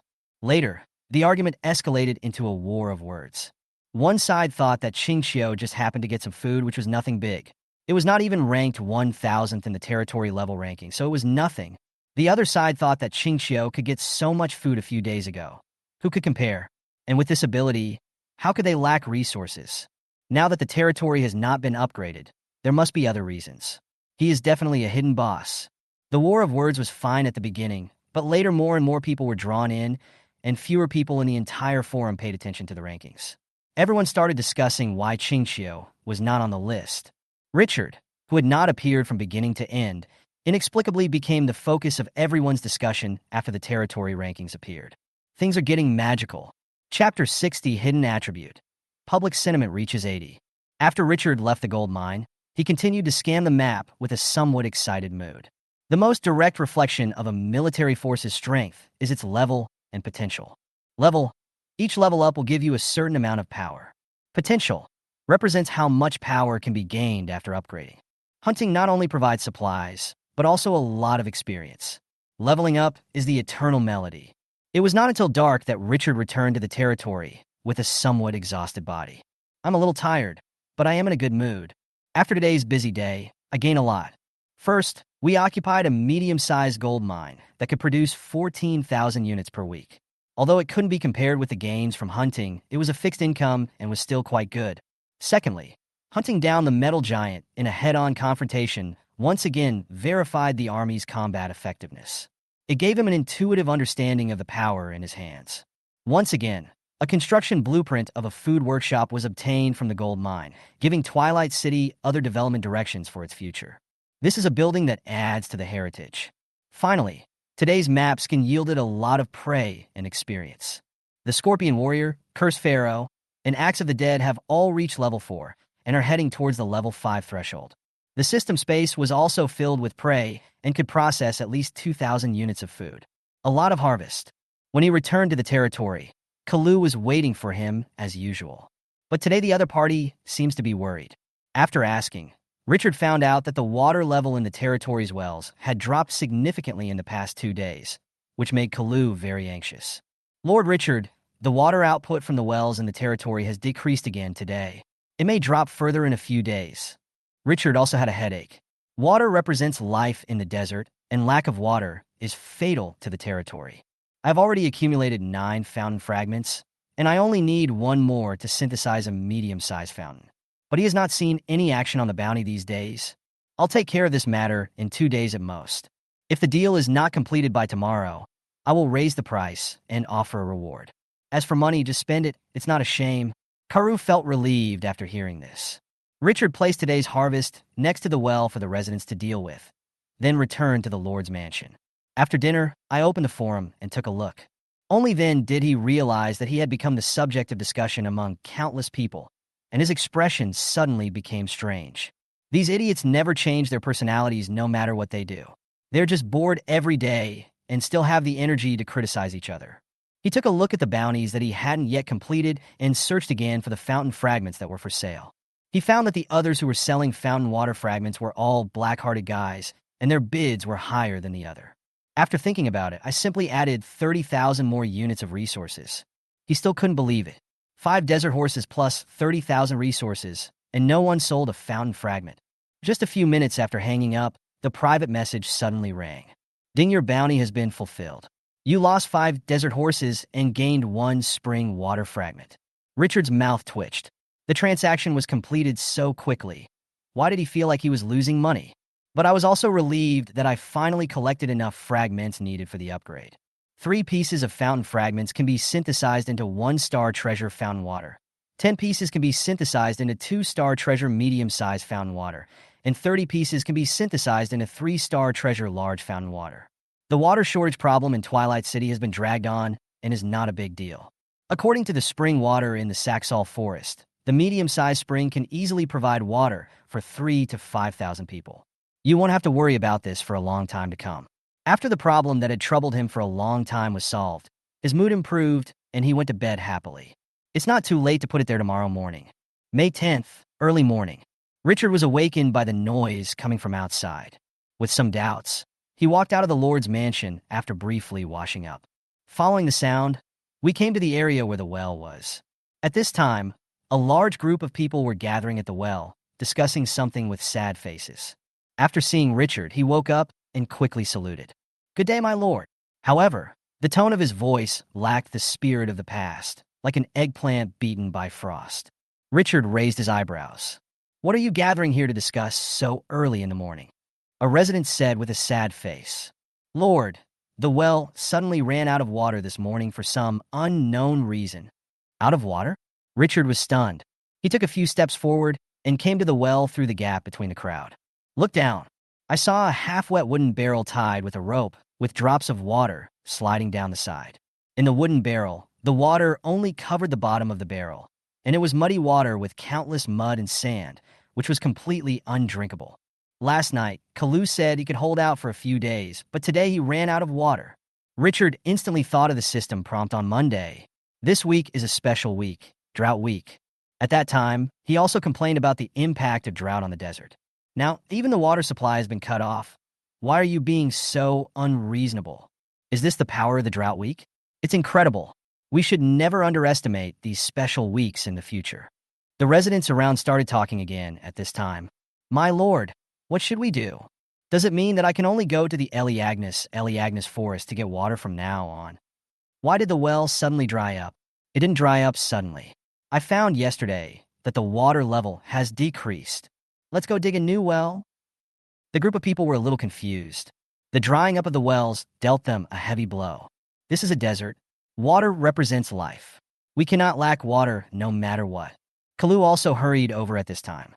His face, which was full of wrinkles like an old tree, looked even older after seeing this scene. Good day, my lord. After bowing to Richard, he wanted to say something, but didn't say it in the end, and the worry on his face was almost overflowing. Richard looked at everyone's gaze and smiled. Isn't this just walking into trouble? He paid a higher price yesterday and bought the last piece of fountain water fragment. Don't worry, I have a solution. The calm voice immediately quieted the crowd. Leadership skills, strong personal charm, can easily convince subordinates. A strong trust arose in the hearts of the residents, as if no difficulties could stop him after he opened his mouth. Richard stretched out his hand and waved it, and 10 crystal clear fragments appeared in his hand, like broken crystals, but they would not cut his hands. The spring water fragments are only 1/3 the size of a palm, like broken crystals. They look crystal clear, but will not cut your hands. Fountain fragments can consume 10 pieces to synthesize a medium-sized fountain. Do you want to synthesize it? Confirm. The moment he made the choice, the spring water fragments in his hand suddenly burst into bright light. The residents around were all stunned. What happened? The old residents who had witnessed the birth of the Saxal forest and the spring became excited at this moment. I have seen this scene before. It is a gift from God. The Lord still has it in his hands. When the crowd heard this, there was an uproar. A gift from God? Is that the treasure bestowed by the gods? Gods, I never thought I would have the chance to see such a treasure. They all opened their eyes wide, wanting to see what the legendary gift from God looked like. The light gradually condensed in Richard's hand, and the spring water fragments merged into a crystal ball that exuded a cool breath. In the middle of the crystal ball, there is a spring gurgling, full of unique atmosphere. Richard held the crystal in his hand and walked towards the well. Tap, tap. The crisp sound of leather boots stepping on the floor seemed to be stepping on everyone's heart at this moment. He came to the front of the well and flipped his hand. The crystal ball fell directly into the well. Ah! The crowd subconsciously exclaimed. Plop! There was a sound of a stone hitting the water. Afterwards, the situation returned to calm. Richard glanced at the crowd. Solved. After saying that, he turned around and left without saying a word. The residents subconsciously looked to the left and right, looking at the still water well with a look of surprise on their faces. Why is there no movement of the gift from God? The Lord just left like that? Just when they were full of confusion. Bang! A column of water more than 10 meters high suddenly spurted out from the well that had just dried up. The clear water splashed up to the top and then fell down. The clothes of the surrounding residents were all wet. But at this time, no one avoided or felt unhappy. Looking at the splashes of water in the sky, I feel endless joy in my heart. Ha ha ha! There's water! In great sorrow and joy, everyone started running towards the well like crazy. After the high water column fell, the seemingly endless spring water in the well gurgled out of the well. After being suppressed, people laughed and splashed water on their friends around them to release the fear and anxiety they had just felt. Under the first rays of sunshine in the early morning, unprecedented laughter was heard. Water in the desert is hope, life, and everything. Anyone who has not experienced desert drought will never be able to fully appreciate the value of water. My Lord, you have once again given this land life, hope, and a future. After a long time, the crowd, exhausted from fighting, quieted down. A young man turned his head and looked in the direction where Richard left, remaining silent for a long time. Finally, he slowly held his chest and bowed in the direction where Richard's figure had long disappeared. This scene touched countless residents. At this moment, everyone saluted with their hands on their chests towards the empty path with burning eyes. Ding, your actions have won over the residents of Twilight City. Your leadership upgrade progress has increased by 50%. Ding, hidden attribute of Dusk City. Public support reaches 80, and the characteristic is obtained. A place of peace. A place of peace and stability. The people are united, happiness is high, the attraction to refugees is increased by 30%, and there is a higher probability of attracting high-level talents or low-level heroes to come and join you. Chapter 61, Upgrading Territory. Researching and developing attacks. Richard was stunned when he heard the system prompt and read it again carefully. A place of stability. The people are united and happy. The attractiveness to refugees is increased by 30%. There is a higher probability of attracting high-level talents or low-level heroes to come and join. Good fellow, can such a harvest be achieved when the people's hearts are high? This is obviously a developmental characteristic. You may not see much effect in a short period of time, but the longer the time, the greater the benefit. This wave is not a loss. Richard, in a good mood, came to the Lord's mansion and opened the attribute panel of Dusk City. Twilight City. Level 1 village. 2,000 units of gold, stone, wood, and iron are required for upgrading. Buildings. Primary Lord's mansion, only 1. Intermediate residential houses, 10. Primary blacksmith shop, 1. Primary barracks, 1. Special building. None. Open space. 10 grids.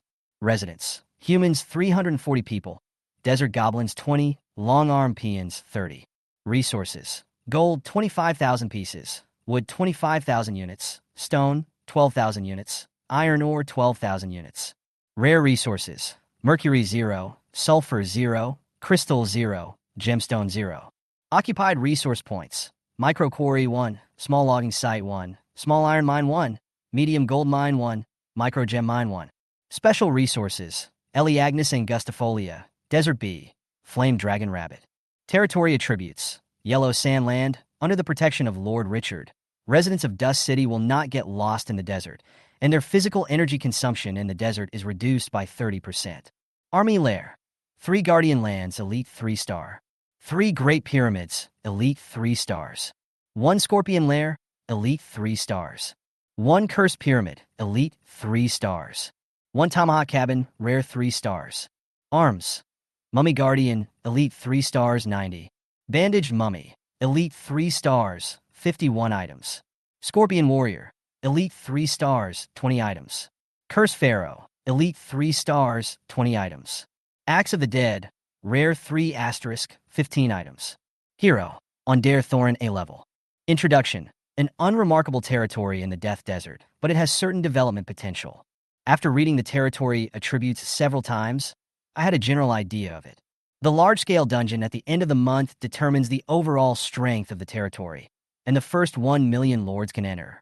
He didn't know how much the territory level accounted for, so to be on the safe side, he raised the level first.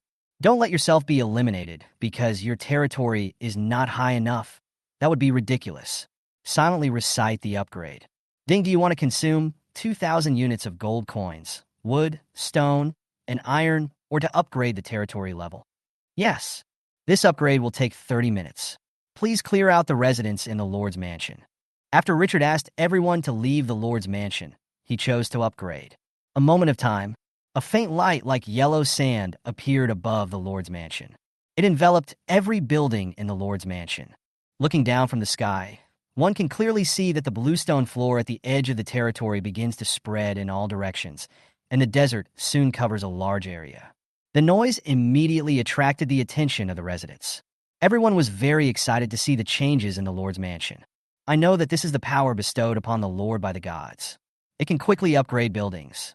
It's amazing every time I watch it. Kalu also came behind him at this time. The old man was still immersed in the excitement of the appearance of the spring, and his clothes were wet. Grown-ups? Richard waved his hand. No problem. I'm upgrading my territory. After thinking for a while, he continued. You ask all residents to leave their homes and not stay in any buildings, including the blacksmith shop. As you wish. Kalishan left in a hurry. Half an hour later, the system prompt sounded. Ding, Dusk City has been upgraded. The current level is a level 2 village. The territory has been expanded by 10 squares. The current open space is 20 squares. Continue to upgrade. Ding, to upgrade to a level 3 village. 2 buildings need to reach intermediate level. Richard took a look at the territory buildings. The residential buildings are already at an intermediate level, and now we only need to upgrade one more building. Open the blacksmith's properties panel. Blacksmith shop occupies 4 spaces. Level. Primary upgrade requires 1,000 units of iron ore, 1,000 units of wood, and 1,000 units of stone. Features. Forging efficiency increased by 10%. Capacity. Minimum 2 people, maximum 10 people. Introduction. An ordinary blacksmith shop where you can forge farm tools or low-level weapons. After upgrading to an advanced blacksmith shop, you can start research. Richard nodded. Upgrade the blacksmith shop. Ding, do you want to consume 1,000 units of iron ore, 1,000 units of wood, and 1,000 units of stone to upgrade the blacksmith shop? This upgrade will take 10 minutes. Confirm. 10 minutes later. Upgraded successfully. Current level. Intermediate blacksmith shop. Upgrade the territory. Ding, do you want to consume 3,000 gold coins, wood, stone, and iron, or to upgrade the territory? This upgrade will take 1 hour. Confirm. 1 hour later. The territory has been upgraded. The current level is a level 3 village. The territory has been expanded by 10 squares. The current open space is 30 squares. Continue to upgrade. Ding, upgrading to a first level small city requires 3 buildings to reach intermediate level. Upgrade the barracks. Ding, do you want to consume 1,500 units of gold coins, stone, wood, and iron, or to upgrade the barracks? This upgrade will take 20 minutes. 20 minutes later. Barracks upgraded successfully. Current level is intermediate barracks. Upgrade the territory.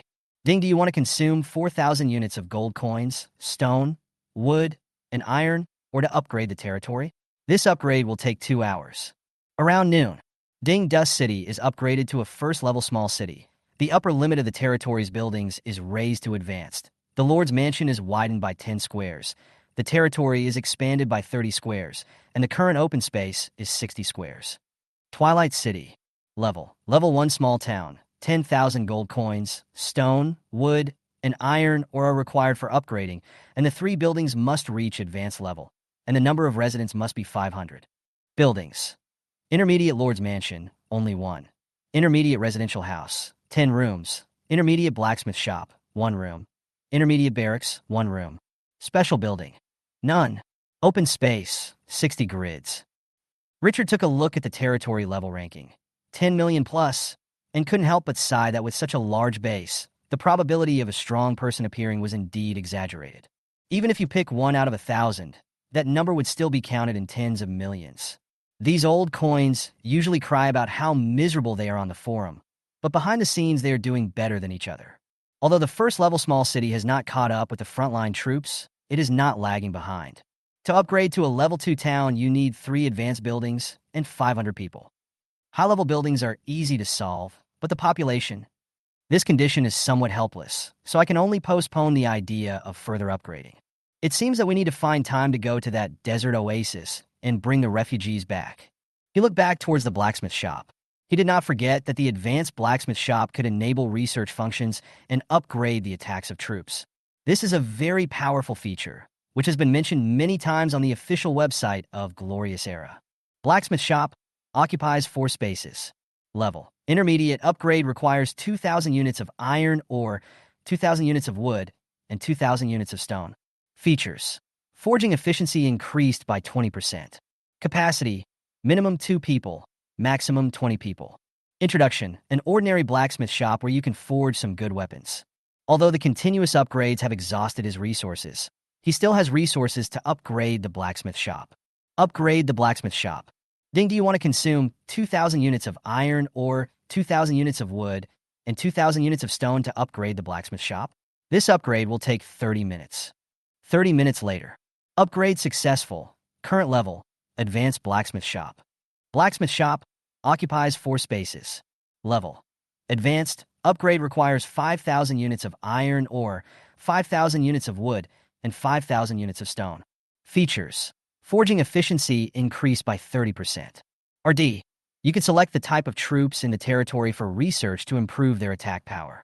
The current number of troops that can be researched is 1. Incoming hero, Andalthorn. Hero's additional features. Research speed increased by 30%. Success rate increased by 30%. Capacity. Minimum 2 people, maximum 30 people. Introduction. The advanced blacksmith shop already possesses a certain extraordinary power. Richard was delighted. Compared to the intermediate blacksmith shop, the advanced blacksmith shop has been completely transformed. With a sudden thought, I chose the RD function of the blacksmith shop. The next second, images of the nests of all the troops in Dusk City appeared in his mind. Ding, please select the type of soldiers to be developed. Note, the higher the level, the longer the development time, and the lower the success rate. First time developing, let's try it with Bandage Mummy. Richard chose the Great Pyramid where he could recruit Bandage Mummies. Ding, Bandage Mummy primary attack. Estimated development time. 7 days. Estimated resources required. 5,000 gold coins, 5,000 units of wood, 20,000 units of iron ore. Success rate, 80%. After confirmation, please arrange personnel to carry out research and development in a timely manner. Before the research and development is completed, the next technology will not be developed. Note 1. Materials required for RD do not need to be paid all at once. They will be consumed gradually during the process. Lack of materials will lead to slow progress. Note 2. There is a chance of failure in research and development. If the success rate is lower than 50%, the failure rate will increase. Note 3. The length of time required for research and development, as well as the success rate, are related to the hero in charge of the research and development. Note 4. During RD, the hero in charge of RD cannot leave the territory. Otherwise, the RD progress will stagnate. Chapter 62, Upgrading the Troops' Nest. So the research and development has started now? Richard was stunned for a moment before he realized that this guy took off his pants too quickly, and he didn't even have time to react. After reading the tips several times, I gradually understood what it meant. 5,000 gold coins, 5,000 units of wood, 20,000 units of iron ore. I didn't expect that the first research would require 30,000 resources, and there are so many requirements. But fortunately, there is no need for a one-time payment. We can start the research first, and then slowly provide resources later. But isn't the chance of failure a bit too much? After pondering for a while, Richard finally realized the value of Andal, the A-level hero. Hero features: increase success rate by 30%, increase research and development speed by 30%. It's simply a magical skill. Not only does it speed up research, it also dramatically increases the success rate. It is conceivable that in the future, when developing high-level technologies, the effect of this feature will only become greater and greater. Comfortable. After thinking about it, I tried changing the object of research to the Axe of the Dead. Sure enough, the system prompted that the research and development of the Bandage Mummy must be completed before the next research and development can be carried out. However, the conditions needed to develop the Axe of the Dead attack have appeared. Axe of the Dead's primary attack. Estimated development time: 10 days. Estimated resources required: 10,000 gold coins, 10,000 units of wood, 50,000 units of iron ore. Success rate, 70%. After reading it, Richard could only hold his forehead and sigh. The research and development time of the Axe of the Dead also increased to 10 days, and the resources required soared to 70,000. It's outrageous. The demand for resources for this research and development function is probably not inferior to upgrading the troop nests. Another big money swallower. Richard was in pain and happy. After a series of upgrades, the supplies in his hands were running out again. With a long sigh, I wonder when the City of Dusk can live the decadent life of a landlord. Looks like I have to go hunting again to earn some extra money. Lord Richard. Just then a call from behind woke him up. He turned around, saw the person coming, and smiled. Andal, what do you want to talk to me about? The girl carrying the huge copper hammer was in a good mood at this moment. Sir Richard, a special research room has appeared in the blacksmith shop, and it contains a lot of tools. I can study how to enhance the strength of the troops in it. My father taught me. Richard laughed out loud. You will be fully responsible for the future research and development of the blacksmith shop. I will send you the corresponding resources. Let's start with the bandaged mummy. Andal smiled brightly. My lord, I need a bandaged mummy to cooperate with. No problem. How much do you need? You and Kaludi will be given priority in all resources. After getting Richard's promise, Andal left happily. Richard waited until the girl left before he remembered to take a look around the territory. After upgrading to a small city, the territory space increases by 50 squares, and the total space reaches 60 squares. The area of each space is 10 times 10 meters, and the floor area has been significantly expanded. The City of Dusk suddenly became spacious from being a little crowded. He glanced at the Lord's mansion. After the upgrade, the core building of the territory increased from 30 spaces to 40 spaces, becoming more and more magnificent. The two-story main building in the middle became three-story, and the front and backyards were widened a lot. Walking along the road, the originally small and inconspicuous blacksmith shop has now become a tall building with a small courtyard. Even the barracks, which had always had a low presence, now became conspicuous, and the wooden fence outside was 2 people tall. Because the soldiers under his command are all undead beings and do not need to rest at all, the barracks have always been inhabited by desert goblins. This building was not used much. After walking around, he seemed to have thought of something and reopened the property panel. There is a 7-day cooldown period after the unit nest is upgraded, and it can be upgraded again after 7 days. Great Pyramid, upgradable. Scorpion Nest, upgradable. One of the 3 mummy troop nests had its cooldown period expired 3 days ago, while the Scorpion Warrior nest can be upgraded today. But Richard quickly came to his senses. To upgrade from elite to rare, you need 100 soldier nests, which is 50,000 units of resources. 2 units is 100,000. I took a look at the remaining 20,000 resources and felt a pain in my liver. It's not just these 2 nests. The Cursed Pharaoh will also be upgraded in 2 days, which is another huge expense. There's no rush to upgrade the bandage mummy. It won't be too late to upgrade it once the attack technology is developed. First, upgrade the Scorpion Warrior's nest. After clarifying your ideas, open the trading market. The last reward he offered, 30 desert horses for 10 acres of Saxall forest, was still not sold. Seeing this, he could only shake his head regretfully and cancel the reward. It is pure luck that resources and treasures can be found in the early stage, and others may not be willing to sell even if they get it. It doesn't matter if you can't buy it. The important thing is to increase the power in your hands first. Fortunately, 30 desert horses are a considerable number, with an average of 6,000 units of resources per horse, for a total income of 180,000 resources. With money, I immediately feel more confident. With a wave of his hand, the 30,000 units of materials needed for research and development were first sent to the blacksmith shop. Then he used 50,000 units of resources to purchase a troop nest, returned to the Lord's mansion, and upgraded the Scorpion nest from elite to rare. This was his first time upgrading a troop nest for the second time. 100 soldiers turned into streams of light and merged into the Scorpion's nest. A dim light flashed on the walls with relief patterns of scorpion bodies and human faces, and the reliefs became more exquisite. After the light fades, the upgrade is complete. Scorpion Lair. Level. Rare 3 stars. Recruitable arms. Scorpion Warrior. Rare 3 stars. Number of recruits. 0. Weekly output. 7. Recruitment conditions. 400 gold coins. 400 units of wood. 400 units of iron ore. Introduction. Ordinary desert soldier nest. The black gold system lit up a prompt. The troop nest has been upgraded successfully. After a 7-day cooldown, the troop nest can be upgraded again. You can use resources to upgrade the elite 3-star troops you recruited earlier to the same level as the troop's nest. Richard read the prompt several times, and after making sure he had understood it correctly, he laughed out loud.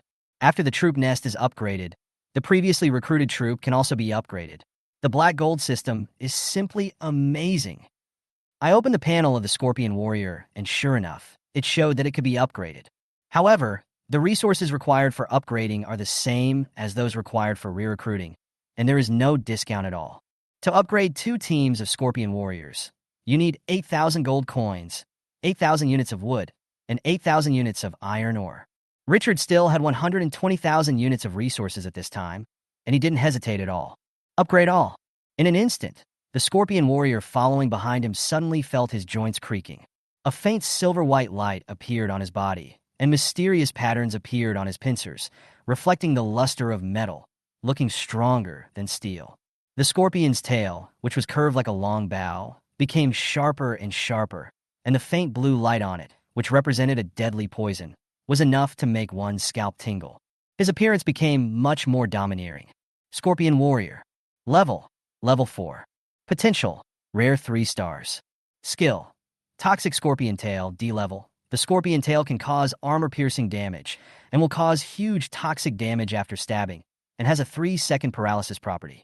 Undead Body, D level. Reduces 50% physical damage. Immune to plague and poison. Will not die as long as the head is not chopped off. Giant iron tongs, D level. The sharpness of the two tongs is increased by 50%, and the strength when attacking is increased by 50%. Desertification, D level. Racial talent. Increases strength by 30% when fighting in the desert. Bond scorpion. When the number of scorpions is greater than 10, the strength of all scorpions increases by 10% and their toxicity increases by 10%.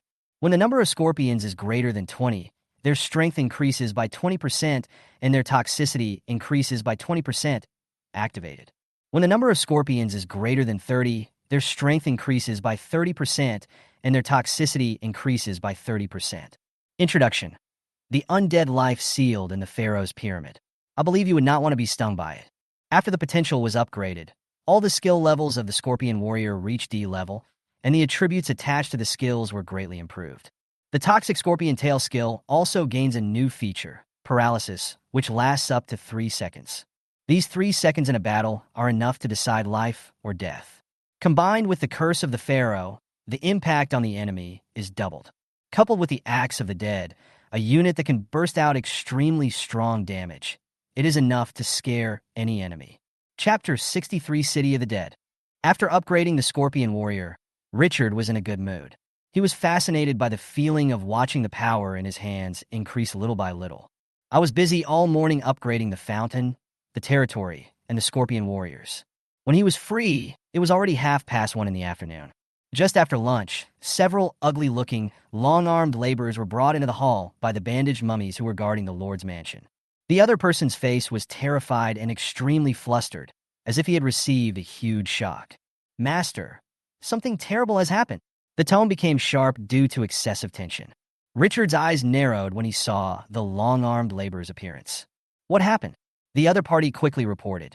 When we were mining iron or this morning, a group of ghosts suddenly appeared outside the mine. It was so scary. Ghosts attacked the iron mine? Richard's eyes lit up. He didn't care about the resource points, but these sudden appearances of ghosts made him very interested. Maybe it's another emergency. Don't these accidents represent tasks and benefits? Besides ghosts, are there other enemies? I don't know, several laborers shook their heads. We evacuated immediately after we discovered the ghost. You lead the way. I'll handle it myself. Yes, master. The morale of the long-armed laborers was immediately boosted. After Richard assembled the army, he did not delay and directly ordered it to set off. The long-armed laborer led the way, panting heavily. Half an hour later, on top of a towering sand dune, Richard stared at the iron mine 200 meters away with a frown on his face. Even without getting close, one can feel that this iron mine is different from normal. It is cold and chilly everywhere, and it makes people feel creepy. Open the properties panel. Haunted iron mine. Level small. Reserves, 16,820 units. Maximum output, 2,100 units per week. Capacity, minimum 5 people, maximum 10 people. Introduction. An iron mine occupied by the undead. Haunted iron mine? Richard became more interested. The sudden appearance of these ghosts did not seem that simple. Occupy the iron mine first, then explore the cause. With a wave of hand, the army is ready to fight. Keep your formation and move toward the iron ore. 2 teams of Scorpion Warriors formed 2 rows to guard in the front. 1.5 teams of Axes of the Dead kept a distance of 20 meters behind them, and the Curse Pharaoh was at the end. The iron triangle quickly pressed to the edge of the iron mine. Richard was at the back, staring at the iron mine, ready to give orders at any time. Roar! A shrill roar like that of dozens of dying people suddenly rang out. 5 teams of ghosts suddenly appeared in the slightly eerie iron mine. These ghosts have human appearance, floating in the air 10 centimeters above the ground, emitting a faint blue light. The body is translucent, and the face is very blurry and distorted. It's very gloomy. Ghost. Level 3. Potential. Ordinary 3 stars. Skill. Ghost body, F level. Immune to 50% physical damage. Increases magic damage received by 10%. Soul claws, F level. Can directly attack the soul. Racial talent. Able to devour souls to strengthen oneself. Bond, ghost. When the number of ghosts exceeds 30, the soul damage caused increases by 15%. When the number of ghosts exceeds 50, the soul damage caused increases by 30%, activated. Introduction I, like your soul. Attack with all your strength. Leave no one behind. Accompanied by a cold command. The Scorpion warrior immediately charged forward, his two iron pincers wielding fiercely. The battle axe in the hand of the Axe of the Dead was thrown out at the same time. Whoosh! The battle axe made a loud sound of breaking through the air, and the ghosts floating in the air were unable to avoid it. Crack! It was directly exploded by the huge force, like a fragile crystal falling to the ground. The high amount of magic damage made this group of undead who were immune to 50% physical damage feel the iron fist of the City of Dusk. The Axe of the Dead killed two entire teams in one attack. There is still an insurmountable gap between being immune to 50% physical damage and being immune to 99% desertification. The Scorpion warrior growled from his throat. The iron pincers opened and pierced through the ghost rushing in front. It was like a knife cutting through gel and jelly, and I felt a clear resistance. Snap! The iron pincers closed and directly tore into pieces a large number of the undead's bodies. Whoosh! The scorpion tail of the poisonous scorpion warrior pierced like lightning at this moment. The moment the scorpion's tail pierced the ghost, the poison of the scorpion's tail spread. The ghost's translucent body immediately glowed blue, and its body fell into a paralyzed state, unable to move. Puff! The pliers swung again, completely tearing the opponent's body apart. The battle ended quickly due to the crushing force of the opponent, who was several levels stronger than the other. The Cursed Pharaoh didn't take any action until the end, and the 5 teams of elite ghosts were annihilated.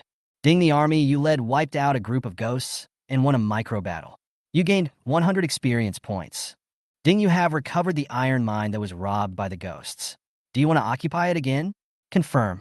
After making the choice, the haunted iron mine immediately turned into a normal iron mine, and the eerie atmosphere disappeared without a trace. Richard couldn't help but feel confused when he saw that the task was not triggered. Where do these ghosts come from? He immediately called the high-spirited, long-armed laborer in the rear and asked him about it.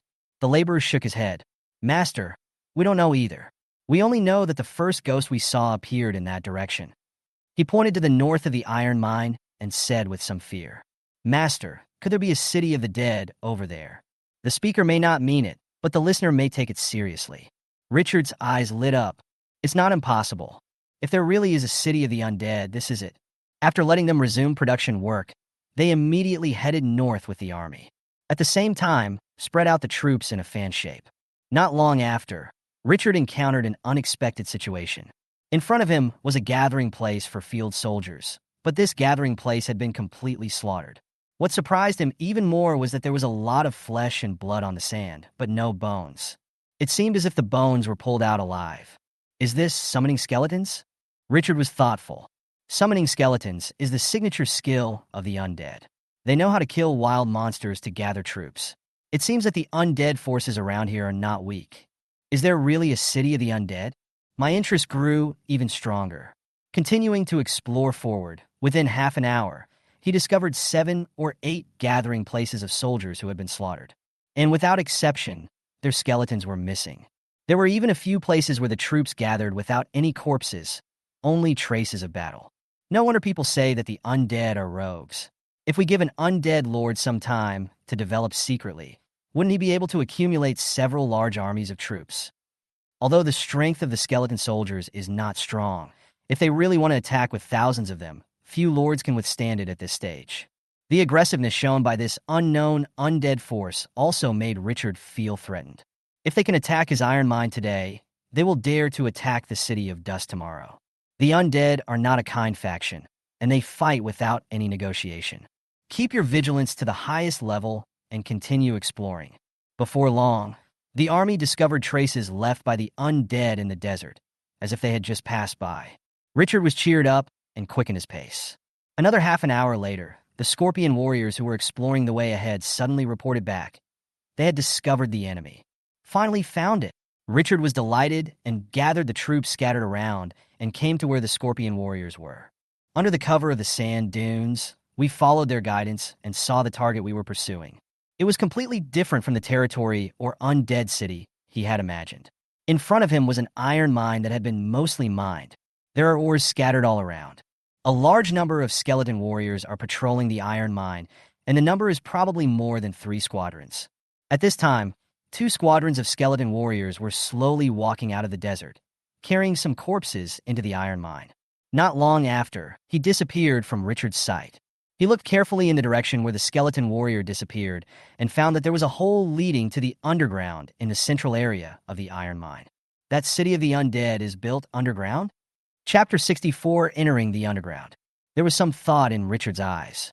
Are these undead spirits similar to the guardians of the temple, or is there really a city of the undead underground? My heart began to stir. After observing for a long time, I didn't get much useful information. He made the decision without hesitation. First, clear out the enemies outside the iron mine and keep an eye on that passage. There are 3 squadrons of skeleton warriors stationed at the iron mine. Level 2, normal 2 stars. Although there are a lot of them, their strength is average. This is also a characteristic of the undead. The moment the order was given, the army immediately launched an attack. The scorpion warriors charged very quickly and were the first to enter the iron mine. The axe of the dead followed closely behind. Facing these skeletons, they no longer threw their axes, but rushed forward with axes in hand. Faced with this group of ordinary undead around 1.7 meters tall, they have an absolute advantage. Chop horizontally and chop vertically. Snap! The undead are not afraid of death, but there is a huge gap in strength. No matter how crazy they are, they cannot stop the advance of the Dusk City army. The 3.5 squads of rare soldiers seem to have turned on their invincible strength and charged forward recklessly. The skeleton warriors fell down like wheat being cut. Ding, the army you led wiped out a group of skeleton warriors and won a small battle. You gained 600 experience points. This experience is rich enough. Richard laughed out loud. After the iron mine was captured, he came to the underground passage with great interest. This passage emerges from the ground about 3 meters high and is made entirely of rock. The ground sloped downward, and after several dozen meters there was a corner. The dark environment is like the gaping mouth of a giant beast, waiting for outsiders to fall into its trap. There were torches burning at regular intervals along the passage. The torch emitted a faint blue light, like the soul fire in the head of the undead. Richard took another look at the torches with some curiosity. Torch monster. Level 1. Potential, normal 1 star. Skills, burning, F level, can absorb death energy in the air and burn endlessly. Racial talent. The dimmer the light, the brighter the light. Bond, torch. When the number of torch monsters exceeds 10, the brightness increases by 20%.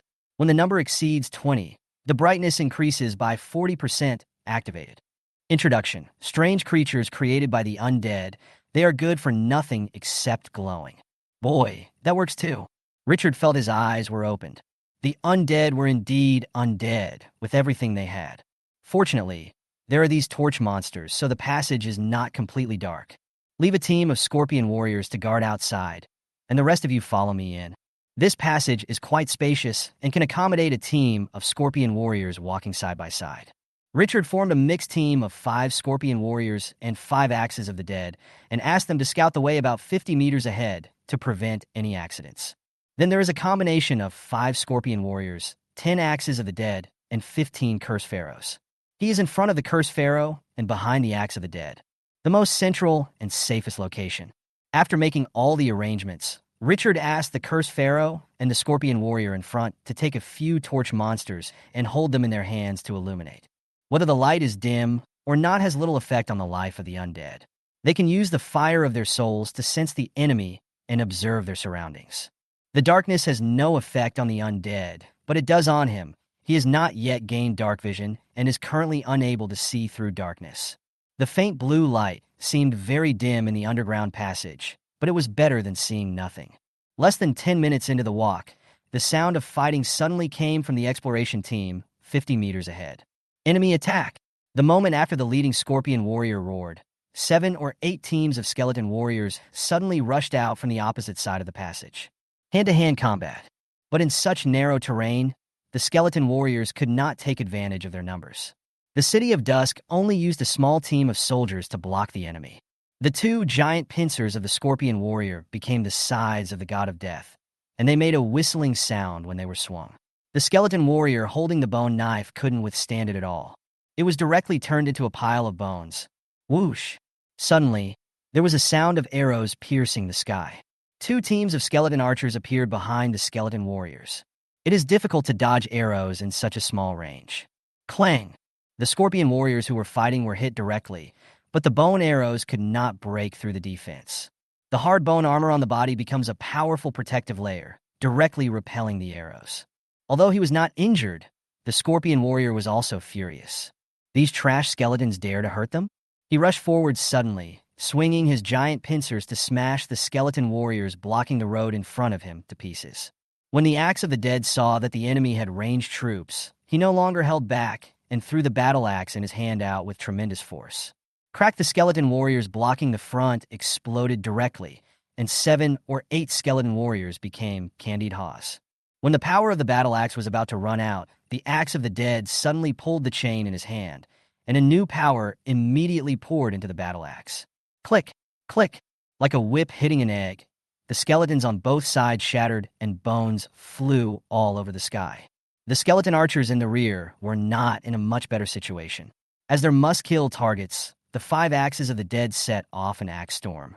7 or 8 teams of skeleton warriors were all turned into bone residue in just a few rounds. When Richard arrived with a large force, the enemy had already been cleared out. Seeing this, he immediately ordered the scouting troops ahead to close to a distance of only 20 meters. This way, when encountering the enemy, there will be a certain buffer space and timely support can be provided. The battle just now attracted the attention of the enemy deep in the passage. Skeleton warriors kept appearing in front of the scorpion warriors and attacked them. But they were only 1 or 2 small teams and were quickly wiped out, posing no threat to them. 20 minutes later, after turning a corner, the originally dim light suddenly became bright. A wide oval space appeared in Richard's sight. It is about 100 meters long and 50 meters wide. There is a passage connecting to the other end of the space, so it is obvious that this is not the end. There are dozens of torch monsters hanging around, illuminating the space. Looking carefully, this underground space is crowded with more than 3 squadrons of skeleton warriors and has tight defenses. 5 teams of skeleton archers are ready to attack in the rear. At the end, there are 3 teams of skeleton mages holding bone staffs ready to fight. Trinity, a simplified version of the Iron Triangle. Seeing this scene, Richard made a judgment in his mind. There shouldn't be a city of the undead here. It's more likely to be a map similar to a temple. If there really is a city of the undead, the other lord would not make such an arrangement unless he is stupid. Wouldn't it be better to concentrate the troops for defense? Isn't it like delivering food if you come little by little? Richard's mind raced as he waved his hand and gave a decisive order. Since it is not a city of the undead, there is no need for him to be so conservative. The troops gather together. The scorpion warriors launch an attack and tear through the enemy's defenses as quickly as possible, hunting the skeleton mages at the back with the Axe of the Dead. We must not allow them to attack. Once the skeleton mage casts a spell, the cursed pharaoh will immediately interrupt it. No matter what the situation, mages should be dealt with first in battle. This is an eternal truth. The moment the order was given, all the scorpion warriors roared and rushed forward. The combat style of this type of soldiers is brutal and unrestrained. As the 2 giant pincers swung, they tore into pieces all the skeleton warriors who dared to block their way. The curved scorpion tail is like a precise spear, and every attack will surely achieve considerable results. The fierce Axe of the Dead holds the battle axe in his hand and strikes everything with the force of thunder and lightning. Snap! The skeletons shattered into pieces. The attack of Twilight City immediately provoked a counterattack from the undead. The skeleton warriors rushed forward, having no idea what fear was. The skeleton archer also pulled the bow at the same time. The number of 5 teams is enough to form a rain of arrows. The sharp sound of bone arrows breaking through the air under the illumination of the surrounding torch monsters made people feel creepy. Clang! The scorpion warrior kept swinging its 2 giant pincers to block most of the bone arrows, and it didn't matter if a small number of them were attacked. The skeleton mage swung his bone staff violently as the Dusk City's army frantically tore through their defenses. A fireball emitting a cold aura condensed out of thin air. Ghost Fireball, the signature skill of the necromancer. Different from the high-temperature damage of normal fireballs, ghost fireballs cause negative damage that can impact the soul. A total of 30 ghostly blue fireballs with long flame tails cut through the sky. Bang! The scorpion warrior, who was in the middle of a fierce battle, wanted to dodge, but the skeletons were pressing down on him, leaving him nowhere to hide. Bang! The ghost fireball exploded, and the dark blue flame instantly enveloped the scorpion warrior. The temperature around me dropped suddenly, as if a refrigerator had been opened. Chapter 65: Rich Experience Gains. Rapid Upgrade. Bang! The cold, negative energy of the ghost fireball swept around. It enveloped the scorpion warriors and the surrounding skeletons. The soul fire of the skeleton warriors shook and couldn't withstand the damage of the ghost fireball, so it went out directly. There is no rule in this world that allows immunity to damage from teammates. The scorpion warriors withstood this wave of damage head-on. After the magic swept through them, their appearance was not damaged, but their momentum was obviously much weaker. Curse the pharaoh to control the situation. Axe of the dead. Kill the skeleton mage. Richard, who was watching the battle from behind, fixed his eyes and immediately gave the order. Never allow the other party to cast spells. The scorpion warriors immediately launched a charge at all costs and forcibly tore open a gap. The axe of the dead followed closely behind, the moment it stepped into the distance of 30 meters. The battle axe in his hand flew out. At this time, the curse on the pharaoh was also released. A dim light flashed across the air, and most of the skeleton mages stopped where they were. Snap! The battle axe with violent force directly pierced through a series of skeleton warriors and skeleton archers, and chopped hard on the skeleton mage behind. A huge burst of power. Sizzle! It directly shattered the opponent's fragile bones, and his body shattered to the ground. When the battle axe was exhausted, the axe of the dead swung the chain violently to inject power into the battle axe again. The killing weapon, with a flashing cold light, slashed towards the skeleton mage like a lawnmower. Click! Click! The crisp sound of bones breaking was endless. Nearly 2 teams of skeleton mages were forcibly killed. At this time, the scorpion warrior also recovered from the ghost fireball attack. These angry warriors rushed towards the skeleton archers who were still shooting arrows. Vent your anger. As many as 5 teams of skeleton archers were reduced to skeletons after just 2 charges. Along the way, many skeleton warriors wanted to attack Richard and the cursed pharaoh in the rear, but they were all killed by the axe of the dead. After destroying the skeleton mages and skeleton archers that could cause damage to themselves, the remaining skeleton warriors, although numerous, were quickly reduced to 0 under the killing of the scorpion warriors and the axe of the dead. Ding, the army you led wiped out a group of undead and won a small battle. You gained 1,200 experience points. Richard was in a good mood when he heard the system prompt. From the ghost of the iron mine to now, nearly a whole group of undead have been hunted down. Maybe I can reach level 5 today. In Glorious Era, level 5 is just the beginning of the game. This kind of adventure full of unknown rewards made him very excited. After cleaning up the battlefield and making sure that no equipment or treasures have been dropped, Richard continued to move forward towards the passage at the rear. The intermittent attacks from skeleton warriors on the road never stopped, but in the narrow terrain, the undead's greatest advantage in numbers could not be fully utilized. No matter how hard you attack, you cannot get past the scorpion warrior. Not long after, Richard stepped into the second underground space. But the monster station here are no longer skeleton warriors, but another type of undead soldier, zombies. Zombies. Level 3. Potential, Elite 1-star. Skills, Zombie Body, E-level, Defense increased by 70%, Flexibility decreased by 50%, Immune to poison and plague. Infection, E-level, the body is infected with plague and will be infected after being scratched, and all attributes will decrease by 2% per minute, up to 30%. Racial talent, can absorb the breath of death to recover from injuries.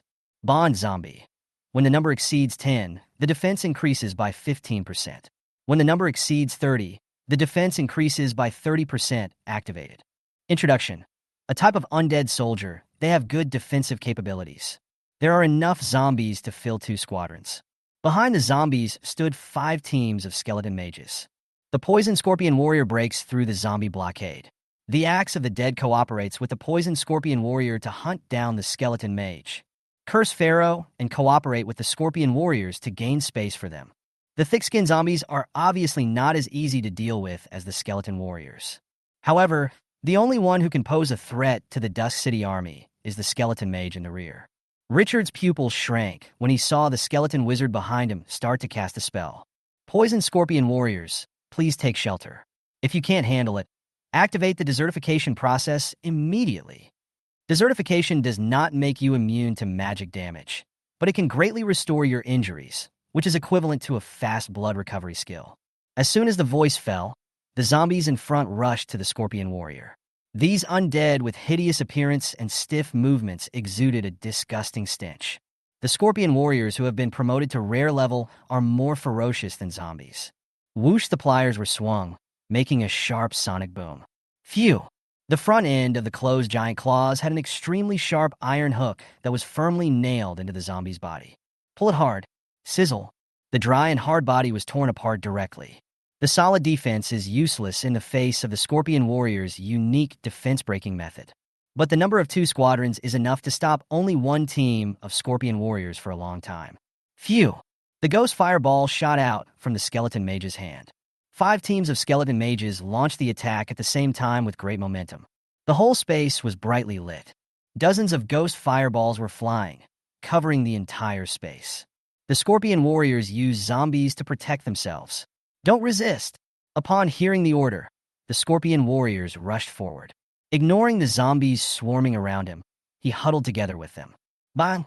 Dozens of ghost fireballs bombarded down, and a huge air wave exploded. The cold and negative energy swept around like a storm.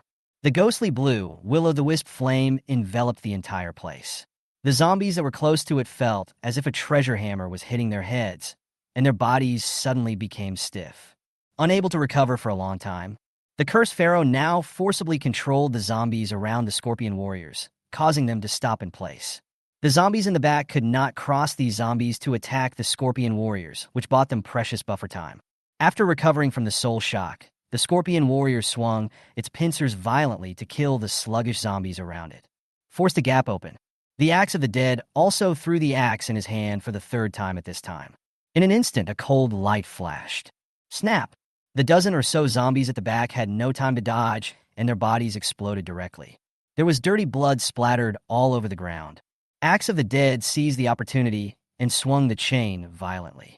Use chains to block the approaching zombies. The zombies move slowly and are impossible to avoid. Several Axes of the Dead joined forces and used chains to clear a path leading to the skeleton mage. The Scorpion Warriors seized the opportunity and rushed forward. Bang! The second wave of ghost fireballs lit up the sky again, and the skeleton mage wanted to directly kill the Scorpion Warrior. But the prepared Scorpion Warriors were a little faster, and only 3 of them recovered. These 3 people decisively activated the desertification and took the wave of damage. The remaining Scorpion Warriors rushed to the skeleton mage. These spellcasting units that had no melee ability were killed alive when the Scorpion Warriors got close to them.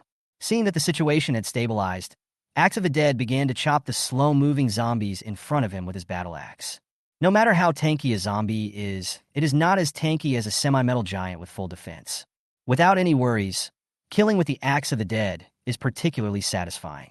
5 minutes later, Ding, the army you led wiped out a group of undead troops and won a small battle. You gained 1,500 experience points. The experience on Richard's attribute panel soared again. Level 4, 9835/10,000. Only a little over 100 experience points are needed to reach level 5. Level 5 is the beginning of qualitative change and the beginning of becoming stronger in Age of Glory.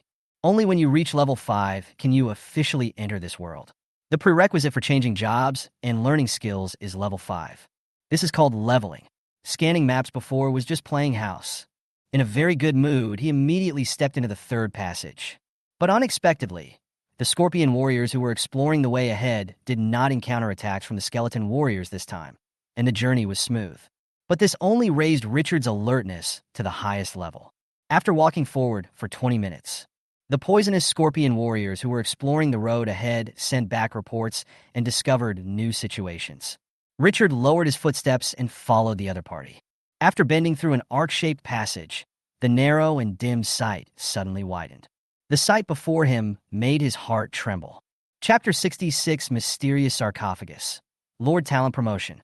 A huge, oval underground space appeared in his sight. The height is over 50 meters, and the diameter is over a kilometer. There is a thick layer of bones piled up in this underground space, as if millions of people were buried here. On the bone ground, Countless skeleton warriors, zombies, ghosts, skeleton archers, and skeleton mages gathered. But the most surprising thing is the central location. There is a mountain peak made of countless white bones. On the top of the mountain, there is a black coffin. Mysterious, dark, scary. No negative adjectives can describe the visual impact of this scene. Richard's pupils shrank sharply due to the huge shock. But after coming to my senses, I immediately felt an uncontrollable excitement in my heart. Wow, this is a big treasure. He took 2 deep breaths to suppress his inner excitement. Thoughts turning.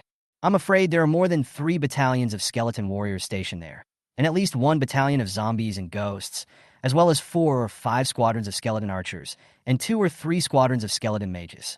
After he looked at it carefully, his eyes became serious. The number of these undead is simply exaggerated.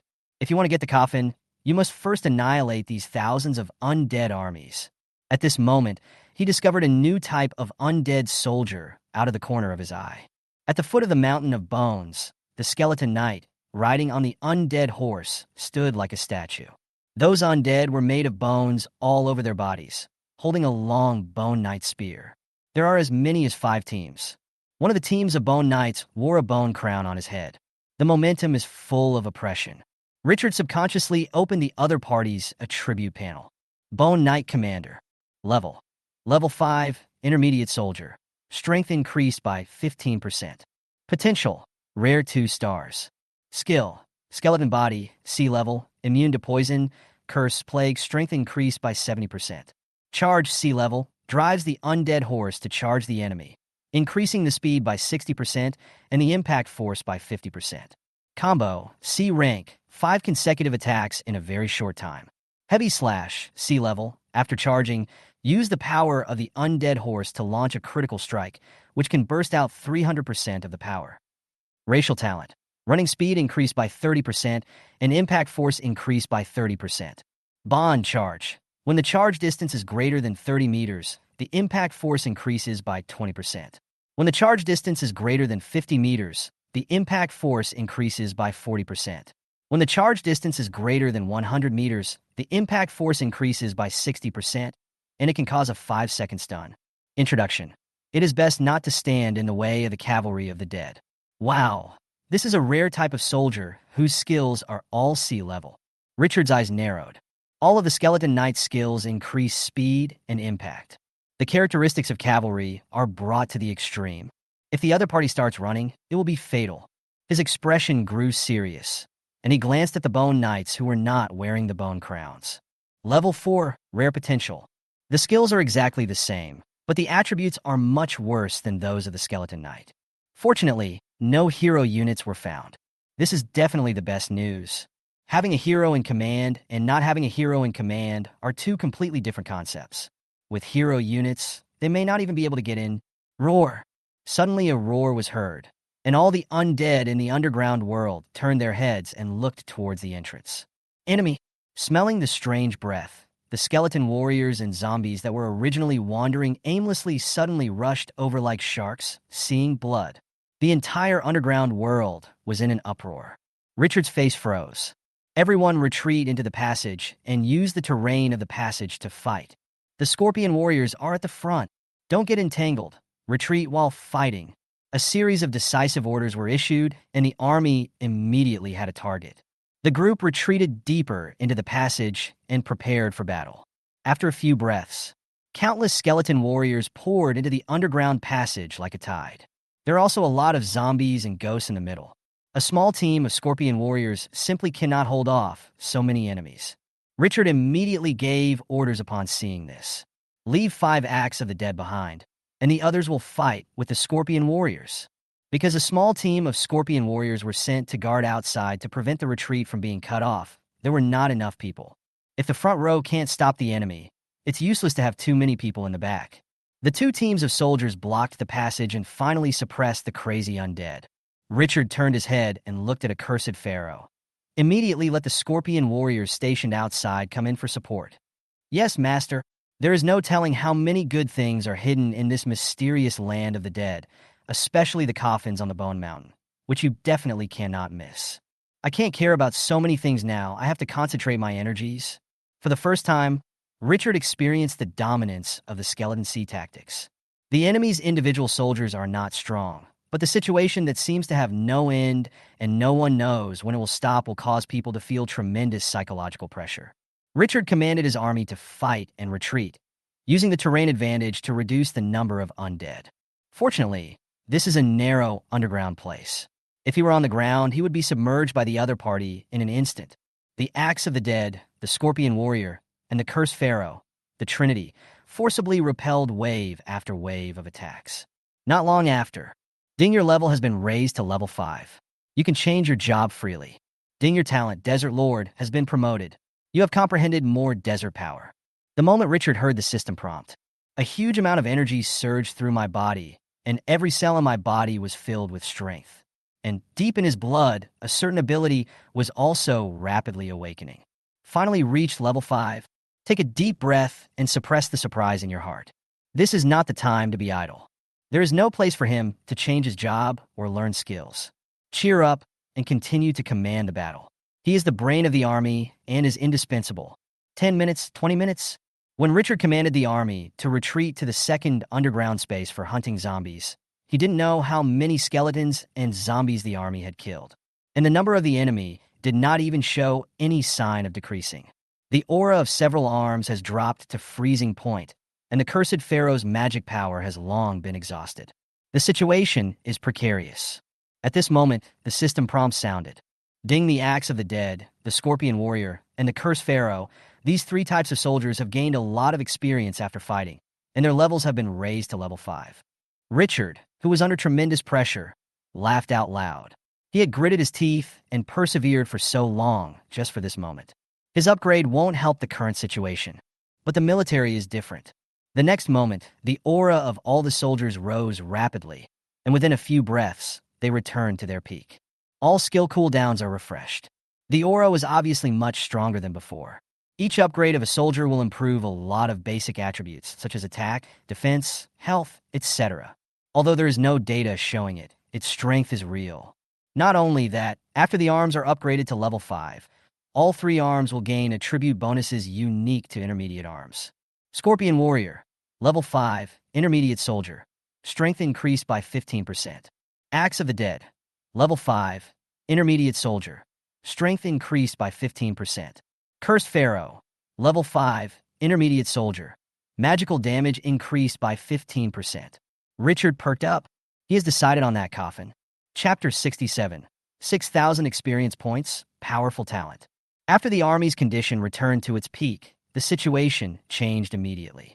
It was shaky and could collapse at any time just now, but now it has turned into a 1,000-foot rock wall, forcibly blocking the enemy's wave after wave of attacks. Standing still.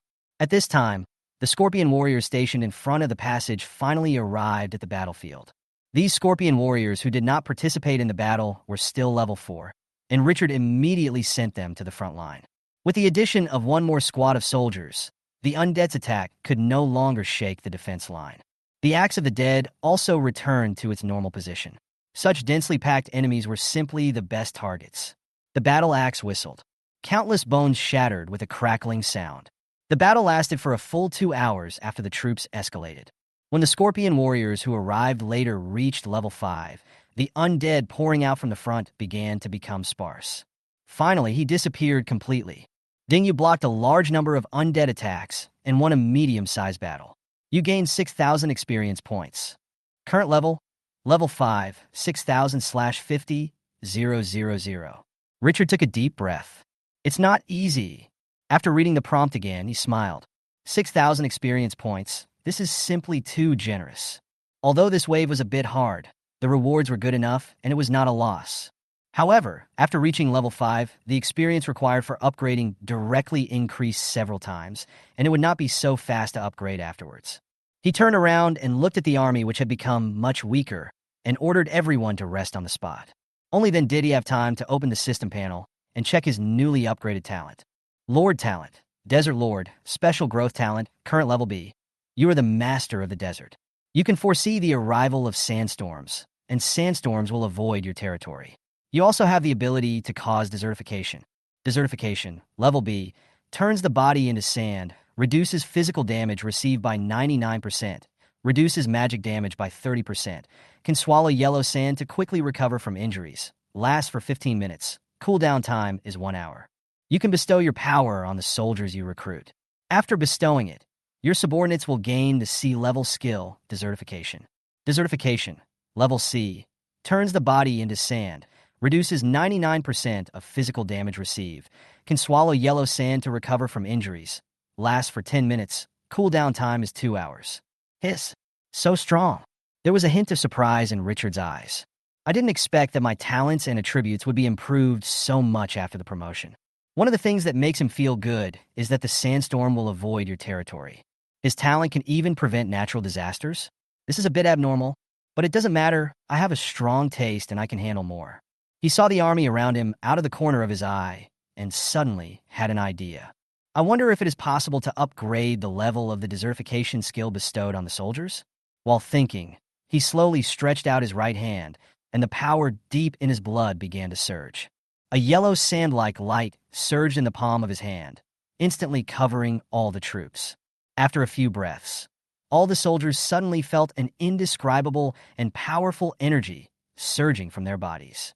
Ding with your blessing, your army has mastered more power of the desert, and the desertification skill has been upgraded. The current level is C level.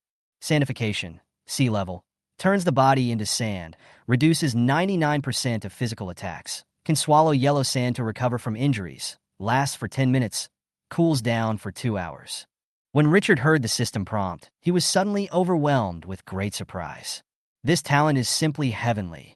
But growth, these 3 words are indeed the true gods in the world.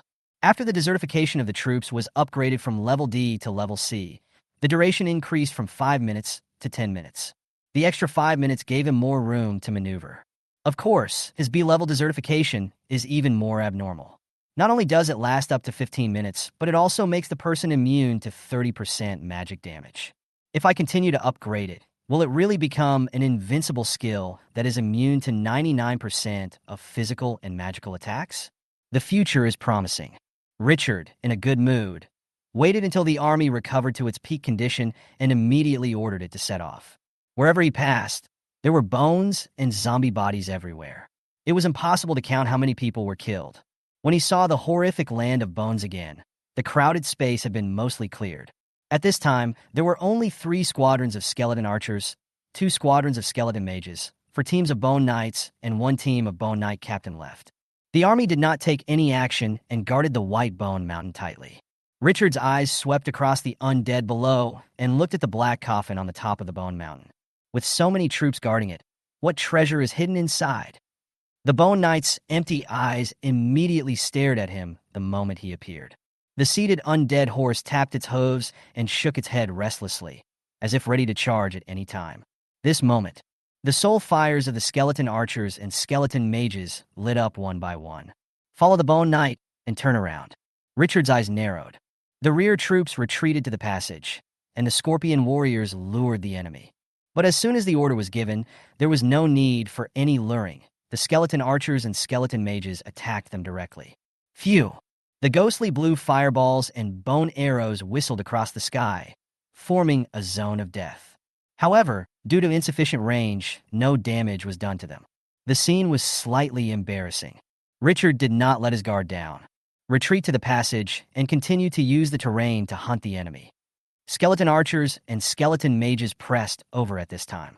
Although there is no front row, the battle line composed of the 2 back row troops is also extremely strong. The attacks continued. But after returning to the passage, the damage caused by the opponent's concentrated fire was immediately reduced several times. The pressure dropped suddenly.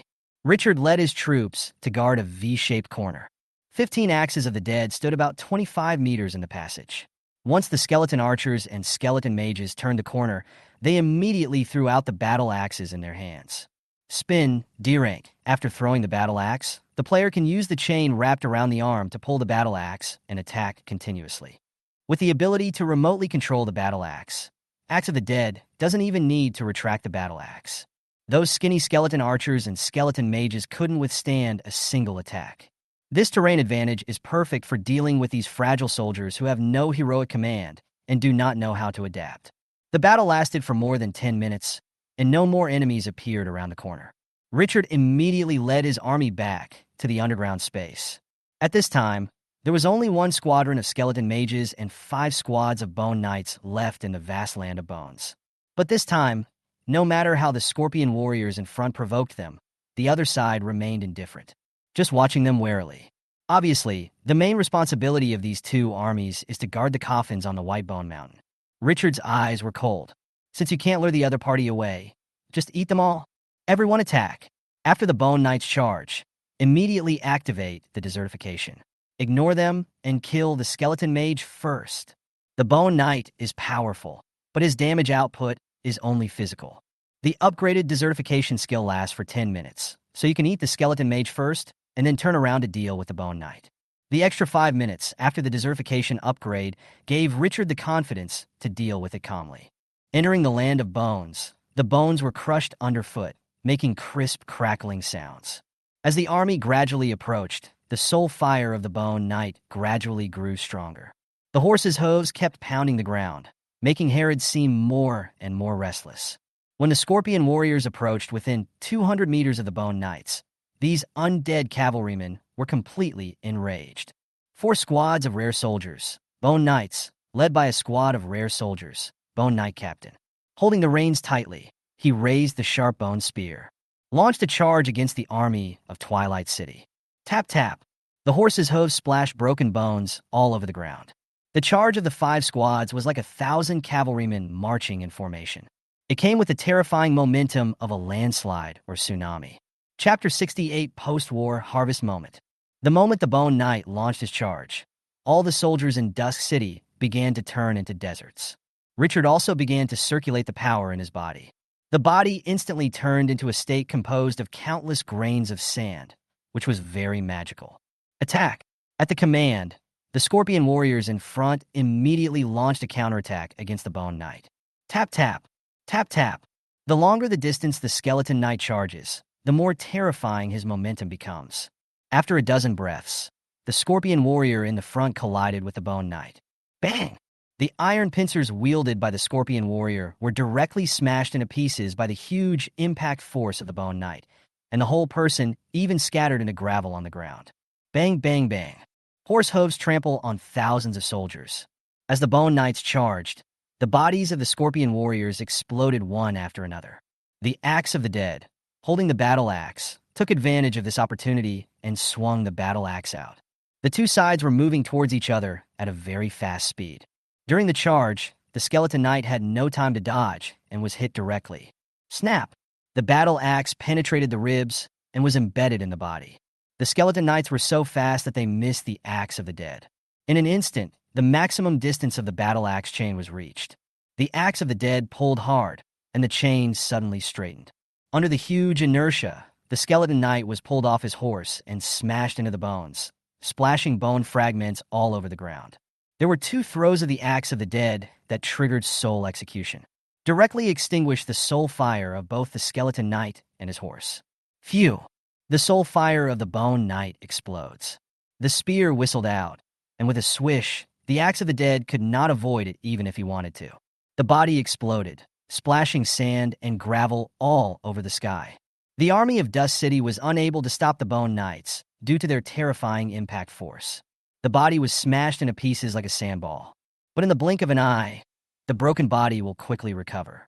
After a round of charge, the Bone Knights paid the price of several casualties and killed their way through the army of Dusk City, but in the decertified state that made them immune to 99% of physical damage. None of the Dusk City's troops were killed. Under the charge of the Skeleton Knight, Richard also experienced the magical feeling of his body being shattered and then quickly recovered. After the two sides engaged each other, the Dusk City army rushed directly towards the Skeleton Mage, who was casting a spell behind the Bone Knight. There are too many of these mages. If they were to cast spells recklessly, we wouldn't be able to withstand it even if desertification was activated. Before they got close, hundreds of ghost fireballs covered the sky. Whoosh, it fell down like a meteor shower. Bang, at the moment of the explosion, cold flames ignited all around. Fortunately, the enemy did not concentrate its firepower on a few targets. With full coverage, the damage is much smaller. The Scorpion Warrior and the Axe of the Dead, who could quickly recover health, rushed into the team of the Skeleton Mage despite the damage caused by the Ghost Fireball. Without a front-row buffer, the Skeleton Mage cannot display his great abilities. The army attacked in anger and immediately made these skeletons taste what true death was. Tap tap. At this time, the Bone Knight attacked back and tried to stop the Scorpion Warrior and the Axe of the Dead. But the army that started the desertification ignored the Bone Knight at all. The only one who can pose a threat to them is the Mage. Curse the Pharaoh to use his body to stop the Bone Knight. Richard ordered in a cold voice. The Bone Knight is immune to curses, so the spells cast by the cursed Pharaoh will be ineffective at this moment. So it is better for him to use his body to resist. As long as there is desertification, you won't die. The cursed Pharaoh immediately rushed towards the Bone Knight. Bang! Under the horrific impact, it exploded into gravel. Then the body quickly condensed again.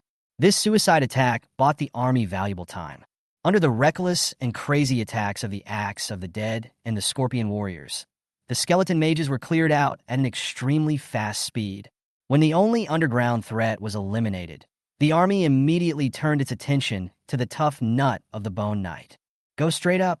The rare level Bone Knight was relatively easy to deal with, but the rare level Bone Knight commander gave Richard a lot of trouble. Every time the Skeleton Knight charges, he causes huge damage to the Scorpion Warriors in the front row. The Knight thrusts out with his spear, and his body explodes directly. Under the terrifying speed and impact force, it is impossible to stop it. Being hit by a horse is even more tragic and can send one flying 7 or 8 meters away. The scene of the body shattered in a fine sand on the ground can often be seen. Fortunately, the desertification skill was greatly strengthened before the battle, so the first case of being killed when the desertification was activated did not occur. The Axe of the Dead, which Richard had high hopes for, is its ultimate weapon, soul execution. The chance of triggering this instant death skill on the Bone Knight has also dropped significantly. In the end, he had to mobilize the Cursed Pharaoh and the Scorpion Warriors to use their bodies to restrain the charge of the Skeleton Knight. It took the concentrated fire of the Axe of the Dead to defeat this rare group of 10 soldiers. During the whole process, the Scorpion Warrior was knocked away 7 or 8 times on average. If it weren't for the desertification that is naturally resistant to physical damage, 3 lives would not be enough to kill him. When the last Skeleton Knight fell, Richard looked at the army, which had less than a minute left to turn into a desert, and he let out a long sigh. This battle, which lasted less than 10 minutes, was much more difficult than clearing out several battalions of skeleton soldiers. If someone else came, even if his army was several times larger than his, he might not be able to defeat those Bone Knights. Rare troops are too strong. Desertification, the eternal god. Ding, the army you led wiped out a group of undead and won a micro-battle. You gained 1,000 experience points. Ding, Cursed Pharaoh, Scorpion Warrior, Axe of the Dead. After a lot of battles, the level has been upgraded. The current level is level 6. Richard looked at the army whose skills had been refreshed after the upgrade and whose momentum had returned to its peak. In a good mood. Coming out today, the army has been upgraded twice, and its strength has been greatly improved. Delicious. He looked at the black coffin on the hill of bones. My heart is pounding. This force of undead was definitely the toughest enemy he had ever fought. He had no choice but to retreat after they were dragged outside to the sand for a tough battle. Even with the geographical advantage, it took several hours of fierce fighting to win the war. The fruits of victory obtained after hard work become especially sweet at this moment. What is hidden in this coffin that can be guarded by so many troops? The piles of white bones formed a mountain, and the black coffin was engraved with countless dark skull patterns. Against such a background, it looked terrifying and extremely noble at the same time. Richard was in high spirits. After leading his army to a certain distance, he opened the attribute panel with full anticipation. But what surprised him was that the property panel showed nothing. It seemed as if the coffin was just ordinary stone and gravel. When something is abnormal, there must be something wrong. He did not rush forward, but waved his hand and let a cursed pharaoh go to explore. Crack! The cursed pharaoh stepped on the bones and climbed to the top of the mountain. Open the coffin. This mummy soldier carries a deadwood scepter and wears a colorful crown with 2 ties hanging from the ears to the neck. He stretched out his withered hand and slowly opened the coffin, but he failed the first time because it was too heavy. Then he bent down, inserted the deadwood stick into the gap in the bandage around his waist, and used force with both hands. With a click, the sarcophagus made a sound and was slowly moved away. Huh! An extremely dark light burst out from the coffin, as if there was a bottomless abyss hidden inside. In an instant, those ghostly lights condensed into countless twisted hands and directly pulled the cursed pharaoh into the coffin. Bang! The stone lid of the coffin returned to its original position with a dull collision sound. It's like nothing happened. All this happened so fast that the troops standing on alert dozens of meters away had no time to respond. Richard's heart skipped a beat when he witnessed this scene. What's inside the coffin? Is there a living thing? Chapter 69. The Heart of a Level 25 Hero. This unexpected scene made Richard confused and uncertain. Reluctantly, he opened the properties panel again, but this time the detailed information of the coffin appeared. Sacrificial sarcophagus. Level, special. Features. You can sacrifice soldiers of the same type to obtain a hero unit. The stronger the sacrifice soldier is, the stronger the hero unit will be. The current sacrificial soldier type, Cursed Pharaoh, level 6, elite 3 stars, has the current potential for hero birth, E-level. Introduction. Special item, can only be used once. Sacrificial sarcophagus? The stronger the sacrifice troops, the stronger the hero unit that is born? After Richard read the message several times, he felt a strong excitement in his heart. Good stuff, good stuff. It's worthy of his great effort. If you lose a type of soldier, you can spend resources to recruit them again, but hero units are extremely rare, and you can only come across them by chance. Using more than a dozen soldiers to exchange for a hero is a huge profit. He turned to look at the cursed pharaoh behind him, waved his hand, and ordered them all to go to the Bone Mountain.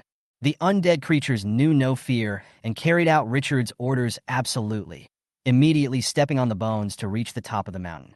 After the second cursed pharaoh opened the coffin, the dark light reappeared, and countless twisted hands suddenly grabbed all the cursed pharaohs around and dragged them into it. This scene was so terrifying. After more than a dozen cursed pharaohs were pulled into the coffin was not covered again. It still emits a dim light, as if connecting hell and the abyss. After seeing that the situation had stabilized, Richard quietly opened the attribute panel. Sacrificial sarcophagus. Level, special. Features. You can sacrifice soldiers of the same type to obtain a hero unit. The stronger the sacrifice soldiers are, the stronger the hero unit will be. The current sacrificial troops are 15 cursed pharaohs, level 6, elite 3 stars. The current potential for heroes to be born is level D. Introduction. Special item that can only be used once. After more than a dozen mummies, the hero's potential rose from E level to D level. D rank. Unfortunately, I don't have the cursed pharaoh anymore.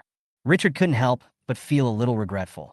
If there are hundreds of types of soldiers, wouldn't he be able to create a B level or even A level hero? At this moment, the black gold system lit up. Sacrifice the sarcophagus. Sacrifice 100 mummy nests to raise the hero's potential to C level. You can sacrifice 1,000 mummy soldier nests to raise the hero's potential to B level. Offering a special treasure, the Heart of the Mummy, can increase the potential of recruiting heroes to A level. Note, a hero will be born 1.5 hours after offering sacrifice to the sarcophagus. Please offer sacrifice as soon as possible. Haha, as expected of you, black gold system. This wave is simply amazing. Richard's heart was filled with excitement, and he immediately opened the trading market and searched for the mummy's heart first. But to his regret, it was blank. The special treasure that can raise the mummy's potential to A level is obviously not something that is easy to obtain. But fortunately, there is an hour and a half of buffer time. A message was immediately posted in the bounty area. A reward for a special treasure, the mummy's heart. He put all the remaining 90,000 units of resources on the line, immediately bringing this bounty to the forefront. At this time, the discussion about him on the forum had just subsided for a while, but there were still a large number of lords paying attention to him. Oh my goodness, the Qingqiu boss has appeared again. Does anyone have the heart of a mummy? This time we can go to the Qingqiu boss and make a fortune. What kind of treasure is the mummy's heart? Is it so high-end? It's not even for sale on the forum. Why is it that Qingqiu can easily get nearly 100,000 units of resources to reward a treasure, while I am doing so badly? After Richard posted the reward, he also looked for clues about the mummy's heart in the post. An hour later, seeing that 2/3 of the time had passed, he smiled bitterly and shook his head. Still nothing was found, no news about the mummy's heart. It seems that I can only buy 100 troop nests to increase the potential to C level. To upgrade to level B requires 1,000 troop nests, a total of 500,000 units of resources. There is only half an hour left, so there is no choice at all. Time passed little by little, and just when Richard was about to cancel the bounty and use resources to purchase the troops' nests, suddenly a familiar ID flashed in the private message. "Where's your fucking Italian cannon? Boss Chingxio, I saw your purchase information. Haha, what a coincidence, I just happened to have a mummy's heart in my hand." Richard was shocked. "Really? Where's your fucking Italian cannon?" Of course. Richard was ecstatic. This person was simply his lucky star. She always showed up at the critical moment. "Where's your fucking Italian cannon?" "But the mummy's heart in my hand is not mine. It was obtained by my sister." "Is your private chat closed to strangers?" "My sister couldn't get in touch with you, so I came here." "Boss Chinchio, my sister really has long legs and black stockings. You regret it now." Richard couldn't wait to ask. "What's the price?" "Where is your fucking Italian cannon?" "Boss Chinchio, my sister said that the mummy's heart is free." Richard was stunned. "No money? Any additional conditions?" "Where's your fucking Italian cannon? You reminded us about the 2-star instance and saved our lives. This time I'm repaying you for your kindness."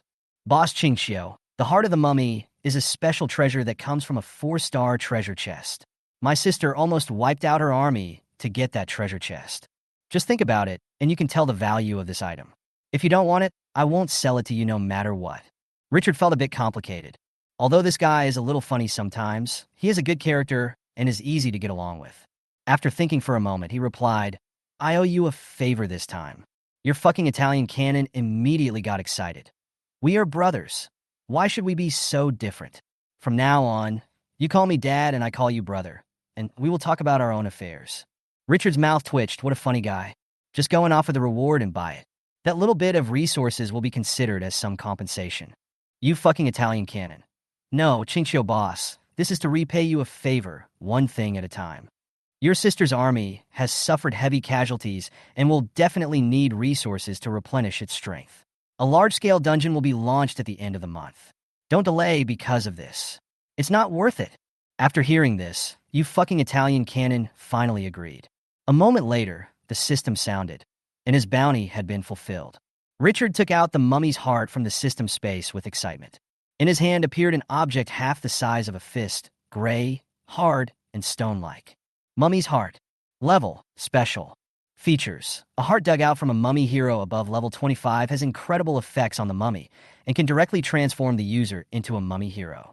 The potential depends on the mummy's strength. Note, can only be used on mummies. Introduction. A very rare treasure that can cause madness in the mummy. Dig out the heart from the level 25 mummy hero. Richard took a deep breath.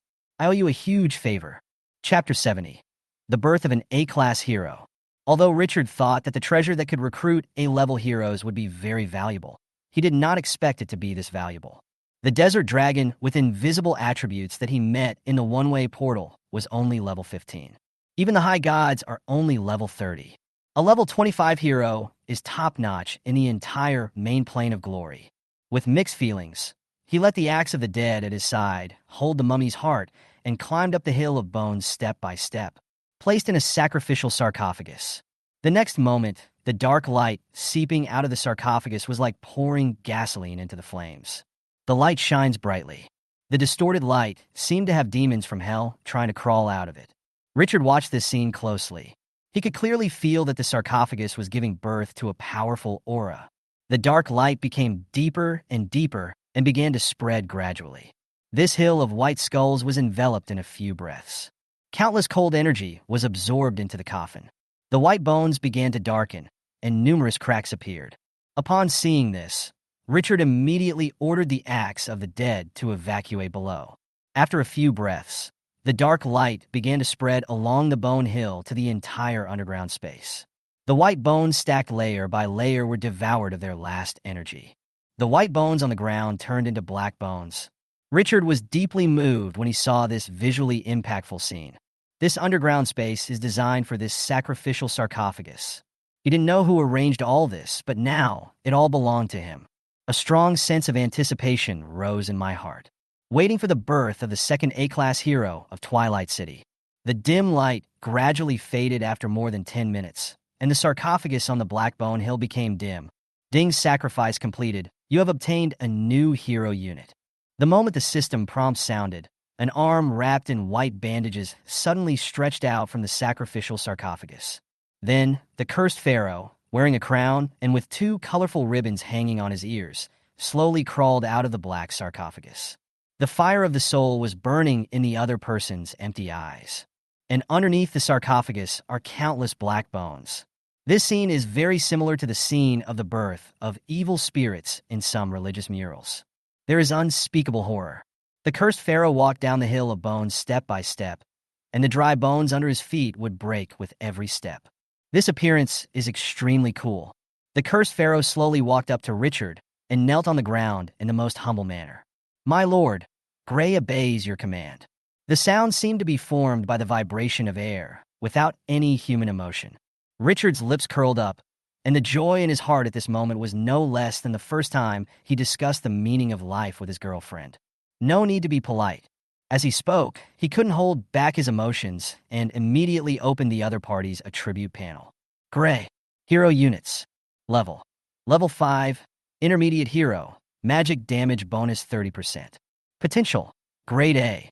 Profession, curse mage, intermediate, spellcasting effect increased by 15%. Magic, 500 points, recover 5 points per second. Skill, curse mage, A level. The power of the curse released is increased by 70%, and it can consume double the magic power to directly release the skills on cooldown. Soul command, A level. Forcibly control the enemy's soul and order it to make an action. If no command is given, the opponent will be out of control after 5 seconds. The cooling time is 30 minutes, and it consumes 100 magic points. Curse body, B level. Immune to poison, plague, curse, and instant death skills. Touching its body will cause a curse, with attributes decreasing by 10% per minute, up to 60% for 30 minutes. Pharaoh's Curse, B level, can cast a curse on enemies within a 20-meter diameter area. After the curse is released, the enemy will fall into a weak state, and all attributes will be reduced by 30%. It lasts for 5 minutes, with a cooldown of 3 minutes, and consumes 50 magic points. Curse Word, B level, causes enemies within a 20-meter diameter area to fall into a state of mental confusion and stagnation. Duration, 5 seconds. Cooldown 2 minutes. Consumes 50 magic points. Desertification, grade C.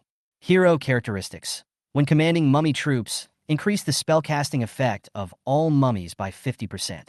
Racial talent. When fighting in the desert, the speed of injury and magic recovery is increased by 50%. Bond mummy. When using curse magic and skills, the magic damage and effects caused are increased by 50%. Introduction. A hero who is good at cursing. No one wants to be targeted by him. After Richard looked at Gray's attributes several times, his heart was filled with emotion. Is this the A-class hero in the combat category? 2 A-level skills, 3 B-level skills. Powerful. Extremely powerful. Coupled with the hero's characteristics and bonds, its combat power is stacked to an extremely exaggerated level. Richard's mouth curled up.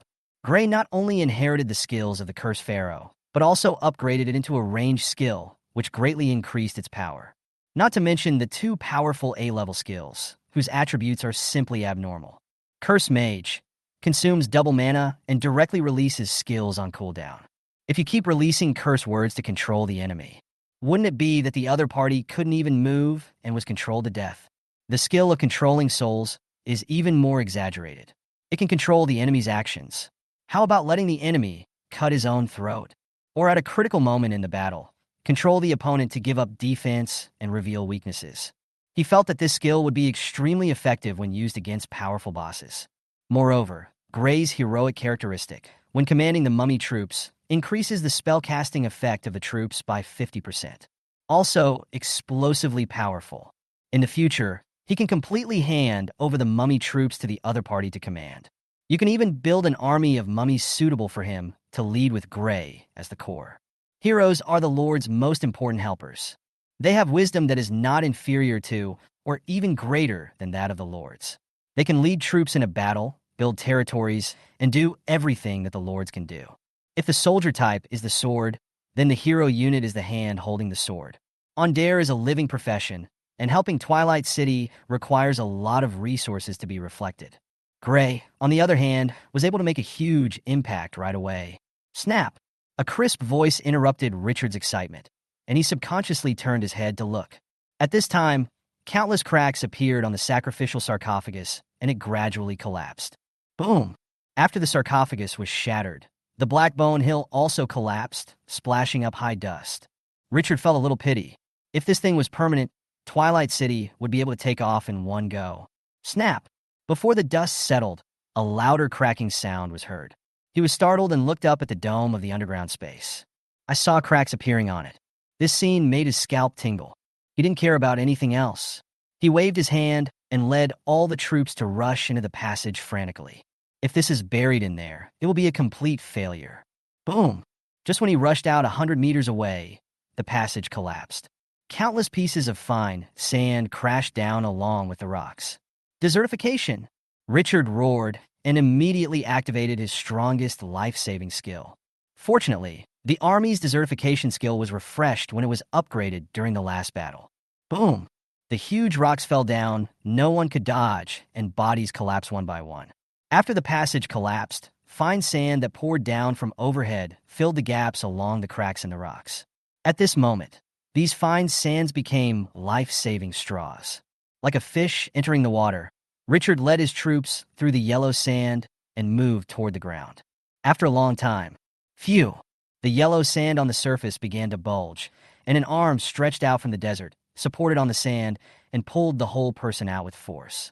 After Richard completely left the desert, he took a few deep breaths. The air underground was extremely thin and almost suffocated him. The skill of desertification is indeed most suitable for undead life. At this time, the sky outside had already turned completely dark. A bright moon as big as a millstone hung overhead in the sky, and its cold light enveloped the entire desert like mercury. The hot yellow sand during the day becomes cool and clear.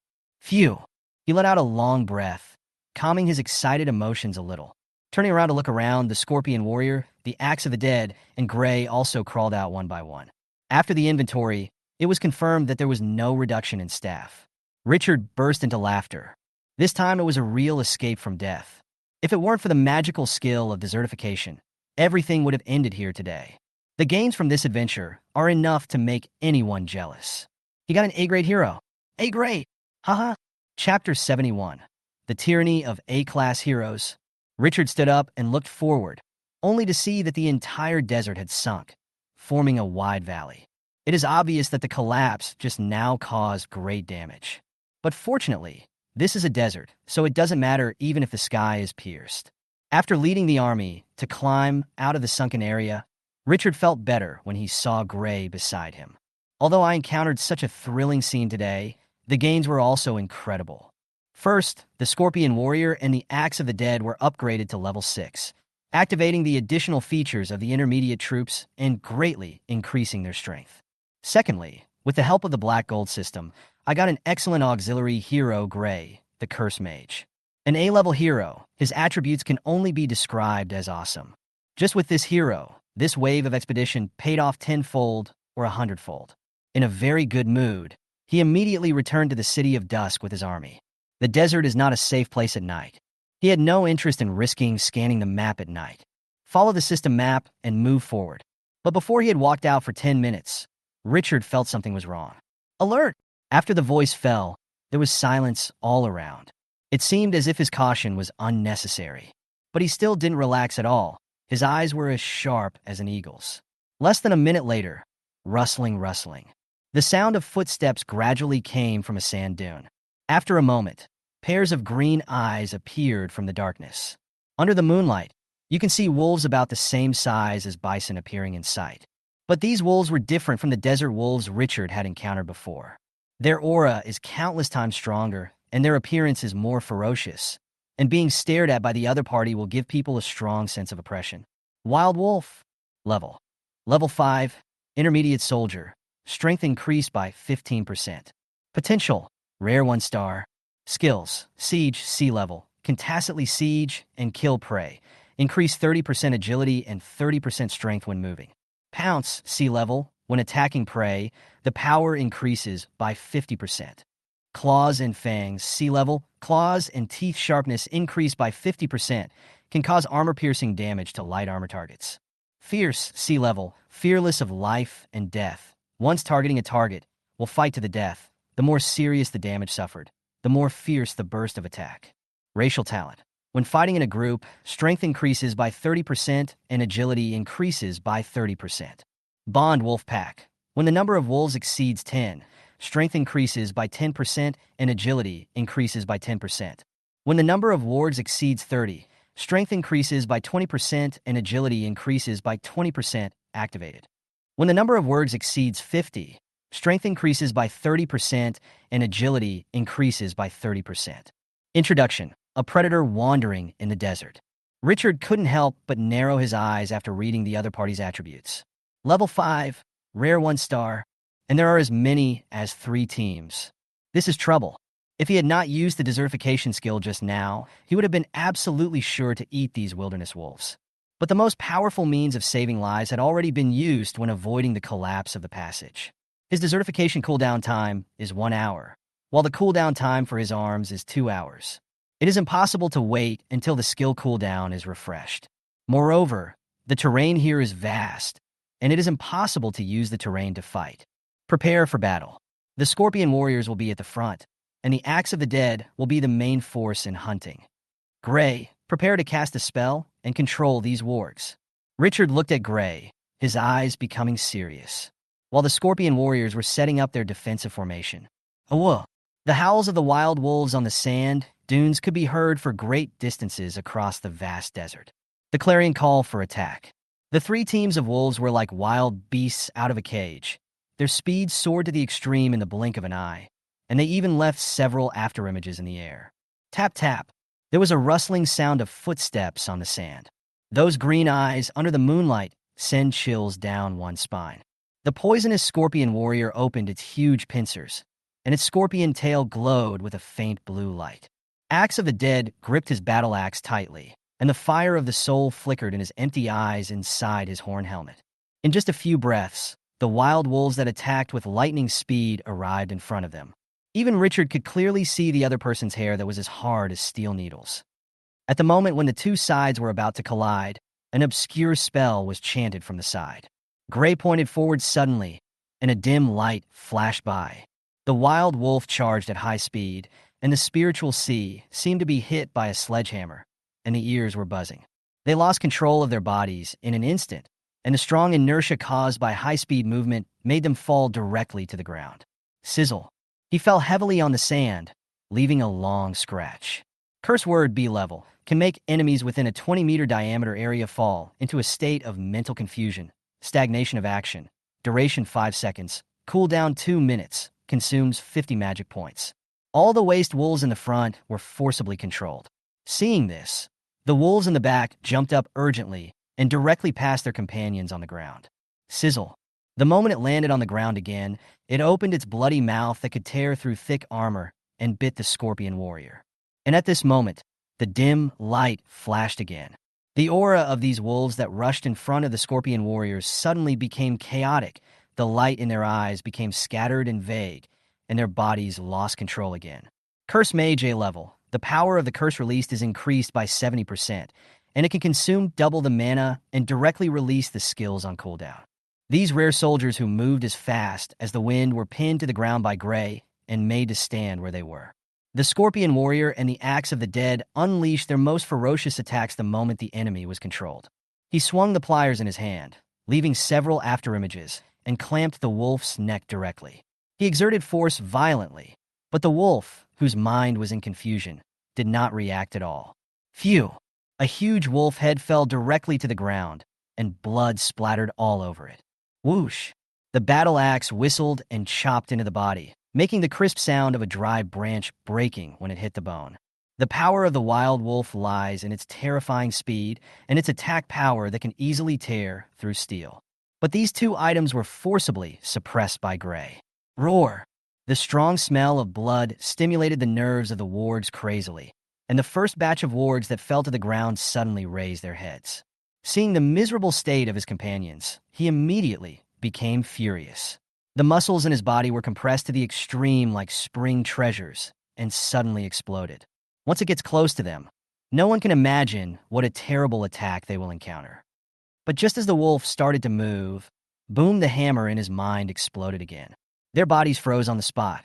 500 points of magic power are enough for Gray to forcibly release the curse word 5 times. Before the magic power is consumed, these rare, powerful beings cannot even think of moving at all. Chapter 72, Huge Harvest. When these wasteland wargs, who were not known for their defensive capabilities, were forcibly controlled by Gray, the Scorpion Warriors and the Axe of the Dead rushed forward. When the Axe of the Dead faces rare soldiers, the probability of triggering soul execution is not high. He can also use his powerful strength to kill the opponent forcefully. Not to mention the poisonous Scorpion Warriors. Rare 3-star, level 6. The two giant pincers are almost more terrifying than the knives. Click click every time they close, the head of a wild warg is severed. There are 3 squads of wild wargs and 2 squads of Scorpion Warriors, plus a squad and a half of Axes of the Dead. Almost 1-to-1 with a few more. After Gray released the curse word for the 4th time, the last wild wolf was beheaded by the Axe of the Dead.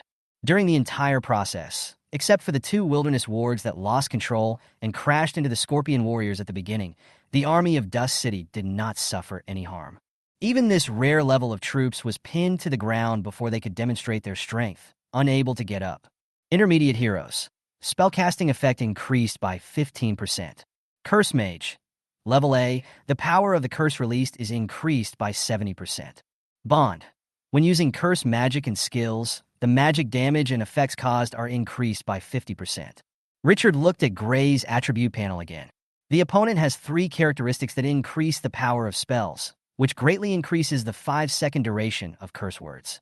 These wild wolves were able to get up midway, all thanks to the fact that they are a rare type of soldier with powerful strength. If we switch to rare types of soldiers, I'm afraid they won't even be able to move. In a good mood. Fortunately, your damn Italian cannon provided the mummy's heart. Otherwise, this A-level hero would have been missed. It seems that I will have to contact this lucky guy from time to time in the future. He loves making friends the most. Ding, the army you led wiped out a group of wasteland wolves and won a micro battle. You gained 600 experience points. Richard looked at the wolf corpses scattered all over the ground, and a bright smile appeared on his face. This is another huge gain. Throw aside the dead body of the recently stung, poisonous wolf. When fighting, it is naturally impossible to consider so many things. The Scorpion Warriors do not have the ability to extract curses like the mummy. After being stung, they are poisoned and can only give up. After cleaning up, fortunately only 3 were stung. The remaining 27 became his trophies. Looking at the wolf lying on the sand, which was as big as a bison, Richard raised the corners of his mouth. The Cursed Pharaoh's troop nest can be upgraded to rare today, which requires 50,000 units of resources. The Axe of the Dead's troop nest will be upgraded to a rare level tomorrow, requiring 500,000 units of resources. After thinking about it, it seems that even if all the corpses of these wolves were sold, it would not be enough to upgrade the lair of the Axe of the Dead. The corners of his mouth twitched. I thought I had made a fortune, but after all the calculations, there was still a gap. There isn't much food in the warehouse. We can keep 2 of them and take them back to replenish the warehouse. The rest can all be sold. Richard happily opened the trading market, but didn't remember to sell anything. He wanted to understand the market situation first. Food prices have dropped a bit in the past few days and are no longer as high as before. Each warg can be sold for 20 units of resources, and each warg weighs around 600-700 units. He specifically looked for the bounty on the undead and learned about the market situation. The undead can summon skeletons, so they should have a great demand for corpses.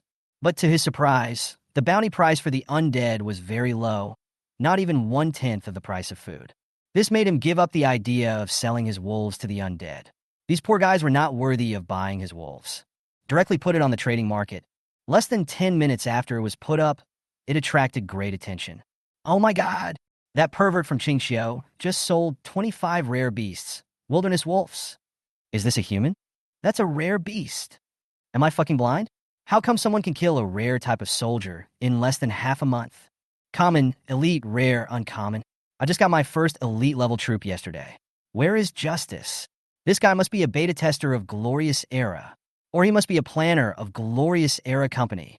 Brother Qingxiu is awesome. Haha. Who said Qingxiu was a loser before? If you were so awesome, why don't you kill the rare level soldiers? Go ahead. I'm waiting for you to slap me in the face. If you don't have the ability, Don't doubt that others are stronger. What you can't do, others can't do either. I laugh when I thought of those stupid people who jumped out a few days ago because Qingqiu Boss didn't appear in the territory rankings. How about it? Now that Qingqiu Boss has just hunted down a rare level soldier, does your face feel swollen? Those Lord players who had spoken out against Richard a few days ago were now silent. 25 rare wild wargs, not just one. One might be due to luck, but 25? Can luck explain it?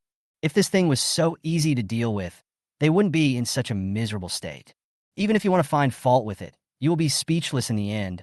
How can this pervert be so strong?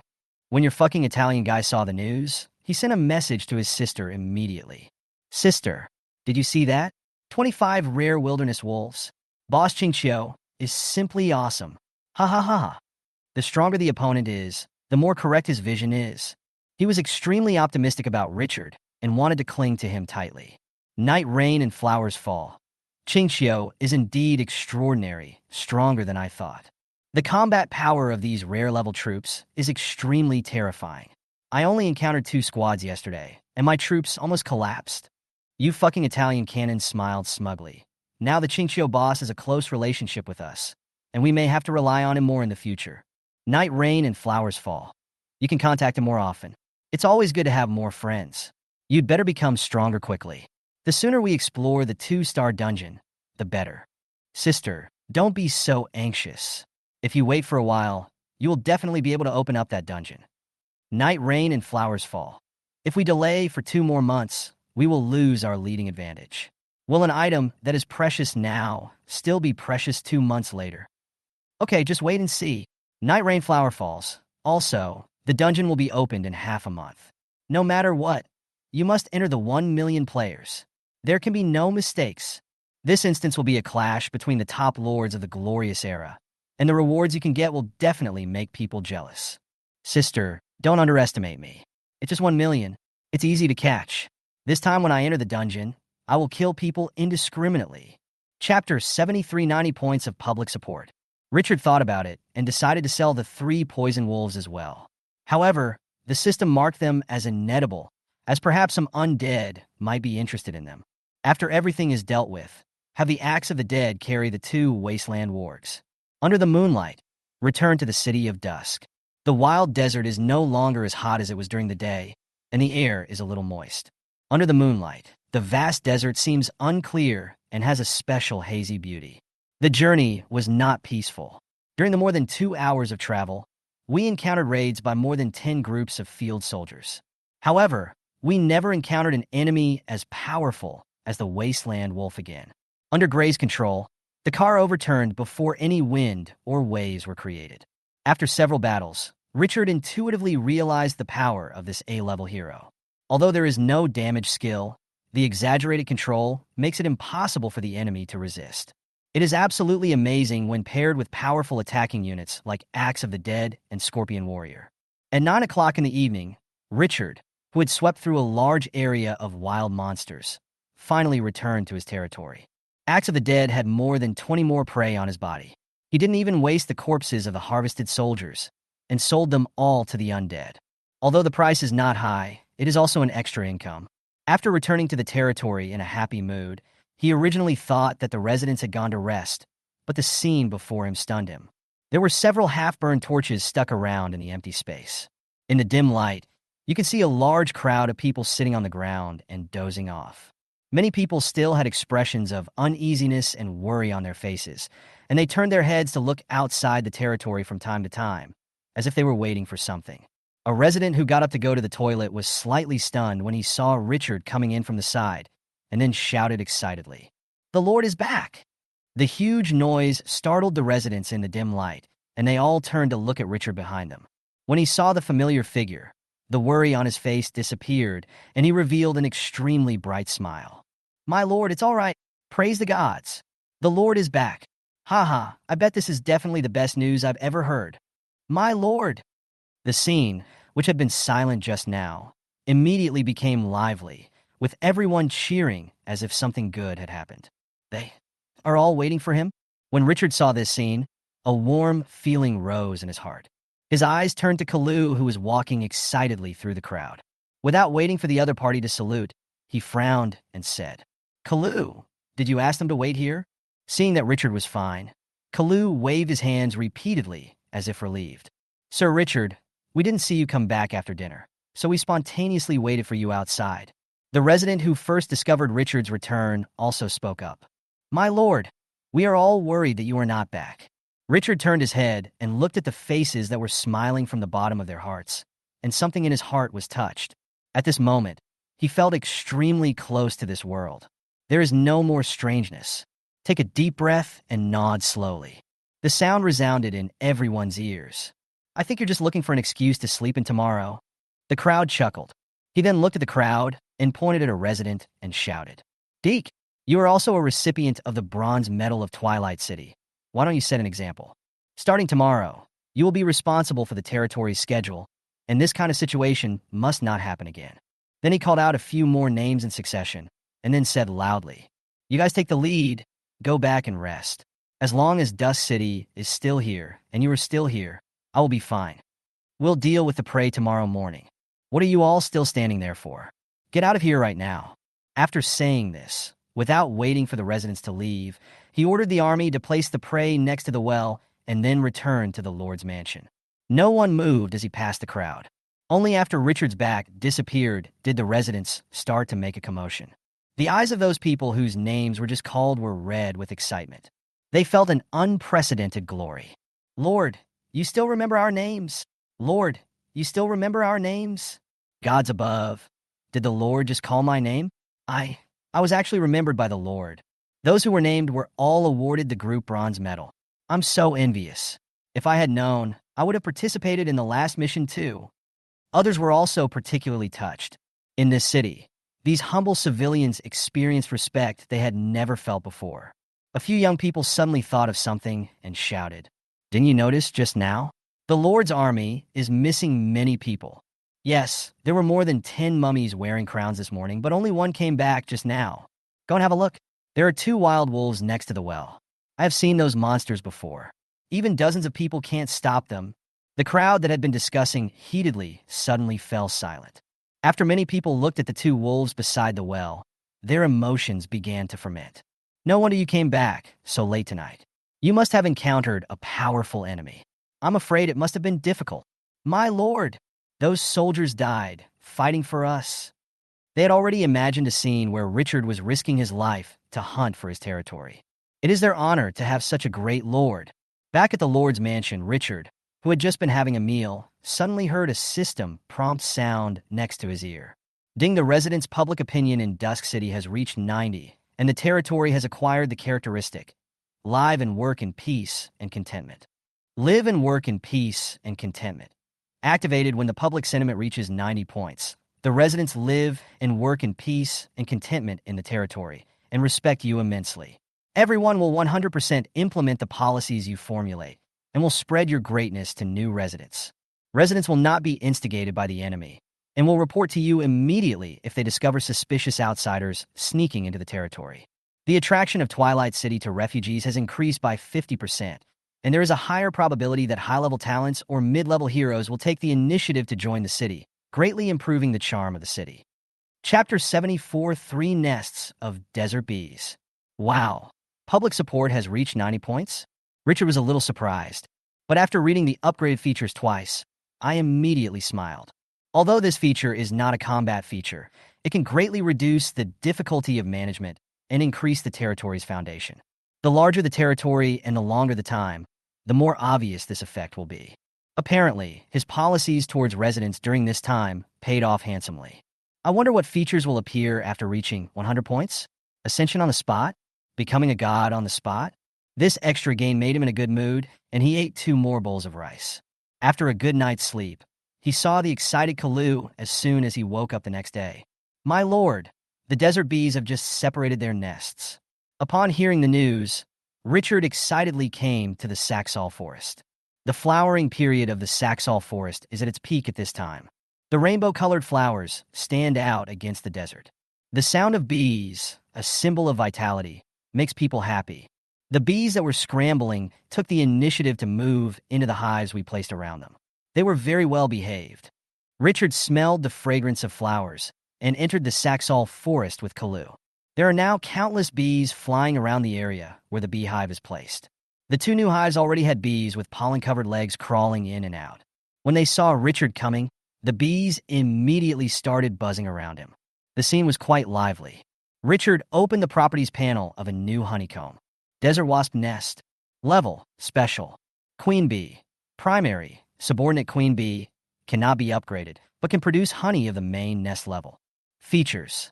It can produce intermediate quality desert honey with a special aroma.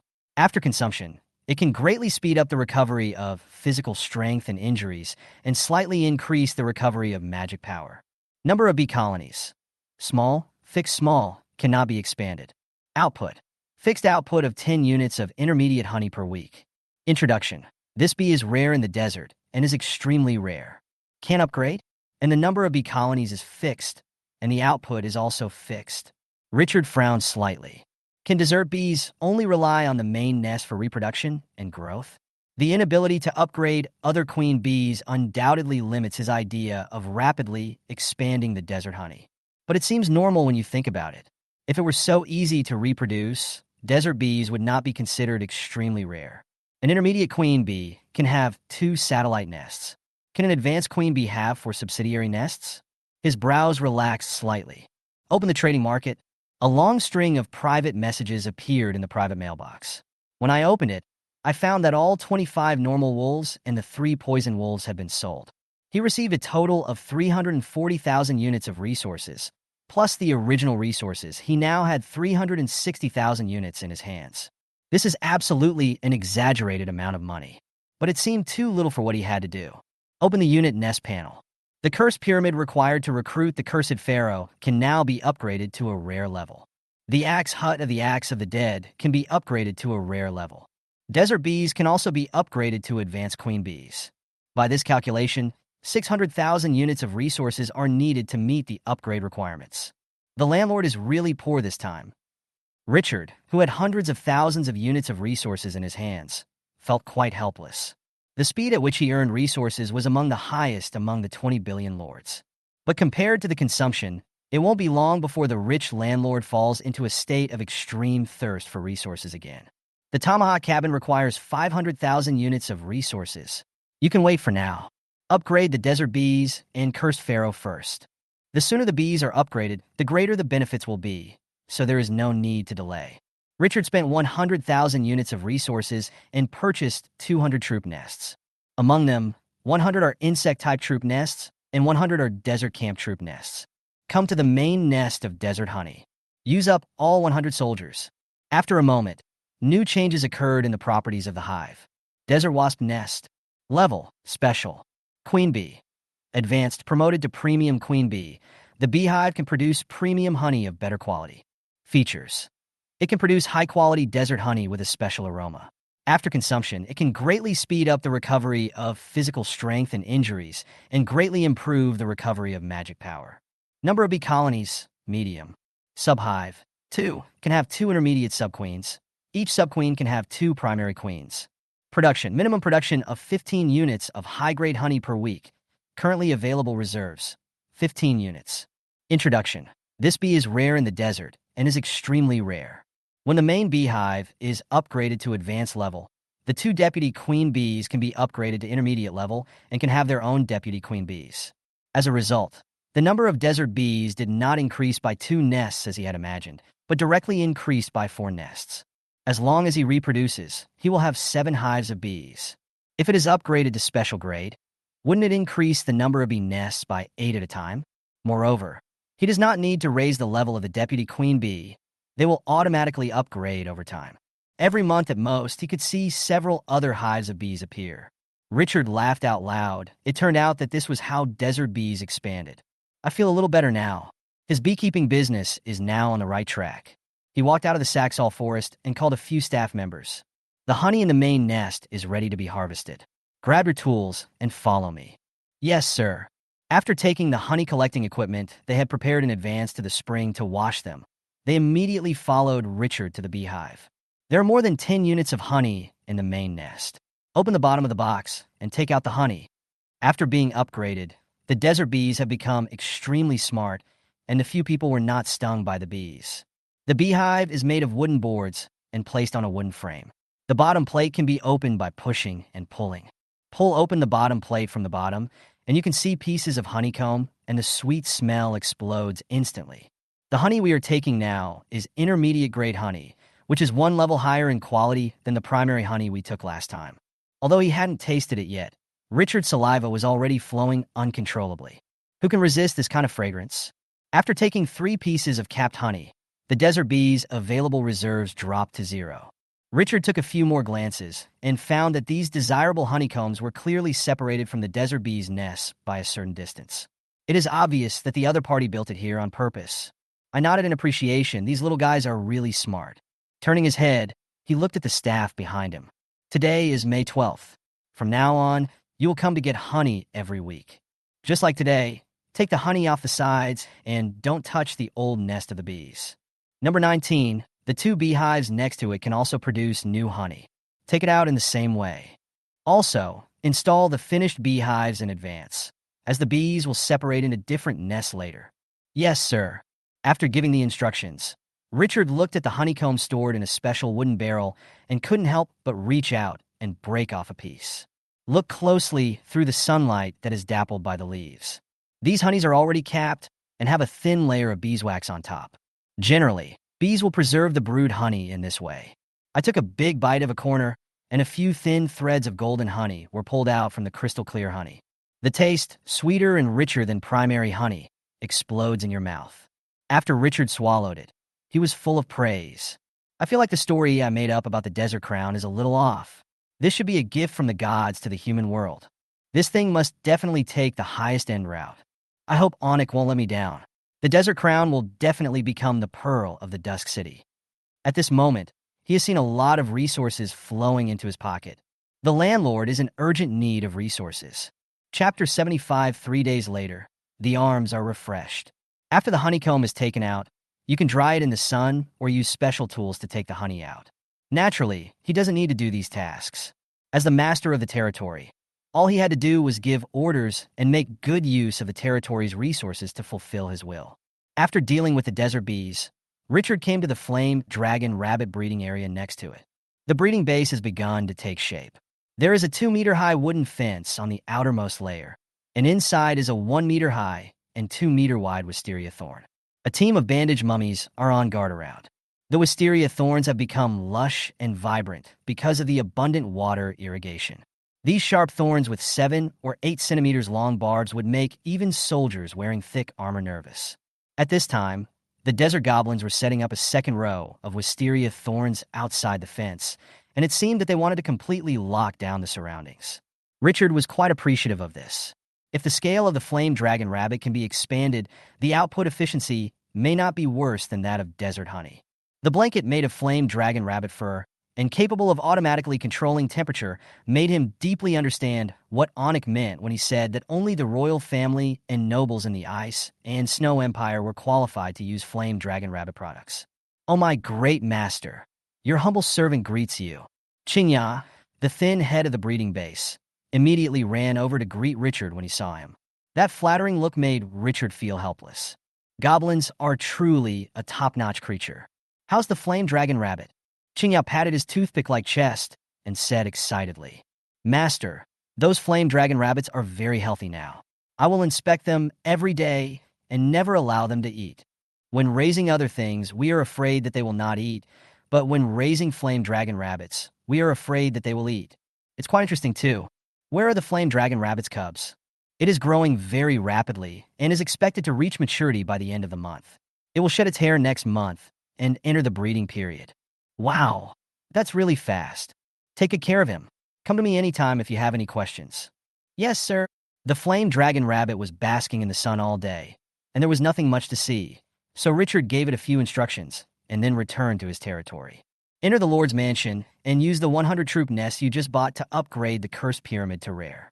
In this way, he now has 3 rare-level troop nests in his hands: Cursed Pyramid, Scorpion Lair, Tomahawk Hut. However, what he wanted most was to upgrade the Tomahawk Cabin to a rare level first. We still have 260,000 units of resources. It will take 500,000 units to buy 1,000 troop nests, which is not a small number. However, if we encounter a group of wild monsters like the wasteland wolves again, these problems can be solved. While thinking, Richard suddenly seemed to have thought of something, and took out the architectural drawings obtained from the capture of the gold mine from the system space, the food workshop. I've been so busy these days that I almost forgot about it. Food workshop blueprint.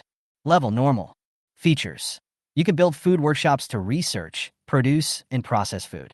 Resources required for construction. 5,000 gold coins, 10,000 units of wood, 10,000 units of stone. Construction time, 7 days. Required number of people, 30 people. If the number of people is less than the standard number, the construction time will increase, and if the number is greater, the time will decrease. Occupancy, 10 spaces. Introduction. You can taste more delicious food in your territory. Food, clothing, housing, and transportation. The food workshop has unlimited potential. As long as it is done well, there is no need to worry about not being able to earn resources. Richard took the blueprint to the open space near the well, ready to build here. After the territory was upgraded, there were 60 more open spaces, and this area has exactly 10 spaces. The well is located southwest of the Lord's mansion, next to the residential area on the west side.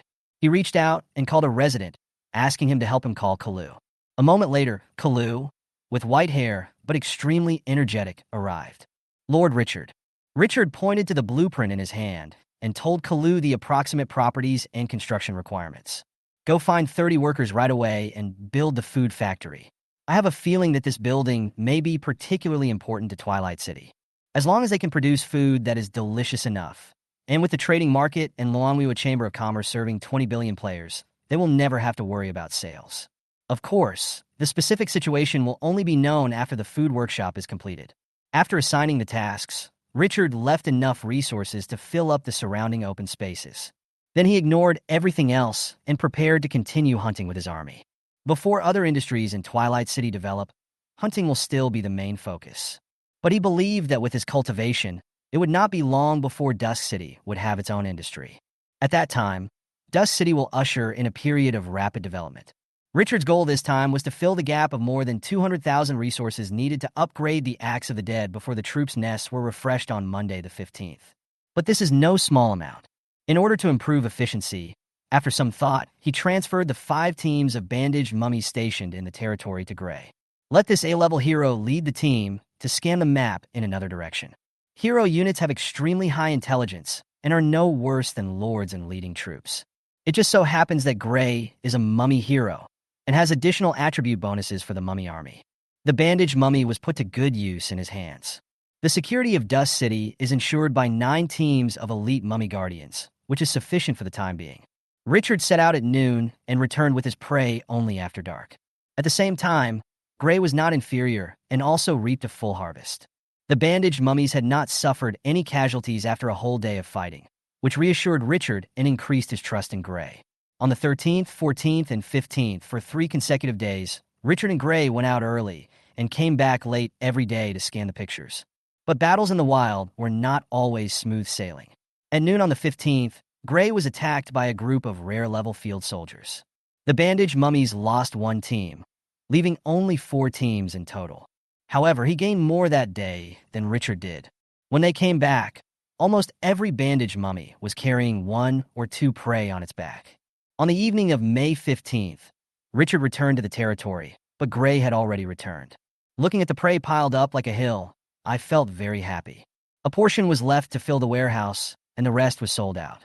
The result of 3 days of crazy hunting was a large amount of resources coming in, enough to upgrade the Axe of the Dead.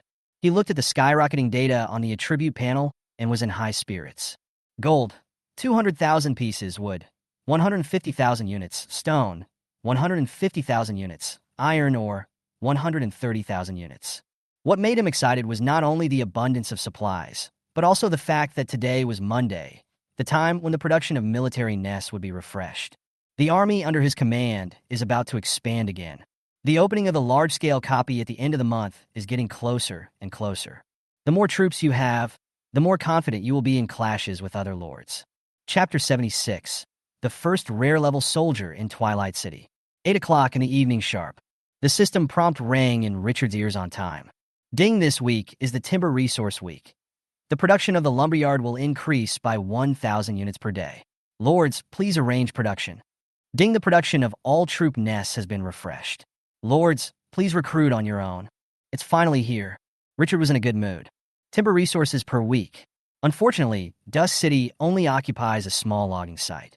If it occupies 10 or 20, the harvest in a week would still be considerable. The desert is indeed a place where resources are depleted. The density of resource refresh points is much lower than other terrains. He also specifically learned about it on the forum these days. If it is a plain or normal land, resource points will refresh very densely, and you can even see one within 10 minutes. On the contrary, he had been scanning the area around Dusk City for so long that he only discovered 5 resource points. He didn't realize it before. He thought all lords were like this, but he found out after getting to know them. Compared with other places, the resources of the desert are simply unappealing. We still have to develop ourselves and continue farming. If we rely on supplies from the outside world, Dusk City will not be able to develop at all. Comparison is harmful. He shook his head to collect his scattered thoughts, opened the soldier's nest, and took a look. Sure enough, they have all been refreshed. Guardian Land, Elite 3 stars, 3 towers, recruitable units, Mummy Guardian, recruitable quantity, 30. Great Pyramid, Elite 3 stars, 3 towers, recruitable units, bandaged mummies, recruitable quantity, 21. Scorpion Lair, rare 3 stars, 1, available troops, Scorpion Warriors, available number of recruits, 7. Cursed Pyramid, rare 3 stars, 1, recruitable unit, Cursed Pharaoh, recruitable quantity, 5. Battle Axe Hut, rare 3 stars, 1 unit, recruitable unit. Axe of the Dead, recruitable quantity, 5. Except for the Axe of the Dead, more than 20,000 resources were consumed to recruit all the soldiers. The power in his hands surged again. Current number of Twilight City troops. Mummy Guardian, 120 people, Elite 3 stars. Bandaged Mummy, 61, Elite 3 stars. Scorpion Warrior, 27, rare 3 stars. Cursed Pharaoh, 5, rare 3 star. Axe of the Dead, 15, rare 3 star. The total force reached 228 people. The current population of Twilight City is less than 400. This force can only be described as powerful. What made Richard even more excited was that the first rare-level troop nest in Dusk City was about to be born. After taking a look at the abundant resources, he bought 1,000 desert camp troop nests without hesitation.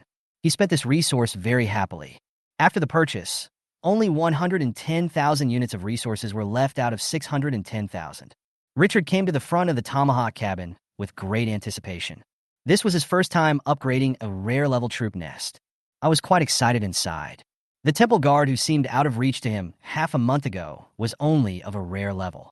Tomahawk cabin, rare 3 stars. Consumed 10 rare-level Desert Faction soldier nest cores to upgrade it to rare 3 stars. Detected that there are 1,000 common-level soldier nests, which meets the upgrade requirements. Do you want to upgrade? Richard didn't think much about it and confirmed it directly. Next second, tremendous energy gushed out from the Tomahawk cabin, raising its height from 4 meters to 5 meters. The thousands of battle axes hanging on the outer walls of the wooden house, which were shining with silver light, now glowed with a faint golden light. After a few minutes, the light dissipated. The wooden house became more and more exquisite with thousands of shining battle axes. At a glance, one could tell that these were definitely not ordinary things. Upgrade successful. Current level, rare 3 stars. Tomahawk cabin, rare 3 star. Consumed 10 rare-level Desert Faction soldier nest cores to upgrade it to glorious 3 star. After the black gold system prompt sounded, Richard laughed. My heart is filled with a sense of accomplishment, and it feels so wonderful to see the power in my hands grow little by little. Tomahawk cabin. Level, rare 3 stars. Recruitable arms. Axe of the Dead, rare 3 stars. Number of recruits, 5. Weekly output, 5. Recruitment conditions, 4,000 gold coins, 4,000 units of stone, 4,000 units of iron ore. Introduction. You can recruit undead soldiers with good combat effectiveness. After the upgrade, the resources required to recruit the Axe of the Dead increased 10 times. Advanced arms are expensive. Richard felt both pain and pleasure when he saw this. With a wave of his hand, he recruited all 5 Axes of the Dead. In an instant, countless dark energies condensed in the Tomahawk hut. After a few breaths, the dim light flickered. wearing a full-body armor with mandala patterns, a bullhorn helmet, and a body as tall as 2 meters 2. The axe of the dead appeared in sight. This powerful soldier walked out of the wooden house step by step. After stepping out of the door, he reached out and took a battle axe with a faint golden glow from the wall. Click, click.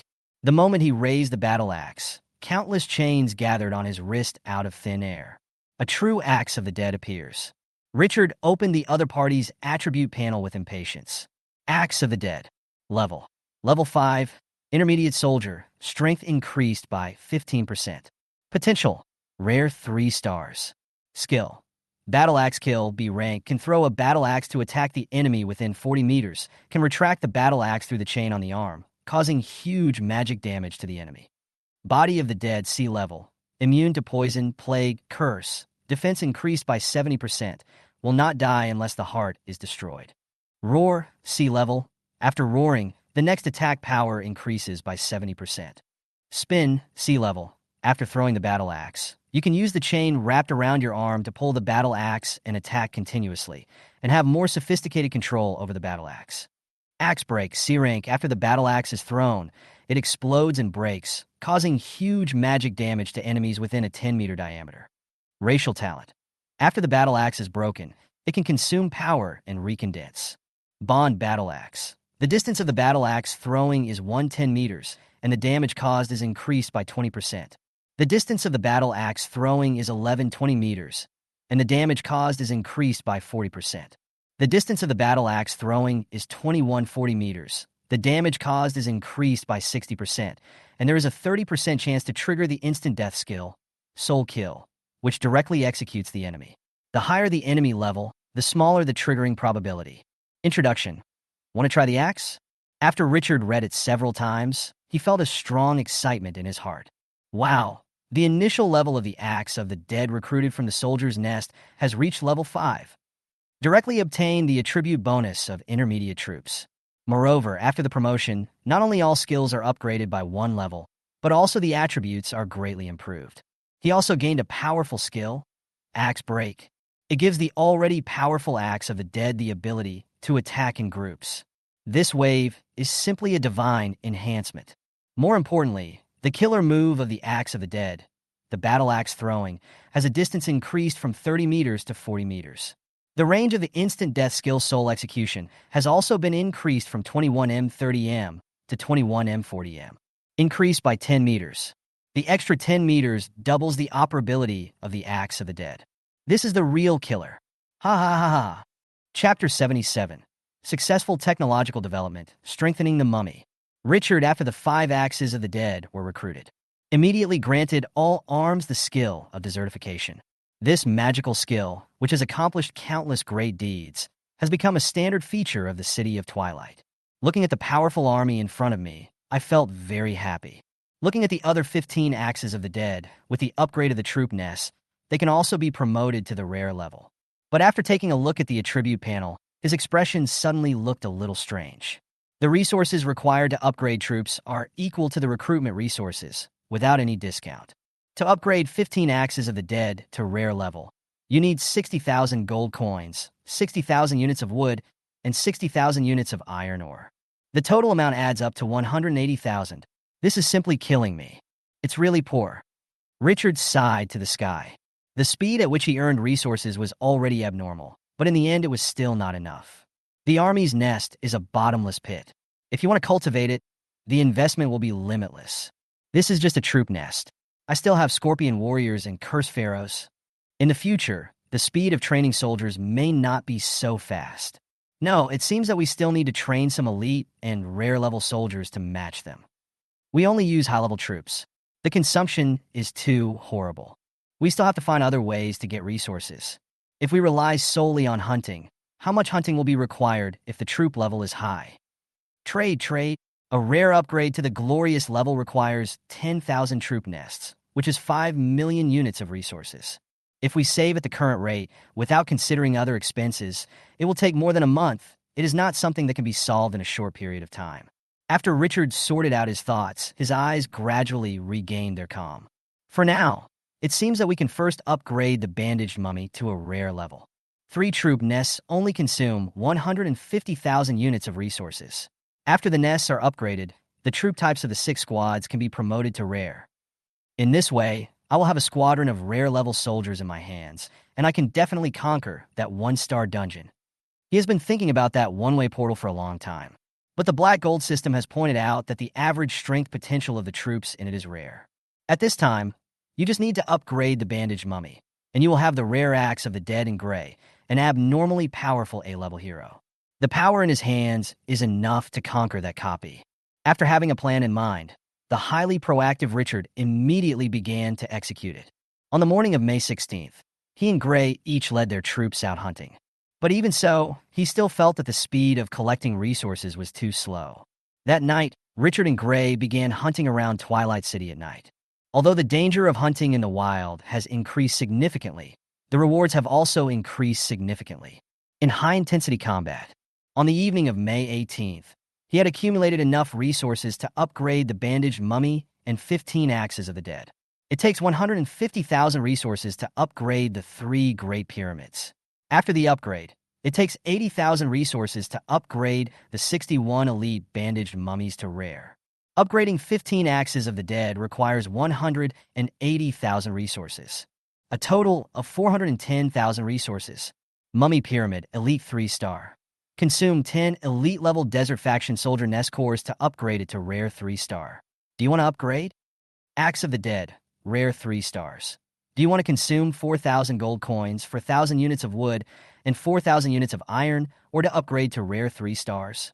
It lights up as the black gold system is upgraded. The resources that Richard had accumulated over the past few days had run out again. But the power in his hands also became stronger because of his efforts. Bandaged Mummy, 61, Rare 3-star. Scorpion Warrior, 27, Rare 3 stars. Cursed Pharaoh, 5, Rare 3-star. Axe of the Dead, 20, Rare 3-star.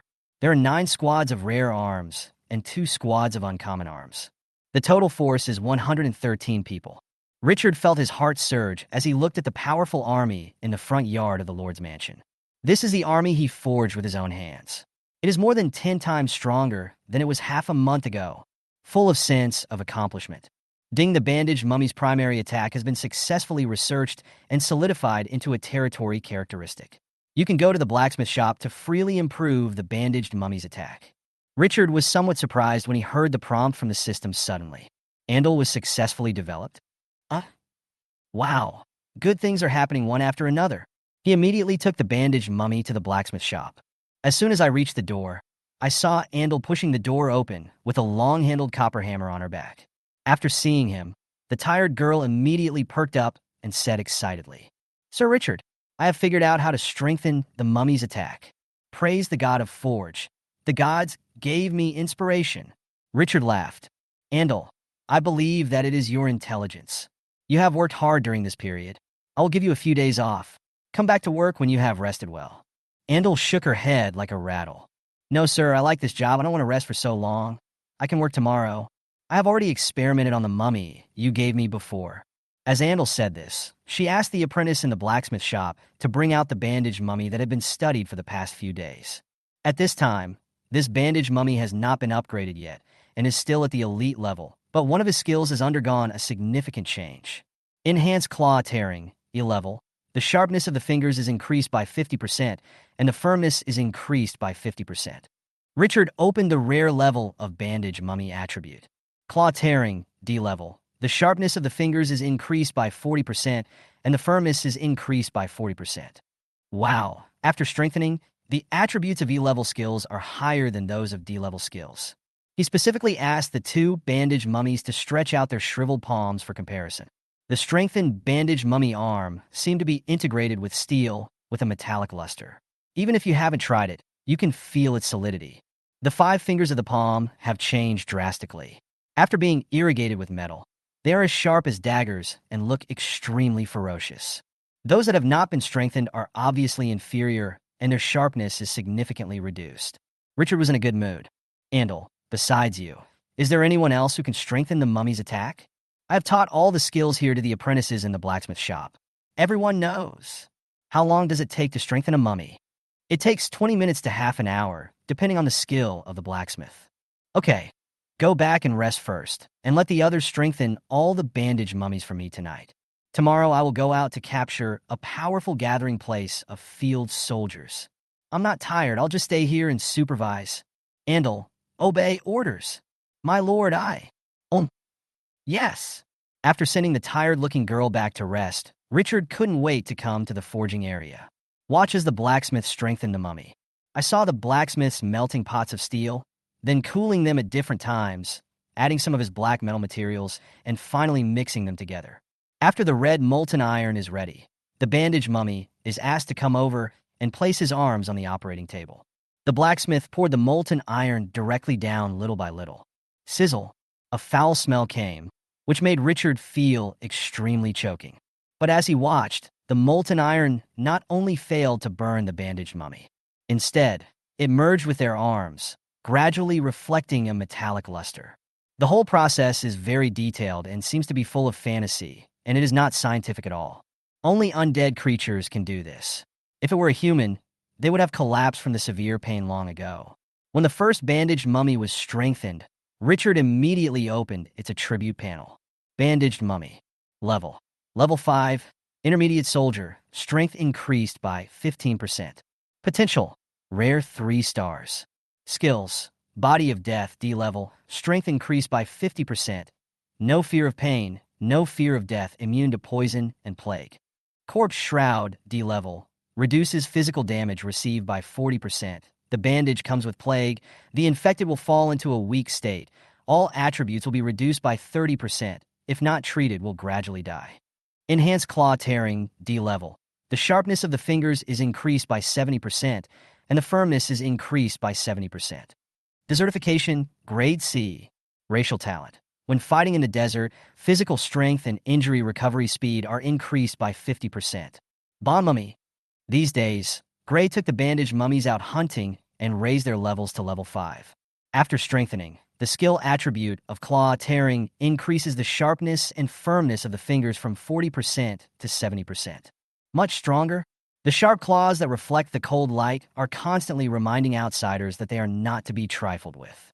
Richard laughed when he saw the razor-sharp claws. Is this the true value of Andal? A-class heroes are indeed extraordinary, and this is just the beginning if it continues to intensify. When the mummy has intermediate, advanced, and even special level attacks, how powerful will it be? How terrifying can other arms get? Chapter 78, Devil Hero. Early morning of May 19th. The mummies of all 6 teams have been strengthened. After giving some instructions to Kalu, Richard replenished the logistical supplies and left the City of Dusk with his army.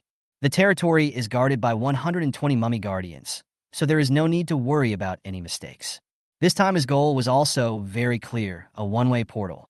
He has been thinking about this 1-star copy for a long time. 2 hours later, Richard stood in front of a 5-meter high one-way portal with rippling water in the middle. Sharp eyes. At the beginning, we said we would gather a squadron of rare soldiers, and now we have achieved our goal. As he said this, he subconsciously looked up at the sky. He did not forget to see a level 15 dragon nearby. The ferocious appearance left a deep impression on him. Everything will be there. Dungeons can be conquered, and dragons can be captured and used as mounts. He collected his thoughts and looked towards the shimmering one-way portal. Bandaged mummy goes ahead to explore the way. Scorpion warrior follows, and Gray enters last with the axe of the dead. A son of a wealthy family should not sit in a dangerous hall. Naturally, there is no need for him to take the lead in exploring the way. The order was given, and 6 teams of bandaged mummies immediately stepped into the portal. The light flashed and then disappeared into the waves. The Scorpion warrior followed closely behind, and Gray waited for a moment before entering with the axe of the dead. After waiting for another 5 minutes, Richard entered with 5 cursed pharaohs. The moment he passed through the portal, he only felt like he was passing through a layer of gauze, which was soft to the touch. Just one step, and the view suddenly widened. He appeared in a forest that had been burned by fire. The air was filled with a special burnt smell that was very pungent. All you can see are dry, black tree forks, and the ground is covered in black ash. Just from the thick ash on the ground, you can tell how violent the fire was. There were no sparks or smoke in the tree forks, and it was obvious that the fire had been burning for some time. At this time, Gray was on guard nearby with his troops and no fighting took place. Everything is safe. Ding, you have entered the time fragment, Burning Village, 1-star copy. Trigger the main quest. Protect Bida Town and keep it alive in the flames of war. Please explore the other side quests on your own. Note 1. The time fragment and the main plane are not on the same timeline. 10 days in the time fragment equals 1 day in the main plane. Note 2. The Lord Forum cannot be opened in the time fragment. Note 3. You can leave the time fragment after completing the main mission or failing the main mission. The moment the system prompt sounded, Richard turned his head and looked behind him. At this time, there was no shadow of the portal behind him, only a scorched forest. It seems that there is no loophole in the one-way portal. If you want to get out, you can only clear the dungeon. No, I can go back even if I fail. That's interesting, but if I fail, I'm afraid I won't get any rewards. The main mission is to protect Bida Town. Now we need to find out where we are and how far we are from Bida Town. After thinking about it, he immediately gave the order. Gray, you lead the team. Send out the bandaged mummies and scorpion warriors to explore the surroundings. Report back immediately if you encounter any enemies. Gray immediately began to make arrangements, assigning the scorpion warriors to 7 teams of bandaged mummies and sending them out to search in teams. Richard took this opportunity to read the description of the black gold system again. Burning Village, instance level, 1 star. Average strength of arms, rare. Are there any hero units? Yes. Factions. Demons, undead, church, humans. Tip. Unable to upgrade the copy level. Demons, undead, churches, humans. 2 good camps, 2 evil camps. Judging from the literal meaning, this copy should be a battle between evil and good. Now we need to understand the surrounding environment and the specific situation of these camps before we can take action. A 1-star copy shouldn't be too difficult. But Glorious Age has become the real world, so it's better to be cautious. The biggest difference between the real world and games is that games have rules and logic, but reality never follows logic, and anything can happen. More than half an hour later, Gray returns with a squad of bandaged mummies, the mummy hero's voice as hollow as ever. Master, we found a group of demons attacking a human village in the east of the woods. The demon and human camps appeared? Richard became somewhat interested.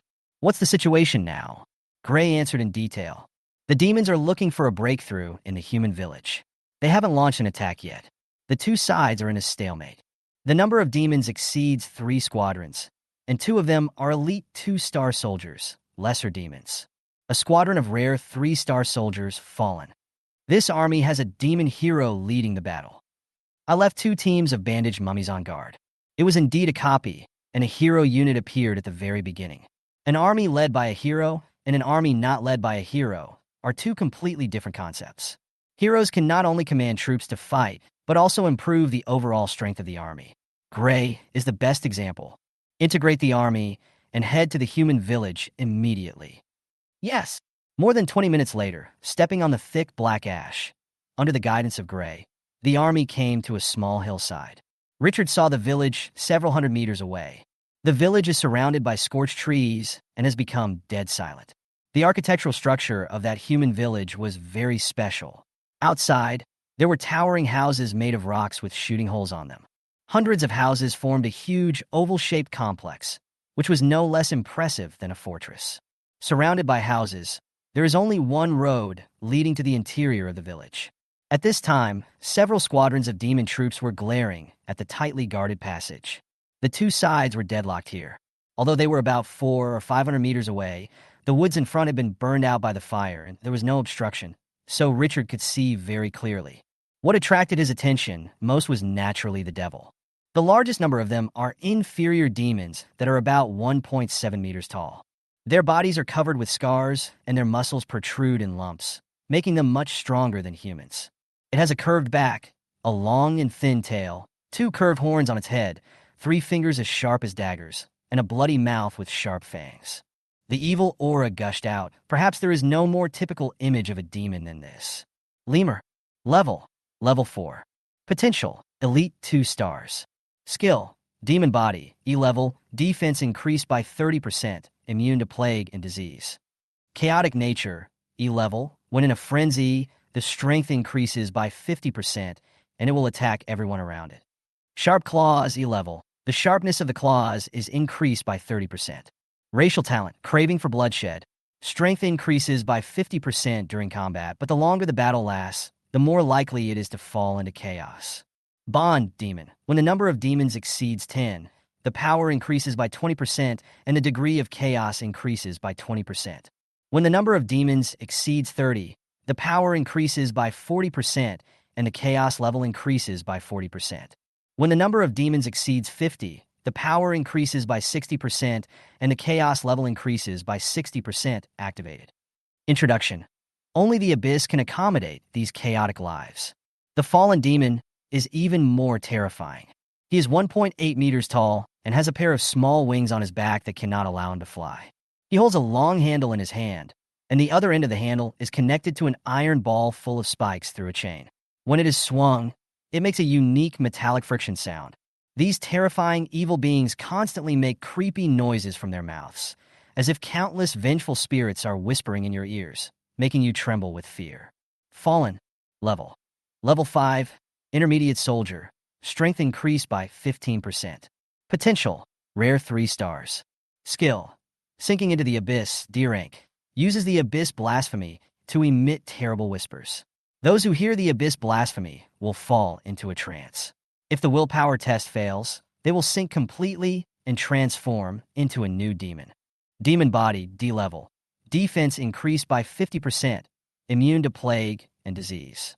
Demon's Fury, D level. When the rage is high, the power is increased by 50%, and the demons around him will go crazy. Racial talent. Those who are influenced by the whispers of demons and become demons will obey their orders forever, and their souls will belong to the fallen demons after death. Bond demon. When the number of demons exceeds 10, the corrosive power of the Abyss skill increases by 20%. When the number of demons exceeds 20, the corrosive power of the Abyss skill increases by 40%. When the number of demons exceeds 30, the corrosive power of the Abyss skill increases by 60% activated. Introduction. Covering your ears cannot stop the blasphemy of the Abyss from corroding your soul. After Richard looked at the attributes of the two demons, his eyes fixed. It turns out that we cannot underestimate the enemy. Although the inferior demon is a little funny, the attributes of the fallen demon are not simple.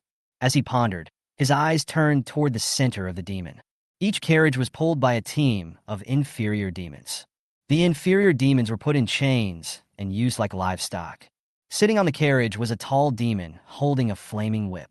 The other party was wearing a suit of black armor, and his face was more ferocious than other demons. Ha! The flaming whip was swung, and the flame tail exploded in the air, with a crisp sound mixed with heat. Upon hearing this voice, the surrounding inferior demons and fallen demons immediately trembled all over and felt great fear. Devil Hero.